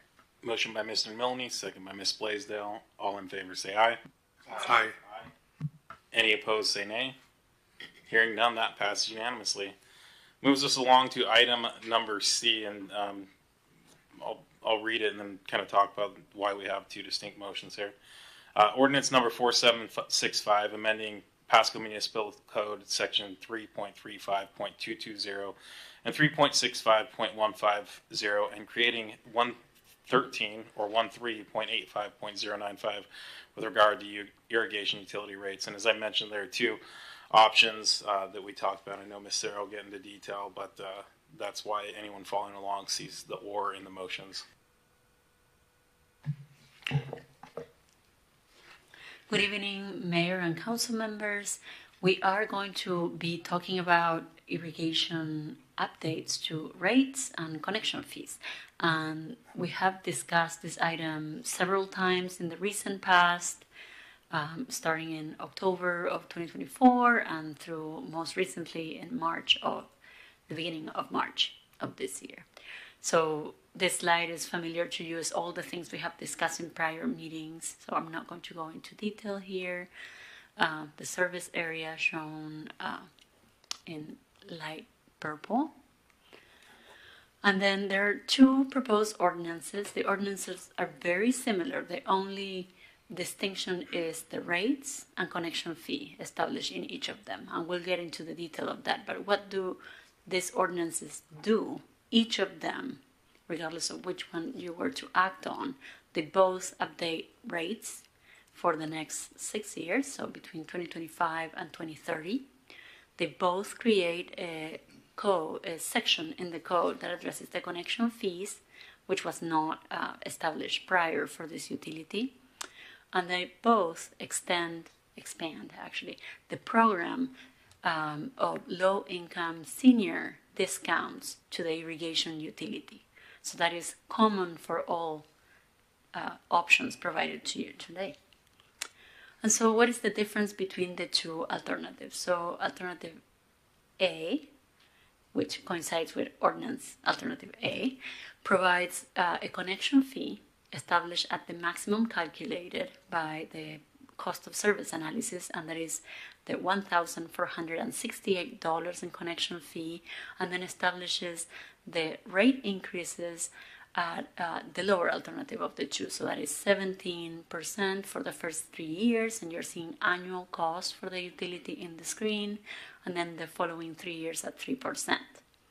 Alternative B has a lower connection fee, which is proposed at $1,000 for connection fee, and then the increases to rates is a little bit higher than the option A. So in this case, the first 3 years is 17.75%. So that is just under 18% for the first 3 years, and then the last 3 years in the schedule is a 3% update each year. So that is all I have to present tonight, but I'm happy to address questions. Thank you. Do we have any questions or comments from council staff? I know we wrestled with this for quite a bit of time, and we narrowed it from 3 options down to 2 options. Now we have 2 before us, and we'll take action on one tonight. Mr. Harpster, and I can circle back with some thoughts. Yeah, no questions for staff. Appreciate the presentation. I did just want to point out to the rest of council that in the staff report that was prepared, it does a good job of breaking down the 3 reasons for the need for this fee. One being the upgrades that are needed to the existing system because of existing use, and then 2, to support future growth. And so the way that and then 3, to cover rising operational costs. So the way that I would look at that is the first reason needing upgrades to fix existing issues is because of existing users, and that, so then the existing users should pay some share in a raised fee. And then the second reason, to support future growth, would tell me then developers need to also be paying a fee to support the growth of the system. And so just based on that, I'd be in favor of option A. Wanted to share some math that I did. So option B, at a connection fee of $1,000 per dwelling unit and a total rate increase of $173.69 by 2030 is a 475% difference. So it's not necessarily fair, but I do think it's the best case that we've got of the options, right? And there's a definite need. With option A, those numbers are very different. So connection fee of $14.98, total rate increase of $166.19. By 2030 is a difference of 801%. And so just another reason that I'd be in favor of option B. And then lastly, again, this is a need that I think can easily be explained. But as Ms. Copeland from Tri-City Association of Realtors mentioned a couple weeks ago, this does effectively end up as a tax on new homes. And so there, just that again is a third reason for why I'd be voting for option B. Knowing that this is necessary, but giving us the option to keep it a little bit lower. So those are my thoughts. Thank you, Mr. Harpster. Yeah, when we talked about this, I think I was in kind of somewhere between like a B plus, somewhere in the middle of A and B. Looking at it, I think, I'm supportive of option B, and my thought is this: we opt in for maybe the lower connection fee if that's the desire of council, and then maybe we revisit in a year or 2 years, and if the connection fee doesn't seem to be doing the right thing, we can uptick it again at that point. But I do agree with your sentiments there that we're assessing a cost to growth, paying for growth, but we're also assessing a cost to users, paying for historical users, which new growth can't account for any wear and tear, if you will. They're just adopting the system as they get it. So, yeah, I'd be in support of B. Certainly, if we lean towards A, I think it is what it is, and we've, at a minimum, we're getting the opportunity to make sure that our system's going to have longevity. I see no further lights. And that being the case, I guess, Mr. Millie, you pick and choose. Choose your own adventure, buddy. Why don't we just shoot for option B first, and we'll see how that goes. So we're going to redo the reduced connection fee. I move to adopt ordinance number 4765, amending Pasco Municipal Code sections 3.35.220, irrigation water utility fee, and section 3.65.150, senior discount, and creating section 13.85.095, connection fee, and further authorize publication by summary only. Second. Got a motion by Mr. Milne and a second by Ms. Blaisdell. Because we have two options, let's go ahead and do a roll call. I think that's just going to be cleanest. Councilmember Blaisdell. Yes. Grimm. Yes. Harpster. Yes. Prowlis. Yes. Barajas. For clarification, this is for option B? Correct. No. Mayor Pro Tem Milne. Yes. And Mayor Serrano. Yes. It passes 6-1. Thank you, ma'am. With that, we'll move on to item number 10, which is unfinished business. There is none listed. We'll move on to item number 11, which is new business. It's a number. There are 3 items. Sorry, Dave. Did I cut you off? All right. Just, with the mics not working right, I just want to make sure I'm not missing something. We'll move on to item number 11, which is new business. Item A is transportation impact fees study, Fair and Pierce, and that's going to come from Deputy City Manager Hugh Sigdell, who's not celebrating her birthday this week. Thank you, Mr. Mayor and Evening Council. I would like to introduce Kendra Breland. She's representing Fear and Peers, a leading transportation planning and engineering firm. They have extensive experience in planning and designing transportation systems, and they're very innovative in their solutions for urban growth and infrastructure challenges, which we're very well aware of. And she will be presenting updates on Pasco's transportation impact fee process, and talking about the process itself and how it helps manage growth and fund some critical transportation projects, and also, and probably more importantly, ensure smooth development process for our community. And with that, welcome, Kendra. We can turn now on the bass. There we go. Thank you very much. And good evening, Council. Again, my name is Kendra Branlin from Fair and Peers. And I'm going to I've got a fairly lengthy presentation here. I'm very open if you want to ask questions as we go, or if you want to wait until the end. Either way is fine with me. So first of all, just a few kind of basic slides. What are transportation impact fees? They are one-time charges paid by new development. They were authorized under the 1990 Growth Management Act. And generally, they're provided to fund improvements that are needed to serve new development. So can't go towards things like filling potholes or addressing existing problems that we have on our transportation system, but they are really intended to fund projects that really provide capacity for new growth, so new trips, whether it's more cars, whether it's people walking, biking. Transportation impact fees are really just helping people to move more effectively.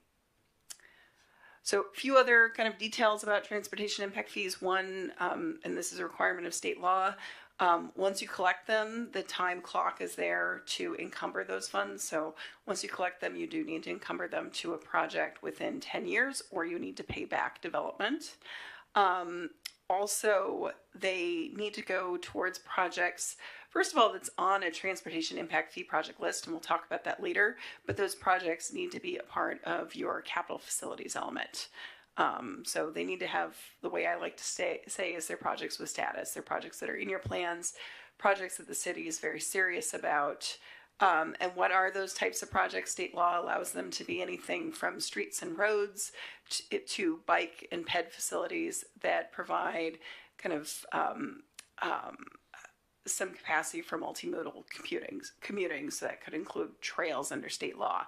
Generally, what we're seeing communities fund impact fees for are really just kind of what we put in that umbrella of complete streets. So those are intersection improvements, whether it's adding a signal or a roundabout, whether it's adding sidewalk, curb, and gutter to a street, or adding a median treatment, or adding additional lanes. So a lot of need on your guys' capital list, we know. So they're a good funding source to kind of help move some of those projects forward.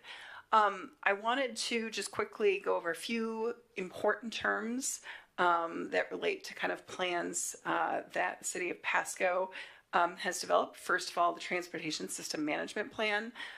So this is a long-range plan that outlines the vision, goals, and strategies for the city's transportation network. So this is really a kind of a long-ranging plan that really attempts to describe kind of the universe of your transportation needs over a long-term horizon. The Transportation System Management Plan, master plan, important to note, it is not fiscally constrained. So it really is kind of the starting point for transportation planning for the city. The next plan that I wanted to quickly summarize is the comprehensive plan, and in particular the capital facilities element. As I noted, this is an important plan to have in place and important for transportation impact fees. This is the city's long-range capital plan, but it is more fiscally constrained. The capital facilities element, of course, covers more than just transportation. It covers public buildings, utilities, parks, as well as transportation infrastructure. But it's important to look to this plan as a source of projects for funding transportation impact fees. And then the one other plan that I wanted to discuss was just the Transportation Improvement Program. This This plan is a 6-year plan. City adopts it pretty regularly. I'm sure this council has seen it a number of times. And this plan looks out to kind of needs that you have in your transportation system over the next 6 years. It can include capital projects, but it can also include safety, maintenance, and congestion relief projects. And then last but not least, of course, is what we're here to talk about tonight, which is transportation impact fees. And in particular, the transportation impact fee project list, again, as I stated, it needs to have projects that are coming from your capital facilities element. And these projects really need to provide capacity for growth and be system improvements. So impact fee projects really should be addressing the city's most critical needs. And really, again, they're projects that are helping make sure that your city is ready to accommodate future growth. So this is a very busy slide, but what we've attempted to do here is explain how impact fees can bring consistency and order to the development process. So in talking with your city staff, these are issues on the left-hand side of the slide that have been raised, and on the right-hand side of the slide is really kind of how impact fees can help address some of these issues. So current structure of your kind of development review process requires extensive analysis and weighing of impacts against nexus and proportionality on a project-by-project basis. Impact fees help to establish that nexus and proportionality in advance, streamlining analysis so you're not having to do that process over and over again. You have a lot of one-off analyses that are being done for every project, which can result in mitigations that don't align with other city plans. And the kind of benefit of impact fees is that they are minimizing that one-off analysis, and they're generating revenues that go towards a project list that has importantly been council approved, because council would be adopting this program. Current system leads to drawn out negotiations, long process, pretty expensive, requiring a lot of outside expertise. Impact fees are streamlining that and reducing the need for negotiation and outside expertise. And fair share calculations don't always provide for full project funding. Impact fees, once they're generated, can be spent on any project on the list. And kind of the last kind of issue and benefit I wanted to raise is that while many impact fill projects today don't result in any off-site mitigation, that's resulting cumulatively in issues, a more congested, a more impacted transportation system over time. Impact fees apply to all development, so every development would be paying in and generating revenue for expanding your system. So generally, when we think about impact fees and how can they address Pasco's challenges, one, you have a gap of funding for transportation that impact fees can help to fix. There's a perception potentially out there that development is occurring without paying for adequate mitigation, and impact fees ensure that growth is paying for growth.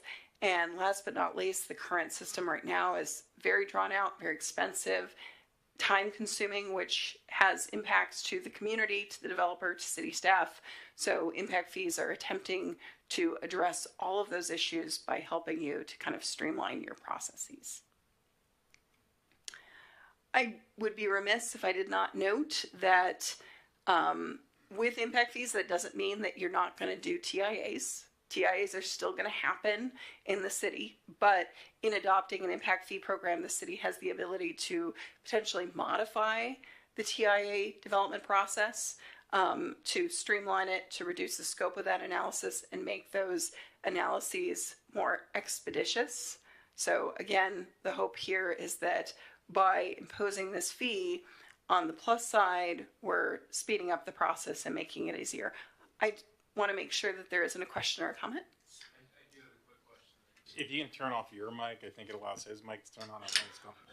Just a quick question on the first slide, third bullet point.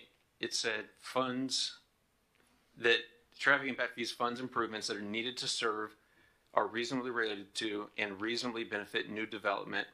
And then the second most recent slide said impact fees can be spent on any project on the list. So reasonably benefit new development, is it the particular project that's being applied for, or new development in general? If you can go back to your mic, sorry, I know this is... I will be trained. I promise you by the end of this meeting, I'll have it down. Or maybe not. No, very good question. So first of all, impact fees. And I apologize, we're using projects on both sides of the ledger. We're using projects to talk about transportation infrastructure. We're also using projects to talk about development, and that is very confusing. My apologies for that. In terms of projects on the list, impact fees at the very beginning of this process, and we'll talk about this in later slides, we identify what projects are a part of that program. So those are transportation capital projects. And not to get ahead of myself, we have roughly 18. We'll talk about that as kind of a draft set of capital projects the city has. It's on your capital facilities element. It's actually on your transportation improvement program as well. That we think are, a really good move. These are going to benefit citywide mobility. What the impact fee program does is it establishes a nexus. So it says, if you're a development, you're coming in, you're generating this many trips, your fair share for this whole list is X amount, but then the city, that money kind of goes into an account, and the city is able to direct that opportunistically to any of the projects, the pre-described 18 projects that are on that list. Does that answer your question? Okay, I will keep going. Wait, Mr. Prowlis has a comment or question or something. I was just going to say that on that current slide you're on, we didn't get that in our packet. So it was apparently added. I don't have that. Go, if you keep on going. The last slide you were just on. I just want to make a note of that. It's not in the packet. Keep on going. Keep on going. Slide that we were just on before we went back. Keep on going. One more. One more. This one. It just wasn't in our packet, so the presentation we have is, like I said, I wish I would have had a chance to review that.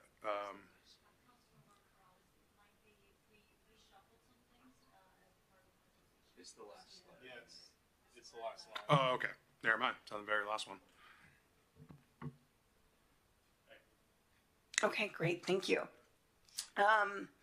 And yes, we thought it would make more sense to bring this slide in at this part of the presentation. So apologies for that confusion. I'm just making sure we're here.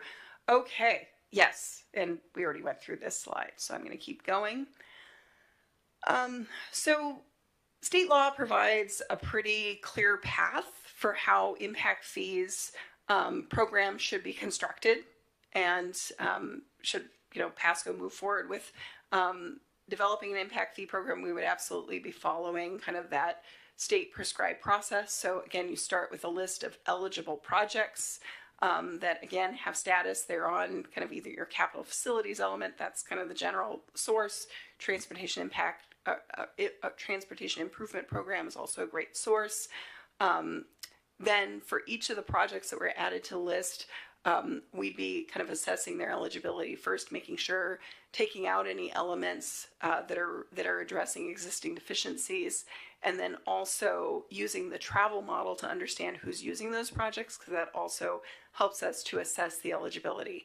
And once we kind of go through that process, we'll understand what those eligible costs are, then spreading that over the growth that Pasco is expecting over the next kind of 20 years, the life of your current transportation or your current comprehensive plan, to arrive at a cost per trip. And it's really that cost per trip that then is assigned to a fee schedule, which is related to the vehicle trip generation characteristics of development. So really, just put simply, this process allows us to figure out if you're developing a single family home or you're developing a certain amount of commercial square footage, how much should development pay into this program that Pasco can then use to help develop projects that are providing capacity for all this growth.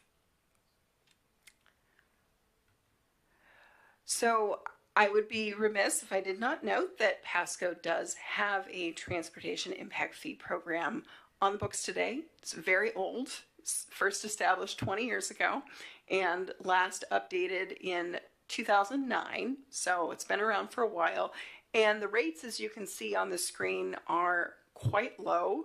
The fee is $709 for a single family home. It is $435 for each multi-family dwelling unit. And it is $43 per daily trip for commercial development. And so these rates were established quite a long time ago based on a different list of projects, based on different growth projections. So they're out of date. Also, they're not generating significant revenues for the city. So a scan of kind of Washington State and kind of what the context that you would be walking into, we looked at, there are more than, first of all, there's I would say there's even more than 74 cities in the state. There's a large number of cities in the state and counties that have transportation impact fees. Citywide rates generally range from $907 to over $15,000 per PM peak hour trip. So there's huge variation across the state, as you can imagine, across geographies, across different preferences of different communities. And on the average, when you look across the state, the average is $5,700 per kind of PM peak hour trip. So that just kind of gives you a sense of kind of that variation. When we look at your neighbors within the Tri-Cities, you can see the rates on the screen. Richland and Kennewick both have multi-district programs, so the amount that you pay per PM peak hour trip kind of varies per where you're developing within the city. Richland varying from $1,800 to about $5,000 per PM peak hour trip. Kennewick currently varying from $400 to $1,600 per PM peak hour trip. I will note that Richland's program is pretty recent. I think they adopted it within the last couple of years. Kennewick's program is a little bit more outdated. I was going to look up the date on West Richland's program, and I apologize, I did not do that in advance. Do you have a question for Mr. Harps? Thanks. So I just want to make sure I'm understanding this right. If the previous slide that detailed the state's required methodology says on that fourth bullet point, remaining eligible program costs divided by Pasco's expected growth in PM peak hour trips for next 20 years gives us the TIF rate? And if so, why on some of these cities or all of them does it range so much? And what other data kind of gives us that rate? So this is just a single cost. So when you see, for example, that range in Kennewick and Richland, they're going through the same process, but they're actually breaking their city into little pieces. And so it's having just a different rate based on where you're developing and what that nexus is with the infrastructure in their program.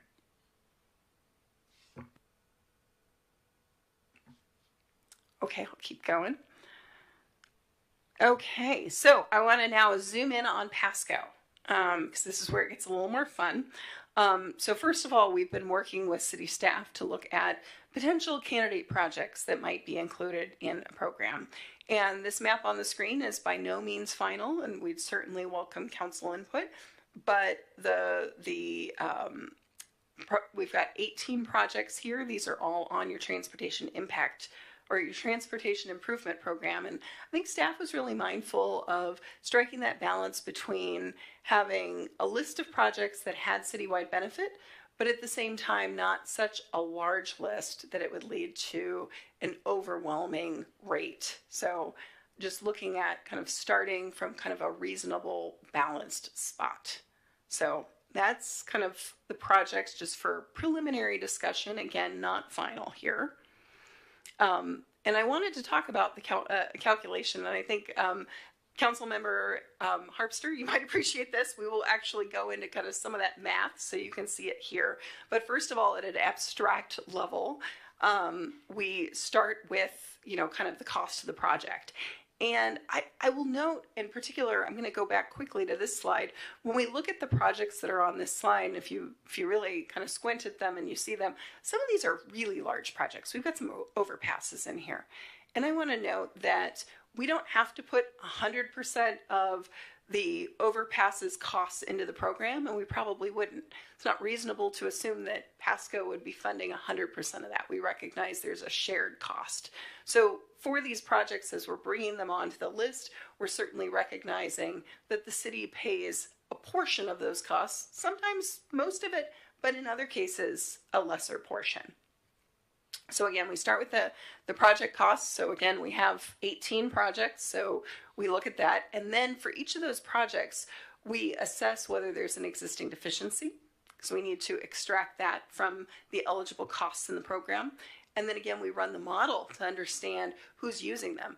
Trips that are starting outside of the city or ending outside of the city, we have to actually give haircuts because we can't charge for growth that's occurring outside of Pasco. And after we do that math, we arrive at an eligible impact fee cost. So I think it's probably a little bit more concrete if I give this an example. So we picked one of the projects on the list, the Burden and Madison Avenue intersection improvements. This is a project that's on your transportation improvement program. Its cost on that program is $2.17 million. And kind of the haircuts as we go through this process that we would take. First, we recognize that intersection is not operating great today. It's side street stop controlled, so folks are stopping at a stop sign. We've got kind of lengthy queues today. The intersection certainly could benefit from additional capacity, even in the absence of development. So given that reality, we take a deficiency kind of haircut out of that project. Then the next step is that we use the travel model to understand, who's kind of traveling through that intersection, where are they going, where are they coming from, and we arrive at 81% of those remaining costs are left. So when we take a $2.17 million project, we remove the existing deficiency, which we've estimated for this particular project at 70%, and then we recognize that of those remaining costs, only 81% can be assessed to Pasco given the trip profile of who's using it. We are left with $527,000 that could be included in the program. So we do that sort of calculation for each of those 18 or however many projects are in the program to arrive at kind of what the costs are. So let me just make sure I summarize this for the audience, but really, quite frankly, for my benefit. You start with the hard cost. You've determined that it's 70%. In other words, it's a congested area, so we can only allocate 30% of the issue to the future growth. And then we look at the 100% of the growth within the city, but assume that only 81%, because there will be places on the east side, there will be places elsewhere. So that 81% would then have a potential to impact that, and that's how we come out with the total kind of project fee eligibility, right? Okay. Thank you very much. Just want to make sure I wrap my head around it. You may have to re-hit your mic. I just had a question real quick. So that means out of the fees that we can collect, only $527,000 can go towards that? Okay. $527,000 of that project contributes to kind of getting to a cost per trip fee. So it actually doesn't mean you can only put that amount in. That project is only contributing because what we're doing is we're looking at all the projects you have in your program. We're assessing their eligibility. That actually isn't a limitation on how much you put to this project. That's the beauty of impact fees. Once you've got the program and you've got the projects on your list, you have a lot more flexibility in how much you're putting. You're not limited to a specific amount that's calculated on that table.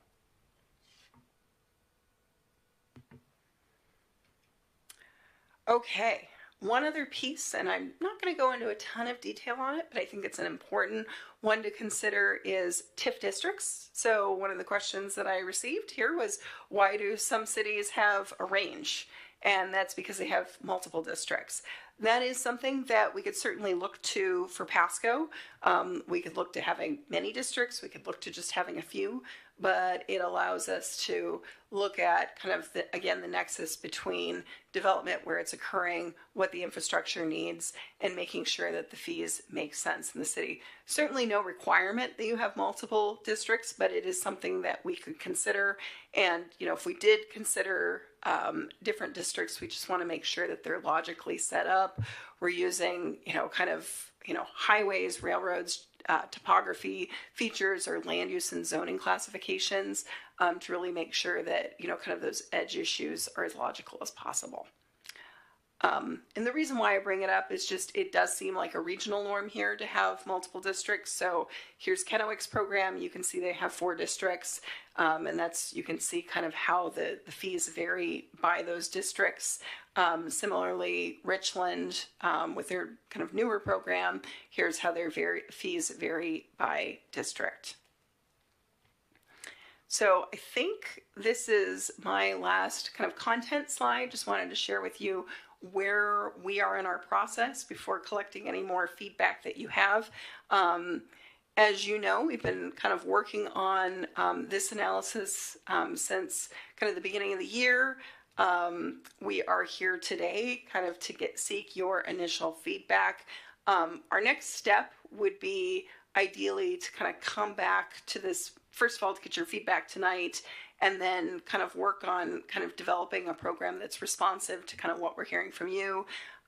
Hopefully kind of coming back to you in April. And once we have a program that I think we feel is a good representation of meeting the city's needs, we'd also want to go out and speak to both the community and the development community to make sure they understand how this is moving forward and to seek their feedback. The end goal would be to have an impact fee program adopted in June. So I think that's it for me. Happy to take any feedback you have. Great. Thank you very much for the presentation. Very helpful. Mr. Perales. Thank you, Mayor. I'll go ahead and just start it off. I think the only 2 notes that I made was that I wanted to see if you can provide a recommendation to the city in regards to updating our TIF fees every so often. I think you made a comment earlier that, like, the city of Kennewick looks like they haven't updated it in some time. The city of Richland has recently done it. So, and according to our staff report, we hadn't done anything since 2009. So if you guys could look into that and see, probably around 3 years, 4 years, probably look into updating it. We can hire a firm, update our values and go from there. So that would be my ask or feedback. And the second one would be, I would like to see perhaps a draft for districts and what that would look like across the city, whether it's 2 districts, 3 districts, 4 districts.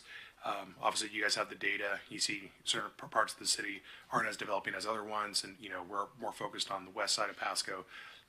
So I would just like to see what a district kind of rate fee structure would look like. Thank you. Thank you, Mr. Perales. Mr. Grimm. Thank you, Mr. Mayor. My sentiment's similar to Councilmember Perales, that I think districting would be an important part of this. I think that having the same fee all across the city makes no sense at all, and would love to see it broken down into districts. But I think we should be very careful when we do draw those lines, even as an example or sampling, or because I think the second those lines are drawn, there's going to be a lot of eyes focusing on it.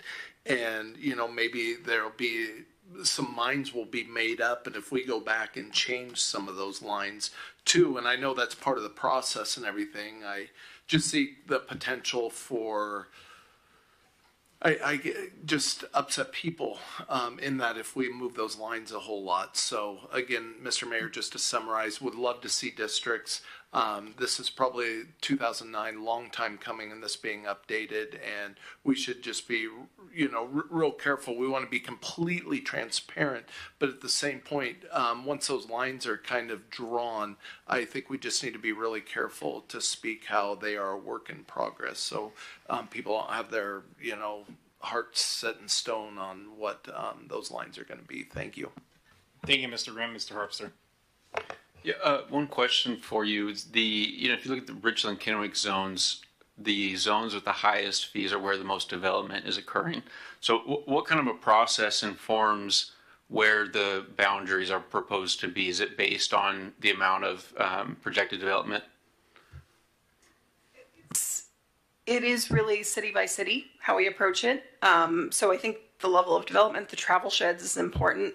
The infrastructure quality and needs is important. I think if you can make a reasonable argument that there are certain areas of the city where people travel differently, they use the transportation system differently, those are things that kind of drive it in that way.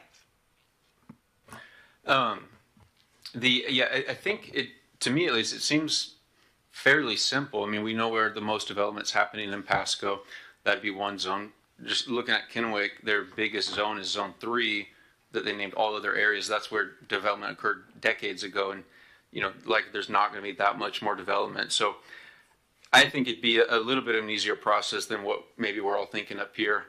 Although we're not the ones that'd be doing it. So, one comment that I did want to make is we hear from folks in the development community, they want more predictability, and this would help with that. It's, you know, looking at, I was involved in a project in Richland and looked at their traffic impact fee areas map, and it was extremely easy to do the math to figure out what our fees were going to be. On a project in Pasco, we couldn't even come up with math that made sense to try to at least get an estimate because it was so unpredictable. And so this would take away that unpredictability. And again, like with the irrigation fees, the process to create these boundaries and the proposed fees, as long as we can explain it, I think I'm good with stuff like that. And what I typically hear from most folks in the development community, at least those that are level-headed, they're good with it too, as long as it can be explained. And the process you've described, I think, is at least to some extent easily explained. With the proposed list, I did want to just make a couple comments. I was glad to see Convention and Sandifer on there, and then Lewis Street and Heritage. One that I would appreciate staff potentially looking at adding is Road 90 and Sandifer. And I'm not even sure if that's on the tip, I don't recall, but that's a intersection that's gotten very busy with all the commercial development on the north side, and then the schools going in even further north of there. So that's my 2 cents. Thanks. Thank you. I see no further lights, so I'll kind of throw out some thoughts. One, I do appreciate this. I think to your comment about predictability, you mentioned kind of financial predictability. I want to ensure that this also dovetails into process predictability. And I know we've talked about process improvement, and I'm looking to my right, not directly at you, ma'am, because it's more of for staff. I want to ensure that if we're going to adopt a new fee structure, that it kind of lays the pathway for these folks so they know what they're up against. They have a good, clear basis on their timing, because that's the predictability I think I hear more of, hey, you know, we expected one iteration, we're down on 6, or we expected 1 month, we're on 4. Ms. Sigdal? Yes, Mayor, that's a big outcome of this whole process. And as we mentioned, it does not eliminate the TIA process altogether, but it definitely limits it significantly. For example, our Tier 1 TIA right now is 25 trips or over, which is not that hard to exceed. So we would be looking at what the next tiers look like for the city once an appropriate level of transportation impact fee is set. And also just the scope of that, because you might have a big project, but we might be just looking at the neighborhood transportation rather than citywide transportation and having to do a TIA that is a lot more complicated, that takes many months, and a lot of back and forth between the two traffic engineers. So it would definitely eliminate a lot of time in that process. Thank you. I appreciate that. And then my other comment is, you know, I'm not really sure if I'm sold on the districting approach. I understand, as Mr. Harpster mentioned, we have obviously a very well, like robustly built out, very limited infill on the east side. If the donut hole ever comes into the city jurisdiction, is annexed in, you know, those are going to be infill projects, and I think that's going to be a different approach. I don't know if that means we need to zone it or just look and contemplate the rate accordingly. An infill versus a growth project, maybe that's the appropriate way to do it. That way, I think it really helps set the stage of not arbitrarily saying this is a particular zone or not. This is impacting through adding where maybe there's not capacity, as opposed to we're going to have to build a new road on the north side of the city, and there wasn't capacity ever needed. So those are my thoughts, but I think bottom line is, I appreciate where we are. I appreciate the update. I think this is something that's a long time coming, obviously, and it'll benefit, I think, both the city as well as the development community and understanding what the roles and responsibilities are. So we appreciate your expertise here, and staff, thank you for bringing this. I think with that, I see no further lights. It looks like you're off for the rest of the night, so enjoy the rest of your St. Patrick's Day. With that, we'll move on to item B, which is city manager recruitment. Looks like Miss Matson, you're coming to join us.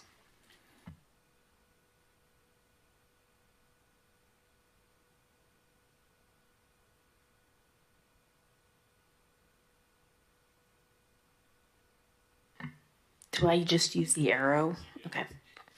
All right. So, Mayor, Council, thank you for letting me present tonight. I'm here to provide a brief overview of the proposals that were submitted by 3 firms for the city manager recruitment, GMP Consultants, Prothman, and Trepepe Smith.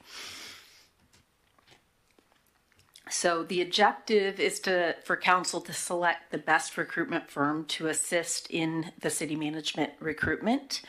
In evaluating the proposals, we focused on 4 key areas.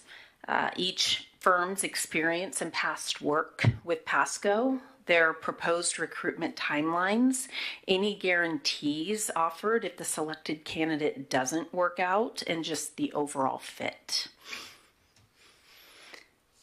So for all 3 firms, the recent experience working with the city, so GMP Consultants, they recently recruited the Pasco's deputy CED director and led the 2022 city manager recruitment. Prothman recruited our current public works director in 2024 and the HR director in 2023. Trepepe Smith led searches for our IT director in 2024 and our CED director in 2023. So for the recruitment timelines, all 3 are very similar. They all propose a similar timeline of 12 to 13 week process. With the first 2 weeks would be initial stakeholder meetings and profile development. In weeks 3 through 7, they would do candidate outreach and advertising. Through 8 through 10, they would do candidate screening and preliminary interviews, with final interviews and candidate selection around weeks 12 and 13. This would ensure an efficient and thorough process regardless of the firm selected. So next steps, council has 3 options to choose tonight. Option 1 would be to make a selection based on the submitted proposals that are in your packets. Request presentations from 1 or more of the firms that have submitted proposals. Or solicit additional proposals if desired. If a firm is selected tonight, we can move quickly to finalize the contract and begin the recruitment within the next 2 weeks. That concludes my presentation. You made it under 3 minutes as promised. But as also promised, there may be some back-end questions. So we have 3 options. I will tell you this, I think we can, let's just start here. Can we scratch number 3, solicit additional proposal from other firms off? Can I get a head nod from council on that? Okay, so we're down to 2 options now.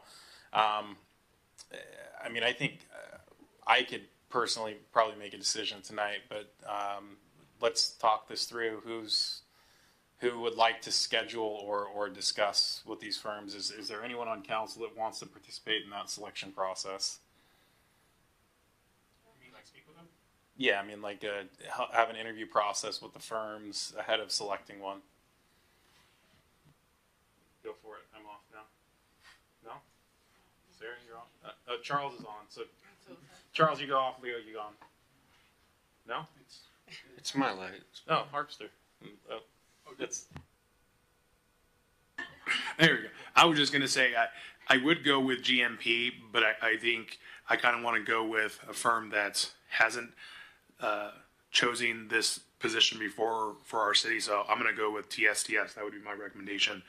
And then I'll make it easy. If they're not on the table, then I would just go with GMP. Thank you, Mr. Prowse. So, Mr. Harpster. Yeah, I would agree with your take, Mr. Ronald, that we make a decision tonight based on the materials submitted. I would think that any presentation is just going to be a repeat of the information that was already provided to us that we all should have reviewed in depth. And so then with that, I'd be in favor of selecting GMP based on their history with the city and also especially based on their very recent history with the city of Kennewick. Out of all the three firms listed, they had the most local recent experience. And I think that would be helpful. You know, there was a number of candidates for the city of Kennewick job. One got it. There's obviously potentially still some candidates out there that they've already made contact with. Thanks. Thank you, Mr. Harpster. Mr. Grimm, you had your light. Yes, thank you, Mr. Mayor. I'm in agreement with Councilmember Harpster. We should make this tonight. I mean, I have a little more GMP or Prothman, either one would be fine with me. But yes, I don't think there's any reason to further interview. The information submitted is great, and we need to get moving on this. Thank you. Thank you. Go ahead, Ms. Ross, you can go. Try that one. It's working. Wow. Okay. I don't think we need any further information from any of the three that we have there. I would personally go with Prothman. I'm looking through their paperwork submitted, and I like their placements. We have worked with GMP. If I'm not mistaken, Mr. Zabel is here through GMP. So for that, I would like to go through Prothman. Okay.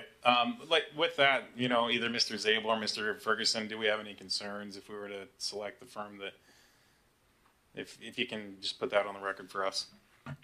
I'm sorry, what's the question? That there's any concerns that if you went with a firm that you're currently already contracted to for a different service? Well, there's that, and Mr. Zabel, you still work with them, correct? Well, albeit not. Can you explain your status, and let's just have Mr. Ferguson speak to it? Yeah, the city has an agreement with GMP Consulting to provide city manager services. I was the selected city manager to assist the city here. Okay. Do we have any concerns with that, Mr. Ferguson? I'm not aware any. There is no ethical relationship in terms of like a reason to particularly cordon anyone off or keep any kind of. I mean, obviously, Mr. Zabel could be involved in that or not, depending on what your preference would be. But yeah, I don't think if there's any ethical issue there. Okay, thank you, Ms. Barajas. I see you're on. Yes, one quick question. On that note, Mr. Zabel, are you still a consultant, considered a consultant with GMP? I'm a consultant acting as the interim city manager. Yes. Okay. Mr. Milner or Ms. Blaisdell, do you have any input here? Yeah, basically, hold on, dude. Oh, sorry. You spoke once. You're great. Okay. Yeah, I like GMP as far as what they had to say in their packet, so that's where I was going on that. Okay. I don't have a preference. I was just going to ask Mr. Ferguson that because it appears we're a little bit split, would we need to make a motion to select a firm and make it official? Yeah, I think we'll do that. It does sound like the GMC is leading. Mr. Milne, do you want to make a motion? That's what did I say? I don't know. I drive a Ford, so I can't be GMC. I promise. Yeah, let's start there and let's go from there because I only heard one for TSTS, Mr. Press. Anyway, go ahead, Mr. Milne. Okay, I make a motion that we use GMP Consultants as our search for the next city manager. Second. Got a motion by Mr. Milne, second by Ms. Blaisdell. Any further discussion? Hearing none, all in favor say aye. Aye. Any opposed, nay. Hearing none, it passes unanimously. So, it sounds like you will, Ms. Mattson, contact GMP, let them know, and roll this out. Yes. Thank you. Mr. Zabel can start breathing into retirement soon. With that, we got Item C, which is a request for zoning code text amendment. Mr. Zabel, go ahead and kick this off for us. Okay, great. Thank you, and good evening, Mayor Council. So we're discussing this item as a result of a resident or property owner initiated text amendment to the city's zoning code. This particular item pertains to a proposal on a parcel located at Outlet Drive in Sandifer Parkway, and that proposal includes a car wash. The property is zoned C1, which does allow car washes. However, it requires that a car wash in a C1 zone be located more than 300 feet from a residential district. And the property itself is not large enough to accommodate a car wash and meet the 300-foot separation from the residential district that it is near. That includes the right-of-way of the street as well to the east of the property. So property owner, or at least interest, Mr. Mario Borszowski submitted a request for a zoning text amendment to reduce that 300-foot distance requirement contingent upon installation of noise mitigations or the ability to demonstrate noise levels that were equivalent to that 300-foot separation, that there's measures that potentially they could take to give that equivalency.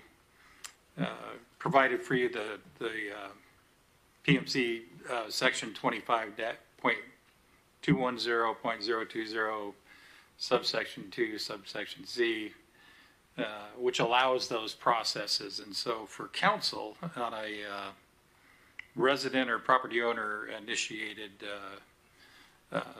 text amendment, the PMC provides that such a petition does not obligate the council to follow through with the petition amendment. City attorney and I had some discussion about what does that mean. Well, it means you don't have to necessarily agree with it, but you do probably have to hold a hearing.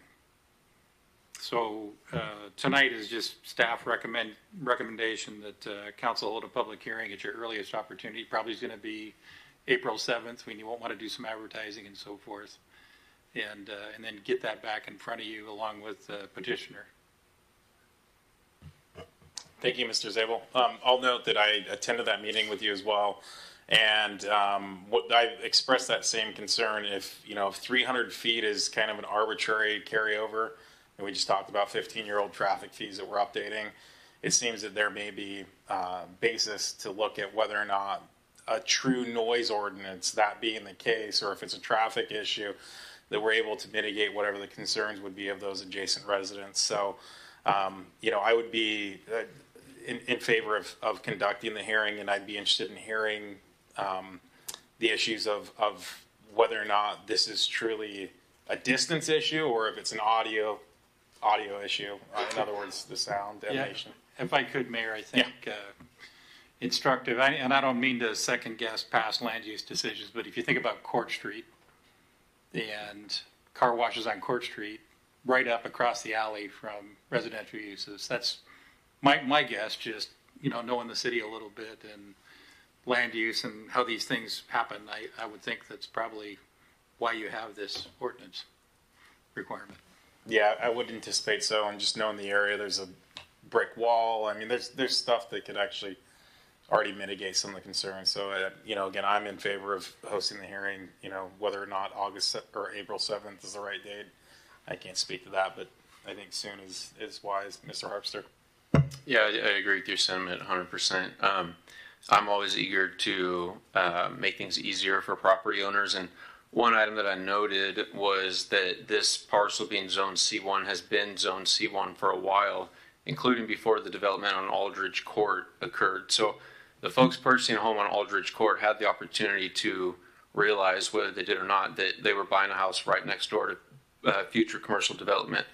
And then I think the applicant noted this, that car washes that are built today are much quieter than they were 20 years ago. And so exactly what you said, I'd like to hold the public hearing and, let the 0 people that'll come out share their opinion. So. Thank you. Thank you, Mayor. Yeah, no, I would be in favor of entertaining this at another hearing. I agree with all the comments that have been made, I'll just note that, like right on Convention and Burden, there's a car wash, and right behind that car wash is a home. So, again, I think people had the time when they bought those homes right there on Road 90 to, well, not really. They bought homes and they developed it, and that was already a C1. So, I think we need to make things easier, like it's already been said, and I think we need more commercial development. This is going to go right across from that Corwin dealership that hopefully will be expanding there. So, I think we should be looking to entice more commercial development. So I'd be in favor of this. Thank you. Thank you. Mr. Ferguson. Yeah, just real quick, I want to clarify, this is one of these weird curveballs. So this is a petitioner, not an applicant. So it's a petitioner for a text amendment, to your zoning code, which means it's a legislative act. It's not going to be a quasi-judicial act. So you're going to have you can have an open record hearing, but it's not going to be to determine the specific rights of any particular applicant. It will be, you're going to hold an open record hearing to determine whether you want to change your own municipal code. So it won't, even though obviously we have a particular person who's petitioning for this change in the text of the zoning code, it won't be specifically related to them. So I just want to clarify, because that's where it can get a little fishy. Right, so just a summary, this is a blanket change to the code, not specific. It's initiated by a property owner, but it's not specific to the property. Excellent. I'm still good with that. I don't think that changes my analysis. Any difference for anyone? Good. It doesn't change for me either. I was just going to add that that's why it was okay for you to meet with them, because it's legislative. And tonight reminded me that I have a voicemail from him I forgot to return. So, yeah. Sounds good. Seeing no further lights on this issue, it sounds like staff has direction. Mr. Zabel? We're good? Okay. With that, moves on to miscellaneous discussion number 12. Mr. Zabel. Oops.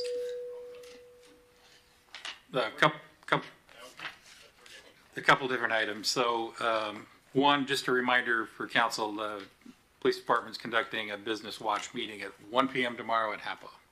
So, business community is invited to attend. Second, just a couple of transitions I want to discuss, and I did send you emails about them, but I want to share that our finance director, Darcy Buckley, is transitioning to a new role with the city as, and that is finance training and compliance lead. And it's a really great opportunity for Darcy to be able to continue to provide leadership in the department and mentor and work with our professional staff. And also is a great opportunity for the city as it is. We have a really strong leadership team in the department. Obviously, this will vacate the director position, and we'll be recruiting for a new director in the next start that recruitment in the next couple of weeks. But going through this process I will share, it wasn't super easy for Darcy, because she wants to make Pasco the best it can be. And I think we hired Darcy, 11 years ago? No, not 11, 8 years ago. 2016. So about 8-9 years ago, and came to us and has just done an amazing job. And Aricha was here at the time as the finance director, and that department has just transitioned so far from where they were back at that period of time. I could go on. If I do, it makes the people that were here earlier than that bad. So I'm not going to.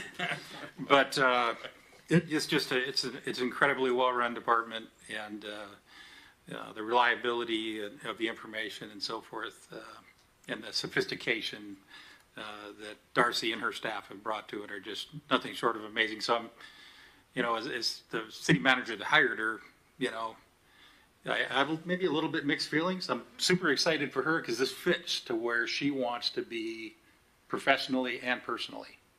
We are lucky to be able to hang on to her in this position. Her family's lucky to get more of her, and it's kind of the perfect balance. So it's an exciting, a little strange. I've never given a presentation like this, but it's I don't know. I think it's super exciting for Darcy, and it is for the city too. Secondly, I also wanted to announce a second departure of sorts. So Risha Sigdal soon will be relinquishing her second title. Pretty good, huh? Yeah. So Should be relinquishing her title as relinquishing her title as interim CED director, and will be going back to full-time duty as the deputy city manager. So happy to announce the appointment of Haley Miller as community and economic development director. Haley brings about 15 years of professional experience in community development planning, worked her way up through that system, has spent several years, I think about half a dozen years as a director in 2 different cities, and I think it's Ferndale and currently Marysville. So she'll be starting here on the week of April 28th, and we're really looking forward to her arrival, and probably nobody more so than Richa and Craig. So, yeah. So with that, that's all I had for this evening. Thank you, Mr. Zabel. Ms. Buckley, sounds like we're excited for you. I'm really grateful that we get to keep you, and grateful that we get to keep half of Miss Sigdell, or maybe all of her in one role instead of half her in 2 roles. Thank you very much. It's been my pleasure, and I am very happy to continue to work with everyone here at the city. So thank you. Well, we're very grateful for the work that you've done. Watched your countless hours and effort, so appreciate it. And see, anyone that's not paying attention online or wherever, the city of Pasco really is welcoming. We try to keep our people around. So I see no lights from council. Mr. Graham, of course. Thank you, Mr. Mayor. I just wanted to piggyback on a comment earlier about Mr. Redfield of our abatement program. And I too have had interactions with him, and it is worthy of his name being mentioned and how good of a job he is doing for the city. Mr. Mayor, I commend him to you. And also, I want to call out a couple of my council members there at the far end.